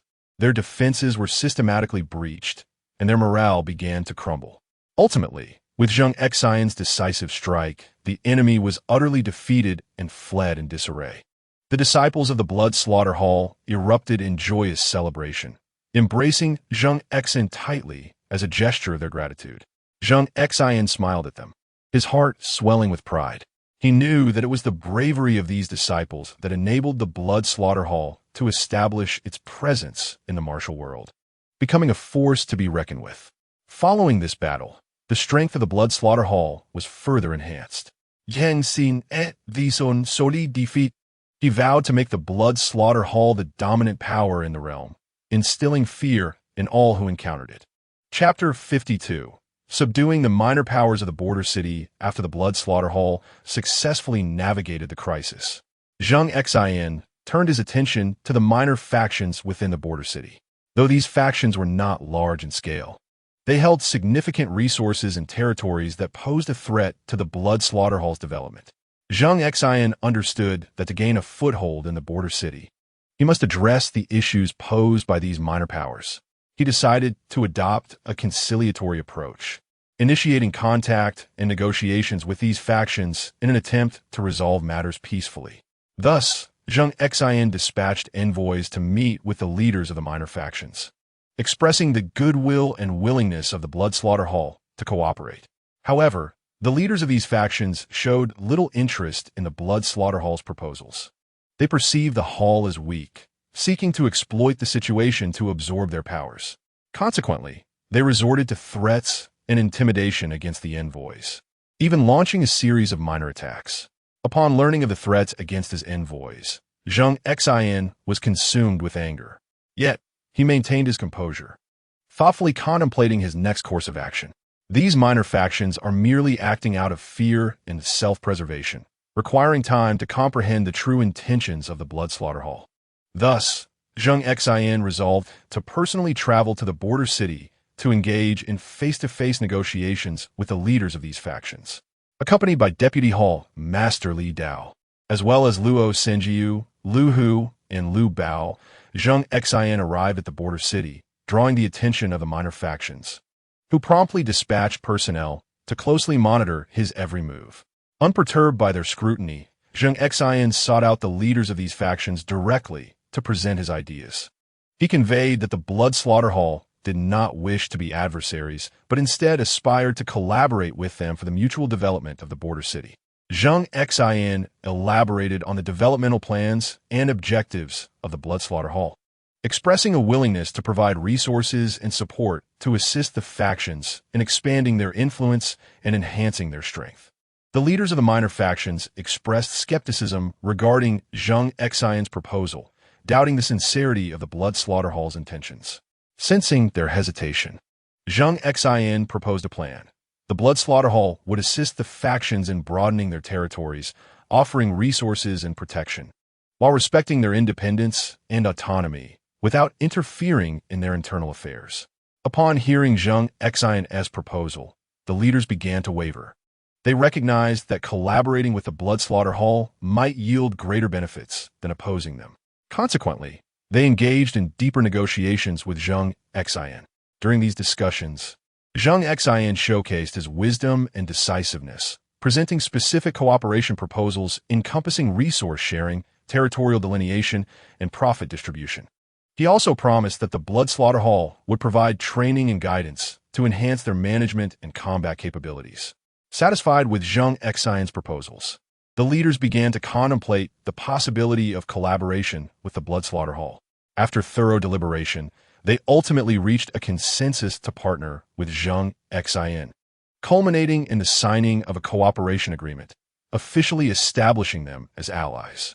With the assistance of the Blood Slaughter Hall, the influence of the minor factions expanded significantly, and their resources were utilized effectively. The Blood Slaughter Hall supplied advanced weaponry and training facilities, bolstering their combat prowess. Simultaneously, the Blood Slaughter Hall solidified its foothold in the border city, laying a robust foundation for future development.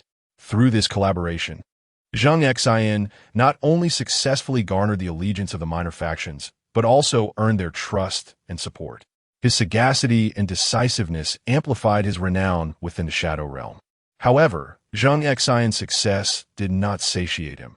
He understood that to establish a lasting presence in the Shadow Realm, he must continually enhance his strength and influence. Thus, he commenced preparations for an even grander plan to elevate the Blood Slaughter Hall to a position of dominance in the Shadow Realm, instilling fear in all. To achieve this ambition, Zheng Xin began to actively organize efforts. First, strengthening the internal management of the Blood Slaughter Hall by establishing a comprehensive organizational structure and management system to ensure the efficient operation of its affairs. Simultaneously, he fervently sought to attract talent, drawing a remarkable cohort of warriors and strategists to the Bloodsaber Hall, thereby providing formidable intellectual support for its advancement. Zheng Xin also placed great emphasis on collaboration and communication with other factions. He established amicable relations with neighboring powers, fostering mutual support and cooperation to collectively confront external threats and challenges. Furthermore, he actively participated in various affairs within the martial world, thus amplifying the influence and renown of the Bloodsaber Hall. Under Zheng Xin's diligent efforts, the strength of the Bloodsaber Hall continued to grow. However, his ascendance also incited jealousy and dissatisfaction among certain factions. They began to clandestinely conspire, attempting to undermine the development of the Bloodsaber Hall. In a confrontation with a rival faction, the disciples of the Bloodsaber Hall fell into an ambush. The enemy's strength was formidable, and their onslaught left the disciples in dire straits. Upon receiving the news, Zheng Xin promptly led the elite forces of the Bloodsaber Hall to the scene. His arrival instilled fear in the hearts of the adversaries. With a gaze both cold and resolute, he, alongside Angelique, engaged the enemy in a fierce battle. During the skirmish, Zheng Xin exhibited extraordinary prowess, delivering lethal blows, his figure flitting among the enemies like an elusive specter. The adversaries, besieged by his relentless assault, were ultimately compelled to retreat in disarray. This confrontation forged an even stronger bond among the disciples of the Bloodsaber Hall. They understood that only through relentless enhancement of their abilities could they establish their presence in the martial world. Under Zheng Xin's guidance, they dedicated themselves to rigorous training, striving to augment their strength. The developments of the Bloodsaber Hall garnered the attention of more factions. Some began to unite in a bid to oppose it. Faced with these challenges, Zheng Xin did not waver. He recognized that only through enduring the trials of adversity could one emerge stronger. In a subsequent battle against the coalition forces, the disciples of the Bloodsaber Hall once again found themselves in peril. The enemy's numbers were overwhelming, and their attacks were exceptionally ferocious. As exhaustion set in among the disciples, the situation became increasingly dire. At this critical juncture, Zheng Xin unleashed his ultimate technique, the 8 Extremes Fist, accompanied by the Dragon S Step. His movements were as swift as lightning, weaving through the foes, delivering a punch to each adversary, rendering them unable to resist. Under Zheng Xin's leadership, the disciples of the Bloodsaber Hall rallied once more. They coordinated closely, unleashing their utmost capabilities. After a fierce struggle, the Bloodsaber Hall ultimately emerged victorious. This battle imparted the disciples with a profound understanding of the power of unity. Their resolve was further solidified. They would fight for the honor of the Bloodsaber Hall. Under Zheng Xin's command, the Bloodsaber Hall gradually ascended to supremacy within the martial realm, instilling awe in all who beheld it. Zheng Xin's name became a legend in the shadowy underworld. Chapter 53. The Revenge of the Bloodsaber Hall within an abandoned factory in a border city. The intelligence personnel of the Bloodsaber Hall discovered the Grandmaster who had previously fled during battle. This Grandmaster had surprisingly allied himself with another hostile faction, the Black Demon Gang. Upon learning of this development, Zheng Xin resolved to personally lead the experts of the Bloodsaber Hall in retribution. If he were not swiftly dealt with, he would pose an even greater threat to the Bloodsaber Hall. Zheng Xin, accompanied by Angeli, the two vice leaders Li Yidao and Shui Kuang, along with Lu Qingyan, the master of the Bloodsword Hall, Luo Senjuer, the master of the Bloodblade Hall, Hua Keisai, the master of the Dark Hall, and others such as Lu Hu and Lu Bao, stealthily ventured into the northern part of the border city, preparing to strike a decisive blow against the Black Magic Gang when the moment was ripe. Additionally, the master of the Blood Affection Hall, Shui Meigui, led her members in reconnaissance of the Black Magic Gang, while Shui Lang, the master of the Bloodkill Hall, and his associates executed covert assassination missions. After an extensive investigation, Zheng Xin and his companions realized that the strength of the Black Magic Gang was formidable. Not only did they possess a large number of ordinary members, but they also had several martial arts experts among them. Most troublesome for Zheng Xin was the gang leader, He Mo, who was a formidable opponent at the Celestial Realm, matching Zheng Xin's own martial arts prowess. Understanding that successful vengeance required meticulous planning, Zheng Xin and Angeli deliberated and resolved to commence their assault from the gang's peripheral strongholds, gradually weakening their power. On a moonless night, shrouded in high winds, Zheng Xin and his group made their move, silently approaching a key outpost of the Black Magic Gang. This stronghold, located in the outskirts of the northern border city, served as an important warehouse for the gang, housing a vast array of weapons and narcotics. Stealthily infiltrating the premises, they discovered several members of the Black Magic Gang patrolling the area. At Zheng Xin's command, the elite warriors of the Bloodblade Hall and the Swift Sword security sprang into action, swiftly neutralizing the patrolling members. Following this, Zheng Xin and his companions began to search for the weapons and drugs within the warehouse. The stockpile was immense, astonishing in quantity. They swiftly transported all the weapons away and then set fire to the warehouse, reducing it to ashes, along with the narcotics that were incinerated as well. Upon learning of the assault on the warehouse, He Mo was filled with rage. He immediately summoned all the formidable experts of the Black Magic Gang, preparing to encircle and annihilate the Bloodblade Hall. However, upon hearing of the Black Magic Gang's intent to eliminate them, Zheng Xin and his group did not falter. They conducted final preparations, gathering all the elite warriors from the Bloodblade Hall and Swift Sword security for a pre-battle rally. Zheng Xin addressed them, emphasizing that this was a life-and-death struggle, and only through their utmost efforts could they achieve victory. With the experts from the Bloodblade Hall and Swift Sword security, Zheng Xin and his companions approached the inevitable path of the Black Magic Gang.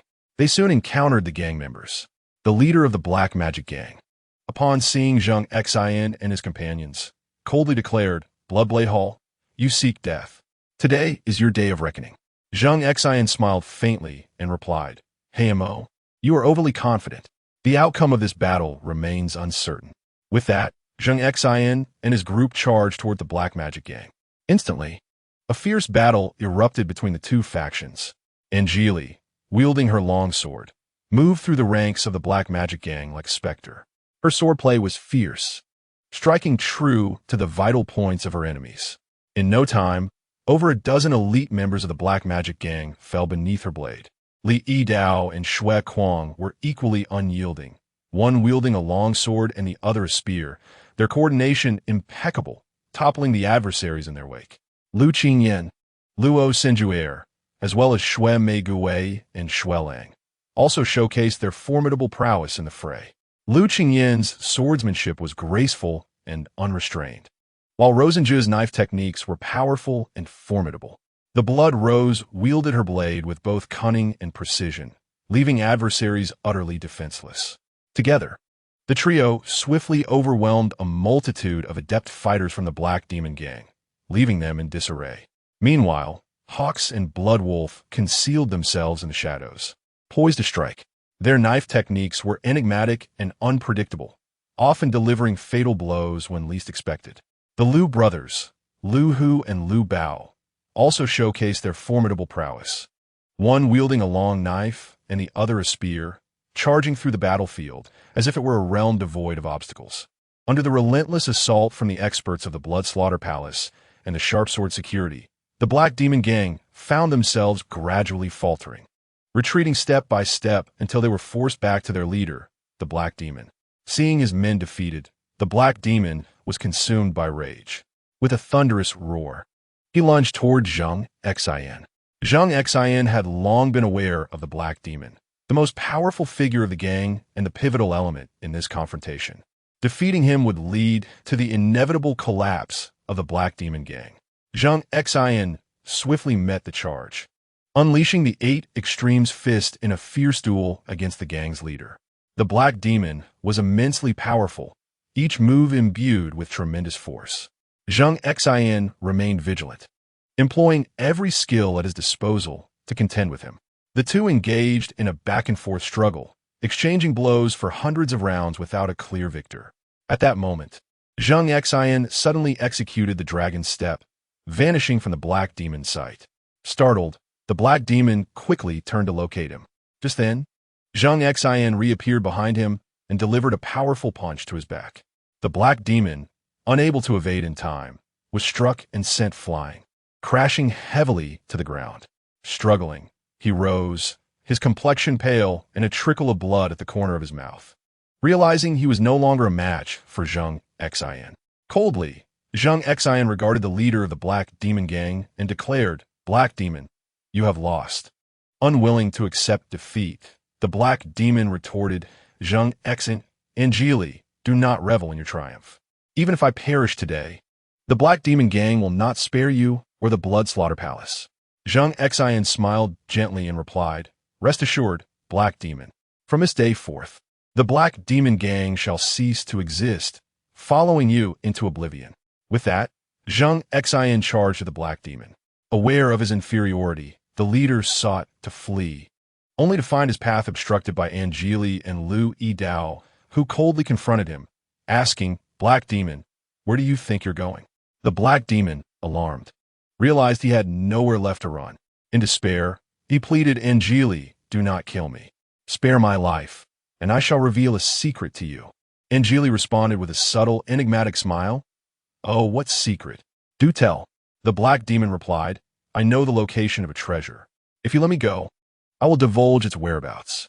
Angeli coldly responded, "Black Demon, do you think I would believe your words?"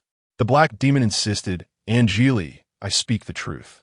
This treasure contains vast riches and martial arts manuscripts. As soon as you acquire this treasure, your power will be significantly enhanced." A spark ignited within Angeli's heart. If this treasure truly exists, it holds immense importance for the Blood Slaughter Hall. Securing this treasure would greatly augment the strength of the Blood Slaughter Hall. After a moment of contemplation, Angeli declared, "Very well, I shall refrain from killing you for now. However, you must reveal to me the location of the treasure." The Dark Mage replied, "I will disclose the location of the treasure to you. It lies within an ancient tomb in the border city." Seizing the opportunity while Angeli was momentarily distracted, the Dark Mage swiftly turned and attempted to flee. At that moment, Zheng Xin suddenly appeared before him, obstructing his escape. With a cold demeanor, Zheng Xin remarked, "Dark Mage, do you truly believe your petty tricks can deceive me? Do you think I would spare you?" The Dark Mage's heart sank as he realized he had no avenue for escape. In a state of despair, he pleaded, "Zheng Xin, do not kill me. I have revealed the location of the treasure. Why do you still intend to slay me?" Zheng Xin smiled faintly, responding, "Dark Mage, do you think I would trust your words? The location of the treasure you just mentioned is utterly unbelievable to me. Moreover, you are the leader of the Dark Mage Guild, responsible for countless misdeeds. How could I possibly let you go?" With that, Zheng Xin charged at the Dark Mage. Aware that he was no match for Zheng Xin, the Dark Mage attempted to escape. However, Zheng Xin, swift as lightning, quickly caught up to him. Despair filled the Dark Mage's eyes, yet he obstinately resisted. Zheng Xin scoffed and unleashed his full power, executing the 8 Extremes fist to its utmost potential, delivering a devastating blow to the Dark Mage. The dark mage exerted every ounce of strength to defend himself, but ultimately could not withstand the force. Being struck and sent sprawling, blood spurting from his mouth. Angeli and her companions swiftly encircled the dark mage, completely trapping him. Lying on the ground, breathless and aware that his end was nigh, the dark mage gazed at Zheng Xin, who coldly stated, "Dark mage, this is the fate that befalls those who oppose the blood slaughter hall." The dark mage let out a wretched laugh and slowly closed his eyes. With his demise, the dark mage guild crumbled into ruin. The members of the blood slaughter hall rejoiced, celebrating their ultimate victory in this battle. Zheng Xin turned to Angeli, stating, "Regardless of whether the treasure is real or not, we must investigate further." Angeli nodded, understanding the potential significance of this treasure to the blood slaughter hall. Thus, Zheng Xin led the group towards the ancient tomb in the border city, as indicated by the dark mage. They proceeded with caution, remaining vigilant for any lurking dangers. Upon arriving before the ancient tomb, they were struck by its mysterious and ancient appearance. Zheng Xin and the others cautiously entered the tomb, embarking on an exploration of this place that might conceal treasures. Within the tomb, they encountered various traps and mechanisms, yet through their combined strength and ingenuity, they overcame each one. As they delved deeper, they indeed began to uncover signs that hinted at the existence of a treasure. Chapter 54. Exploring the relics, Zheng Xin and his companions entered the ancient tomb with utmost care, their surroundings leaving them in awe. The walls of the tomb were adorned with ancient patterns and inscriptions, seemingly narrating a tale of a distant past. They traversed the corridor, pausing intermittently to observe their surroundings. Suddenly, a deep and menacing roar echoed from ahead, causing everyone's nerves to tense instantaneously. Zheng Xin signaled for the group to halt and whispered, "Be cautious, something approaches." The members of the group gripped their weapons tightly, their vigilance directed towards the front. Emerging from the darkness was a colossal beast, its body reminiscent of a tiger. It bore wings and a lengthy tail. The creature's eyes glimmered with a sinister red light, and it exhaled a noxious odor. Zheng Xion's heart sank. This beast was formidable. He quietly instructed those nearby, spread out, and look for an opportunity to strike its eyes and wings. The group swiftly dispersed, forming a surrounding circle that ensnared the beast within. The creature, sensing the impending danger, unfurled its wings and lunged towards them. Zheng Xian was at the forefront, unleashing his 8 extremes fist as he engaged in a fierce battle with the monster. His fists fell upon the beast's wings like a torrential downpour. But the creature's speed was too great for him to land a blow on its eyes. Though the beast's tough hide mitigated the damage, it only served to enrage it further. Meanwhile, Angelique, Li Yidao, and Blood Frenzy also launched their attacks. Their weapons left numerous scars across the beast's body. Yet it continued to resist tenaciously. Just as they found themselves in a dire predicament, Lu Qingyan suddenly discerned the creature's weakness. She cried out, "Everyone, divert its attention and concentrate your attacks on its eyes." Heeding her words, the group immediately altered their offensive strategy to provide Zheng Xian with an opportunity to target the beast's eyes.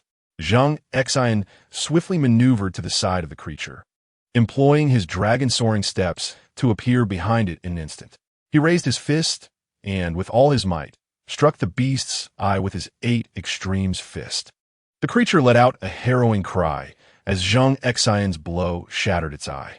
Blinded, the beast lost its sense of direction, spinning wildly in place and occasionally colliding with the walls. Seizing the moment, Zheng Xian and the others launched their final assault. Their weapons pierced the creature's body, ultimately bringing it crashing to the ground. The beast struggled briefly before falling still. Zheng Xian, panting heavily, gazed at the fallen monster. This was merely the beginning of their exploration of the ruins, and they would encounter more perils ahead. After a brief respite, the group continued along the passageway, arriving at a spacious hall where a massive stone tablet stood at its center. Approaching the tablet, Zheng Xian scrutinized the inscriptions upon it, recognizing them as an ancient script he could not decipher. Turning to Bloodrose, he inquired, "Bloodrose, can you comprehend these inscriptions?" Blood Rose shook her head, replying, I cannot understand these characters either. However, I can attempt to decipher them. She produced an ancient tome and began correlating the inscriptions on the tablet. After considerable effort, she managed to unravel a portion of the text. According to these writings, Blood Rose announced, this ancient tomb is the remnant of a powerful figure from antiquity. This formidable being left behind a trove of treasures and martial arts manuals, but also established numerous mechanisms and traps to deter intruders. Zheng Xin nodded in acknowledgement, stating, It seems we must proceed with caution. Everyone should pay close attention to their surroundings. Upon discovering any traps, they should immediately notify the others. The group continued onward, encountering several traps and mechanisms along the way. However, through the combined efforts of Zheng Xin and his companions, they successfully navigated each challenge. At last, they arrived at the depths of the ancient tomb, where they came upon a colossal stone door adorned with peculiar engravings, seemingly guarding something of great significance. Zheng Xin approached and exerted all his strength to push the door, but it remained immovable. He turned to his companions and urged, Let us all exert our strength together and see if we can open this door. As they joined forces, the stone door gradually creaked open, revealing an immense treasure vault filled with gold, silver, and an array of precious artifacts. Elated, Zheng Xin and his companions stepped into the vault, eager to select their desired treasures. Suddenly, an alarm blared throughout the vault.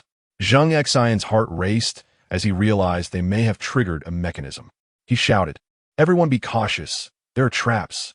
No sooner had he spoken than a multitude of deadly arrows shot forth from the walls of the vault. The group scrambled to evade the onslaught, but some were struck and fell wounded. While dodging the arrows, Zheng Xin and the others searched for the control mechanism. At last, they discovered a stone button in a corner of the vault. Without hesitation, Zheng Xin pressed the button and the arrows ceased their barrage. He let out a sigh of relief, asking, Is everyone all right? The group affirmed their safety.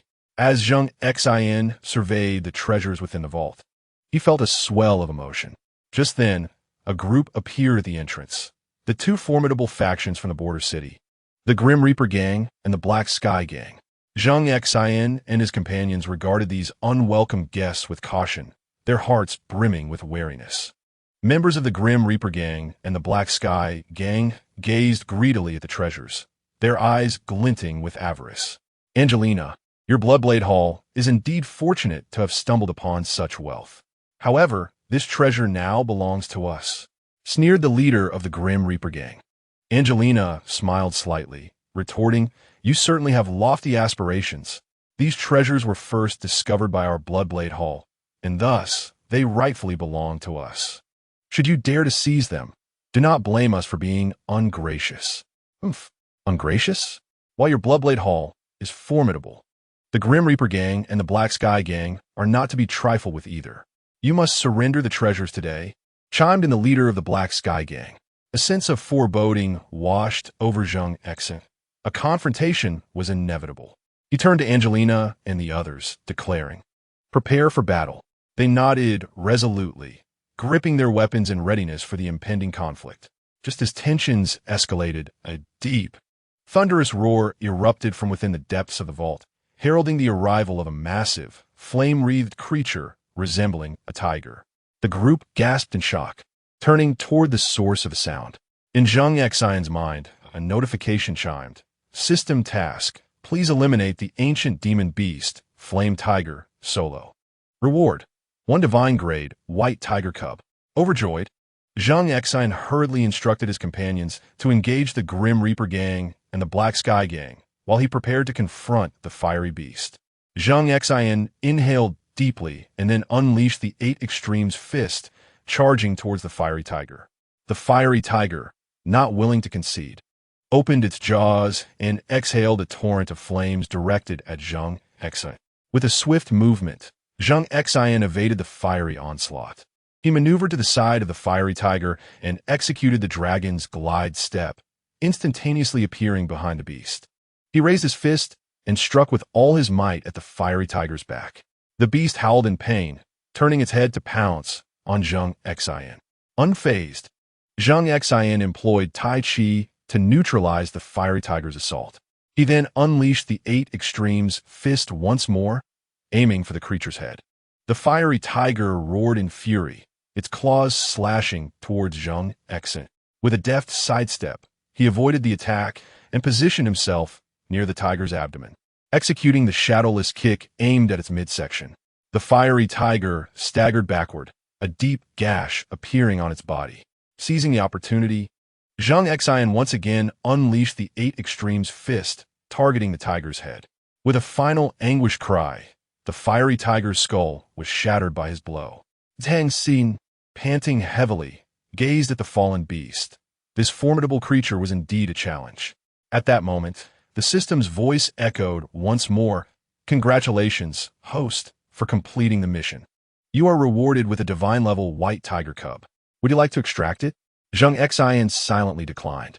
Observing that Angelique and her companions were still engaged in combat with the Skull Demon Gang and the Black Sky Gang, Zheng Xin swiftly appeared before the leader of the Skull Demon Gang and delivered a fatal strike with the 8 Extremes fist. Meanwhile, the leader of the Black Sky Gang was dispatched by Lu Yidao in Blood Frenzy in a coordinated effort.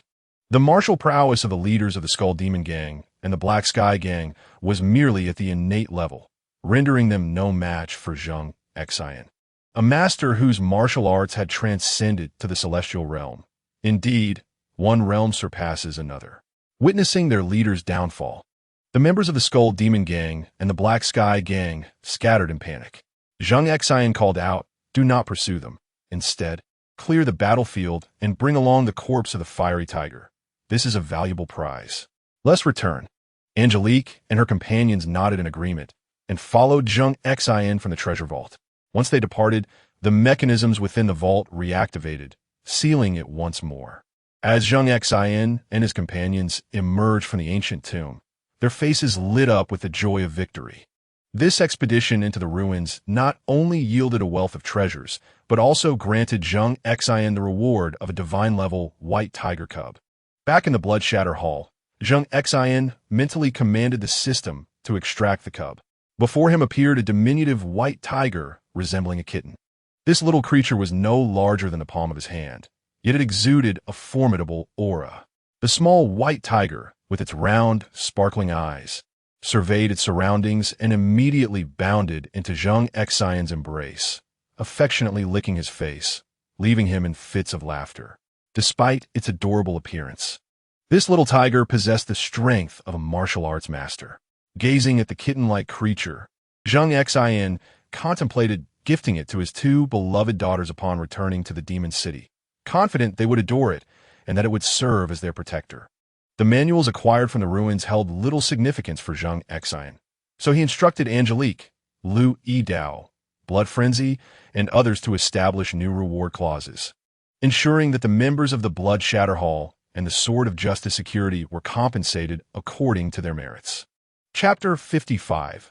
Warm moments of family. After experiencing a series of adventures in the border town, Zheng Xian returned to the bustling city of Yaodu with the little white tiger.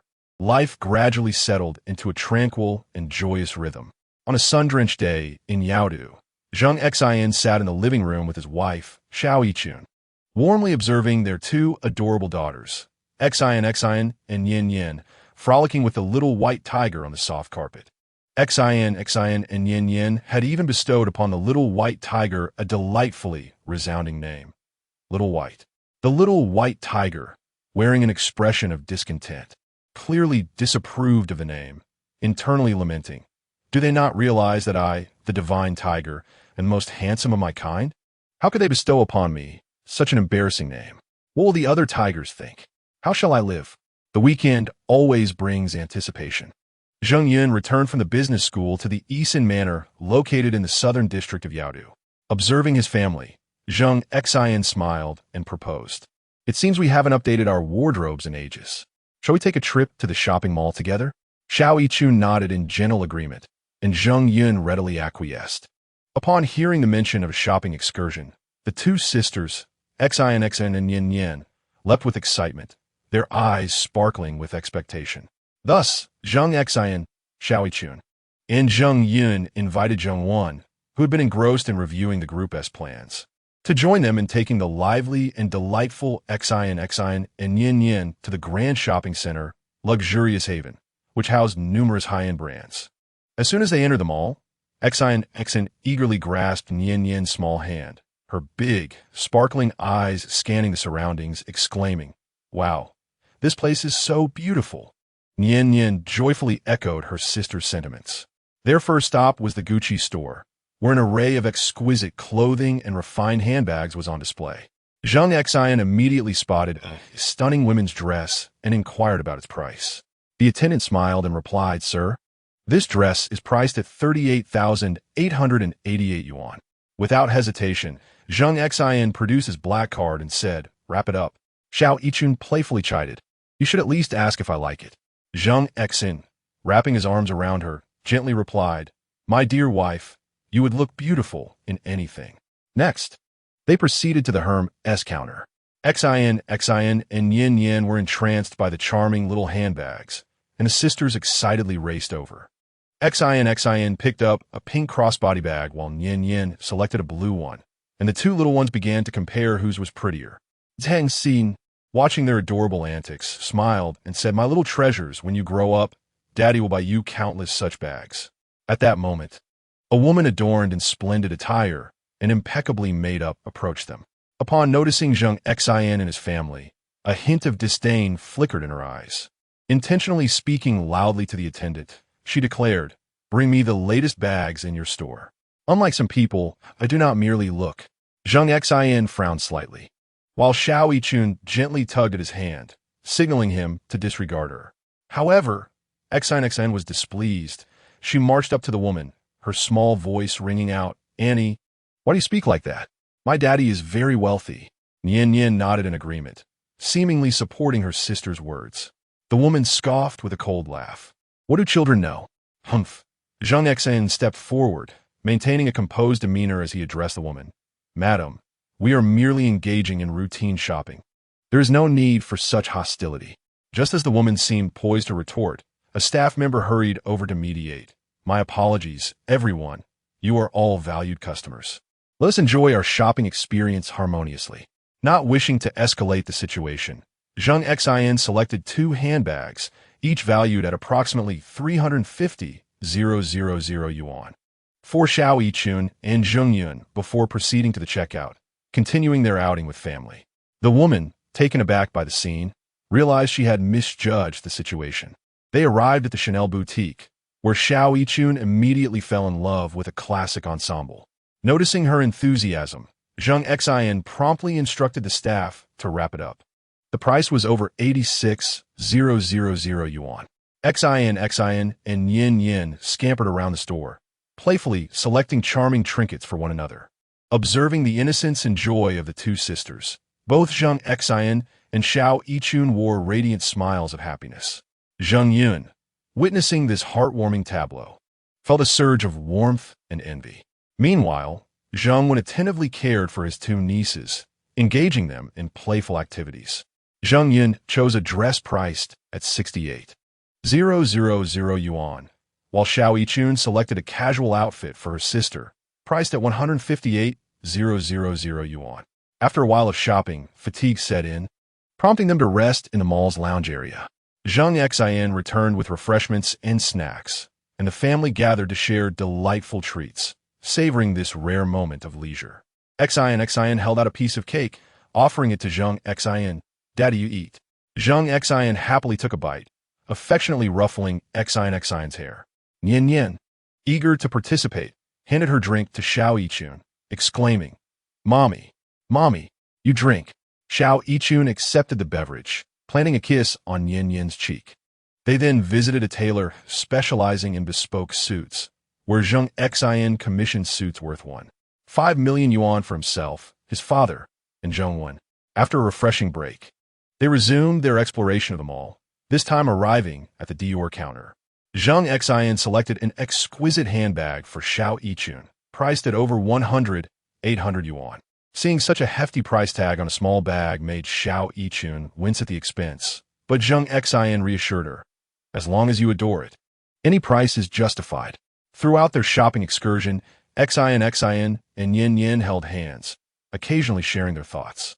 For instance, upon spotting a beautiful dress, Xin remarked, "Nian Yin, doesn't this dress look like something a princess would wear?"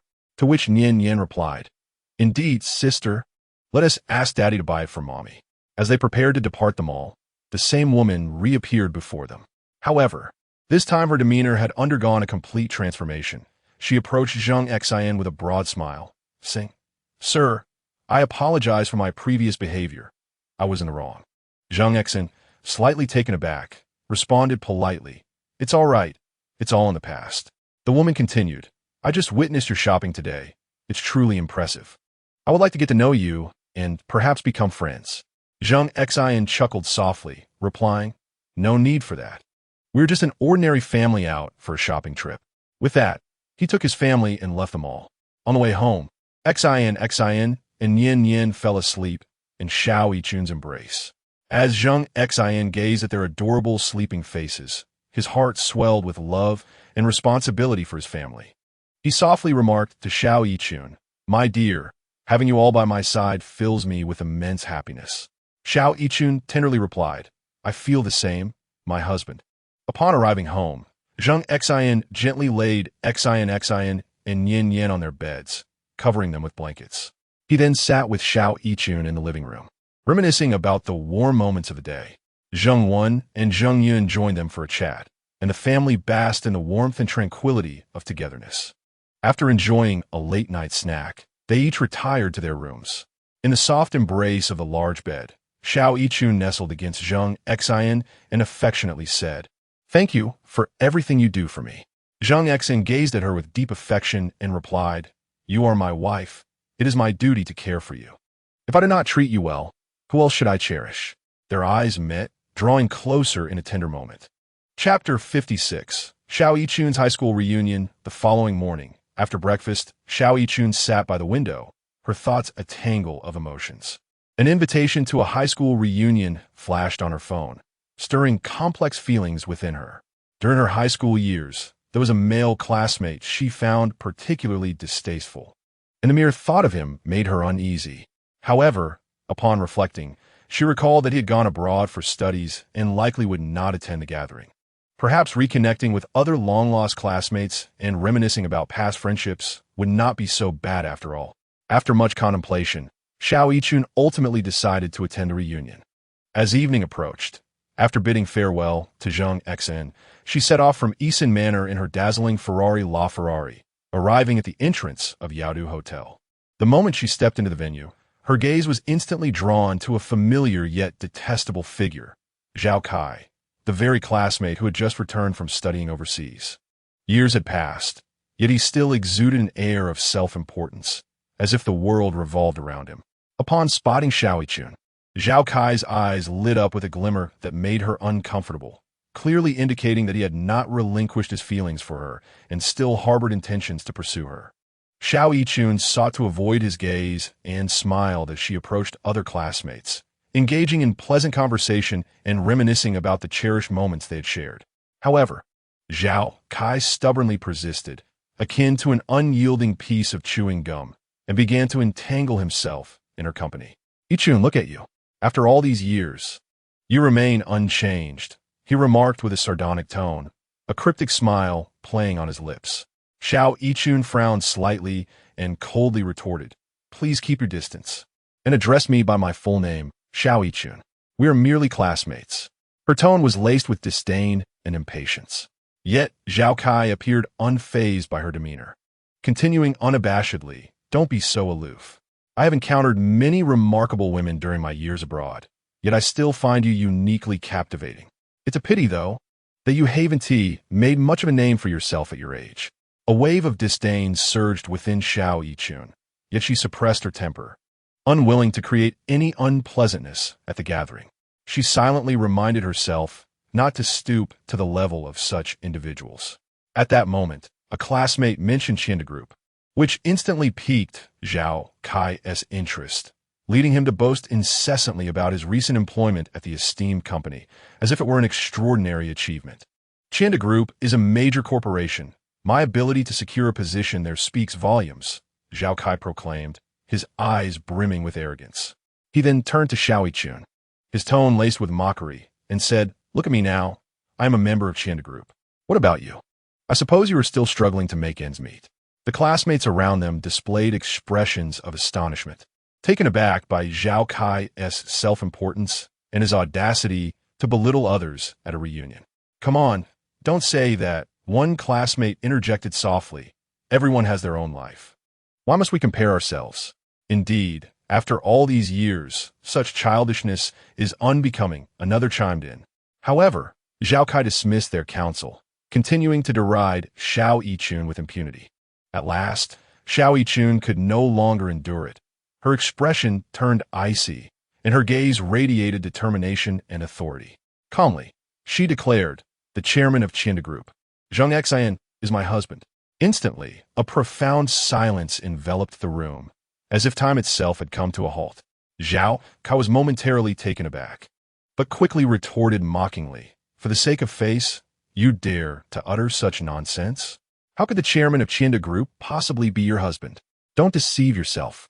Xiao Yichun, uninterested in further debate, promptly dialed Zheng Xin's number, succinctly explaining the situation. Before long, Zheng Xin arrived at the gathering, accompanied by several bodyguards, exuding an air of urgency. As he entered, his gaze swiftly found Xiao Yichun, filled with concern. The moment Zhao Kai laid eyes on Zheng Xin, he was rendered speechless, utterly unprepared for the revelation that Xiao Yichun had spoken the truth. Zheng Xin approached her, gently wrapping his arm around her shoulder, and tenderly inquired, "My dear, what's going on?" Xiao Yichun gestured toward Zhao Kai and stated, "He has been incessantly causing trouble." Zheng Xin turned his attention to Zhao Kai, his expression imbued with authority and indifference. With a frosty tone, he addressed Zhao Kai, "Sir, I advise you to keep your distance from my wife. Otherwise, you shall bear the consequences." Having said that, he gestured for the bodyguards to escort Zhao Kai out. Zhao Kai's complexion drained of color, his lips quivering, and beads of sweat forming on his forehead, his eyes filled with terror and disbelief. He attempted to articulate a plea to salvage the situation, yet his throat felt constricted, rendering him voiceless. The bodyguards, expressionless, approached and seized him, unceremoniously dragging him toward the exit. The surrounding classmates were left in shock, their eyes wide and mouths agape, unable to comprehend the astonishing turn of events unfolding before them. Never did they expect that Xiao Yichun would truly marry the chairman of the Qian Group. This revelation left them utterly astonished and bewildered. Zheng Xin offered a slight smile to his classmates, a smile imbued with a sense of authority and undeniable confidence. As he remarked, "I apologize for any discomfort caused, and I hope this does not dampen the spirit of our gathering." The classmates quickly regained their composure, gesturing dismissively. "It's nothing at all, Chairman Zheng. We completely understand." Indeed, they mused, this was merely a minor interlude. A myriad of complex expressions adorned their faces. Some displayed surprise, others envy, and a hint of reverence. Meanwhile, Xiao Yichun, accompanied by Zheng Xin, observed the scene with a serene demeanor, as though it bore no relevance to her. Zheng Xin gently patted Xiao Yichun's hand and tenderly said, "My dear, let us take our leave."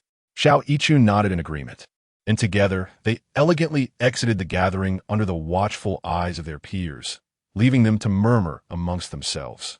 Zhao Kai, having been unceremoniously tossed out by security, sat on the pavement in disarray, his heart heavy with regret and self-reproach. He could hardly fathom that Xiao Yichun had indeed wed the chairman of the Qian Group. He had unwittingly encountered a formidable opponent. Striking himself in frustration, he cursed his own foolishness. At the gathering, the chatter among classmates continued unabated. Who would have thought Xiao Yichun would marry the chairman of the Qian Group? Quite impressive. Yes, she has always been so low-key. I never heard her mention it. Zhao Kai truly brought this upon himself, daring to provoke the wife of the chairman. Alas, one must not judge a book by its cover. The classmates lamented, their perceptions of Xiao Yichun undergoing a significant transformation. They recognized that one should not solely rely on appearances or past impressions to assess a person, for everyone may harbor untold depths. After departing the hotel, Xiao Yichun and Zheng Xin entered their car. Zheng Xin gently grasped Xiao Yichun's hand and reassured her, "My dear, do not let such individuals disturb your peace." Xiao Yichun chuckled softly, replying, "I would never let him affect my happiness. It merely strikes me as amusing." Zheng Xin Gavin. Indeed, he is nothing but a petty clown. As the vehicle glided through the night, Xiao Yichun gazed out at the city lights, her heart awash with myriad emotions. She reflected on her past, the hardships and endeavors that had ultimately borne fruit.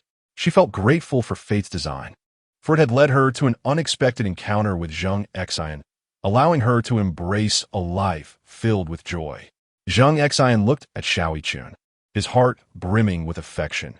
She was the most significant person in his life, and he vowed to protect her, providing her with happiness and warmth.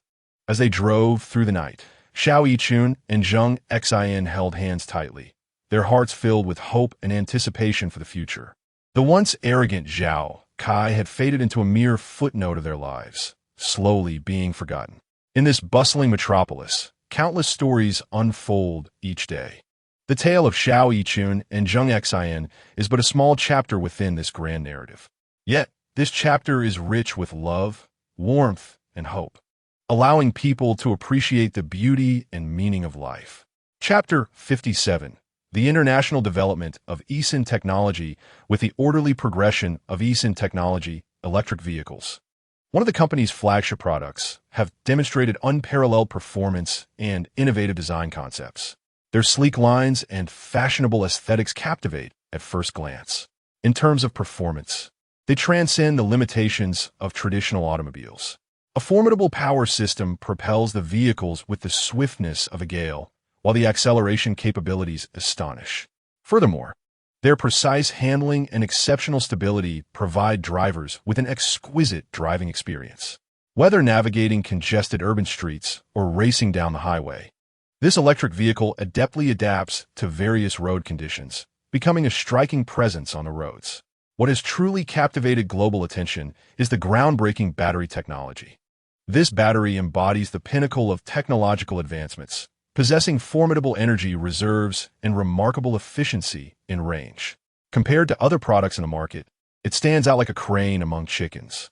Its high energy density allows the vehicle to cover extensive distances on a single charge, significantly alleviating concerns regarding the anxiety surrounding the range of electric vehicles.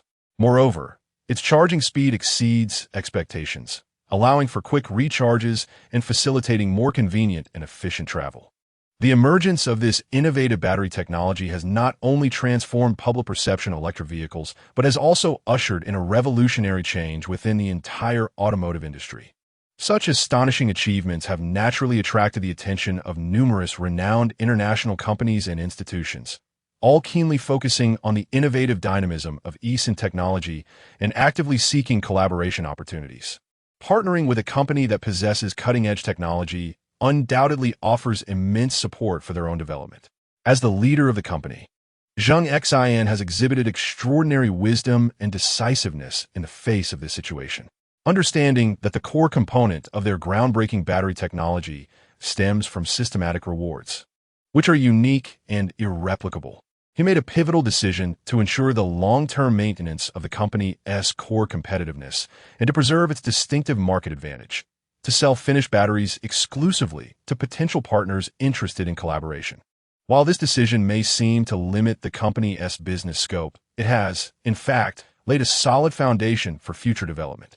This approach not only safeguards the company's core technology from easy replication, but also fosters a sense of appreciation among partners for the collaboration, thereby establishing a stable and mutually beneficial relationship. Numerous international enterprises, eager to acquire these advanced finished batteries, have engaged in extensive negotiations with ESIN technology. Automotive manufacturers from around the globe are keen to incorporate these innovative batteries into their products to enhance their competitiveness and market share. For them, collaborating with a company that possesses such advanced technology represents a rare opportunity. They actively communicate and negotiate with ESIN technology, hoping to reach a cooperation agreement to jointly explore the market. Similarly, energy giants have also shown a keen interest in these cutting-edge batteries. I have witnessed the immense potential encapsulated within these batteries in the realm of future energy. Through collaboration with Zheng Technology, the application of battery technology can be extended to a broader spectrum, infusing new vigor into the development of the energy sector. On the path of international expansion, Zheng Technology has demonstrated unwavering resolve and remarkable initiative. The company actively broadens its global operations, forging close strategic alliances with partners from various nations. These alliances transcend mere commercial cooperation, encompassing comprehensive collaboration across research and development, production, and sales. Through the concerted efforts with partners, the company adeptly harnesses the advantageous resources from all sides, achieving a mutually beneficial scenario. In the realm of research and development, collaborations with premier international research institutions and universities are pursued to jointly overcome technological challenges, thereby propelling continual technological advancement. Through technical exchanges and partnerships, the company remains abreast of the latest global technological trends and research achievements, providing robust support for its own R&D endeavors. Simultaneously, the company shares its R&D outcomes with partners to collectively advance the industry. In terms of production, the company collaborates with manufacturing enterprises worldwide to establish an efficient production system, ensuring the quality and quantity of its products. By optimizing production processes and adopting advanced manufacturing technologies, the company is able to reduce production costs and enhance efficiency, thus offering a greater number of high-quality products to the market.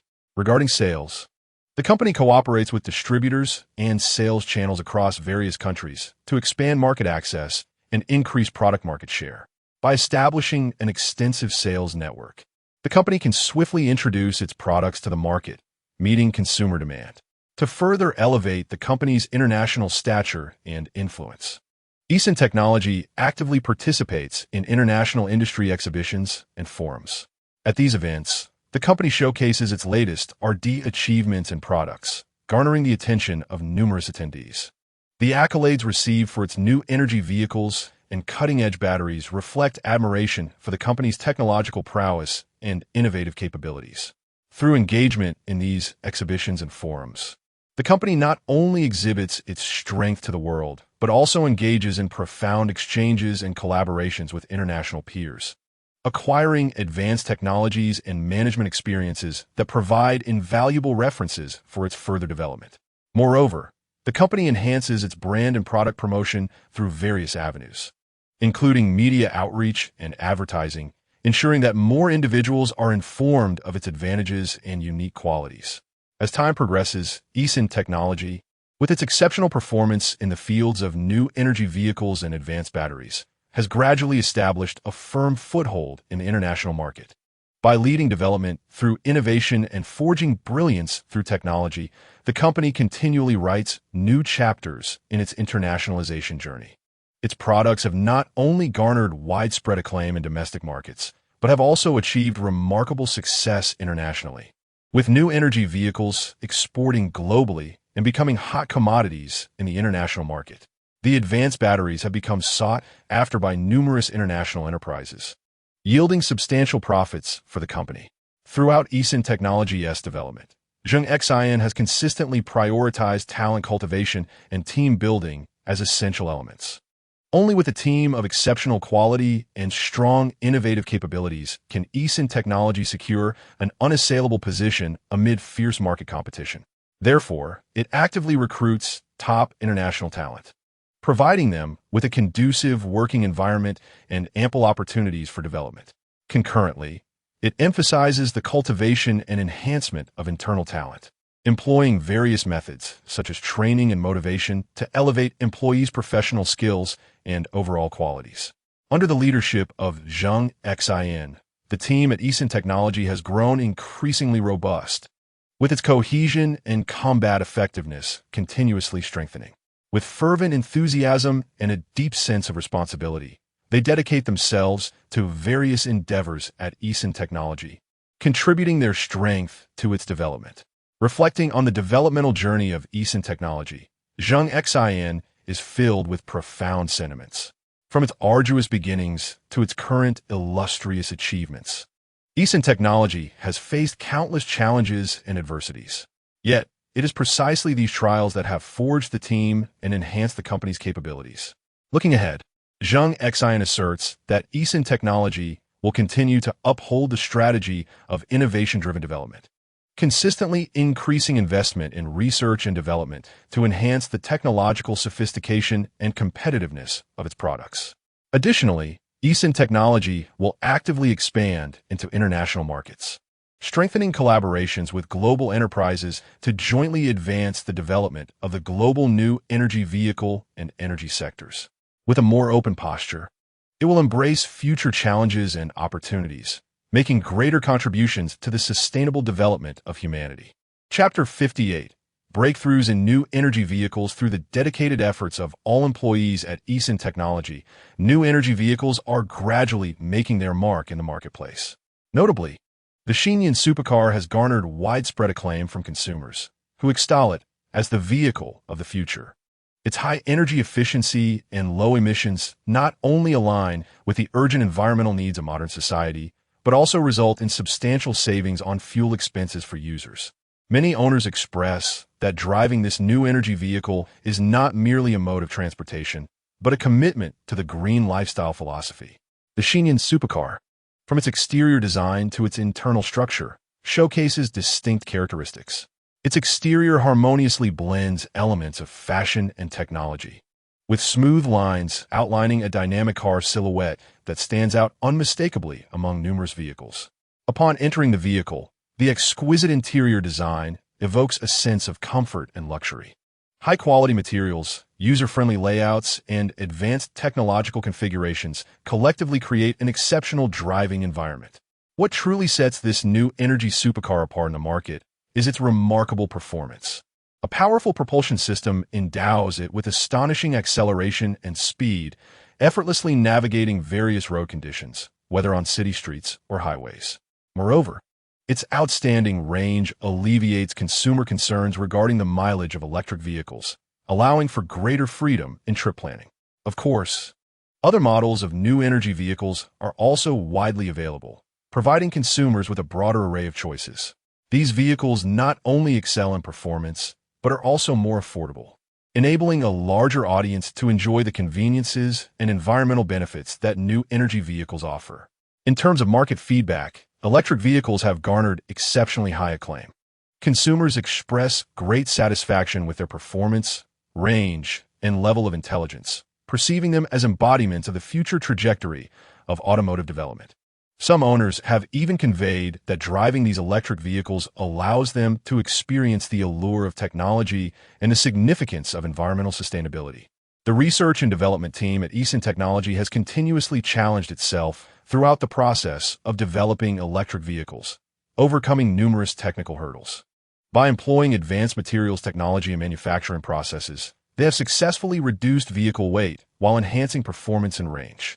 Simultaneously, they have delved into battery technology, creating more efficient, safer, and durable battery packs, thus providing robust technical support for the evolution of electric vehicles. On the international stage, electric vehicles have also achieved remarkable success.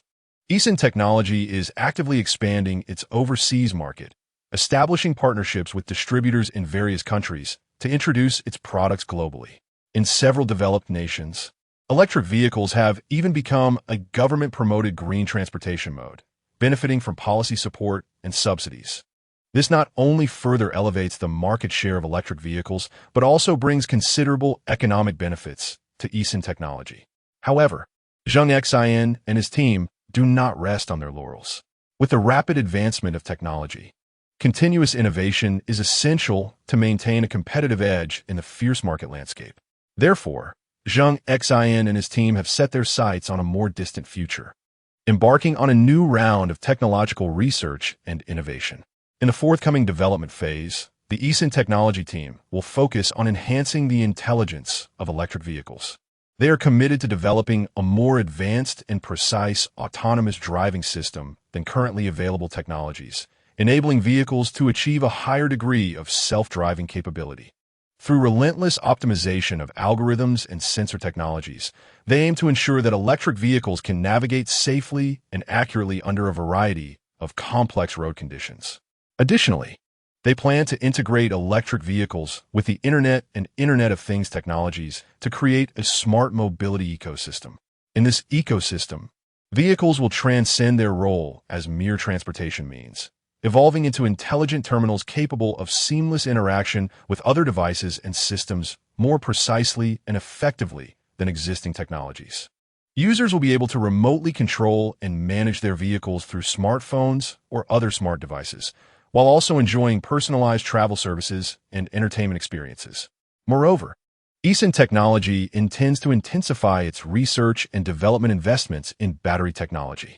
They aspire to create even more efficient and safer batteries, further enhancing the range and lifespan of electric vehicles. To this end, they are diligently working on overcoming the material challenges required for the design of advanced battery technologies. Although they may not fully achieve the outcomes envisioned in the futuristic battery designs, they have made significant progress, achieving 30 to 40% advancement compared to current battery technologies, thus maintaining a distinct competitive advantage. Under Zheng Xin's leadership, the members of the Zheng Technology team are filled with confidence and enthusiasm. Their relentless pursuit of exploration has led to the completion of 50% of the design for the future technology of electric vehicles. Although only a portion has been realized, it is sufficient for new energy vehicles to exhibit unparalleled competitiveness in the market. Zheng Xin and his associates are acutely aware that this is merely the beginning. Numerous challenges and opportunities await their conquest in the future. As time progresses, the research and development achievements of Zheng Technology gradually come to light. They have successfully launched a new generation of the Xin supercar, equipped with a cutting-edge autonomous driving system.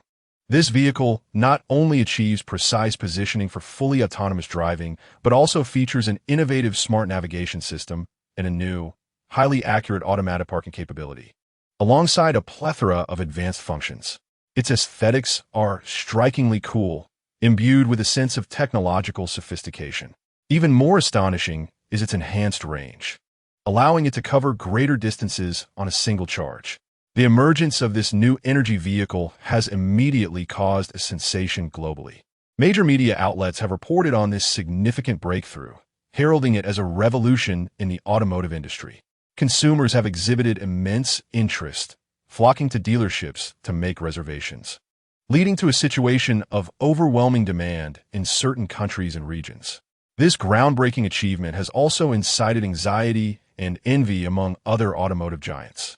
Simultaneously, Zheng Technology is actively promoting collaborations with other industries.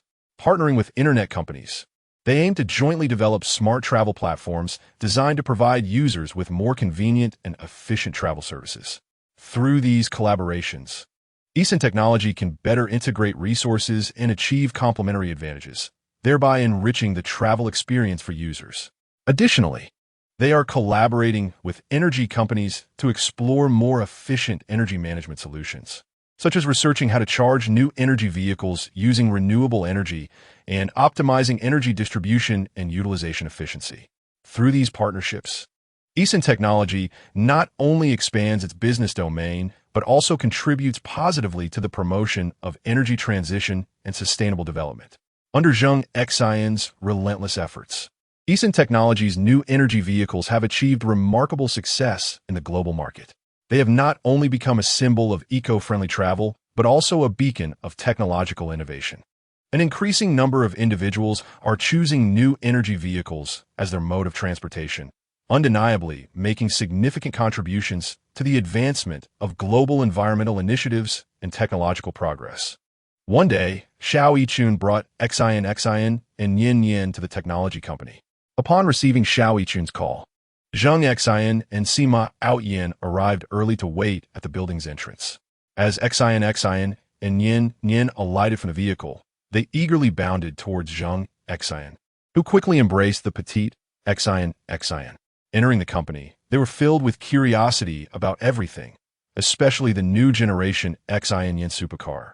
"Wow, Daddy, Mommy, this car is so beautiful. Et glim sin et sitan li. Indeed, darling, this car is not only beautiful, but also environmentally friendly, Xiao Yichun replied with a smile. Environmentally friendly? Sin asket pudao. Yes, sweetheart, this car is powered by a battery, which means it produces no exhaust fumes, making it very eco-friendly, Sima Outyin explained. Oh, I see. What does battery-powered mean? Is it like my electric toy car? Sin not det in understand. Isn't it almost the same? Responded Xiao Yichun, seemingly bewildered. Uncle Sima, how fast can this car go? Nian inquired with curiosity. This vehicle's maximum speed can reach up to 300 kilometers per hour. Moreover, the battery operates on a principle akin to that of your electric toy cars, though the materials differ. The car's battery components are designed for greater durability, allowing it to cover extensive distances on the road, Sima Outyin explained proudly and patiently in a manner suited for children. Wow, that's incredibly fast. But 300 kilometers seems so far. Nian exclaimed in astonishment. Uncle Sima, can this car drive itself? Xin quickly followed up with her question. Of course it can drive autonomously.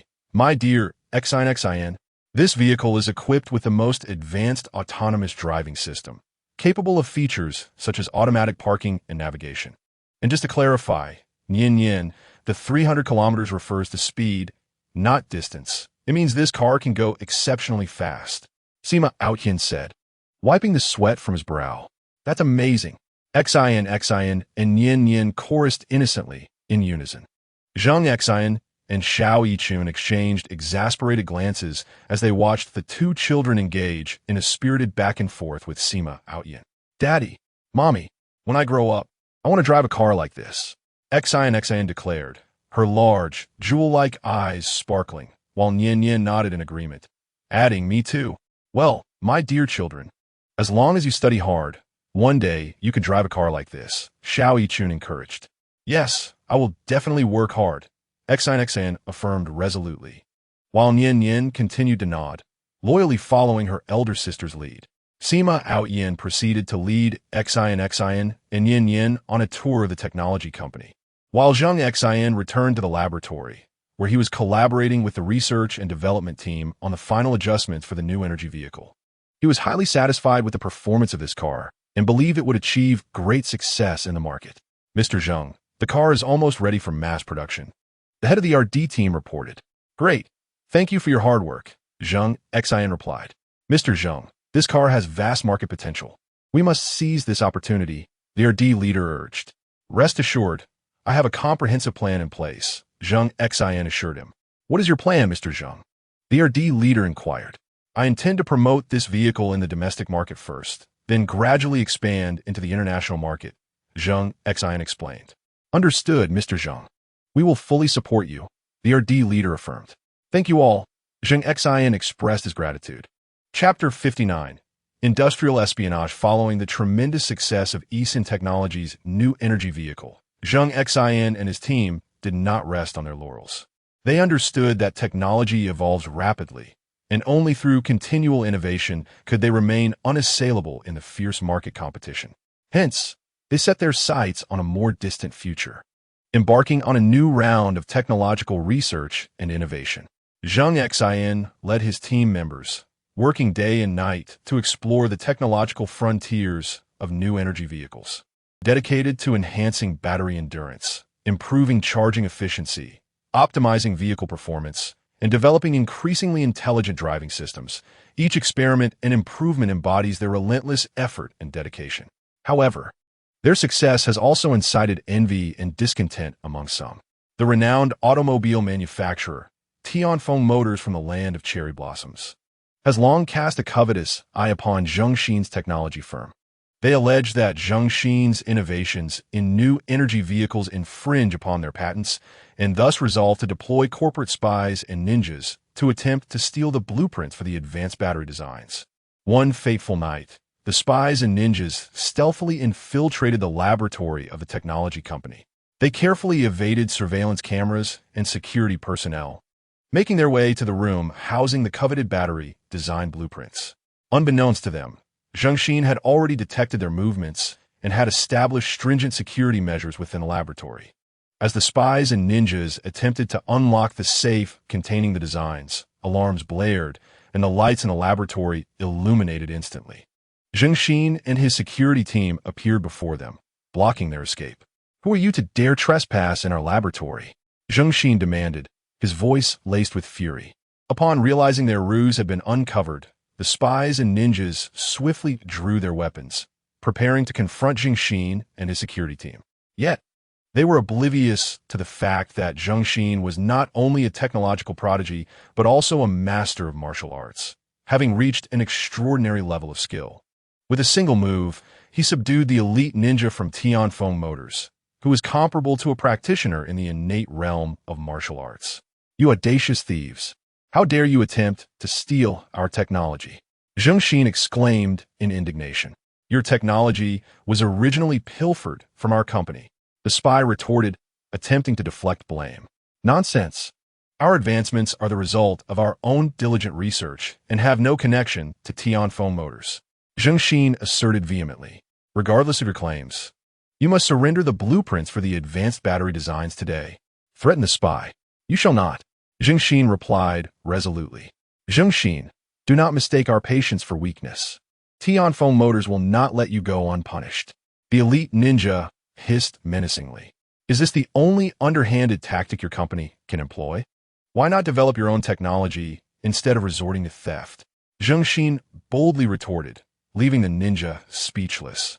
After resolving the matter with the spies, Zheng Xin commenced an investigation into their origins. Following thorough inquiries, he discovered that these spies and ninjas were indeed dispatched by Tianfeng Motors.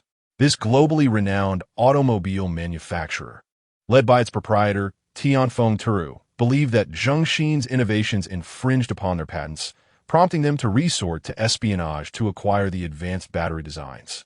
With this knowledge in hand, Zheng Xin resolved to retaliate against Tianfeng Motors. He dispatched his security team to infiltrate the land of cherry blossoms, launching a sudden assault on the laboratory of Tianfeng Automotive Company.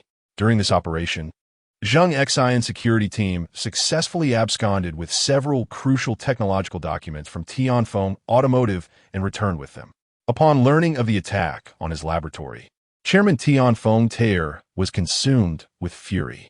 He promptly convened the company's senior management to deliberate on countermeasures. Tair believed that Zheng Xin's technological firm had emerged as the paramount threat to Tianfeng Automotive, and that decisive action was imperative to curtail their advancement. After extensive discussions, Tair resolved to adopt more aggressive tactics against Zheng Xin's enterprise. He dispatched an assassination squad composed of ninjas with the intent to eliminate Zheng Xin. Upon discovering that he was targeted by the assassination team from Tianfeng Automotive, Zheng Xin resolved to confront them personally, intending to demonstrate that the essence of Huaxia should not be trifled with. One night, the assassination squad stealthily infiltrated Zheng Xin's estate, preparing to strike while he slept. Unbeknownst to them, Zheng Xin, along with Lu Hu and others, had already detected their movements and fortified the estate with stringent defenses. As the assassination squad breached the premises, they were immediately met with a fierce onslaught from Zheng Xin's security team, comprised of highly trained special forces with formidable combat prowess. Following an intense battle, the entire assassination squad was eradicated. Upon learning of the annihilation of his assassination team, Tair was taken aback. He had not anticipated the formidable strength of Zheng Xin's security personnel. It dawned on him that the competition between his company and Zheng Xin's technological firm had intensified, necessitating the implementation of more effective strategies. After considerable reflection, Tair resolved to pursue a collaborative venture with Zheng Xin's company. He personally traveled to Huaxia's Yao capital to engage in negotiations with Zheng Xin. During the discussions, Tair expressed his willingness to collaborate on the development of new energy vehicle technology. Without hesitation, Zheng Xin declined Tair's proposal. He was acutely aware of Tianfeng Automotive's ambitions and tactics and had no intention of trusting their sincerity. "Mr. Tian, I appreciate your proposal, but I believe there is no necessity for collaboration between us," Zheng Xin asserted resolutely. "Why not? We could jointly develop new energy vehicle technology, achieving mutual benefits." Ter attempted to persuade Zheng Xin. Mr. Tian, your company has previously deployed corporate spies and ninjas to pilfer our technology, which is a grave violation. I cannot overlook such actions, nor will I collaborate with you. Zheng Xin's stance remained unwavering. Ter, upon hearing Zheng Xin's words, displayed an expression of embarrassment and regret, realizing his missteps, albeit too late. Mr. Zheng, I apologize for our company's conduct. We did employ improper methods, but this was driven by our desire for new energy vehicle technology, Ter lamented. Mr. Tian, an apology does not resolve the issue, Zheng Xin replied. What we require is respect and trust, qualities that your company evidently lacks, Zheng Xin remarked. After a brief moment of silence, Tian Fengtailing responded, Mr. Zheng, I comprehend your position. However, I urge you to reconsider the prospect of collaboration, as it would be mutually beneficial. Zheng Xin shook his head and replied, Mr. Tian, my decision stands. Our technology company shall persist in independently developing electric vehicle technology and will not engage with any entity that infringes upon our rights. Tian Fengtailing sighed in resignation, stating, very well, Mr. Zheng, I respect your decision. Nonetheless, I hope you remember that Tianfeng Automobile Company will never relent in its pursuit within the electric vehicle sector. Zheng Xin smiled and replied, Mr. Tian, competition is indeed a positive force, but I implore you to employ legitimate means. Our technology company welcomes fair competition and believes that our innovations will continually advance amidst it. Thus, the negotiations between Zheng Xin and Tian Fengtailing concluded in failure. Tianfeng Automobile Company would persist in competing with Zheng Xin's technology firm, while Zheng Xin would lead his team in striving for breakthroughs in electric vehicle technology. At that moment, a voice suddenly echoed in Zheng Xin's mind. Ding. Detection of the host's bloodbath at Tianfeng Automobile Company's laboratory. Bearing in mind the grievances and national shame, the host is rewarded with a basic slave control skill, upgradable, currently capable of controlling 10 individuals. Amidst a wave of dizziness, Zheng Xin opened the system interface, revealing the basic slave control skill. Host, Zheng Xin. Spouse, Xiaoi Chun.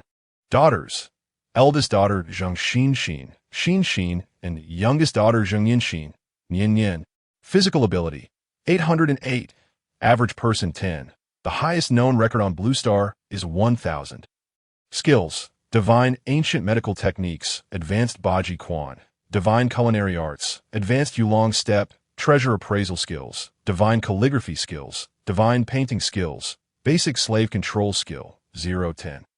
Martial arts realm, celestial human realm.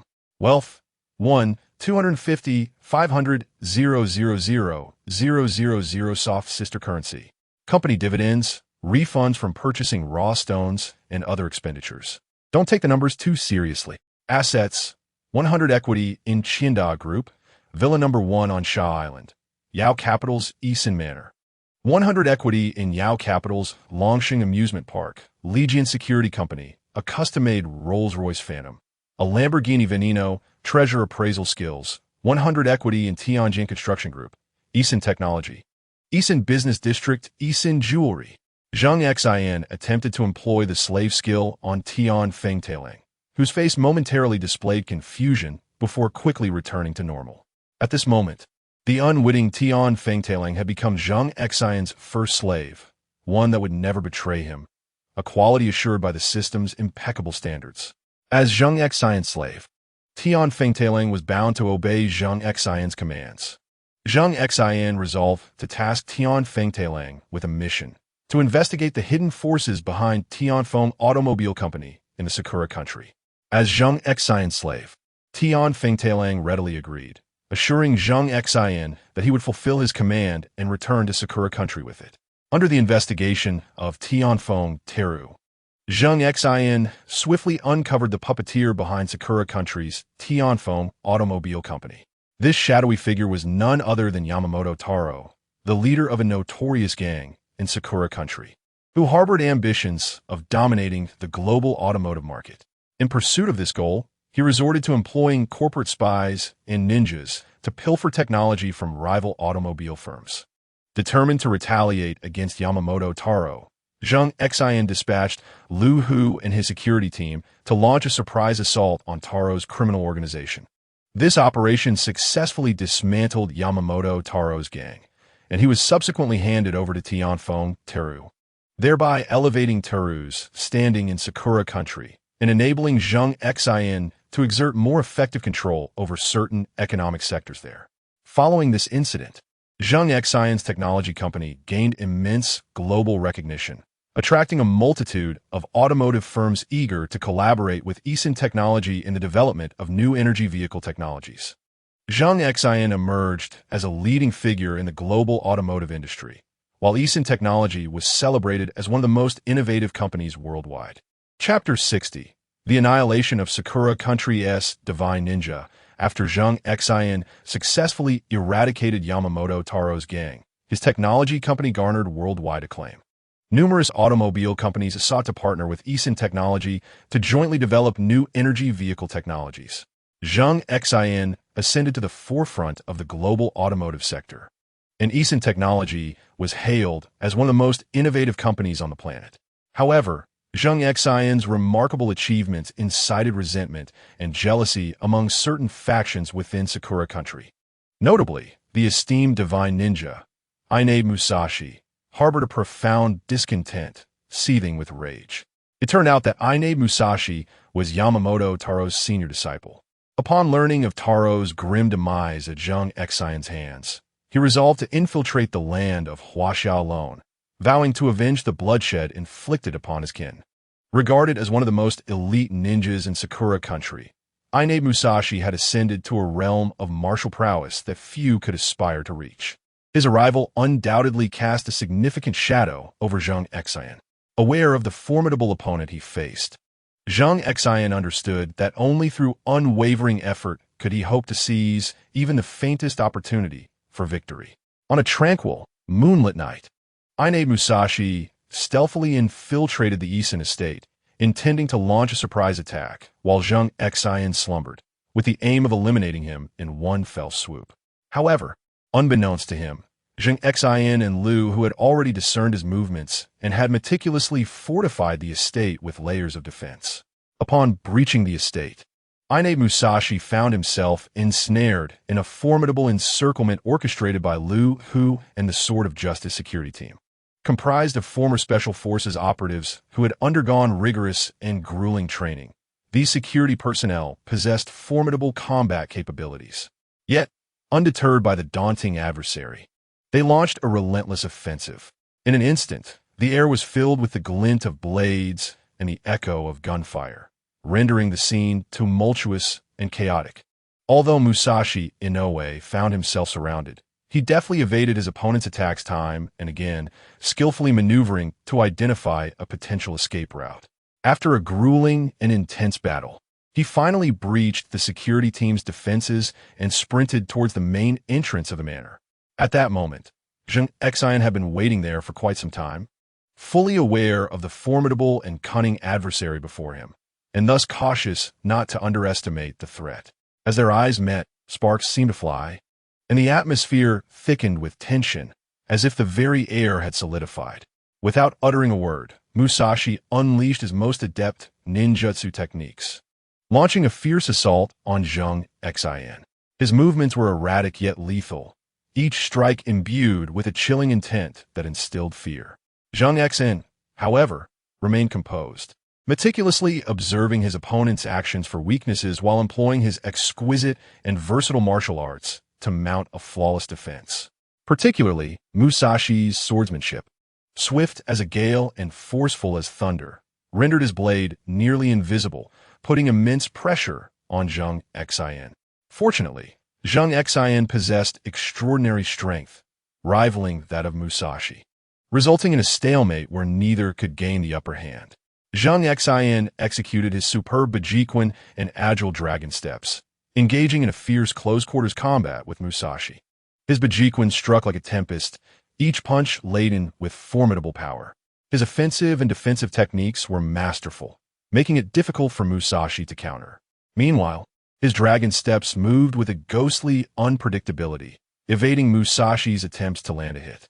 In response to Zheng Xin's relentless onslaught, Musashi showcased his exceptional ninjutsu skills. Wielding a razor-sharp katana while employing the unique techniques of the Sakura Nation's sword style.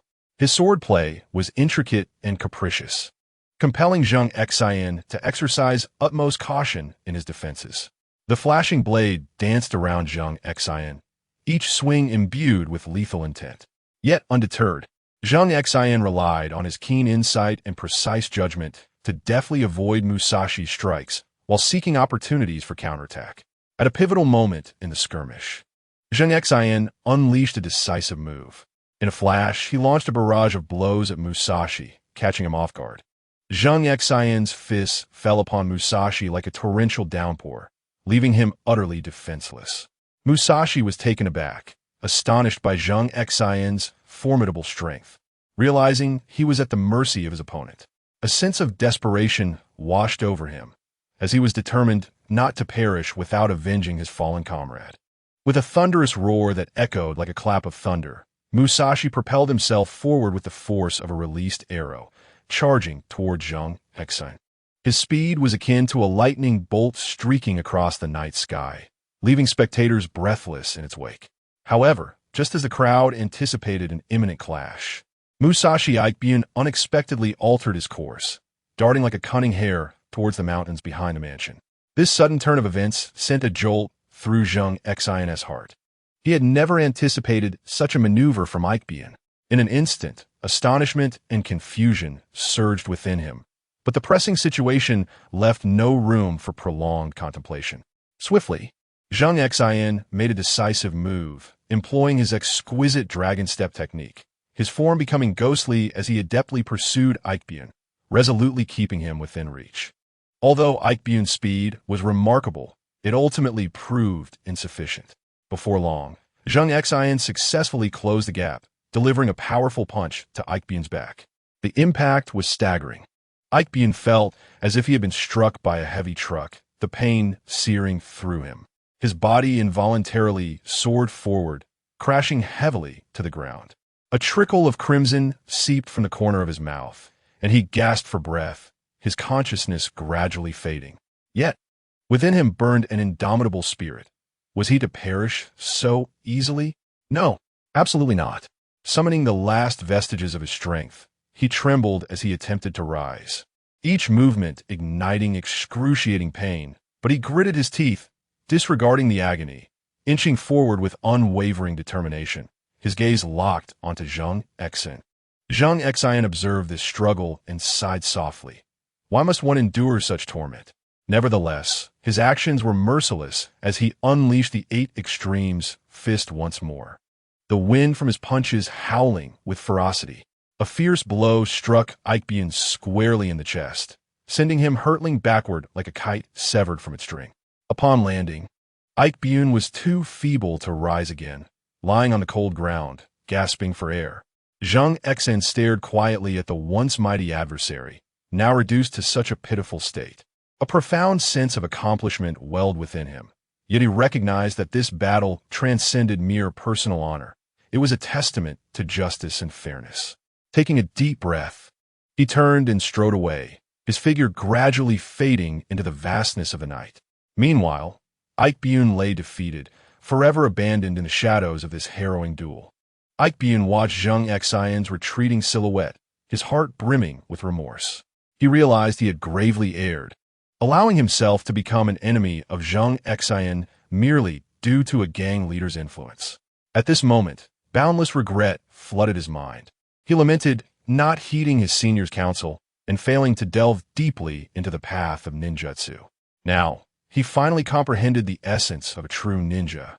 Slowly, Ikebun closed his eyes, his body growing cold and stiff, the flame of life quietly extinguishing. Zheng Xin, on the other hand, instructed Lu Hu to lead his subordinates in handling Ikebun's aftermath, granting the fallen warrior a final semblance of dignity. Zheng Xin exhibited a magnanimous spirit and grace. The victory in this fierce battle elevated Zheng Xin's reputation far and wide. His name was destined to be etched in the annals of history, celebrated by future generations, crafting an immortal legend. Furthermore, The technology company he founded would flourish, shining brightly in the realm of new energy vehicles, continuously contributing to the betterment of humanity's future. Meanwhile, Zheng Xin also recognized that certain factions within the land of cherry blossoms would not easily relent. He resolved to bolster the company's security measures while simultaneously enhancing his own and his team's capabilities to confront potential future challenges. Certain factions, such as the Yamako Group, upon witnessing Zheng Xin's prowess, found themselves compelled to temporarily temper their ambitions. They began to reassess their relationship with Zheng Xin, contemplating how to seek opportunities for cooperation amidst competition. Zheng Xin, however, remained ever vigilant, understanding that only through continuous innovation could one maintain an undefeated position in the fierce market rivalry.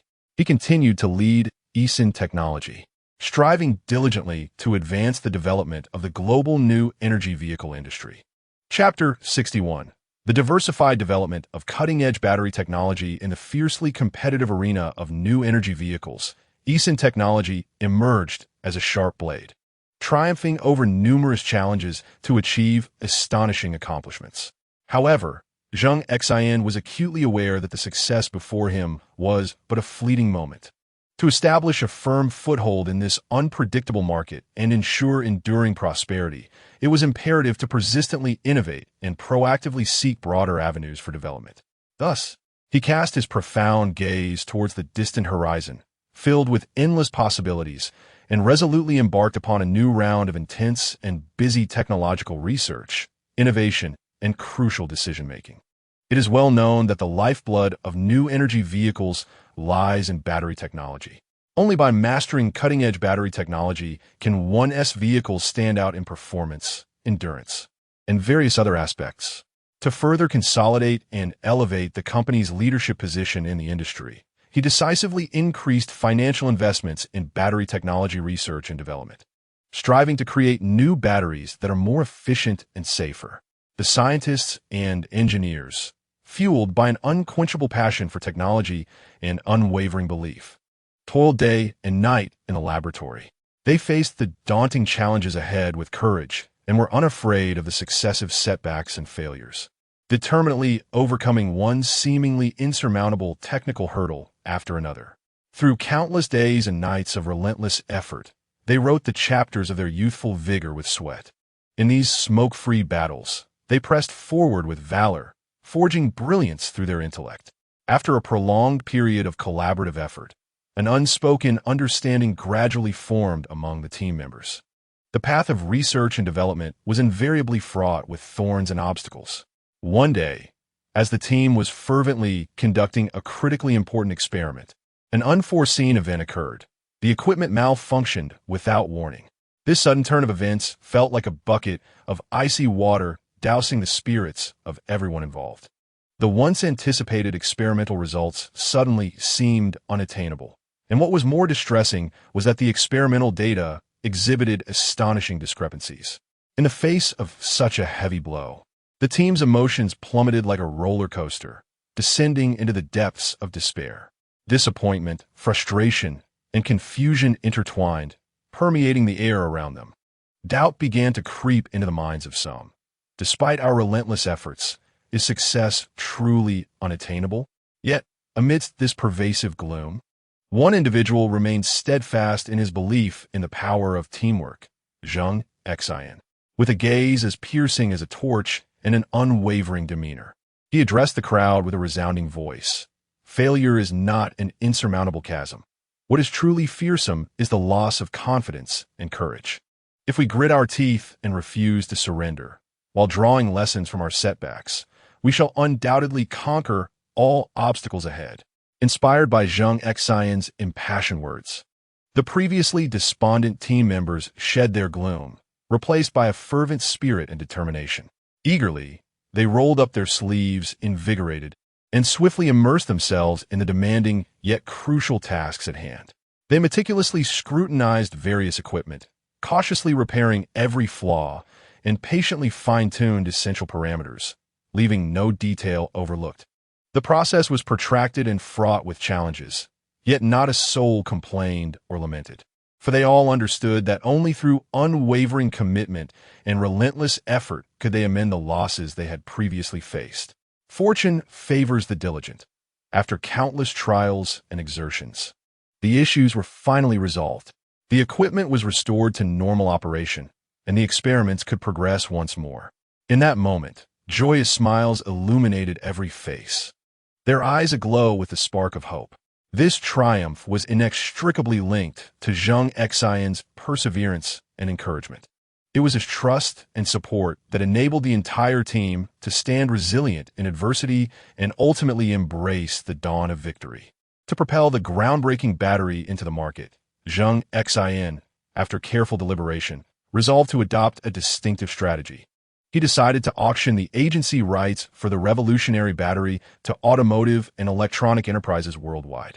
Only 2 to 3 companies would be selected as agents in each region, ensuring the battery's extensive application and promotion. The announcement of this staggering news reverberated like a bombshell, creating a global sensation. Major automotive and electronic corporations exhibited intense interest, quickly recognizing that this revolutionary battery would become the cornerstone technology for future electric vehicles. The entity that secured the agency rights would likely gain a significant advantage in the fiercely competitive market ahead. In a rush to participate in this momentous auction, they dispatched their most capable representatives to converge at the headquarters of Zheng Technology. On the day of the auction, the atmosphere was electrifying, akin to a grand technological celebration. Representatives from around the globe flocked to the venue, their faces a canvas of anticipation and tension. The auction hall was adorned with solemnity, each detail underscoring the event's significance and uniqueness. On the auction platform lay an exquisite display board, meticulously outlining the battery's exceptional features. As the auction commenced, the ambience shifted to one of palpable intensity and fervor. Representatives from enterprises around the globe fervently placed their bids, engaging in fierce competition. They were acutely aware that the value of this cutting-edge battery technology was immeasurable. Whoever secured the agency rights would gain a significant advantage in future market contests. Some representatives boldly placed generous bids, seemingly willing to go to any lengths to acquire the agency rights, while others adopted a more cautious approach, waiting for the opportune moment to strike. The atmosphere was so tense it was almost suffocating, with each bid resonating like thunder, inciting waves of excitement. During the auction, certain representatives gradually realized that relying solely on their individual capabilities would likely hinder their chances of success in this intense rivalry. Consequently, they began to engage in discussions and negotiations with their counterparts, seeking collaborative partnerships. Through astute bargaining, some representatives successfully allied with others, collectively submitting bids in a bid to jointly secure the agency rights. This cooperative model not only enhanced their competitive edge in bidding, but also promised resource sharing and complementary advantages in subsequent market expansion, paving the way for broader market development. As the auction progressed, the price for the agency rights soared like a rocket. Some representatives began to feel immense pressure, beads of sweat forming on their brows. Yet they remained resolute, unwilling to concede easily. They understood that this opportunity was rare. Should they miss it, such a favorable chance might never arise again. Ultimately, after several rounds of gripping bidding, the agency rights were successfully auctioned off to various enterprises. Those who secured the rights clutched their certificates tightly, their eyes shimmering with excitement. They expressed their commitment to wholeheartedly promote this groundbreaking battery technology, contributing to the advancement of the new energy vehicle sector. Through this endeavor, Zheng Technology successfully propelled the black technology battery onto the global market, laying a solid foundation for the company's future growth. With a widespread application of this innovative battery, the performance of new energy vehicles was further enhanced. Sales in the market surged, garnering enthusiastic reception from consumers. Simultaneously, this battery began to find applications in other domains, such as smartphones and tablets. These electronic devices, now equipped with the advanced battery, enjoyed dramatically improved endurance, bringing greater convenience to people's lives. On the path of global development, Zheng Technology consistently maintained its innovative vigor and courage. They continuously explored new technological realms and actively expanded their business scope.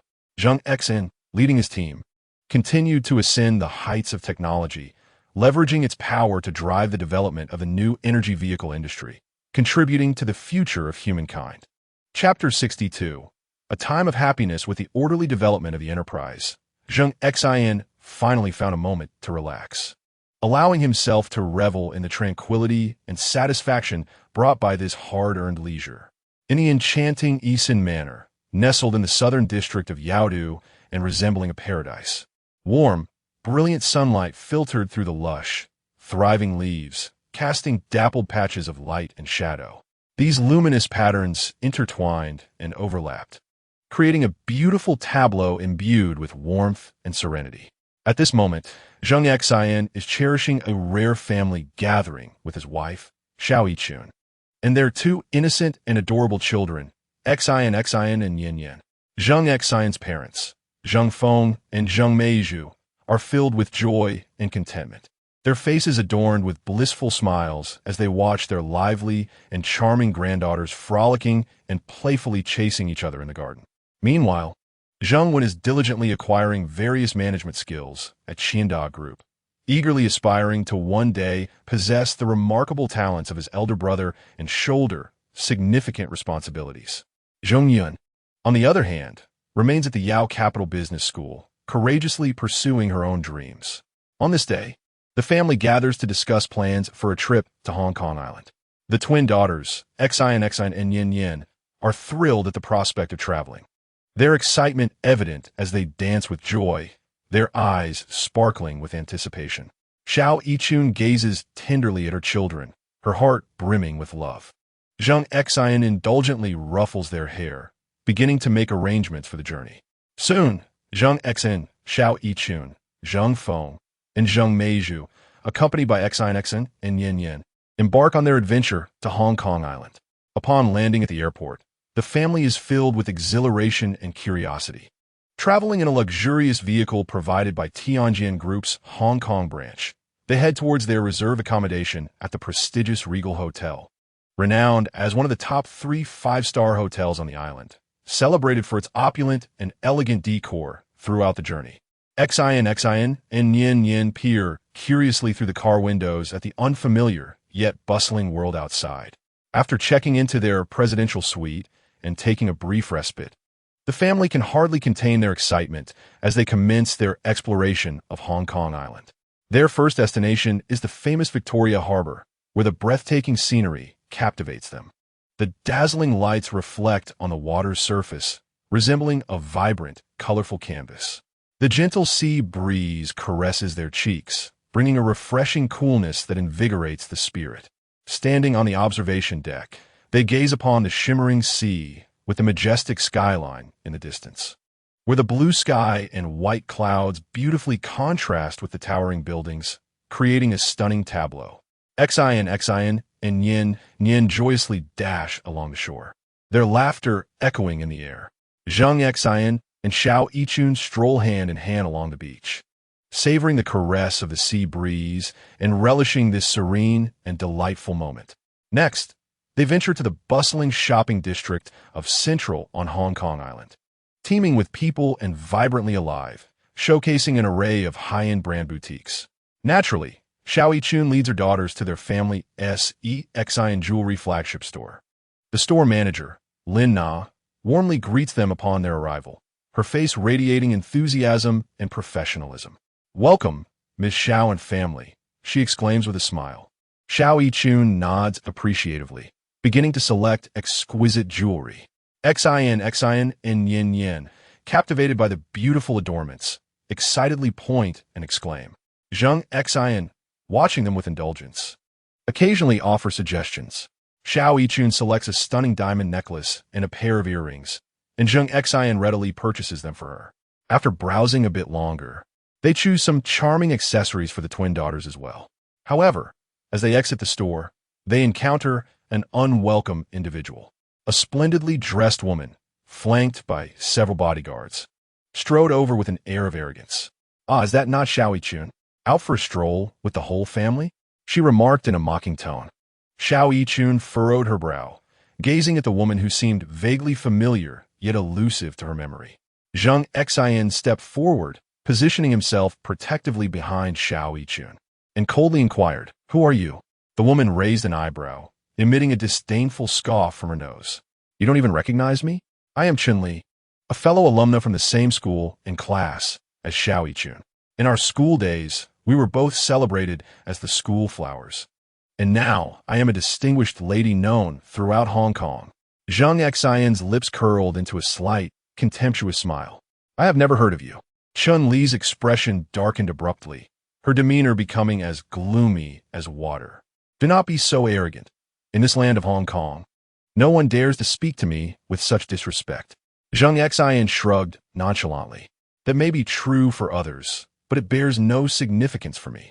Chun-Li's gaze fixed menacingly on Zheng Xin and Xiao Yichun, her eyes ablaze with jealousy. Addressing Xiao Yichun, she sneered, "I hear you married a man of some wealth. What is there to boast about? It is merely a matter of having money."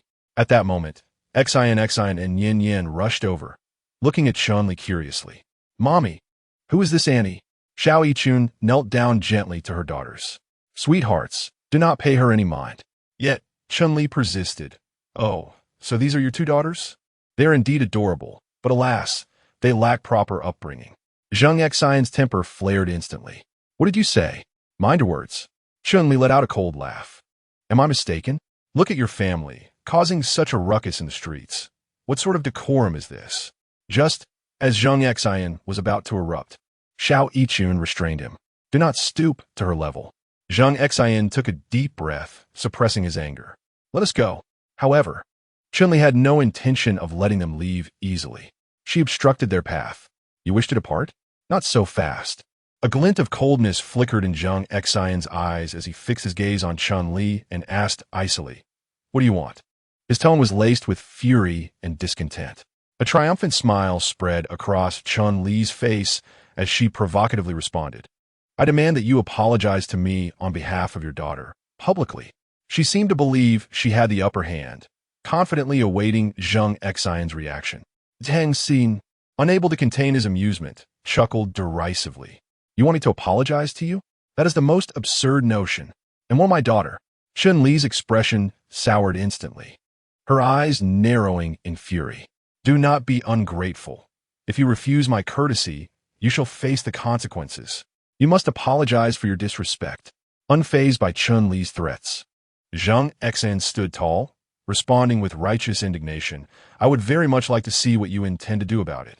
His gaze was fierce, embodying an indomitable spirit. Seeing this, Chun-Li immediately signaled to the bodyguards beside her. The imposing bodyguards exchanged knowing glances and swiftly advanced, encircling Zheng Xin. The atmosphere grew tense, as a conflict seemed poised to erupt at any moment. Zheng Xin shielded his family behind him, bracing for the impending confrontation. Just then, a voice emerged from the crowd, commanding, "Everyone, cease at once."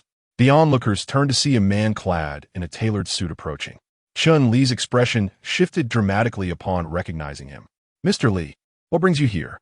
The newcomer was Li Jiahua, the eldest son of the wealthiest family in Hong Kong. Li Jiahua cast a stern glare at her. "Chun-Li, what chaos are you causing here? Are you not aware that Mr. Zheng and Ms. Xiao are my esteemed guests?" Chun-Li was taken aback.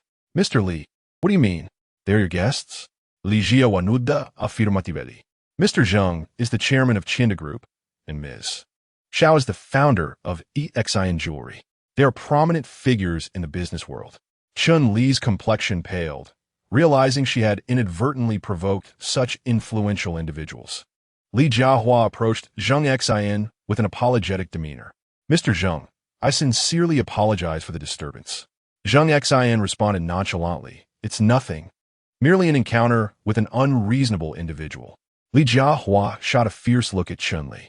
"You should promptly apologize to Mr. Zheng and Ms. Xiao." Chun-Li bit her lip, reluctantly uttering, "Mr. Zheng, Ms. Xiao, I apologize. I failed to recognize your stature." Zheng Xin waved his hand dismissively. "Forget it. Just ensure I don't see you again." Chun-Li nodded repeatedly. Yes, I assure you I will not appear again." Li Jiahua maintained a cordial smile. Mr. Zheng, to express my regret, I am hosting a banquet at my residence tonight, and I hope you and Ms. Xiao will grace us with your presence. Zheng Xin pondered for a moment. Very well, thank you, Mr. Li. That evening, Zheng Xin and Xiao Yikun, accompanied by their family, arrived at Li Jiahua's villa. The banquet was opulent, filled with luminaries from various fields. Li Jiahua introduced Zheng Xin and Xiao Yikun to the attendees. So it is Zheng Xin of Qianda Group and Xiao Yikun of Xin Jewelry? I have heard they are a loving couple, thriving in their respective enterprises. During the banquet, Zheng Xin and Xiao Yikun forged numerous new friendships and expanded their network. Meanwhile, Chun Li, feeling humiliated since the earlier incident, secretly vowed to seek revenge against Zheng Xin and Xiao Yikun. A few days later, as Zheng Xin and Xiao Yikun enjoyed a day at the park with their children, a group of men in black suddenly charged towards them, encircling the family. Zheng Xin furrowed his brow. Who are you? One of the men sneered. Mr. Zheng, our boss wishes to speak with you. A sense of foreboding washed over Zheng Xin. Who is your boss? The man did not respond, merely gesturing for Zheng Xin to follow. After a moment's hesitation, Zheng Xin resolved to accompany them, curious to discover who was behind this disturbance. Xiao Yikun voiced her concern. Dear, please be careful. Zheng Xin not that vite soon. Do not worry, I will be fine. Subsequently, Zheng Xin silently watched as the car, carrying Xiao Yikun and the children, gradually vanished from view, before turning to follow the enigmatic figure clad in black towards a long-abandoned factory. Upon entering the premises, a wave of decay and ruin assailed his senses. Zheng Xin's gaze traversed the dimly lit corridors, ultimately resting upon Chun Li, who stood ahead, her face adorned with a triumphant smile as she taunted, Zheng Xin, did you ever anticipate this day would come? Her voice dripped with bitterness and resentment. In response to Chun Li's provocation, Zheng Xin merely regarded her with indifference, offering a calm retort. What exactly do you intend to accomplish? Chun Li glared at Zheng Xin with gritted teeth, her voice laced with venom as she declared, I shall ensure you face the consequences for everything that transpired. Her eyes flickered with a fervent madness. A slight smirk graced Zheng Xin's lips, betraying a hint of disdain. You think you can achieve that all on your own? How presumptuous. At these words, Chun Li's expression darkened, yet she promptly clapped her hands. In an instant, a throng of thugs wielding clubs emerged from the shadows, encircling Zheng Xin. With a twisted grin, Chun Li cackled, attack. Beat him to a pulp. As her command echoed, the mob lunged at Zheng Xin like ravenous wolves. In the face of their onslaught, Zheng Xin moved with the swiftness of the wind, adeptly evading their ferocious strikes while swiftly launching counterattacks. His movements were agile and precise. Each strike was executed with accuracy and force. Despite their overwhelming numbers and fierce demeanor, they were no match for Zheng Xin, a master of celestial prowess. It wasn't too long before the ragtag group lay sprawled on the ground, groaning in agony. Just then, the blare of police sirens pierced the air. Chun Li's expression shifted to one of alarm. This is bad. The police have arrived. She hurriedly attempted to flee with her cohorts, but it was too late. The police stormed in, apprehending Chun Li and her henchmen. It turned out that Xiao Yichun had promptly reported the incident after Zheng Xin was taken away. Watching Chun Li being led away, Zheng Xin felt a sense of relief wash over him. Upon hearing the news, Li Jiahua rushed to the Li Jin Hotel to extend his condolences and apologies to Zheng Xin's family. Following this ordeal, Zheng Xin and Xiao Yichun grew to cherish one another even more, realizing that in this world, there will always be those who envy their success. Yet as long as they supported each other, no challenge would prove insurmountable. As for Chun Li, her actions led to her facing the full brunt of the law, condemning her to a life steeped in regret. The Zheng family concluded their journey on Hong Kong Island, returning to the vibrant and bustling city of Yaodu with hearts brimming with joy and anticipation. One bright morning, as the sun shone and a gentle breeze caressed the air, Xiao Yichun was seated in the living room conversing with Zheng Meizhu when suddenly, The tranquility was shattered by the ringing of a phone. Answering the call, an excited voice resonated on the other end. "Hello, is this General Manager Xiao? I am the head of the Yaodu Jewelry Exhibition, and I have wonderful news. Your company has been selected as a major exhibitor for the internationally renowned jewelry exhibition in Yaodu next month." Upon hearing this, a look of ecstatic joy illuminated Xiao Yichun's face, and Zheng Xin could not help but share in her delight. To participate in such a prestigious international jewelry exhibition is an immense honor and opportunity for any jewelry brand. Chapter 63. The International Jewelry Exhibition of Yaodu. Zheng Xin and Xiao Yichun are wholly dedicated to preparing for the Yaodu International Jewelry Exhibition. Amid their busy preparations, a clear chime resonates in Zheng Xin's mind. Please assist Xin Jewelry in securing the first prize at the Yaodu International Jewelry Exhibition. As a reward, the host will receive a 35 equity stake in Van Ku Company, a premier jewelry brand renowned for its romantic and elegant design style, and a member of the Fortune Global 500. This sudden system task momentarily stuns Zheng Xin, but his eyes soon ignite with fervent determination. Without hesitation, he resolves to adhere to the requirement that each exhibitor must prepare 2 pieces for display, and thus he sets out for Chong County in Yun Province to seek exquisite jade stones, intending to meticulously carve them as his exhibition pieces. Possessing a unique talent for gem appraisal, Zheng Xin is confident that he will discover stunning jade. With fervor and anticipation, Zheng Xin and Xiao Yichun embark on their journey to Chong County. Along the way, they passionately discuss their plans and expectations for finding jade stones.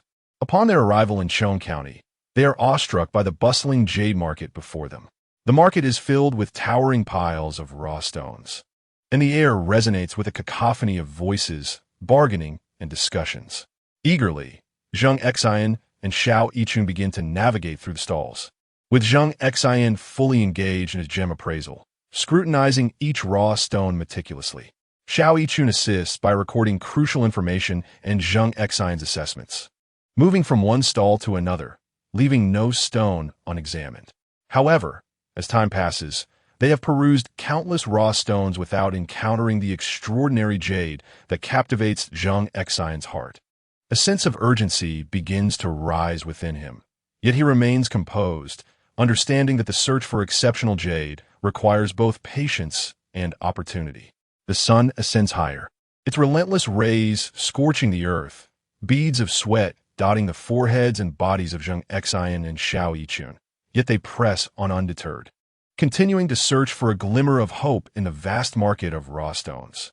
With heightened vigilance and keen observation, Zheng Xin maintains his focus as they pass stall after stall.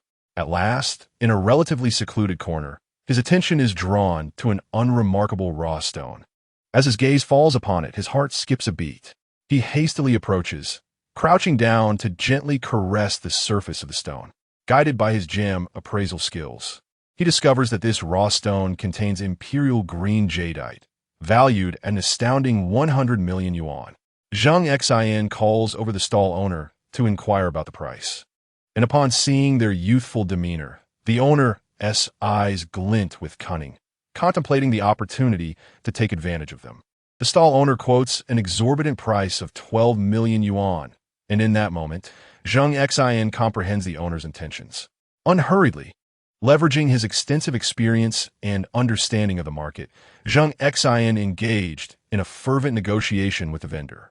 He employed both reason and emotion, meticulously analyzing the strengths and weaknesses of the raw stone alongside the market trends.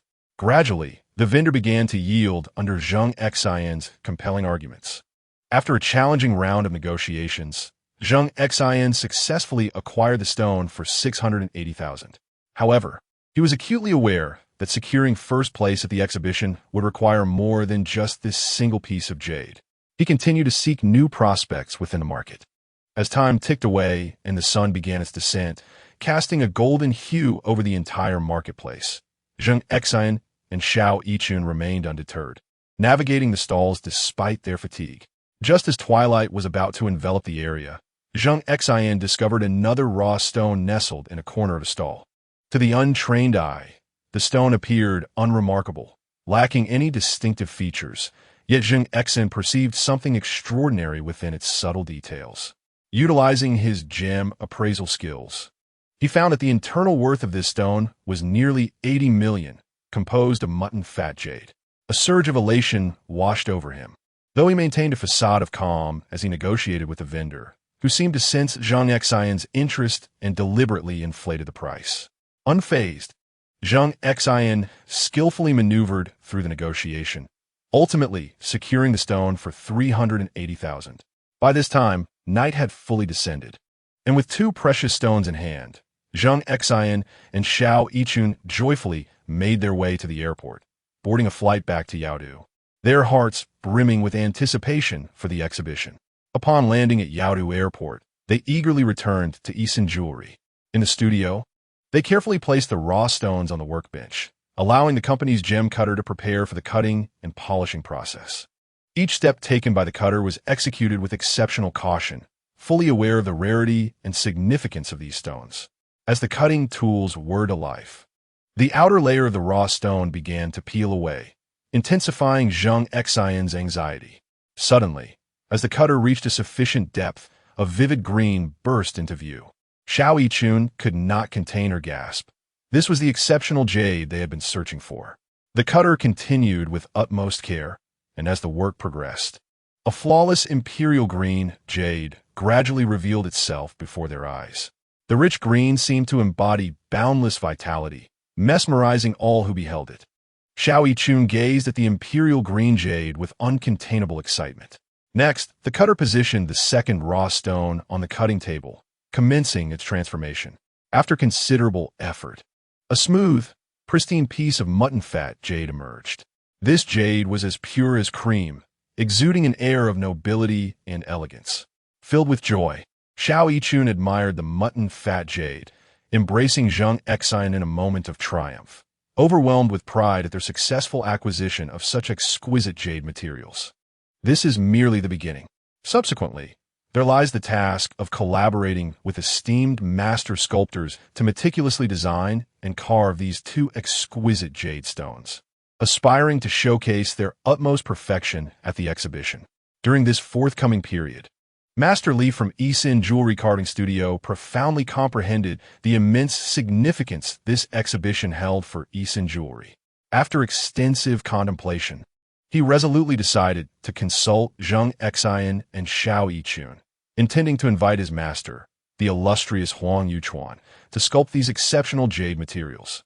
Upon hearing Master Li's proposal, Zheng Xin and Xiao Yichun deliberated carefully and ultimately concurred to extend the invitation to Master Huang Yuchuan for the carving of these jade stones. When Master Huang arrived at Yixin Jewelry Carving Studio, Zheng Xin and Xiao Yichun promptly articulated their thoughts and aspirations in detail. Master Huang attentively listened to their requirements, then meticulously examined the two jade stones. After thorough reflection, he presented his design plan, which preserved the natural beauty of the jade while incorporating contemporary design elements, allowing the stones to radiate a newfound allure. Zheng Xin and Xiao Yichun were exceedingly satisfied with Master Huang's proposal and unhesitatingly entrusted him to proceed with the carving according to the plan.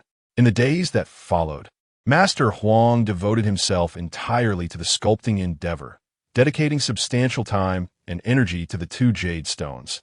Each cut and stroke encapsulated his passion and intellect. As time progressed, the jade stones gradually took shape under Master Huang's skilled hands. The imperial green jade was carved into a lifelike phoenix, its graceful form and vibrant colors evoking admiration. The sheet-fat white jade was sculpted into a blooming lotus flower, its pure white petals and intricate textures seemingly exuding the fragrance of the lotus. Observing these exquisite creations, Zheng Xin and Xiao Yichun felt a surge of emotion and pride. These masterpieces embodied their immense effort and labor, carrying their hopes for the future. At last, the day of the Yaodu International Jewelry Exhibition arrived. Filled with a mix of anxiety and anticipation, Zheng Xin and Xiao Yichun stepped into the exhibition hall. Under the brilliant lights, an array of stunning jewelry pieces dazzled the eye. They carefully arranged their two competing jewels at their designated booth. The unique design and radiant brilliance seemingly narrating the dedication and effort of Zheng jewelry. The exhibition unfolded with heightened tension and fierce competition among numerous exceptional works. They quietly observed the other pieces, harboring both admiration and unwavering confidence.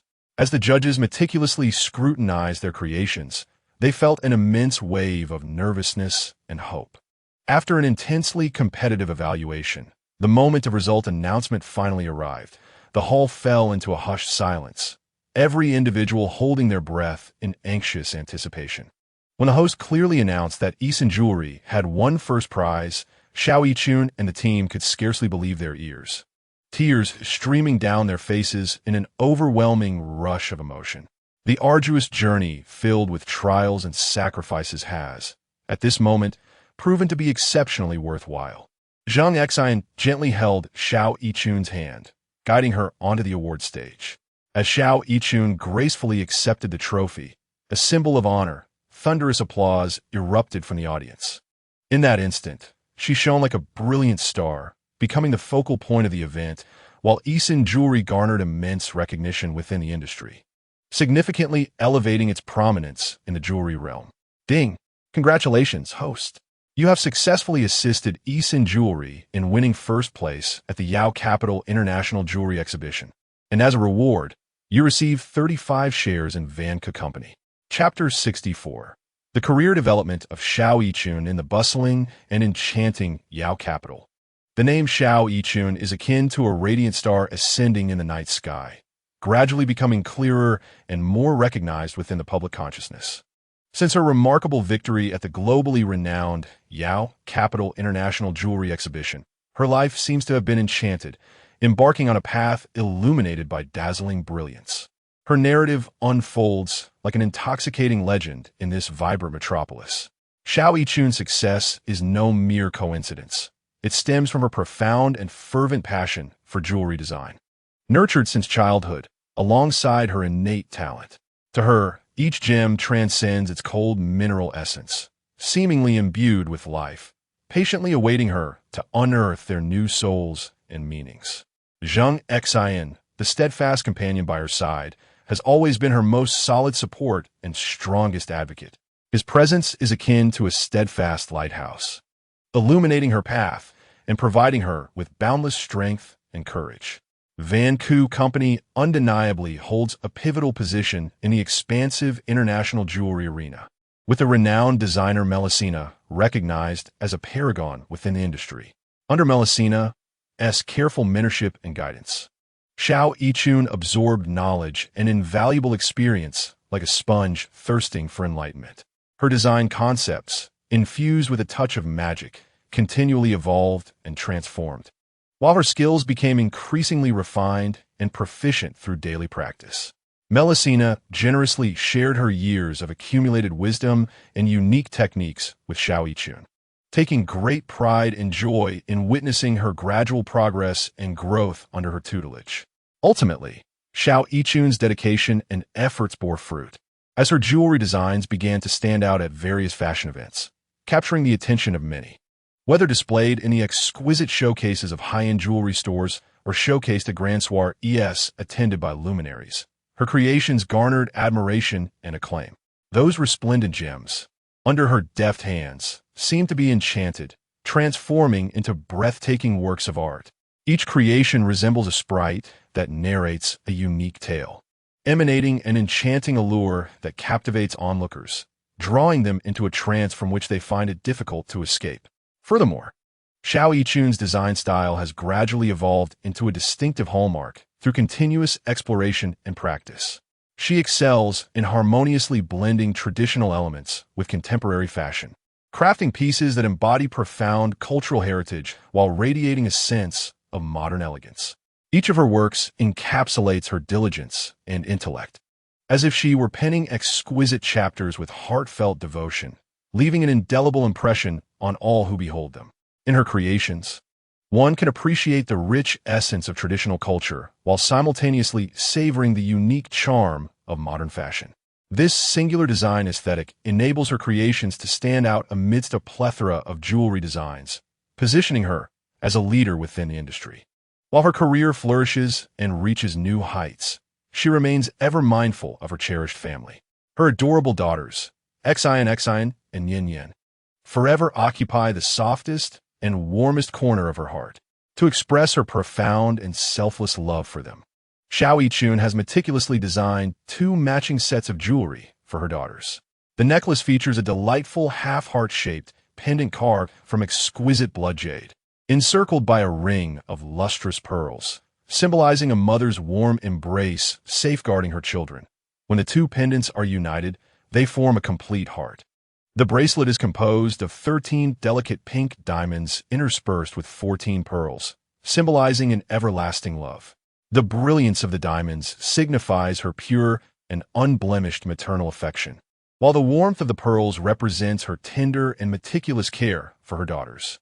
When Xian and Yin Yin don the jewelry specially designed by their mother, their radiant smiles illuminate Xiao Yichun's heart like sunlight, filling her with unparalleled happiness and fulfillment as a mother. Regardless of her remarkable achievements in her career, family remains her most treasured and irreplaceable wealth. As time gracefully advances, Xiao Yichun's renown continues to ascend, reaching its zenith. Yisun Jewelry has begun receiving orders and collaboration invitations from around the globe, and her works have started to grace the international stage, showcasing the elegance and charisma of Chinese jewelry designers to the world. She frequently appears at major fashion weeks and jewelry exhibitions, engaging in dialogues and exchanges with other leading designers. Throughout this journey, she continually challenges herself, embracing innovation and propelling her career to new heights. Akin to an eagle soaring through the skies, bravely pursuing loftier and more distant aspirations. At an international fashion week, Xiao Yichun, alongside other top designers from Yisun Jewelry, unveiled their latest masterpieces in a stunning presentation. Her creations seamlessly meld elements of ancient Chinese culture with contemporary design philosophies, captivating the attention of numerous internationally renowned figures. People extolled her works, declaring them among the most creative and alluring jewelry designs they had ever encountered. At this fashion week, Xiao Yichun encountered numerous renowned international designers and brand representatives who expressed profound recognition and admiration for her talent and creations. They also praised the exquisite works designed by other top designers at Yisun Jewelry and conveyed their willingness to collaborate with her personally and with Yisun Jewelry. This experience further solidified Xiao Yichun's confidence and determination to develop her presence on the international stage, marking a significant step forward for Yisun Jewelry in its quest for global recognition. Upon returning to Yaodu, Xiao Yichun immediately set about preparing her personal brand and company identity. In the fiercely competitive jewelry market, it is essential to possess a unique brand positioning and style. Thus, she warmly invited a leading domestic brand planning team, engaging in extensive discussions and research until they finalized the brand concept centered around Eastern charm and the legacy of fashion, with a design identity that harmoniously blends traditional and modern elements. In promoting her brand, Xiao Yichun adeptly harnessed the formidable power of social media and online platforms, showcasing her creations and brand philosophy through the release of exquisite images and videos to a broad audience of consumers. Concurrently, she actively participated in various jewelry exhibitions and events, engaging in face-to-face communication and interaction with consumers, further enhancing her brand's visibility and influence. Throughout the continuous development of her brand, Xiao Yichun steadfastly adhered to high standards of craftsmanship and a distinctive design style. Her selection of each gemstone was meticulous, ensuring that every piece achieved impeccable quality and effect. Moreover, she consistently innovated and refined her designs to align with the increasingly diverse demands and aesthetic standards of consumers. Through her relentless efforts, her personal brand gradually established a solid foothold in the domestic jewelry market, earning the affection and trust of a wide array of consumers. As her brand continued to grow, Xiao Yichun began to contemplate expanding her business into overseas markets. She proactively collaborated with internationally recognized jewelry brands and distributors, leveraging their channels to introduce her works to the global market. Simultaneously, she embarked on establishing her own brand boutiques and showrooms abroad, further enhancing her brand's international influence. Throughout this journey, Xiao Yichun encountered numerous challenges and difficulties. However, she maintained her unwavering faith and indomitable spirit, continuously overcoming obstacles and bravely facing challenges. After years of hard work and perseverance, her personal brand finally secured a place in the international jewelry market. Her creations garnered immense popularity and acclaim, not only domestically, but also on the international stage. Her success not only brought her honor and wealth, but also set a benchmark for the Chinese jewelry design industry, inspiring more Chinese jewelry designers to step onto the international stage and showcase the unique charm and elegance of Chinese jewelry design. Chapter 65. The Fainting Elder One Evening. After dinner, Zheng Xin and Xiao Yichun strolled leisurely along the riverside promenade, hand in hand, accompanied by their adorable children, Xin and Yin. As the sun sets, casting its poetic and picturesque glow upon the shimmering surface of the river, it bestows upon the waters a delicate golden veil. A gentle breeze wafts through, bringing a refreshing coolness that enhances the sense of tranquility. Zheng Xin and Yin frolic ahead, their laughter ringing like silver bells in the crisp air, infusing the enchanting evening with a lively spirit. Suddenly, without warning, an elderly man collapses nearby, causing a middle-aged companion to panic, his face etched with fear and urgency as he calls out the elder's name. Zheng Xin and Xiao Yichun, hearing the commotion, hasten towards the scene. Possessing extraordinary medical skills, Zheng Xin approaches with a focused and composed demeanor, assessing the elder's condition. After a thorough examination, he discerns that the man suffers from severe heart disease, and the fainting spell is a manifestation of a cardiac episode. Without a moment's hesitation, Zheng Xin's eyes reflect determination and resolve as he swiftly retrieves his silver needles. Glimmering subtly in the sunset's glow, these needles seem to carry an enigmatic power, employing the technique of the Ghost Valley Divine Needle. He deftly inserts the needles at the elder's acupoints. As the needles penetrate, a miraculous energy appears to circulate within the elder's body, gradually restoring color to his previously pallid face. After a brief moment, the elder slowly opens his eyes, revealing a hint of confusion and surprise. Zheng Xin breathes a sigh of relief, yet maintains a serious expression as he advises both the elder and the middle-aged man to allow for some rest, emphasizing the necessity of a hospital visit for further examination to ensure stability. However, the elder waves his hand dismissively, displaying a sense of resignation and resolve as he speaks. Young man, there is no need for concern. This is an old ailment of mine, one that cannot be cured. I do not wish to endure further torment on this frail body. Zheng Xin furrows his brow, looking intently at the elder. Hearing the middle-aged man refer to him as chief, coupled with the elder's dignified demeanor, Zheng Xin deduces that he is a man of military background. A surge of unexplainable respect wells up within Zheng Xin, prompting him to earnestly reply, "Elder, I implore you to undergo an examination. I possess a degree of confidence in my ability to cure your affliction. Please do not give up hope." The middle-aged man, named Lin Yu, interjects urgently, "Chief, you should heed this gentleman's advice. There may truly be a glimmer of hope." Lin Yu, the elder's bodyguard for over 20 years, is well acquainted with the elder's condition and deeply concerned for his well-being. The elder, named Yi Weiguo, is a retired high-ranking military official who once held significant influence within the military ranks and has settled in the capital after retirement. After much pleading from Lin Yu, Yi Weiguo ultimately acquiesces to Zheng Xin's proposition. Zheng Xin instructs Xiao Yichun to take Xin and Yin home, then leads Yi Weiguo and Lin Yu to a nearby clinic. Though modest in size, the clinic is adequately equipped. Zheng Xin has Yi Weiguo lie on the examination bed, and once again employs the Ghost Valley Divine Needle technique, his hands moving like shadows as he skillfully inserts the silver needles with precision into the acupoints. Meanwhile, he summoned his unique internal energy therapy, gently channeling inner strength into the elderly man's body. In conjunction with the silver needles, to conduct an intensive treatment for Yi Weiguo. As time passed, beads of perspiration gradually appeared on Zheng Xin's forehead, his complexion slightly weary, yet he remained utterly focused on the treatment, unwilling to show even a hint of complacency.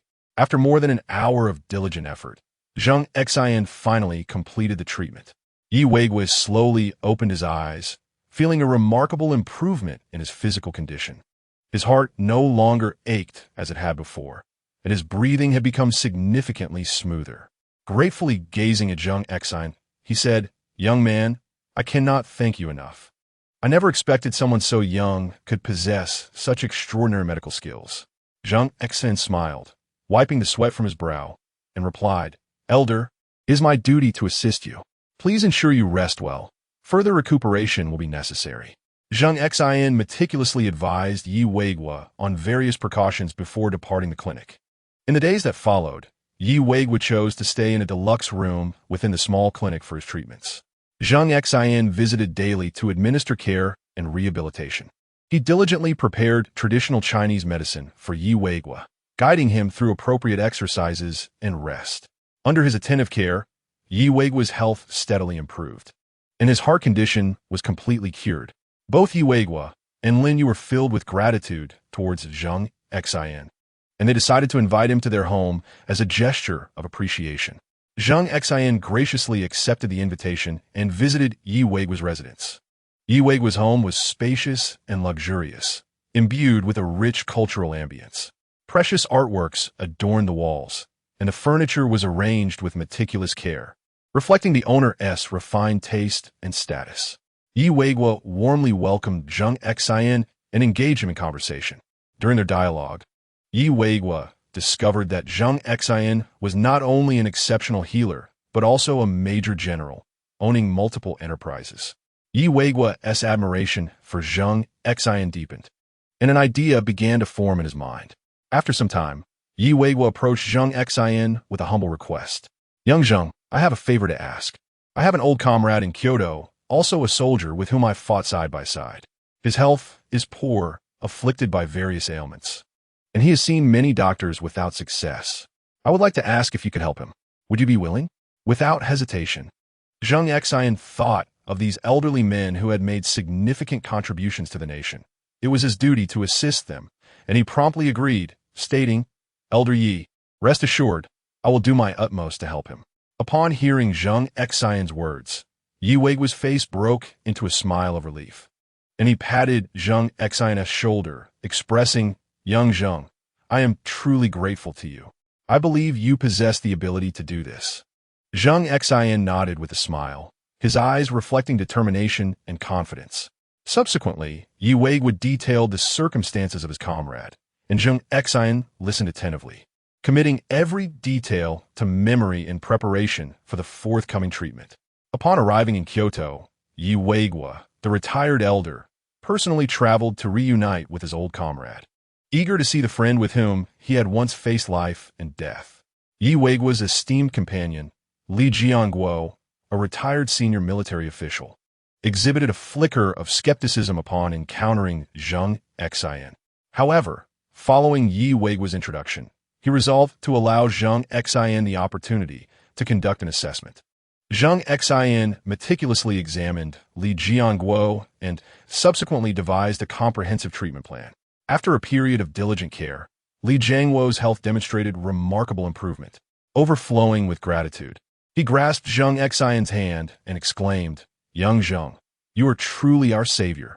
During his time in Kyoto, Zheng Xin also attended to several retired leaders who had made significant contributions to Huaxia, providing them with thorough health examinations and a series of treatments.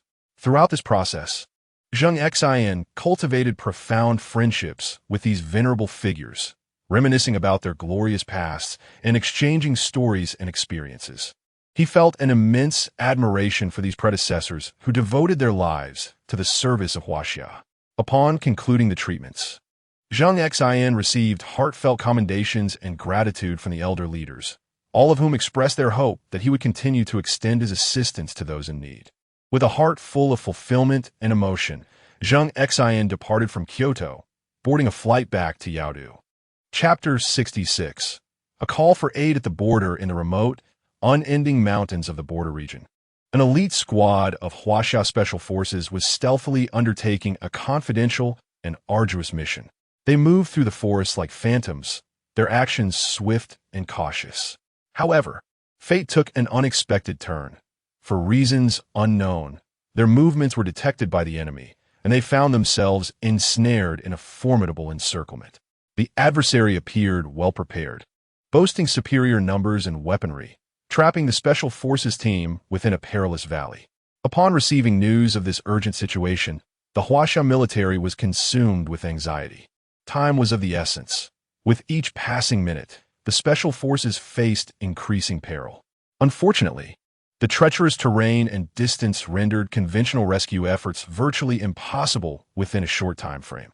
As the situation grew increasingly desperate, someone suddenly recalled Major General Zheng Xin. He commanded a formidable faction known as the Blood Temple, located in the border city. This revelation emerged like a beacon of hope amidst darkness. In the living room of the Xin Manor in the southern district of Yaodu, Zheng Xin had just returned home from a hectic day at the office when his phone rang urgently. It was General Su Aigua, the second in command of the military. Upon connecting, General Su promptly relayed the details of the situation to Zheng Xin. Without a moment's hesitation, Major General Zheng Xin agreed to assist. He understood the critical importance of the Special Forces team and recognized that they were facing a life-or-death crisis. Zheng Xin swiftly contacted the Blood Temple's leader, Angelique, and thoroughly briefed her on the urgency and significance of the rescue mission. Upon receiving the order, Angelique acted decisively, mobilizing her forces. She dispatched Deputy Leader Liu Yidao and Rosen Jur, the leader of the Bloodblade Hall, along with an elite contingent of Bloodblade warriors. Each of these individuals had been tempered by countless battles, possessing extraordinary skills and unparalleled bravery. The rescue team assembled with haste, driven by unwavering determination and a profound sense of duty, embarking towards the depths of the border mountains. They traversed the winding mountain path, where the ground was rugged and strewn with thorns and jagged stones. The team members carefully placed each footstep, striving to maintain their pace while remaining silent to evade the enemy's notice. Liu Yidao led the group at the forefront, his gaze piercing, vigilantly surveying his surroundings. Firmly grasping his sharp blade, he appeared ever ready to engage in battle. Following closely behind was Rosenjire, leading the Brothers of the Blood Knife Hall, their footsteps steady, their eyes reflecting unwavering resolve. Each individual bore an array of weaponry, including submachine guns and grenades, vital for their survival in the fray. As they ventured deeper into the forest, obstacles multiplied. A dense fog enveloped the woodland, rendering visibility exceedingly poor, complicating their advance. Yet amidst the tense rescue operation, the Special Forces team clashed with the enemy in a series of intensely fierce battles.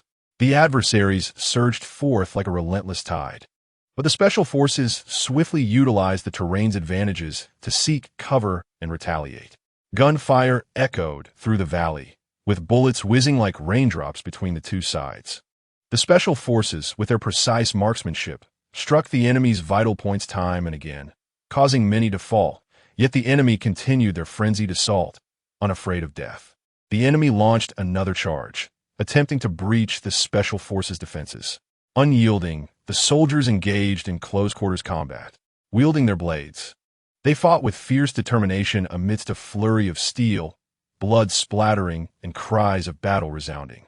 Each Special Forces member exhibited extraordinary combat prowess and unyielding will, staunchly holding the line. The enemy also called upon artillery support, with shells incessantly exploding around the Special Forces, raising clouds of dust and fire. The soldiers maneuvered through the smoke, evading the bombardment while continuing their resolute resistance. They coordinated seamlessly, alternating cover fire, sometimes concentrating their firepower on significant enemy targets, and at other times dispersing to engage in guerrilla warfare, rendering the enemy confounded. In the subsequent defense of their position, the Special Forces faced unprecedented immense pressure. The enemy's relentless bombardment rained down upon their stronghold, enveloping it in smoke and flames, transforming the entire area into a hellish landscape. The team members clung tenaciously to the pockmarked ground, their bodies cloaked in dust and the residue of gunpowder, yet their eyes radiated an unwavering brilliance. The leader, with a stern demeanor, continuously directed his comrades to adjust their defensive strategies. Some members focused on sniping distant enemy strongholds, while others concentrated on repelling the advancing infantry. Every individual remained wholly focused, daring not to relent even slightly. Despite witnessing comrades being injured or even falling in battle, the surviving soldiers exhibited no inclination to retreat. Their hearts were bound by a singular belief: to hold their ground, for honor, for duty, and for their homeland and people behind them. They utilized every available resource, fashioning makeshift defenses from stones and trees, resolutely repelling wave after wave of the enemy's frenzied assaults. Each time the adversaries charged forth, they erected an indomitable barrier with their flesh and blood, rendering the enemy incapable of advancing a single step. Amidst the fierce confrontations, time seemed to stretch interminably, each minute and second laden with the gravitas of life and death. Yet, the Special Forces unit remained resolute, gritting their teeth as they steadfastly defended their final stronghold on this blood-soaked terrain, awaiting the arrival of reinforcements, embodying the true essence of loyalty and courage through their actions. As Liu Yidao and his comrades approached the valley where the Special Forces were ensnared, the enemy's defenses grew increasingly formidable. The Blood Slaughter Hall's rescue team had to exercise utmost caution, leveraging the terrain and vegetation of the mountains to cloak their movements as they stealthily advanced toward their objective. In a concealed nook, Liu Yidao and Rosenjire crouched low, their eyes fixated on the enemy's every maneuver. Liu Yidao furrowed his brow, his expression grave and focused, meticulously observing the distribution of enemy forces, their fortifications, and the patterns of their patrols. Meanwhile, Rosenjire contemplated quietly, occasionally exchanging glances and succinct insights with Liu Yidao. Liu Yidao extended a finger, tracing patterns in the dirt as he murmured, "Observe, the enemy's firepower is concentrated here. We cannot launch a reckless assault." Rosenjire nodded in agreement, responding, "Indeed, however, there is a narrow path here that we might utilize to flank the enemy's rear." They meticulously analyzed various possibilities in light of the terrain and enemy dispositions. After a thorough discussion, a glimmer of resolve flashed in Liu Yidao's eyes as he articulated, "Let us proceed with this plan. We will dispatch a small team through that narrow path to divert the enemy's attention, while the main force will launch a frontal assault to catch them off guard." After a moment of contemplation, Rosenjire nodded in concurrence. "This strategy is feasible, but we must synchronize our timing to ensure the enemy has no respite." Subsequently, they meticulously outlined specific tasks and routes for each team, ensuring that every aspect was seamlessly interconnected. When conveying the orders, Liu Yidao regarded each team member with a serious demeanor, solemnly declaring, "Brothers, this battle is crucial. We must give our utmost, adhere to the plan, and strive to breach the enemy's defenses to rescue the Special Forces unit." Rosenjire chimed in, "Let us trust one another. We are a cohesive unit, and as long as we unite our efforts, no enemy is insurmountable." The team members nodded in unison, their eyes brimming with determination and resolve. They then commenced their final preparations for battle, quietly awaiting the opportune moment to strike. At that instant, every individual's nerves were taut, akin to tightly drawn bowstrings, ready to snap at any moment. They resembled arrows poised on a taut bow, prepared to surge forth at the sound of the battle charge, ready to initiate this thrilling and heart-stirring rescue endeavor. At last, the signal to attack was issued, and the teams swiftly executed the plan. One group maneuvered behind enemy lines, successfully diverting their attention. The main force launched a fierce assault, engaging the enemy in intense combat. Liu Yidao led the charge, wielding his broadsword with unparalleled precision, claiming the lives of foes with each strike. Rosenjure followed closely behind with his comrades, forming a formidable offensive. The enemy, caught off guard by the sudden onslaught, began to retreat in disarray. Seizing the moment, the Special Forces team counterattacked, flanking the enemy alongside the rescue team, causing their defenses to crumble progressively. In a critical moment, Lu Yidao unleashed his ultimate technique. A powerful aura surged from him, and his sword glimmered with a dazzling light. With a sweeping motion, a massive blade of energy surged forth, instantly dispatching dozens of adversaries. Ultimately, the enemy was completely vanquished, and the Special Forces team was successfully rescued. Cheers erupted in celebration of this hard-won victory. After the rescue, the members of Blood Slaughter Hall and the Special Forces team gathered together. Lu Yidao surveyed the battle-worn warriors before him, a look of satisfaction gracing his face. Despite their exhaustion, the gleam of triumph and the relief of survival shone in their eyes. Rosenjuer clapped the Special Forces team leader on the shoulder, exclaiming, "Brothers, we did it!" The leader, filled with gratitude, replied solemnly, "Thank you for your rescue. Without you, we would have struggled to endure." They then began to scour the battlefield, collecting useful supplies and equipment. Throughout this process, they assisted one another, deepening their bonds of camaraderie. The injured received proper care and attention, each person striving to regain their strength. Once everything was in order, Lu Yidao and Rosenjuer resolved to lead their comrades away from this perilous location. They retraced their steps cautiously, remaining vigilant along the way. Upon returning to safety, a collective sigh of relief was released. They gathered together, sharing anecdotes from the rescue mission. Some recounted their valiant acts in battle, while others reminisced about unforgettable moments spent fighting alongside their comrades. After a brief period of rest, the Special Forces team emerged revitalized. Under the watchful protection of Lu Yidao, Rosenjuer, and the elite members of Blood Knife Hall, they successfully reached the temporary encampment of the Huaxiao army. Throughout the journey, they maintained a heightened state of alertness, prepared for any potential dangers. Yet fortune favored them, and all progressed smoothly. As the Special Forces team stepped into the camp, they were met with raucous applause and cheers.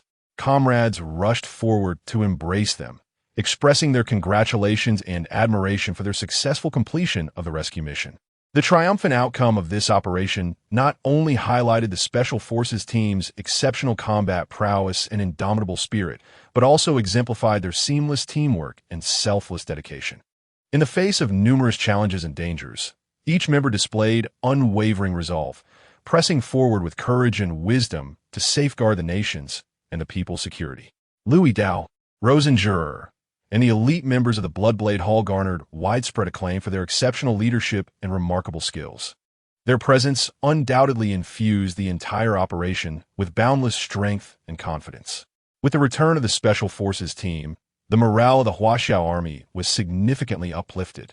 It is believed that in the days to come, this valiant and fearless group will continue to shoulder the sacred mission of defending the motherland and upholding peace, creating more glorious achievements.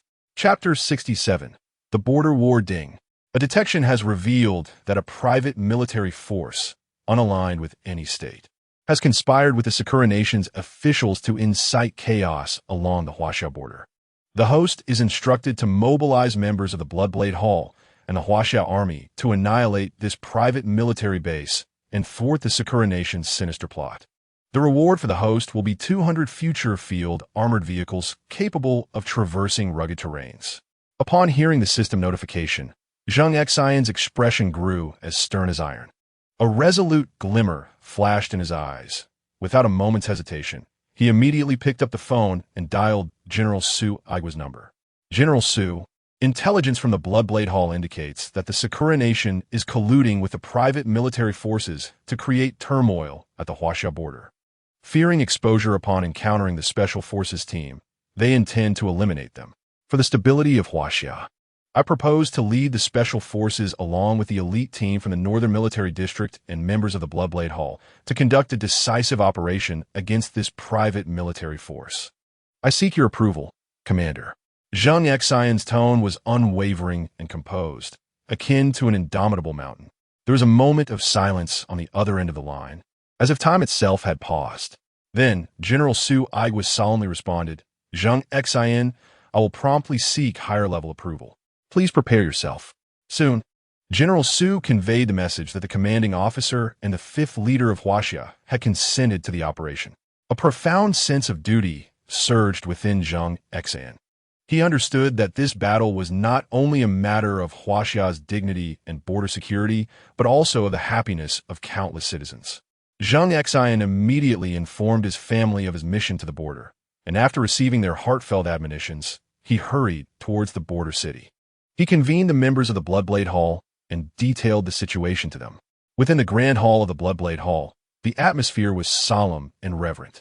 Angeli, clad in combat attire and wielding a long sword that shimmered with a chilling gleam, exuded an air of determination from her exquisite visage.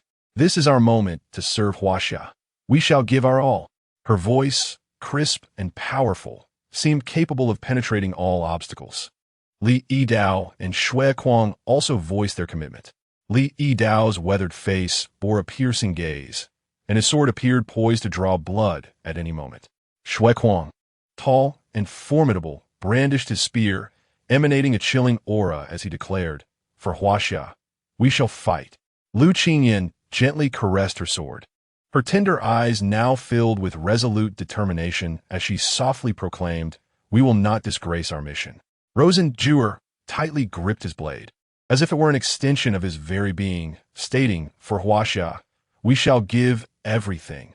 Hawks, Bloodrose, and Bloodwolf also exhibited solemn expressions, their eyes ablaze with the fire of combat, ready to embrace the impending battle. Zheng Xin surveyed the assembly, nodding slightly as he spoke. "Very well. Let a portion remain to guard our position, while the rest shall depart immediately for Heishan." Concurrently, the captains of the Special Forces and the elite squad promptly made calls to mobilize their units for the journey to Heishan. The group moved swiftly, like a torrent of steel, advancing towards the verdant expanse of Heishan beyond the border city. Upon their arrival at the outskirts of the border city, the Special Forces and elite squad coincidentally reached the location, prompting Zheng Xin to halt his steps. Before him lay the lush forests, a verdant ocean stretching endlessly. Towering trees pierced the heavens, their canopies intertwining to form a verdurous dome that shielded the sky. Sunlight filtered through the gaps in the leaves, casting a mosaic of dappled shadows, reminiscent of a dreamlike tapestry. A gentle breeze rustled the leaves, whispering tales of the tranquility and mystery that enveloped the area. Yet, Zheng Xin was acutely aware that beneath this facade of serenity lurked enemy strongholds, concealing untold dangers and challenges. He gestured for the team to halt, meticulously observing the surrounding terrain. The landscape was intricate, with steep peaks resembling swords thrusting skyward, their rocky formations a testament to nature's artistry. A thin veil of mist shrouded the deep valleys, obscuring the truth within. The dense underbrush resembled a green labyrinth, fraught with uncertainty and peril. Zheng Xin pondered the strategies for assault, his mind operating with the precision of a finely tuned machine. After a brief moment, he declared, "The situation is urgent. We must swiftly dismantle the enemy's stronghold. Let us divide into several small units and attack from various directions, coordinating our efforts to eliminate the enemy in one decisive blow." The group nodded in agreement, promptly executing Zheng Xin's orders. Angeline led a contingent of Bloodblade Hall members, moving through the forest with spectral grace as they approached the enemy stronghold. The long sword in her grasp glimmered ominously, akin to the scythe of death, sending shivers through the foliage in her wake. She moved with the lightness of a swallow, gliding through the trees like a beautiful yet lethal apparition. Li Yidao and Xue Kuang advanced with another team along a concealed path. Li Yidao's strides were steady and powerful, his sword exuding an intimidating aura. Xue Kuang, brimming with ferocity, wielded his long spear like a roaring dragon, poised to deliver a fatal blow to any adversary. Their eyes were filled with a murderous intent, as if they were determined to crush all foes in their path. Lu Qingyan, Rosenjur, Hawks, Bloodrose, and Bloodwolf also led their respective teams, encircling the enemy from various angles. Lu Qingyan's sword was light and agile, reminiscent of a dancing fairy.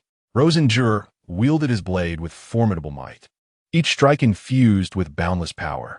Hawk's knife moved with an eerie grace, evading detection. Blood Rose's blade shimmered with a bloody luminescence, as if it had emerged from the depths of hell. Blood Wolf, embodying the ferocity of a wild beast, transformed his dagger into a lethal weapon.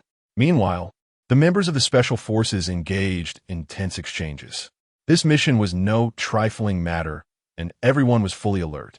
One soldier remarked, his gaze revealing determination and bravery. "Rest assured, we shall not allow our adversaries any opportunity to exploit." Another Special Forces soldier responded, gripping his weapon as though it were his lifeline. "Collaborating with the Bloodblade Palace, we must coordinate effectively and unleash our utmost combat prowess. Indeed, for the glory of Huaxia, we shall fight with fervor." The members of the Northern Military Region's elite assault team also brimmed with enthusiasm. "This time, we must utterly annihilate the enemy, making them aware of the sanctity and inviolability of our homeland." With Zheng Xin's commanding voice, the battle commenced. The members of the Bloodblade Palace surged forth like ferocious tigers descending from the mountain, charging towards the enemy stronghold. Their swords, knives, and long guns glimmered menacingly in the sunlight.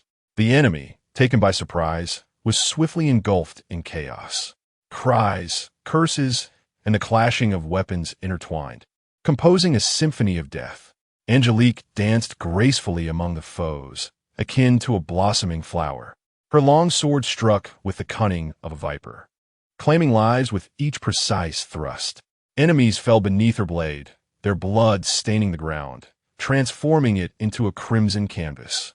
Li Yi Dao and Blood Fury resembled a pair of valiant lions, their assaults ferocious and unyielding, shattering the enemy's defenses in their wake. Their blades rained down like a torrential storm, leaving the enemy with no avenue of escape. Lu Qingyin's swordplay was both light and agile. She flitted through the battlefield like a butterfly among blossoms, leaving a trail of fallen foes in her wake. Her technique was a masterpiece of lethal beauty, encapsulating a perilous elegance. Rosengul's knife howled like a tempest, each strike severing limbs and instilling an unending terror within the enemy ranks. His figure weaved through the adversaries, embodying an unstoppable vadaiti. Hawk's blade moved with an eerie grace, appearing unexpectedly to deliver fatal blows. His silhouette was ghostly, eluding the enemy's grasp.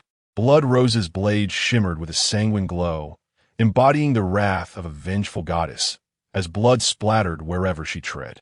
Her movements were both graceful and lethal, evoking awe and dread in equal measure. Blood Wolf prowled like a wild beast, wielding his dagger as a deadly instrument. He charged through the enemy lines with abandon, as though traversing a desolate realm. The Special Forces and assault team were equally undeterred, employing advanced weaponry and tactics to swiftly eliminate foes. Gunfire echoed through the woods, smoke billowing around them. The soldiers navigated through the haze with agility and precision, each bullet finding its mark. The members of the Northern Military Region's elite assault team exhibited unwavering combat resolve and exceptional skill. Their attacks surged like an unrelenting tide, leaving the enemy gasping for breath. Zheng Xin, akin to a war god, plunged into the enemy ranks. His celestial strength manifested vividly as foes fell before him. His figure darted through the forest like a streak of lightning, instilling fear in the hearts of his enemies. Each of his strikes was imbued with immense power, as if capable of obliterating all in its path. Through their collective efforts, the enemy stronghold was gradually dismantled. Though the enemy fought valiantly, their efforts appeared feeble in the face of overwhelming force. In the mountains and forests, the cacophony of battle, shouts of war, gunfire, and the clash of blades, intertwined, painting a vivid tableau of fierce conflict. Blood stained the earth, and bodies accumulated like mountains. However, the troops of Huaxia and the members of the Blood Slaughter Palace showed no signs of retreat. Their hearts were united by a single conviction: to annihilate the enemy and defend Huaxia. After an intense struggle, the fall of the last adversary signaled the complete destruction of the enemy stronghold. In the aftermath, the battlefield was shrouded in smoke, littered with debris and corpses that were harrowing to behold. The soldiers commenced the orderly task of clearing the field, collecting enemy weaponry, and transporting injured comrades to the rear for medical attention. Meanwhile, Zheng Xin hastened toward the rear. Upon stopping, he picked up the phone and dialed General Su Igwa's number. On the other end, General Su's steady and powerful voice soon resonated. "What is the situation?" Zheng Xin took a deep breath and replied, "Report, General. The battle has concluded. Our forces have achieved a resounding victory, albeit at a certain cost. A detailed report is being compiled and will be submitted to you shortly." General Su paused momentarily before responding. "Well done, Comrade Zheng Xin. You are all heroes of the nation, and I extend the gratitude of the entire populace to you. Complete the cleanup promptly and ensure the safe withdrawal of the troops. Additionally, make arrangements for the fallen soldiers and comfort their families. The injured must receive proper care." Zheng Xin respectfully replied, "Yes, Commander. I assure you we will fulfill this mission." After hanging up, a surge of pride welled within Zheng Xin. He understood that this hard-won victory would be etched in the annals of history, a testament to the efforts of himself and his comrades. Chapter 68. Glory and responsibility. With the fall of the last enemy soldier, the completion of this extermination mission was declared.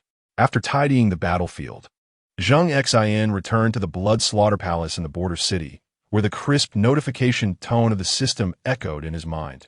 "Ding. Congratulations, host. On completing the mission, you are rewarded with 200 future battlefield armored vehicles, capable of traversing mountains and ridges, now allocated to the plaza of the Blood Slaughter Palace." Excitement and pride flickered in Zheng Xin's eyes. These future battlefield armored vehicles were not mere military equipment. They embodied the pinnacle of technological innovation, a formidable presence that transcended the current era. Their significance to the Huaxia military in the border regions would serve as a steel fortress safeguarding national tranquility. Without hesitation, Zheng Xin promptly picked up the phone and dialed General Su Igwa once more. The steady and powerful voice of General Su soon responded, "Hello, Comrade Zheng Xin. What do you need?" Zheng Xin took a deep breath and solemnly stated, "Commander, I have recently developed and produced 200 future battlefield armored vehicles. For the safety of Huaxia's borders, I wish to entrust them to the military for use. Please arrange as you see fit."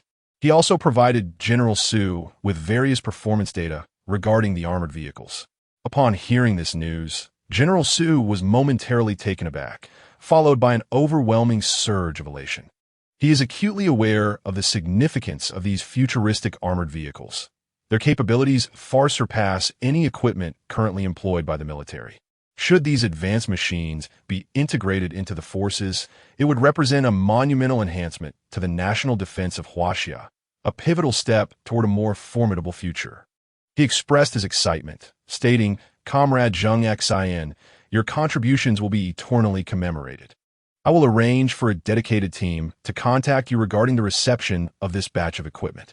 Simultaneously, I will report to higher authorities to commend your efforts." After hanging up the phone, Zheng Xin's heart brimmed with pride and satisfaction, knowing that his endeavors will soon effect significant change for the nation. These futuristic armored vehicles will become invaluable assets for the Huaxia military, playing a crucial role in safeguarding the nation's security. He looks forward to continuing to contribute to the prosperity and strength of the nation, ensuring that Huaxia shines even brighter on the global stage. Meanwhile, in the Blood Slaughter Palace Square, 200 futuristic armored vehicles stood in perfect formation, resembling a legion of iron beasts. Their design exuded a sense of science fiction, with sleek lines and unique shapes that immediately conveyed an extraordinary aura. The vehicles were constructed from the most advanced materials, which not only provided exceptional protective capabilities, but also effectively reduced weight, enhancing their mobility and agility. Inside, a series of astonishing advanced weapon systems and communication devices were installed. These high-tech weapons lay dormant like slumbering giants, poised to unleash unparalleled destructive power upon awakening, instilling fear in the hearts of adversaries. The sophisticated communication equipment acted as the neural network connecting each vehicle, ensuring seamless information transfer between them and the command center. thereby facilitating precise and efficient command and flawless coordinated operations. These indomitable armored vehicles resembled formidable steel beasts, boasting immense power and superior off-road capabilities, effortlessly traversing any treacherous terrain. Whether scaling towering peaks, navigating dense jungles that obscure the sun, or crossing vast, desolate deserts, nothing could impede their advance. They are akin to exceptionally adaptable life forms, capable of thriving in even the harshest environments, completing arduous tasks with remarkable ease and demonstrating unparalleled resilience. The members of the Blood Slaughter Palace gazed silently at the imposing armored vehicles before them, their hearts stirred with boundless ambition. One member passionately proclaimed, "These armored vehicles rightfully belong to the Huaxiao military. Only through their utilization can we better safeguard the nation's security and stability." Others nodded in agreement, their eyes shimmering with sincere loyalty and profound love for their homeland. Upon receiving Zheng Xian's call, General Su Aigua acted swiftly, arranging for an elite unit to proceed to the Blood Slaughter Palace Square to receive this batch of futuristic armored vehicles. When this unit arrived at the square, they were awestruck by the magnificent sight before them. The 200 futuristic armored vehicles exuded an air of authority, as if narrating their own strength. Amidst an atmosphere of solemnity and reverence, the commanding officer of the troops approached Zheng Xian with resolute and purposeful strides, his gaze imbued with profound respect and gravity. Standing tall, he rendered a precise military salute to Zheng Xian and, with a resonant and clear voice, declared, "General Zheng Xian, greetings. I am Zhang Bang, mandated to represent the patriotic generals in this pivotal handover ceremony. Please give your instructions." Zheng Xian, with a warm smile, reciprocated the formal salute and enthusiastically clasped Zhang Guobang's hand in a gesture of welcome. He then commenced a detailed exposition on the exceptional capabilities and intricate operational methods of the armored vehicles before them. Zhang Guobang listened intently to every detail, occasionally interjecting with pivotal questions that reflected his profound understanding of the subject matter and his unwavering commitment to the task at hand. As time elapsed, Zheng Xian patiently concluded his explanation, and Zhang Guobang gained a more comprehensive and in-depth understanding of the armored vehicles. Upon confirming all details, the two men formally signed the relevant documents, thereby completing this momentous handover ceremony. As the ceremony reached its successful conclusion, enthusiastic applause erupted from the audience. The newly equipped battalion, armed with future battlefield armored vehicles, stood tall and spirited, boarding their vehicles in unison, ready to return to the camp. These valiant warriors were acutely aware of their grave responsibility to bring this formidable power to the front lines of the Huaxiao border, valiantly fighting to safeguard the territorial integrity of their homeland and uphold the dignity of their nation. As the roar of the engines gradually receded into the distance, Zheng Xian silently observed the convoy until it vanished from sight, a profound sense of pride swelling within him. He knew that these armored vehicles would become an integral part of the nation's indomitable defensive line, while those young and courageous soldiers would stand guard over the frontier like an unyielding steel wall. At that very moment, in the distant and unreachable city of Kyoto, General Su Aigua passionately delivered a stirring address to the higher authorities, comprehensively and meticulously reporting on Zheng Xian's remarkable contributions. With unwavering conviction and a resounding tone, he recounted Zheng Xian's illustrious and monumental achievements, seemingly intent on ensuring that the world would recognize the name of this extraordinary and eminent scientist. The senior leaders listened intently to General Su Aigua's report, their faces occasionally reflecting astonishment and admiration. Following the recounting of Zheng Xian's heroic deeds, the meeting room fell into a brief, profound silence, which was soon shattered by thunderous applause. It was evident that the senior leaders were lavish in their highest accolades and commendations for Zheng Xian's astonishing accomplishments. After careful deliberation, the senior leaders unanimously decided to confer upon Zheng Xian a first-class merit medal, honoring his unparalleled contributions to the nation. This was not merely a supreme honor, but also the finest reward for Zheng Xian's years of diligent effort. Additionally, the state solemnly announced an increase in funding for scientific research and development, fully committing to the advancement of various research projects. This decision is intended to inspire more exceptional talents, like Zheng Xin, to actively engage in the defense of the nation, utilizing their intelligence and boundless creativity to contribute to the prosperity and flourishing of the country. Time flies, and the years pass swiftly. Those hopeful future battlefield armored vehicles shine like brilliant pearls along the vast borders of China. With their unparalleled performance and cutting-edge technology, they successfully withstand potential threats from all directions, regardless of how unexpectedly the enemy may strike or the complex and harsh geographical challenges they face. These indomitable armored vehicles remain composed, effortlessly providing a formidable line of defense for the valiant warriors guarding the nation's frontiers. In a thrilling border conflict, the enemy, with watchful eyes, sought to breach China's robust defenses. However, upon witnessing the imposing and majestic future battlefield armored vehicles, an uncontrollable fear surged within them. These steel behemoths, seemingly hailing from a future world, stood resolutely on the battlefield, exuding an invincible might. The future battlefield armored vehicles charged into the enemy ranks like a tempest, leaving devastation in their wake. Equipped with the most advanced weapon systems, their formidable firepower rained down relentlessly, rendering the enemy powerless to retaliate.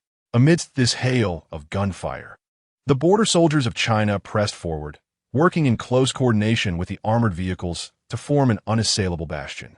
Faced with such a fierce onslaught, the enemy could only flee in disarray, abandoning their plans. Under the united resistance of the military and civilians of China, the enemy's schemes ultimately collapsed, retreating in a state of chaos. The borders of China once again welcomed the dawn of tranquility and peace. Chapter 69. Journey to Kyoto. Upon returning from the border city to Yaodu, Zheng Xin was still enveloped in the echoes of the fierce battle. Soon, he would embark on an important journey to the military headquarters in Kyoto to receive first-class honors alongside his family. On this day, Zheng Xin, accompanied by his parents Zheng Feng and Zheng Meizhu, his younger brother Zheng Wen, his younger sister Zheng Yun, his beloved Xiao Yichun, and her parents Xiao Hui and Lin Shui, who happened to be in Yaodu, set off on their grand journey to Kyoto. As they traveled in the vehicle towards Kyoto, Zheng Xin gazed out at the rapidly retreating scenery, his heart brimming with emotions. Xiao Yichun gently held his hand and said softly, "My dear, having experienced so much at the border, this trip to Kyoto will surely be extraordinary." Zheng Xin nodded with a smile, replying, "Indeed, this is our shared journey of honor." Their twin daughters, Xin and Yin Yin, chattered excitedly nearby, filled with curiosity and anticipation for the upcoming Kyoto visit.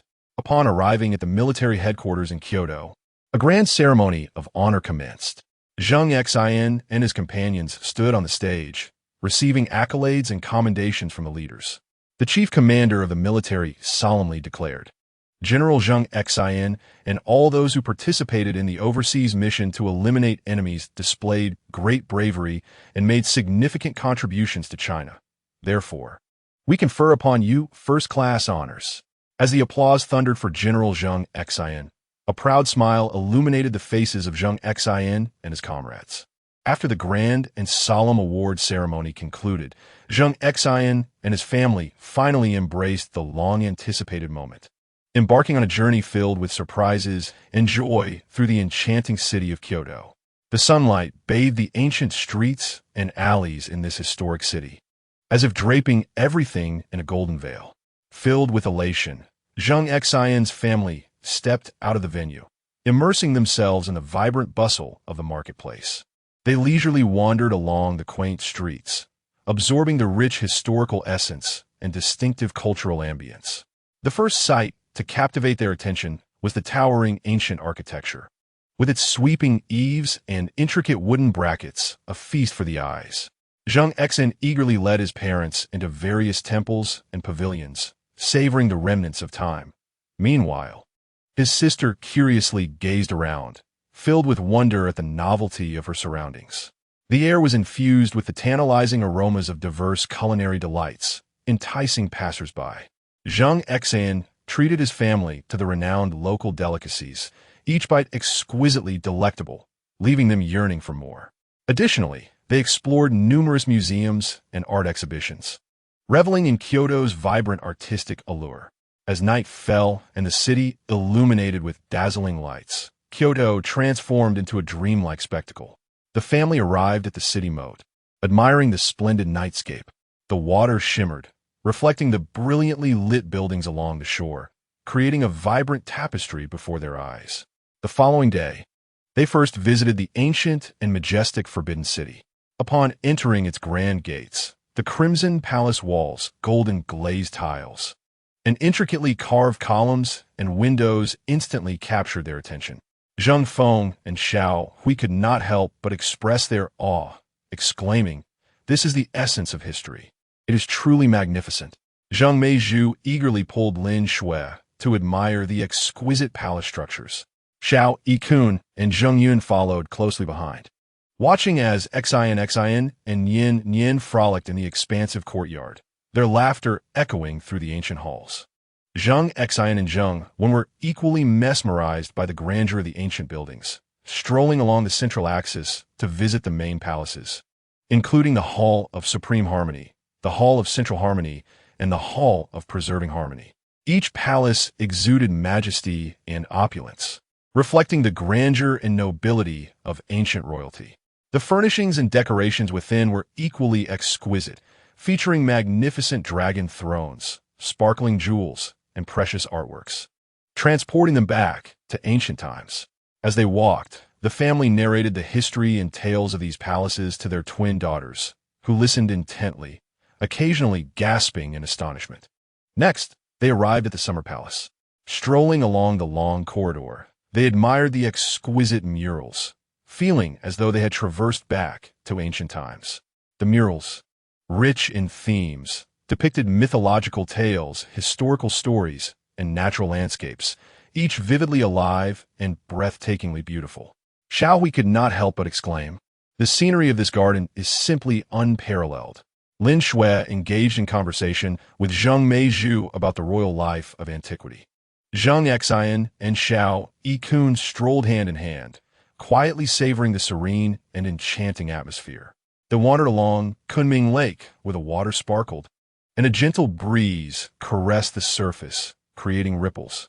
In the distance, Longevity Hill stood lush and green, with the towering tower of Buddhist incense harmoniously reflecting upon the lake's waters. They also visited the renowned stone boat and the 17-arch bridge, each location enchanting and unforgettable. Exiting the summer palace, they ventured to the bustling Wangfujing Street, where shops lined the streets, showcasing a dazzling array of goods. Zheng Xin and Yin eagerly selected small gifts, while Zheng Wen and Zheng Yun strolled with keen interest. Zheng Feng and Xiao Hui settled in a tea house, savoring the distinctive tea treats of Kyoto and discussing their impressions of the trip. Zheng Meizhu and Lin Shui busily chose new clothes for the children in a boutique. Hand in hand, Zheng Xin and Xiao Yichun walked down the street, soaking in the lively atmosphere. They entered a bookstore, selecting several volumes on the history and culture of Kyoto, intending to take them home for leisurely reading. "Daddy, Mommy, I want this one and that one." Zheng Xin and Yin exclaimed excitedly, pointing at the myriad of trinkets before them. Xiao Yichun gently replied, all right, I'll buy them for you."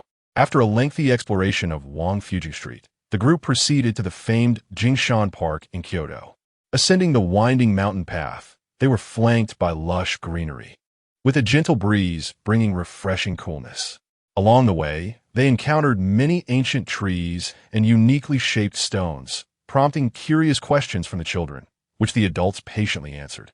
Upon reaching the summit, they were awestruck by the magnificent panorama of Kyoto.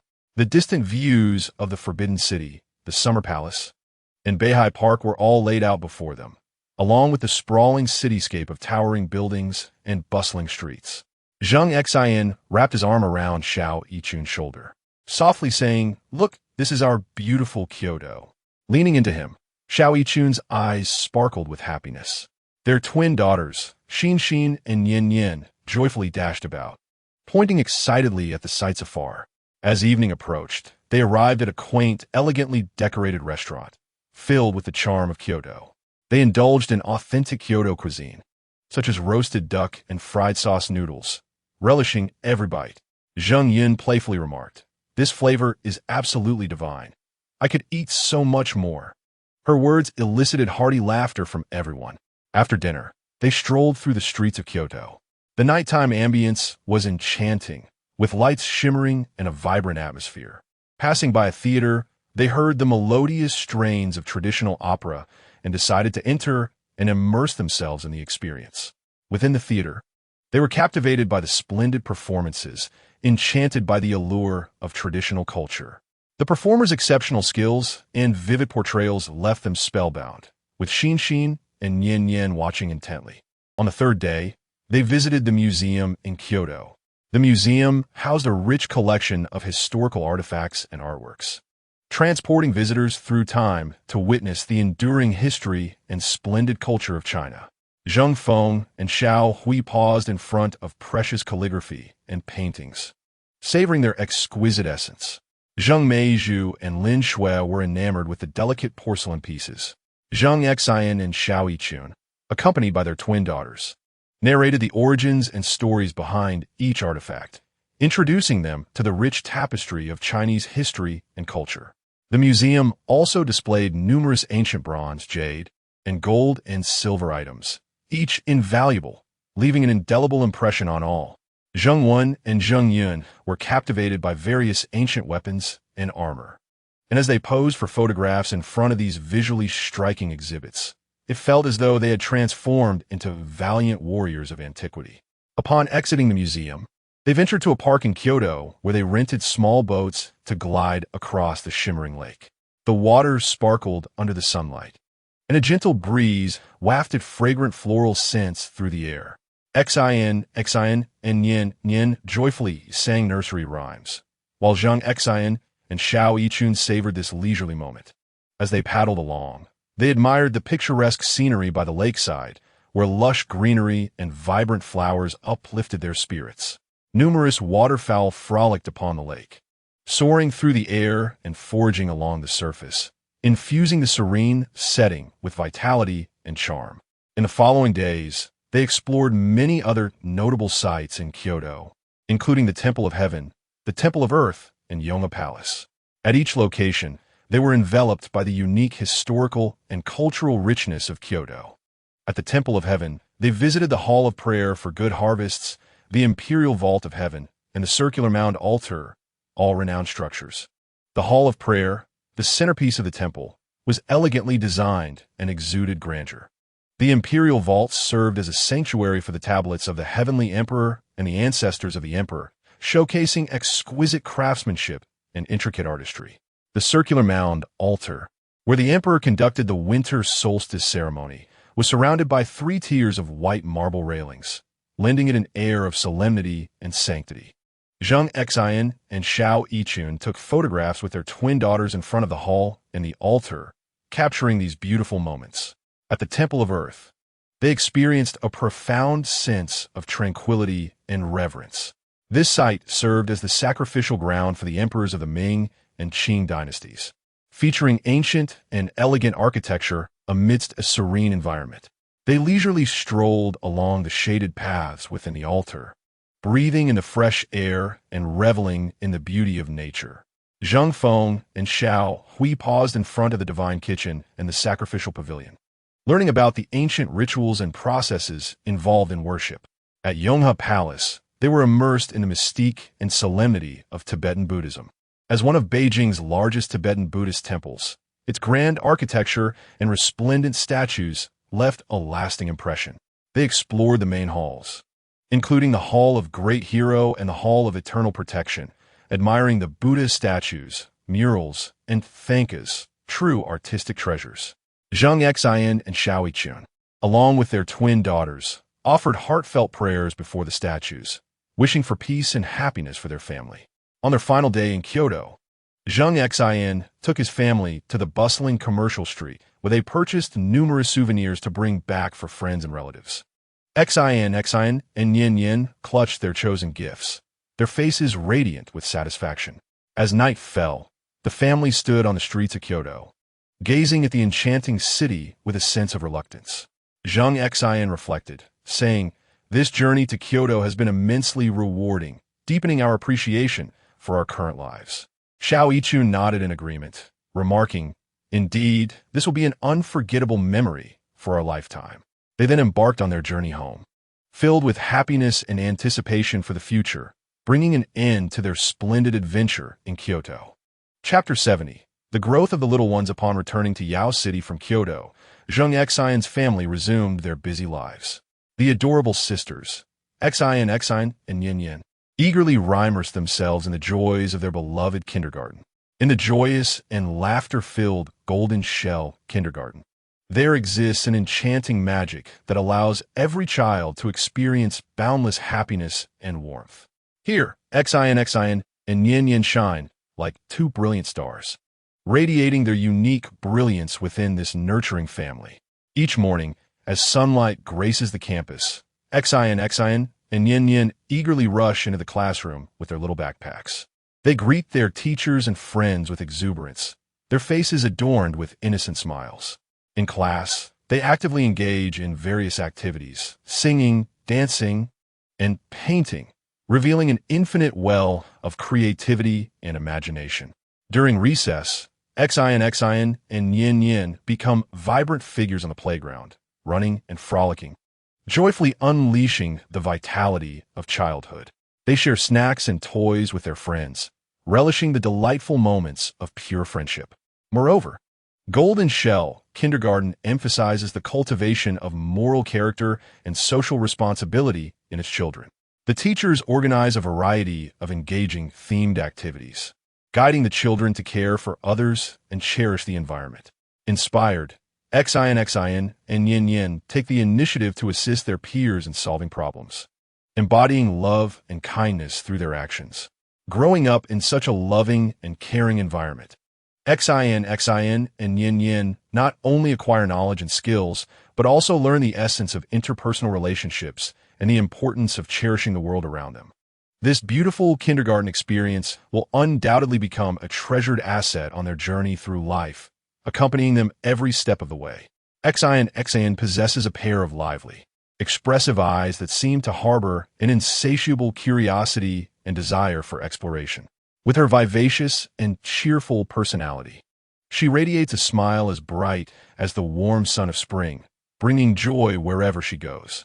In contrast, Yin Yin is more reserved, endowed with a delicate and astute mind, often uncovering beauty that others overlook. In kindergarten, their performances stand out remarkably.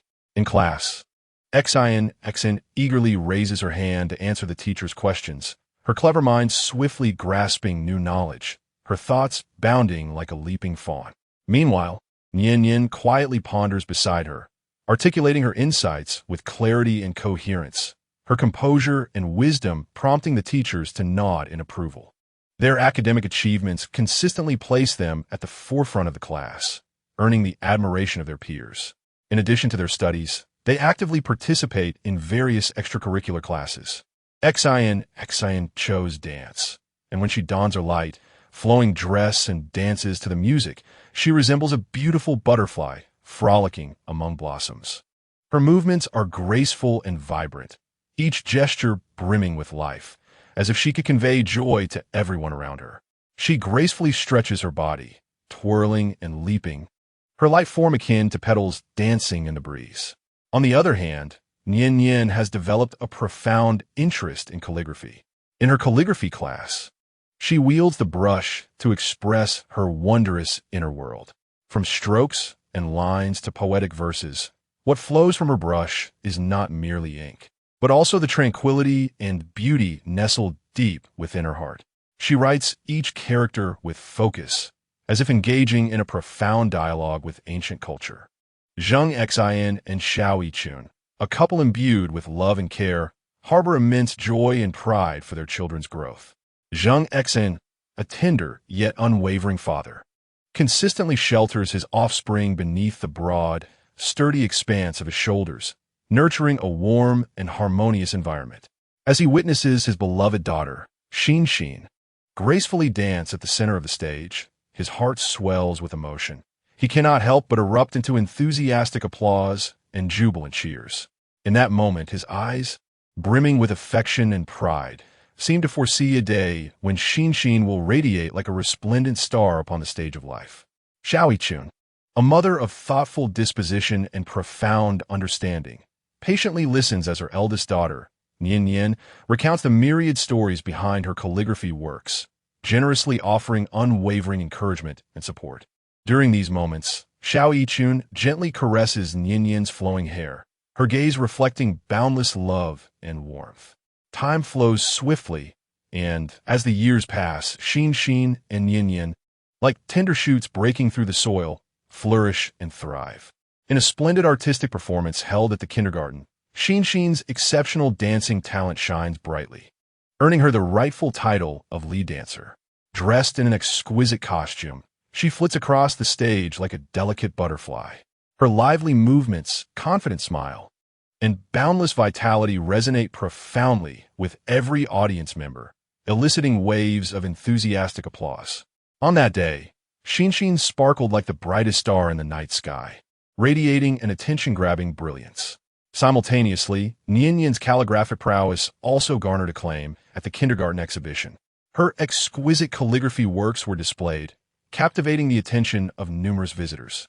People paused to admire them, lauding the young yet immensely talented calligrapher.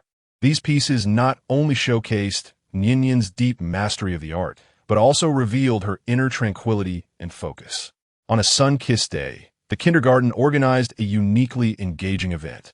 The children joyfully participated, creating a lively atmosphere. On stage, Zheng Xin danced like a butterfly, leading her dance team in a stunning performance. Their movements were light and graceful, harmoniously executed, each turn and leap infused with creativity and energy.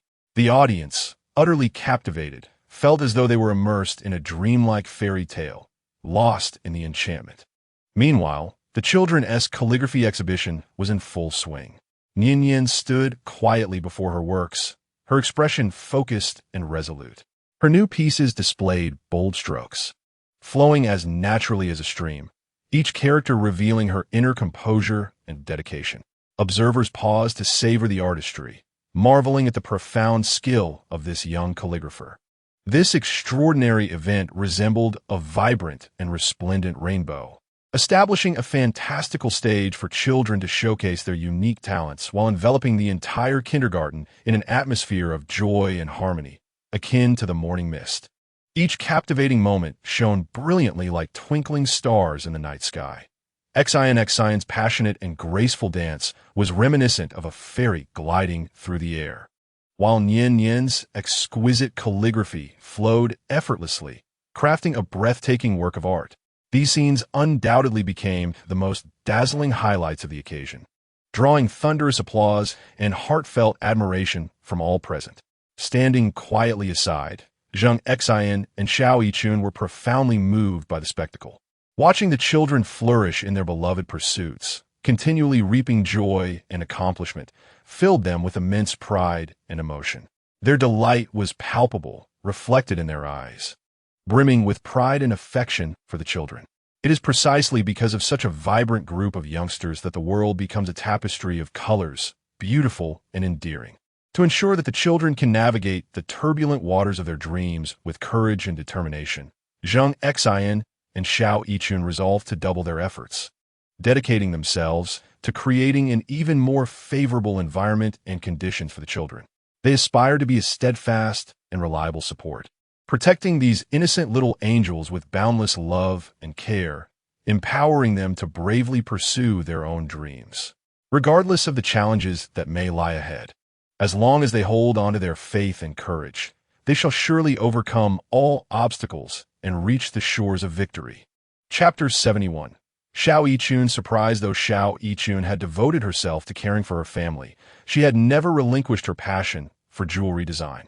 Xian jewelry, akin to a gem radiating captivating brilliance, is renowned in the industry and occupies a pivotal position.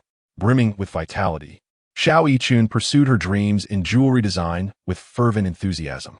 One day, as radiant sunlight streamed through the spacious and bright floor-to-ceiling windows, cascading on her desk. Xiao Yichun was astonished to learn that she had received a significant order to create bespoke jewelry for an internationally renowned superstar. In that moment, she felt as though she were ensconced in a fantastical and vibrant dream. Her heart began to race uncontrollably, and her hands trembled with excitement and nervousness, akin to tumultuous waves surging within her. This was not merely an order. It was the exceptional opportunity she had longed for to prove herself. Designing jewelry for such a globally celebrated star, possessing unparalleled charm and influence, was a tremendous honor for any designer. This marked a pivotal moment in her life, demanding her utmost dedication and focus, leaving no room for complacency. To ensure the perfection of her designs, Zheng Xin had arranged for the top jewelry designer from Van Cleef Arpels, Melusina, along with her 3 assistant designers from Huaxia, to assist Xiao Yichun. Ms. Xiao, Melusina remarked, "I look forward to creating astounding works together with you." With a warm smile, Myrisna addressed Xiao Yichun, instantly dispelling much of the tension that lingered within her. From that day forth, they immersed themselves in the enchanting realm of jewelry. In the design studio, soft light cascaded down, illuminating an array of precious gemstones that sparkled with an alluring radiance. Xiao Yichun meticulously selected each gem, earnestly attuning herself to their textures and hues, striving to discover the one that best resonated with her design philosophy. Myrisna, standing nearby, offered insightful guidance and suggestions, her discerning eye adept at pinpointing issues at critical moments. The assistant designers showcased their unique talents. Some excelled in crafting exquisite sketches, while others possessed profound expertise in gemstone setting techniques. United in purpose, they all labored diligently toward a common goal. Xiao Yichun often found herself lost in contemplation over a single detail, so engrossed that she would lose track of time. Inspiration would strike her in the dead of night, compelling her to rush to the design studio to translate those fleeting ideas into tangible design lines. In the stillness of the night, the only sound was the soft scratching of her pencil on paper, as if it were narrating the fervor and dedication of her heart. With every stroke and revision, she poured her entire energy and emotion into the work. Myrisna and the assistant designers would appear at pivotal moments to engage in discussions and debates, all in pursuit of perfection. At times, they would argue passionately over the placement of a gemstone. At other times, they would be exhilarated by a unique setting technique. As time progressed, the design gradually began to take shape, a creation that melded opulence with elegance, uniqueness with refinement. Gazing upon it, Xiao Yichun felt a profound sense of accomplishment. Yet she understood that it was far from complete. In the days that followed, they meticulously refined every detail, striving for perfection in everything from the angles of the gemstone cuts to the textures of the metals involved.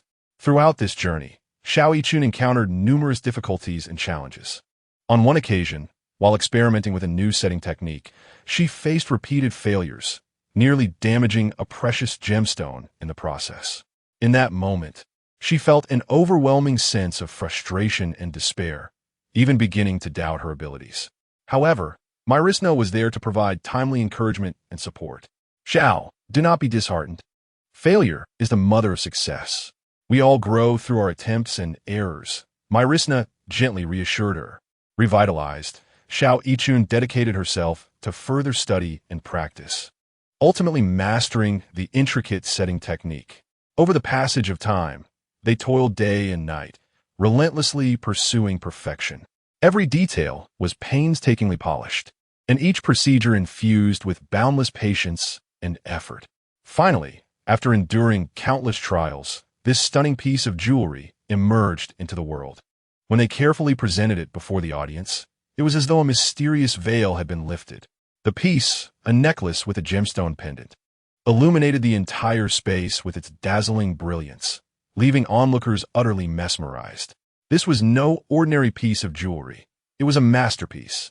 It descends like a star, shimmering with unparalleled brilliance, casting forth an irresistible allure. This necklace is undoubtedly a true masterpiece, embodying the creator's wholehearted dedication and the culmination of their boundless wisdom. Each line and angle reveals an unrivaled craftsmanship. Every texture and hue serves as the ultimate interpretation of beauty. It resembles a living entity, possessing a unique soul and narrative that captivates the onlookers, allowing them to experience a profound emotional resonance. Xiao Yichun and my Lizi Na have aptly named this creation Star Dreams Radiance, as if this jewel were a resplendent gem fallen from celestial galaxy, carrying within it countless dreams and aspirations. Each facet sparkles with a distinctive luminescence, seemingly imbued with the mysteries of the universe and endless possibilities. The name Star Dreams Radiance fittingly encapsulates its unique charm and profound significance, inviting admirers to immerse themselves in its dreamlike atmosphere.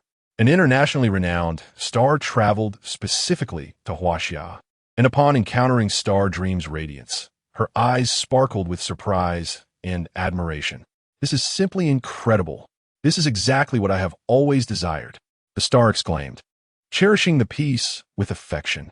"Ms. Xiao, you're truly a genius designer." A radiant smile blossomed on Xiao Yichun's face, a reflection of heartfelt joy and pride. Her efforts had received recognition, marking a significant stride in her journey as a jewelry designer. After completing the beloved piece Star Dreams Radiance, Mai Lizi Na and her team of assistant designers graciously declined Xiao Yichun's earnest invitation to stay, boarding their flight back home. However, Xiao Yichun did not feel a sense of fulfillment from their departure. After all, the realm of jewelry design is as vast and boundless as the cosmos, with countless avenues yet to explore and research. As time passed, the name Xiao Yichun swept through the entire jewelry industry like a whirlwind. Her designs garnered fervent admiration from numerous social elites and clientele, while Eason Jewelry Company rose to prominence due to her extraordinary achievements, gaining widespread acclaim. Despite such success, Xiao Yichun never lost sight of her initial passion. With profound reverence, she approached each piece, meticulously crafting every minute detail. Often, she would find herself alone in her familiar design studio, silently gazing at the precious gemstones and various tools that had accompanied her through countless days and nights. Memories of her arduous journey flooded her mind, filled with laughter and tears, unwavering faith and relentless determination. All these cherished recollections became the driving force propelling her forward. Chapter 72. The family's journey abroad. After a prolonged period of diligent labor, Zheng Xin gazed upon the busy figures of his family, a ripple of emotion stirring within him. He profoundly understood that life should not merely be consumed by the relentless demands of work and incessant trivialities. Rather, it should encompass moments that nourish the soul and offer respite, along with extraordinary experiences that enrich the spirit. Thus, when Zheng Yun and the twins Xin and Nian Nian began to relish their summer vacation, Zheng Xin unhesitatingly made a significant decision to grant the entire family a holiday and embark on a unique journey to a land steeped in ancient history and rich cultural heritage. Upon hearing this news, Xiao Yichun's face lit up with an ecstatic smile, akin to a resplendent flower blossoming in spring, radiant and heartwarming. "Darling, you are amazing. I am eagerly looking forward to this trip to the country," she tenderly exclaimed, her eyes shimmering with excitement. The twin daughters, Xin and Yin Yin, erupted in exuberant cheer. "Wow, we're going to the country. Sin et glim animet di," dancing with joy as though she could already envision the land brimming with novelty and delight. Nian Yin chimed in, "How wonderful. We will get to see so many fun things." The laughter of the two little girls rang out like melodious silver bells, echoing through the air and filling the home with a joyful atmosphere. Zheng Xin's parents, Zheng Feng and Zheng Meizhu, were equally filled with anticipation. Zheng Feng smiled and remarked, "Experiencing the unique culture of the country is indeed a splendid idea." His eyes sparkled with curiosity and a yearning for the unknown. Zheng Meizhu nodded in agreement. Indeed, this is bound to be an unforgettable experience. Despite their advancing years, they retained a fervent desire to explore the world, eagerly looking forward to this journey. Zheng Wen and Zheng Yin also shared a sense of wonder and anticipation about the trip, with Zheng Wen excitedly declaring, "I can hardly wait to explore." His youthful, vibrant face was etched with eagerness. Zheng Yin added, "I want to thoroughly understand the history of the country." His eyes gleamed with a thirst for knowledge, as if he wished to absorb every facet of this land. The family set forth on their journey to the country, filled with hopes and dreams. As the airplane soared through the clouds, gliding across the cerulean sky, their hearts seemed to take flight as well, heading toward the realm of the unknown and the extraordinary. On board, Xin and Yin Yin curiously leaned against the window, gazing at the fluffy white clouds outside, as if immersed in a fairy tale world. "Daddy, Mommy, look at those clouds. They're so beautiful." Xin exclaimed with excitement. "Yes, they look just like cotton candy," Yin Yin echoed in agreement. Zheng Feng and Zheng Meizhu smiled fondly at their granddaughters, their eyes filled with affection. Zheng Wen and Zheng Yun, meanwhile, engaged in a discussion about their imaginings of the country, their words brimming with longing for this ancient realm. When they finally set foot on the land of the country, their hearts swelled with anticipation and exhilaration for this cultural journey. Upon arriving at the luxurious five-star hotel, they scarcely had time to rest before hastening to the most renowned museum in the area.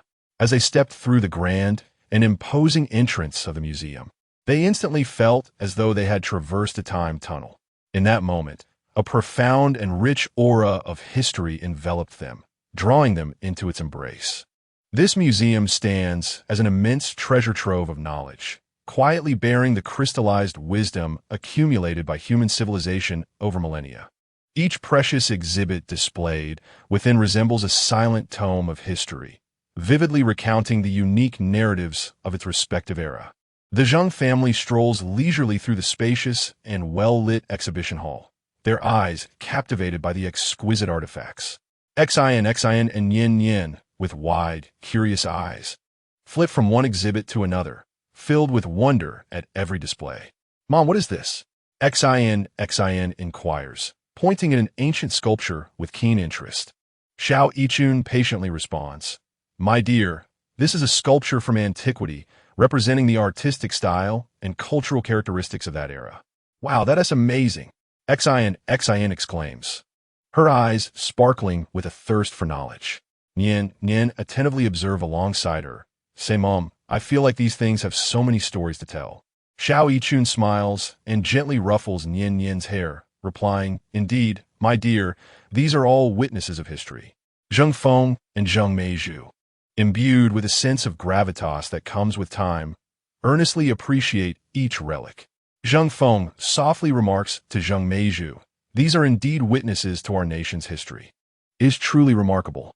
Zheng Meizhu nods in agreement, stating, "Yes, we should deeply cherish this rich culture." Their gaze lingers on the artifacts, as if traversing through time to witness the past. Xiao Yichun softly narrates the stories and historical significance behind certain exhibits, her gentle voice seemingly animating those ancient objects. "Children, look, this artifact has a very special origin," she shares. Xin and Yin listen intently, their faces alight with fascination, their young minds brimming with curiosity and a desire to explore the world. Xin occasionally pauses to contemplate a particular exhibit, lost in thought, while at times sharing his reflections with his family.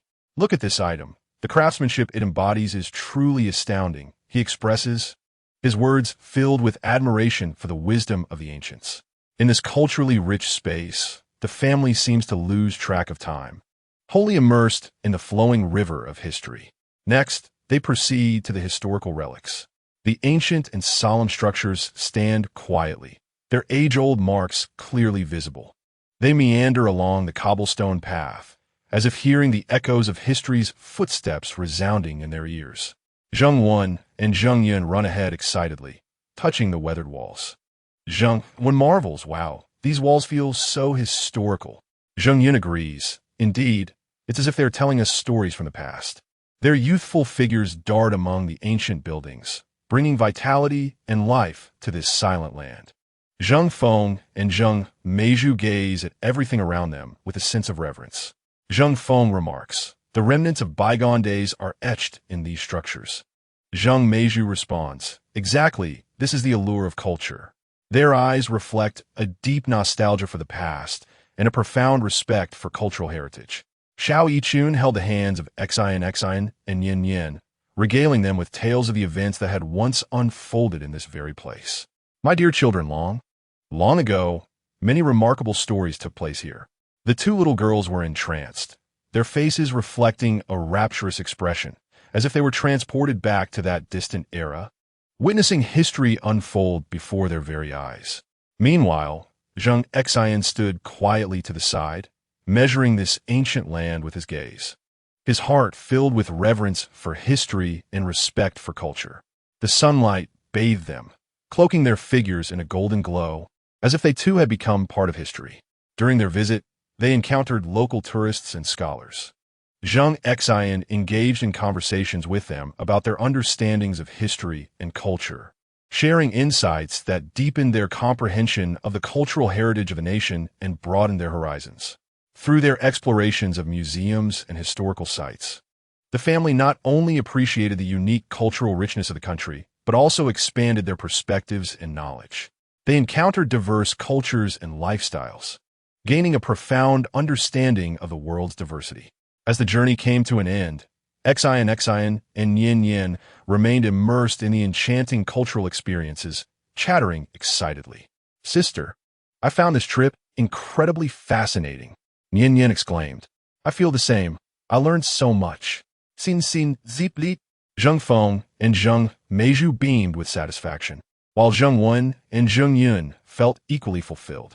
Zheng Xin and Xiao Yichun exchanged smiles, sharing a moment of mutual understanding. This journey through the nation revealed to them the allure and power of culture. It illuminated the richness of the world, with culture serving as a bridge connecting humanity. Through the exchange and inheritance of culture, they could better understand one another and collaboratively forge a more beautiful world. In the days to come, they would carry this love and reverence for culture, continuing to explore this wondrous world, allowing the seeds of culture to take root and flourish within their hearts. After immersing themselves in foreign cultures, Zheng Xian's family prepared to head to the romantic capital. Just as they were packing their belongings, an unexpected gift arrived in Zheng Xian's hands, a letter of invitation from a local hotel. Upon opening the envelope, Zheng Xian was astonished to discover that it was an invitation from the nation's largest private auction house, Bonham's. Upon reading the details within the invitation, Zheng Xin learned that the upcoming auction would showcase numerous rare and precious items, including several remarkable artifacts from the Huaxia civilization. These artifacts not only possess immense historical and artistic value, but also represent the rich and enduring cultural traditions of the Chinese nation. Faced with such a rare opportunity, a profound sense of duty surged within Zheng Xin. He realized that if these Huaxia treasures were to be lost to foreign lands, it would be a significant loss to the cultural heritage of his country. Thus, after careful consideration, Zheng Xin made a pivotal decision to remain a few extra days to personally attend the auction and do everything within his power to protect those invaluable treasures that belong to his homeland. Chapter 73. The Bonham's auction. The Zheng family found themselves immersed in the unique cultural atmosphere of this exotic land, indulging in the architectural styles, customs, and artistic charm surrounding them. After concluding their enriching and unforgettable journey in the country, they were filled with joyous anticipation as they prepared to embark on a new adventure in the renowned romantic capital, eager to explore further wonders. Just as they were meticulously packing their belongings, an unexpected event transpired. A beautifully wrapped gift arrived at their presidential suite, and with a heart full of curiosity, Zheng Xin opened it to reveal an invitation. As he unfolded the envelope and his gaze fell upon the contents, a wave of astonishment and excitement surged within him. It turned out to be an invitation from Bonham's, the largest private auction house in the country. Zheng Xin read each word of the invitation with great care, and as he delved deeper into its meaning, his astonishment grew. He learned that the auction would showcase an array of precious and rare items, among which the most exhilarating for him were 12 artifacts steeped in the rich history and splendid culture of the Chinese civilization.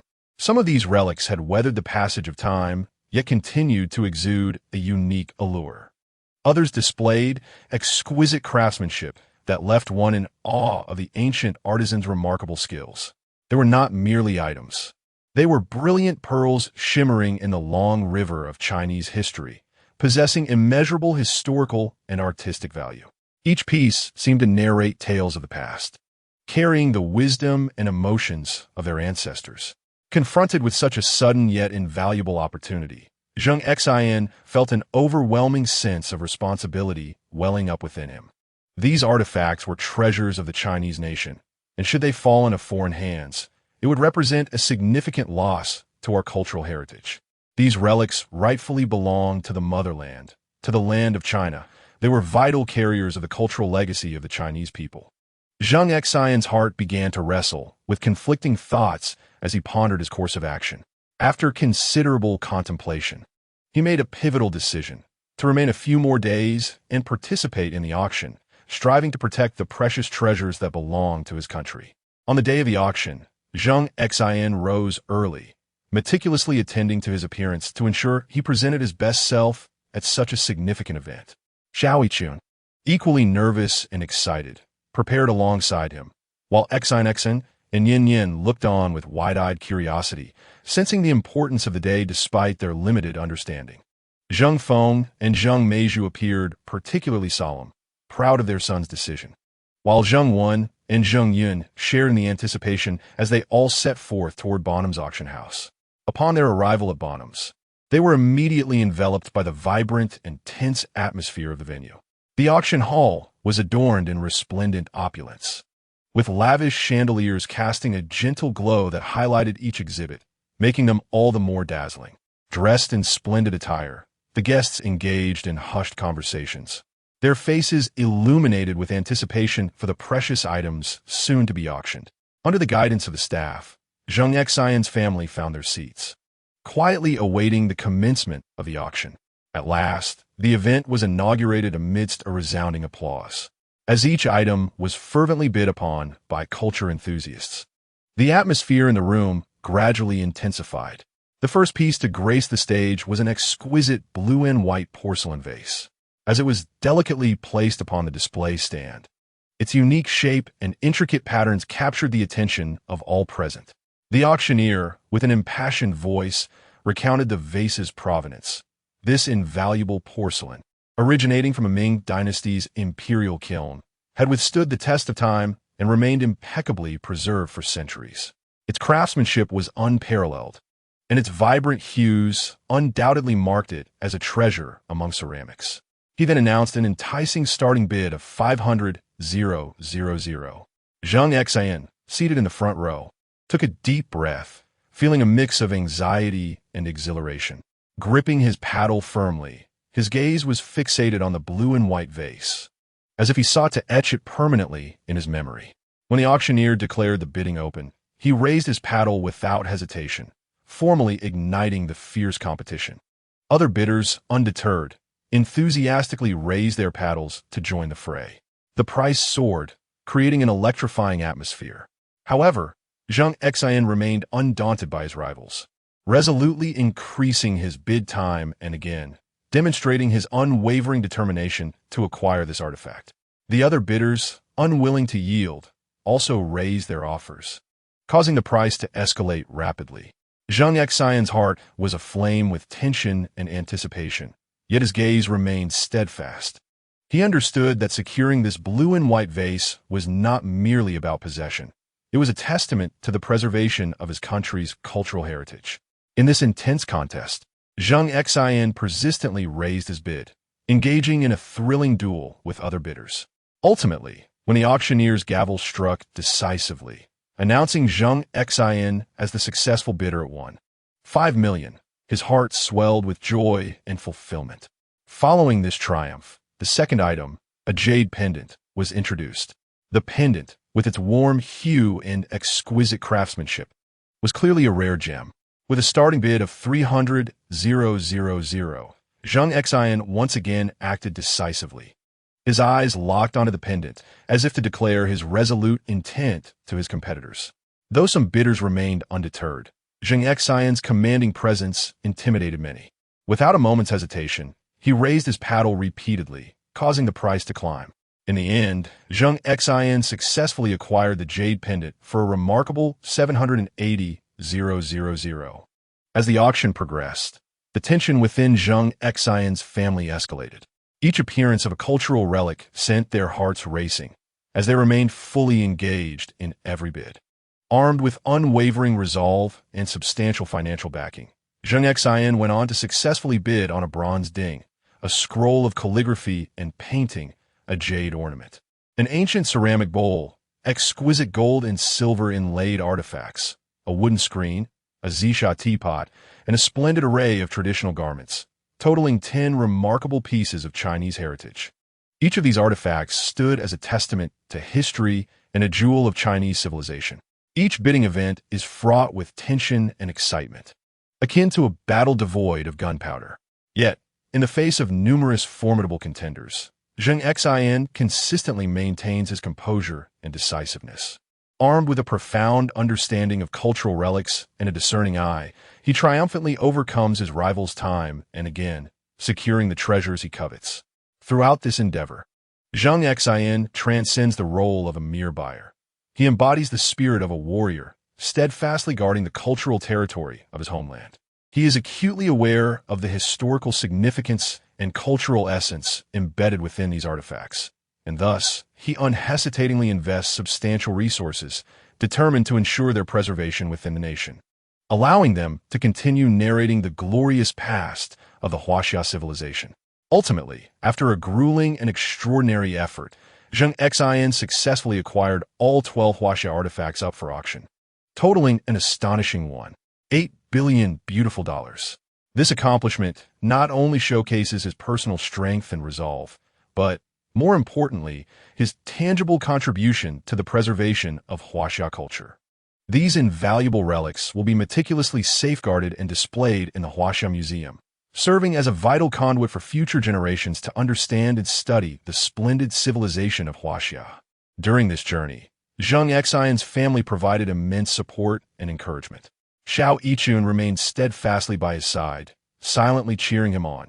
Xian and Yin Yin, though not entirely grasping the artifact's value, since their father's earnestness, Zheng Feng and Zheng Meizhu looked on with pride, feeling honored by their son's courage and responsibility. Zheng Wen and Zheng Yin also actively participated, contributing their efforts to this auction. Following this, Zheng Xian commenced preparations to securely transport these artifacts back to their homeland.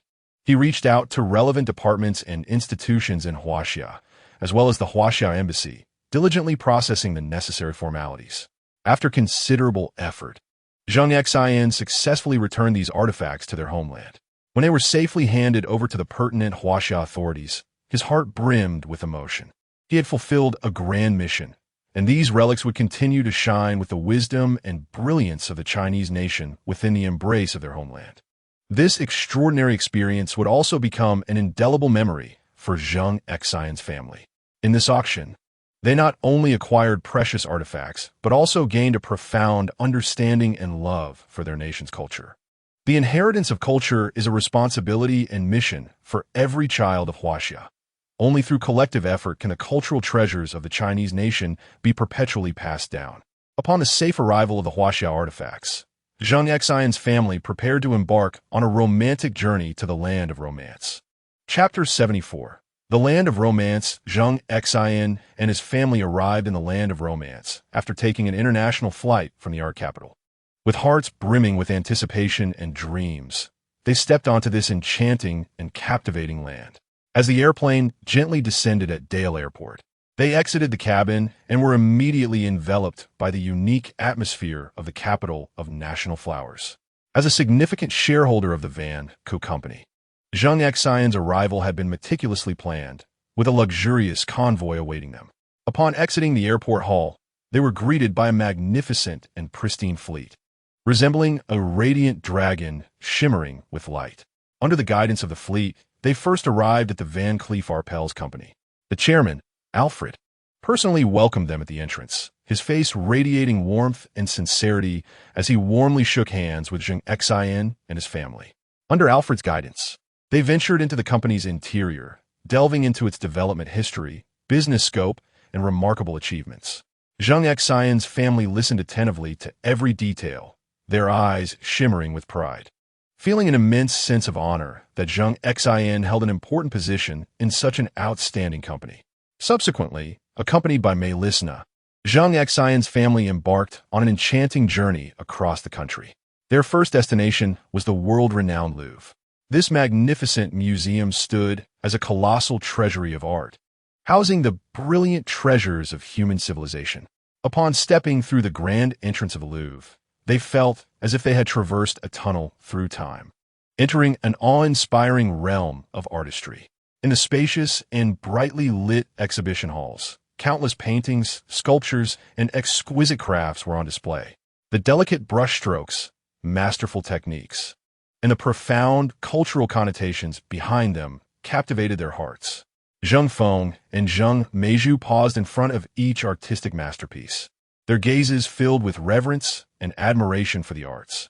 Xin and Yin Yin, with their bright eyes glimmering with curiosity, scanned their surroundings, enchanted by the exquisite sculptures that seemed to draw them in like magnets, eliciting soft gasps of wonder from the two little ones, who were deeply affected by the magical atmosphere of art, whispering in awe. Zheng Xin and Xiao Yichun walked hand in hand, quietly immersed in this ocean of artistry, earnestly absorbing the unique charm that art possesses, their hearts brimming with profound respect for history and culture. Next, they arrived at the iconic Eiffel Tower. By day, the tower soared into the sky, its steel structure exuding a unique industrial aesthetic, resembling a proud giant overlooking the entire city of flowers. As night fell, the lights on the tower illuminated, transforming it into a dazzling beacon that brightened the night sky of the city. Zheng Xin's family stood atop the tower, gazing down at the beautiful nocturnal landscape, where twinkling lights, bustling streets, ancient buildings, and the flowing Seine River collectively created a picturesque scene. They quietly appreciated the view, their hearts swelling with indescribable emotion. Their journey in the country continued as they visited the Palace of Versailles.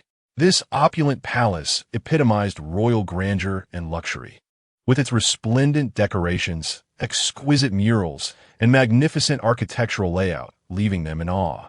Strolling through the palace gardens, with neatly trimmed greenery, uniquely shaped fountains, and graceful pathways, they felt as if they were transported to a fairy tale world. They could almost hear the laughter of the former royals, sensing the glory and splendor of a bygone era. After departing from the Palace of Versailles, they arrived at the Champs-Élysées. Lined with high-end boutiques and fashionable stores, the street offered a delightful array of choices.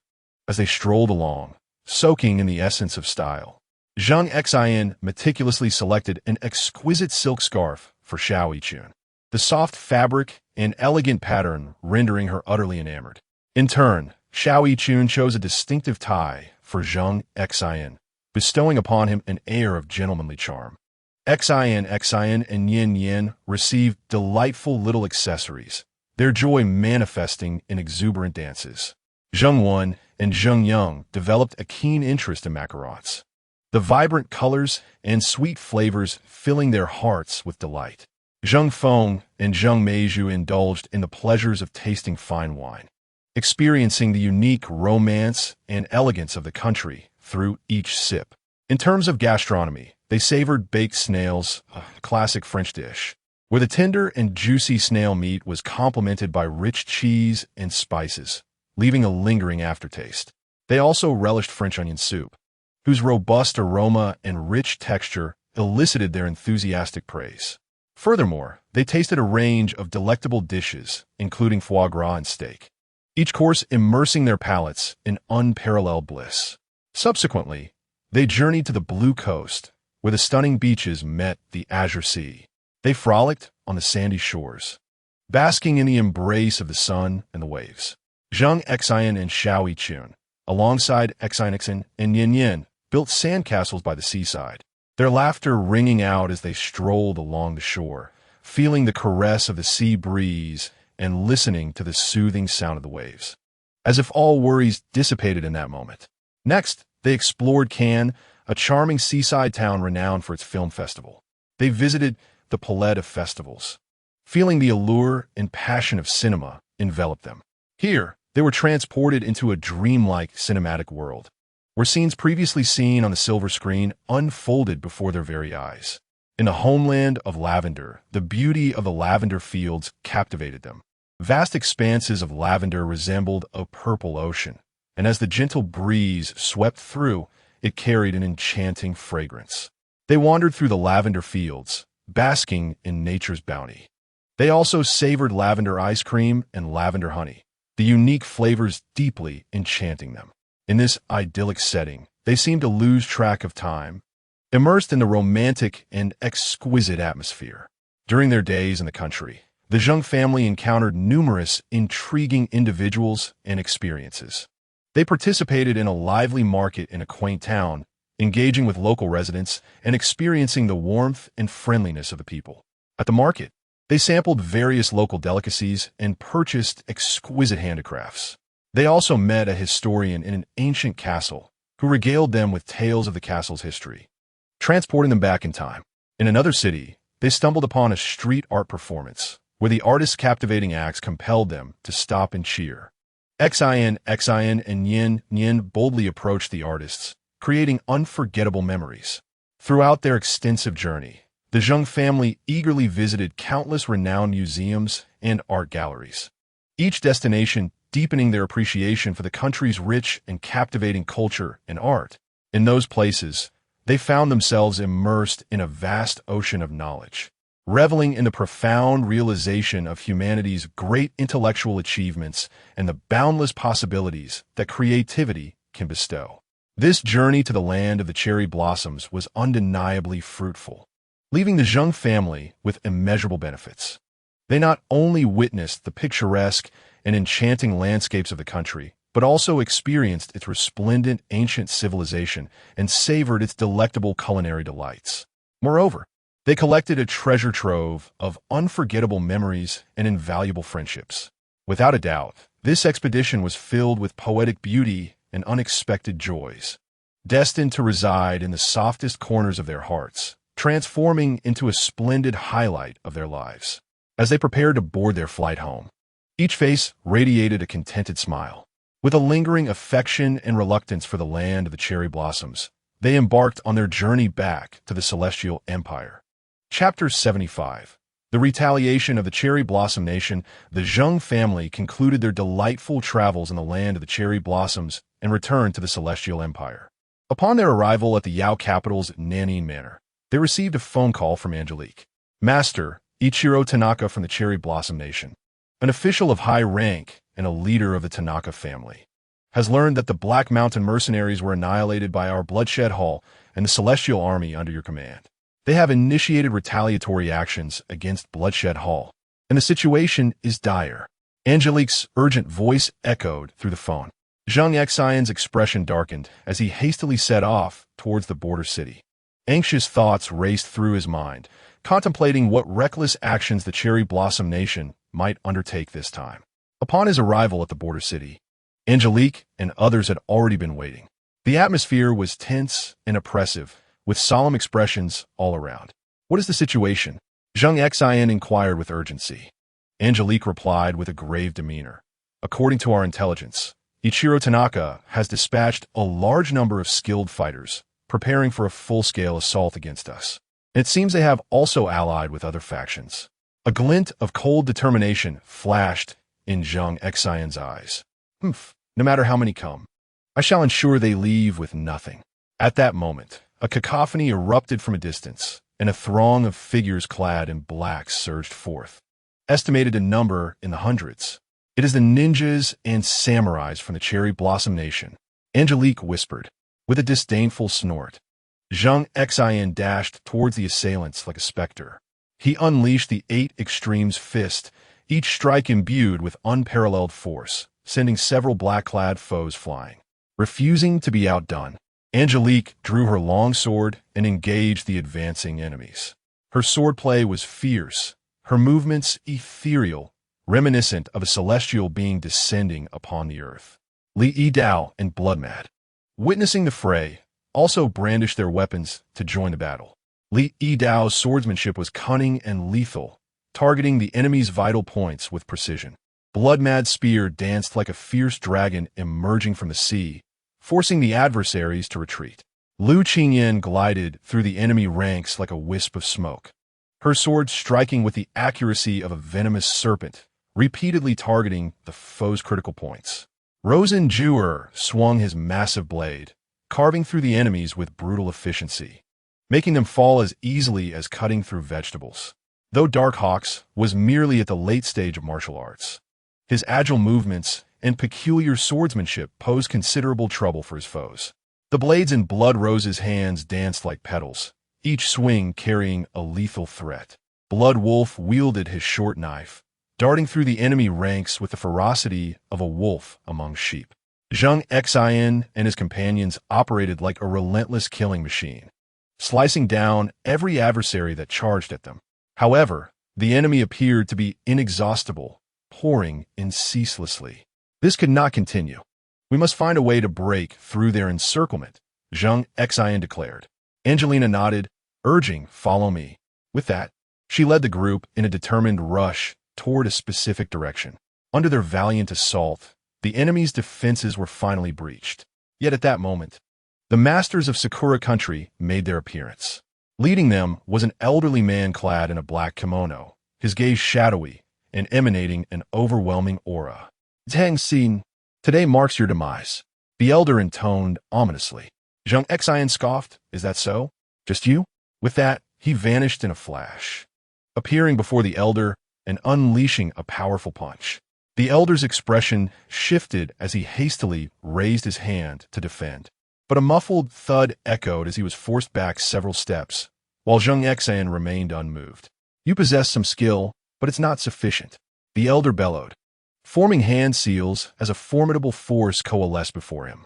Zheng Xin's eyes sharpened. He sensed a perilous aura and, refusing to be complacent, executed the dragon's dance, darting around the elder like a wraith. Angelina and her comrades engaged in fierce battles with other masters from Sakura country. Angelina's swordplay was a tempest, clashing intensely with a similarly armed adversary from Sakura. Li Yidao and Blood Frenzy faced formidable opponents, their exquisite martial arts and indomitable spirit allowing them to hold their ground. Lu Qingyan, Rosen Ju, Hawks, Blood Rose, and Blood Wolf were also embroiled in fierce skirmishes, each facing tremendous pressure. In his confrontation with the elder, Zheng Xin gradually gained the upper hand, his 8 extremes fist proving immensely powerful, pushing the elder back with each strike. The elder was taken aback, astonished by Zheng Xin's strength. Zheng Xin roared, channeling all his might into a final punch. The elder, unable to evade, was struck, spewing blood and scent flying. Seizing the moment, Zheng Xin pursued, intent on delivering a fatal blow to the elder. But just then, the elder suddenly threw a smoke bomb, seizing the chance to escape. Zheng Xin cursed under his breath and turned to assist his comrades. With his aid, Angelina and the others gradually extricated themselves from peril. However, the enemy was relentless, continuing their frenzied assault. Zheng Xin and his allies fought while retreating, ultimately being driven into a valley. "This is bad. We are surrounded," Angelina exclaimed anxiously. Zheng Xin surveyed their surroundings, realizing that enemies encircled the valley, leaving them no avenue for retreat. "If that is the case, then we shall fight." A glimmer of determination flashed in Zheng Xin's eyes. He unleashed his 8 extremes fist once more, charging at the enemy. Angelina and the others closely followed, engaging in a final, desperate struggle against their foes. In the midst of fierce combat, Zheng Xin and his companions bore various injuries, yet they persevered with unyielding determination. Zheng Xin felled an adversary with a powerful punch, only to sense a formidable presence approaching from behind. Swiftly, he sidestepped, witnessing a master from the Sakura nation wielding a sharp long knife, aiming a strike at him. With a disdainful snort, Zheng Xin executed the dragon dance technique, swiftly maneuvering behind the master and delivering a punch to his back. The master let out a cry of anguish, collapsing to the ground, bloodied. Angelina's sword glimmered ominously amidst the throng of enemies, each strike claiming a life. Though her attire was stained with the blood of foes, her gaze remained resolute. Li Yidao and Xue Kuang demonstrated impeccable synergy, one wielding a sword and the other a spear, rendering their opponents utterly defenseless. Lu Qingyan darted through the enemy ranks like a ghost, her sword striking with the lethality of a venomous serpent. Rosenju wielded his great blade with ferocity, leaving a trail of carnage in his wake. Hawks, with his agile movements, evaded enemy attacks time and again, delivering lethal blows. The blades of the Blood Rose fell like petals, each imbued with peril. Blood Wolf, embodying the ferocity of a wild beast, engaged in a frenzied slaughter among the enemies. The relentless resistance of Zheng Xin and his allies instilled fear in the hearts of the Sakura Nation soldiers, yet they continued their frenzied assault, intent on annihilating Zheng Xin and his companions. As time passed, fatigue began to take its toll on Zheng Xin and his comrades. Nevertheless, they grit their teeth and held their ground, none wavering. Just then, a resounding roar erupted from the sky. The group looked up to see a helicopter gliding above the valley. It circled once before dropping supplies. A wave of elation washed over Zheng Xin and the others. They realized reinforcements from the northern military district had arrived. Zheng Xin opened a crate brimming with weapons and ammunition. Grasping a submachine gun, he unleashed a barrage upon the enemy. Angelina and the others seized their weapons, rejoining the fray. Under the overwhelming firepower, the enemy began to falter. Seizing the opportunity, Zheng Xin and his companions launched a counterattack, leaving their foes in disarray. Observing their impending doom, the soldiers of the Sakura Nation fled. Zheng Xin and his comrades refrained from pursuing, understanding the wisdom of not chasing a cornered enemy. Following this intense battle, Zheng Xin and his allies successfully repelled the retaliatory forces of the Sakura Nation, albeit at a steep cost, with many sustaining grievous injuries. Zheng Xin surveyed the battlefield strewn with bodies, his heart heavy with reflection. This conflict was merely the beginning. Greater challenges awaited in the future. We must swiftly regain our strength to prepare for another potential retaliation from the Sakura Nation, Zheng Xin stated solemnly. Angelina and the others nodded in agreement. They began to clear the battlefield and tend to the wounded. In the days that followed, Zheng Xin and his companions recuperated while intensifying their training. Only through continuous enhancement of their abilities could they hope to survive in this perilous world.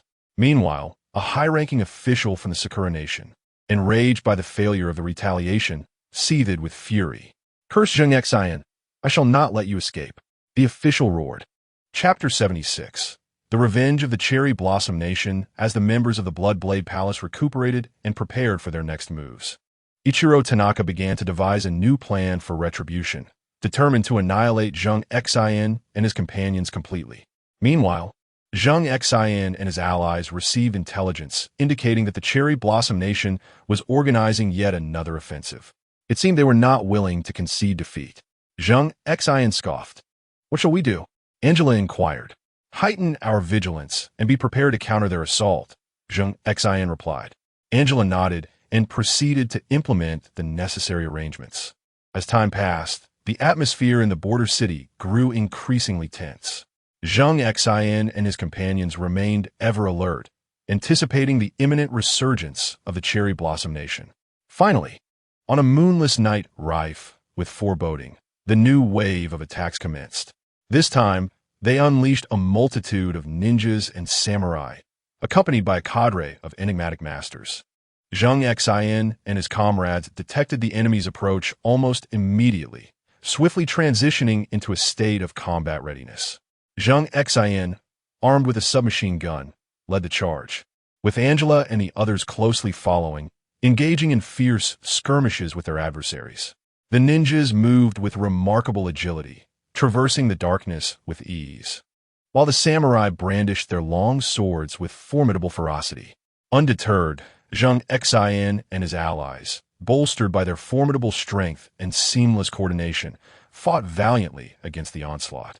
In the midst of the melee, Zheng Xin identified a mysterious master from the Cherry Blossom Nation, exuding an aura of immense power, unmistakably a celestial-level shinobi, instilling in him a profound sense of pressure. Zheng Xin fixated on the enigmatic figure, a surge of alarm coursing through him. He sensed the unfathomable strength emanating from his opponent, a foe unlike any he had previously encountered. The mysterious master's gaze was icy as it locked onto Zheng Xin, who slowly declared, "Zheng Xin, today marks your demise." His voice resonated like an echo from the underworld, imbued with an unsettling chill. Zheng Xin retorted with a scoff, "If you wish to take my life, let us see if you possess the capability." With that, he tightened his grip on the submachine gun and unleashed a barrage of fire toward the master. In a flash, the master evaded the bullets with an ethereal grace, closing the distance to Zheng Xin in an instant. He raised his hand, summoning a powerful gust of wind that surged toward Zheng Xin. The latter deftly sidestepped while countering with a punch. Thus began an intense close-quarters battle, each strike and maneuver infused with tremendous force. Zheng Xin was astonished to find that the mysterious master's prowess far exceeded his expectations, and he gradually found himself struggling against the onslaught. At that moment, Angela and her companions were also embroiled in a fierce struggle. Waves of ninjas and samurais surged forth, and despite their valiant resistance, the sheer number of foes was overwhelming. "Hold your ground," Angela shouted, her weapon slicing through the air with relentless precision, repelling the encroaching adversaries. In this breathtaking clash, the border city had devolved into a bloody and brutal hellscape. The deafening cries of battle and the cacophony of gunfire reverberated through the night, intertwining to utterly shatter the tranquility that once enveloped the darkness.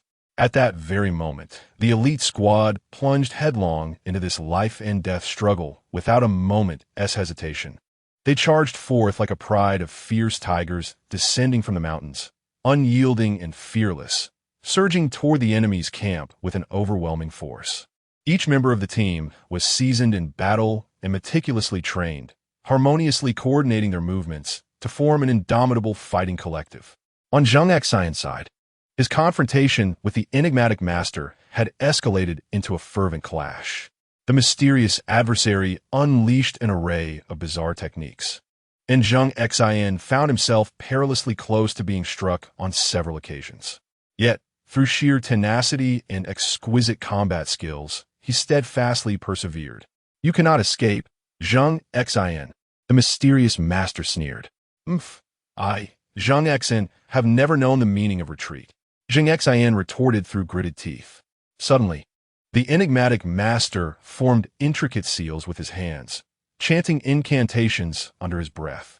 A powerful wave of energy emanated from him, sending a chill down Zheng Xin's spine as he realized the formidable move about to be unleashed.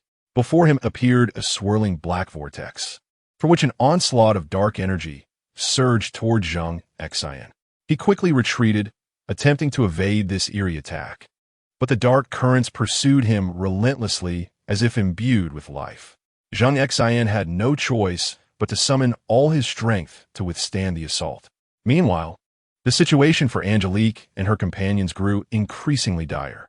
Ninjas and warriors continued to pour forth, and they gradually felt their stamina waning. "We cannot hold out much longer at this rate," one of their comrades exclaimed. With unwavering resolve, Angelique declared, "We shall never give up, even if it means fighting to the very last moment." Just as they struggled to endure, distant shouts suddenly broke through the fray. It was a special forces team rushing to their aid, and their arrival instantly alleviated the pressure on Angelique and her group. On Zheng Xin's front, however, he found himself gradually falling behind in the duel with the mysterious master. The relentless assault of the dark currents left him weary, and he bore several new wounds. Damn it! Zheng Xin kuset intenali. Just as he believed he could no longer endure, a flash of inspiration illuminated his mind. He recalled the unique technique he had once practiced, one that might counter the dark energy. Without hesitation, Zheng Xin activated the technique. A brilliant light erupted from him, and a powerful force surged forth, colliding with the dark currents. A tremendous roar echoed as the black energy was temporarily repelled. Seizing the opportunity, Zheng Xin quickly recalibrated himself and regained his composure. The mysterious master observed this turn of events with a flicker of surprise in his eyes, but his indifference soon returned. "You possess some skill, but it is far from sufficient," he remarked, once again unleashing an even more formidable attack. At this moment, the battlefield descended into further chaos, with both sides exerting every ounce of strength in their struggle, fighting for their respective beliefs and goals. Zheng Xin understood that the outcome of this battle held the fate of the border city and countless lives in the balance. He could not afford to lose, nor would he ever concede defeat. The mysterious master continued his merciless onslaught, while Zheng Xin, armed with unyielding will and cunning, danced around his blows. Throughout the melee, he meticulously searched for a flaw in his opponent's technique. At last, Zheng Xin discerned a slight miscalculation from the mysterious master. Without a moment's hesitation, he seized this opportunity and launched a full-scale offensive. Zheng Xin moved with lightning speed, instantly closing the distance to the enigmatic master and delivering a powerful punch to his chest. The mysterious figure, caught off guard, was struck and sent flying backward. Blood spurted from his mouth as disbelief flickered in his eyes. Zheng Xin offered him no respite, relentlessly pursuing his attack. The master struggled to rise, attempting to resist. But Zheng Xin's onslaught came like a torrential storm, rendering him utterly defenseless. Under the ferocity of Zheng Xin's assault, the master gradually succumbed to his inability to fight back. Ultimately, Zheng Xin unleashed a lethal technique, completely vanquishing the enigmatic master. With this defeat, 2 of the 4 esteemed shinobi of Sakura Nation had fallen to his hand. As the master collapsed, the morale of the Sakura soldiers plummeted. Seizing the opportunity, Angelique and her companions launched a counteroffensive, forcing the enemy into a hasty retreat. After an intense battle, this wave of attacks from Sakura Nation was finally repelled. The soldiers of Border City erupted in jubilant cheers, celebrating their hard-won victory. Exhausted, Zheng Xin sat on the ground, his heart filled with myriad emotions. This battle had imparted a profound understanding of the long road ahead, fraught with further challenges and dangers. Angelique approached him, her concern evident as she inquired, "Are you all right?" Zheng Xin shook his head, replying, "I am fine, merely fatigued." "We owe our victory to you." Angelique sincerely expressed her gratitude. Zheng Xin smiled, saying, "This is the result of our collective efforts. We are a team." In the aftermath of the battle, Zheng Xin and Angelique, along with others, began to clear the battlefield and tend to the wounded. The residents of Border City also rallied to assist, uniting in their efforts to rebuild their home. Yet, Zheng Xin was acutely aware that Sakura Nation would not rest. They would undoubtedly devise another scheme for revenge. To prepare for future challenges, Zheng Xin resolved to bolster the defenses of Border City and train more exceptional warriors. In the days that followed, Zheng Xin and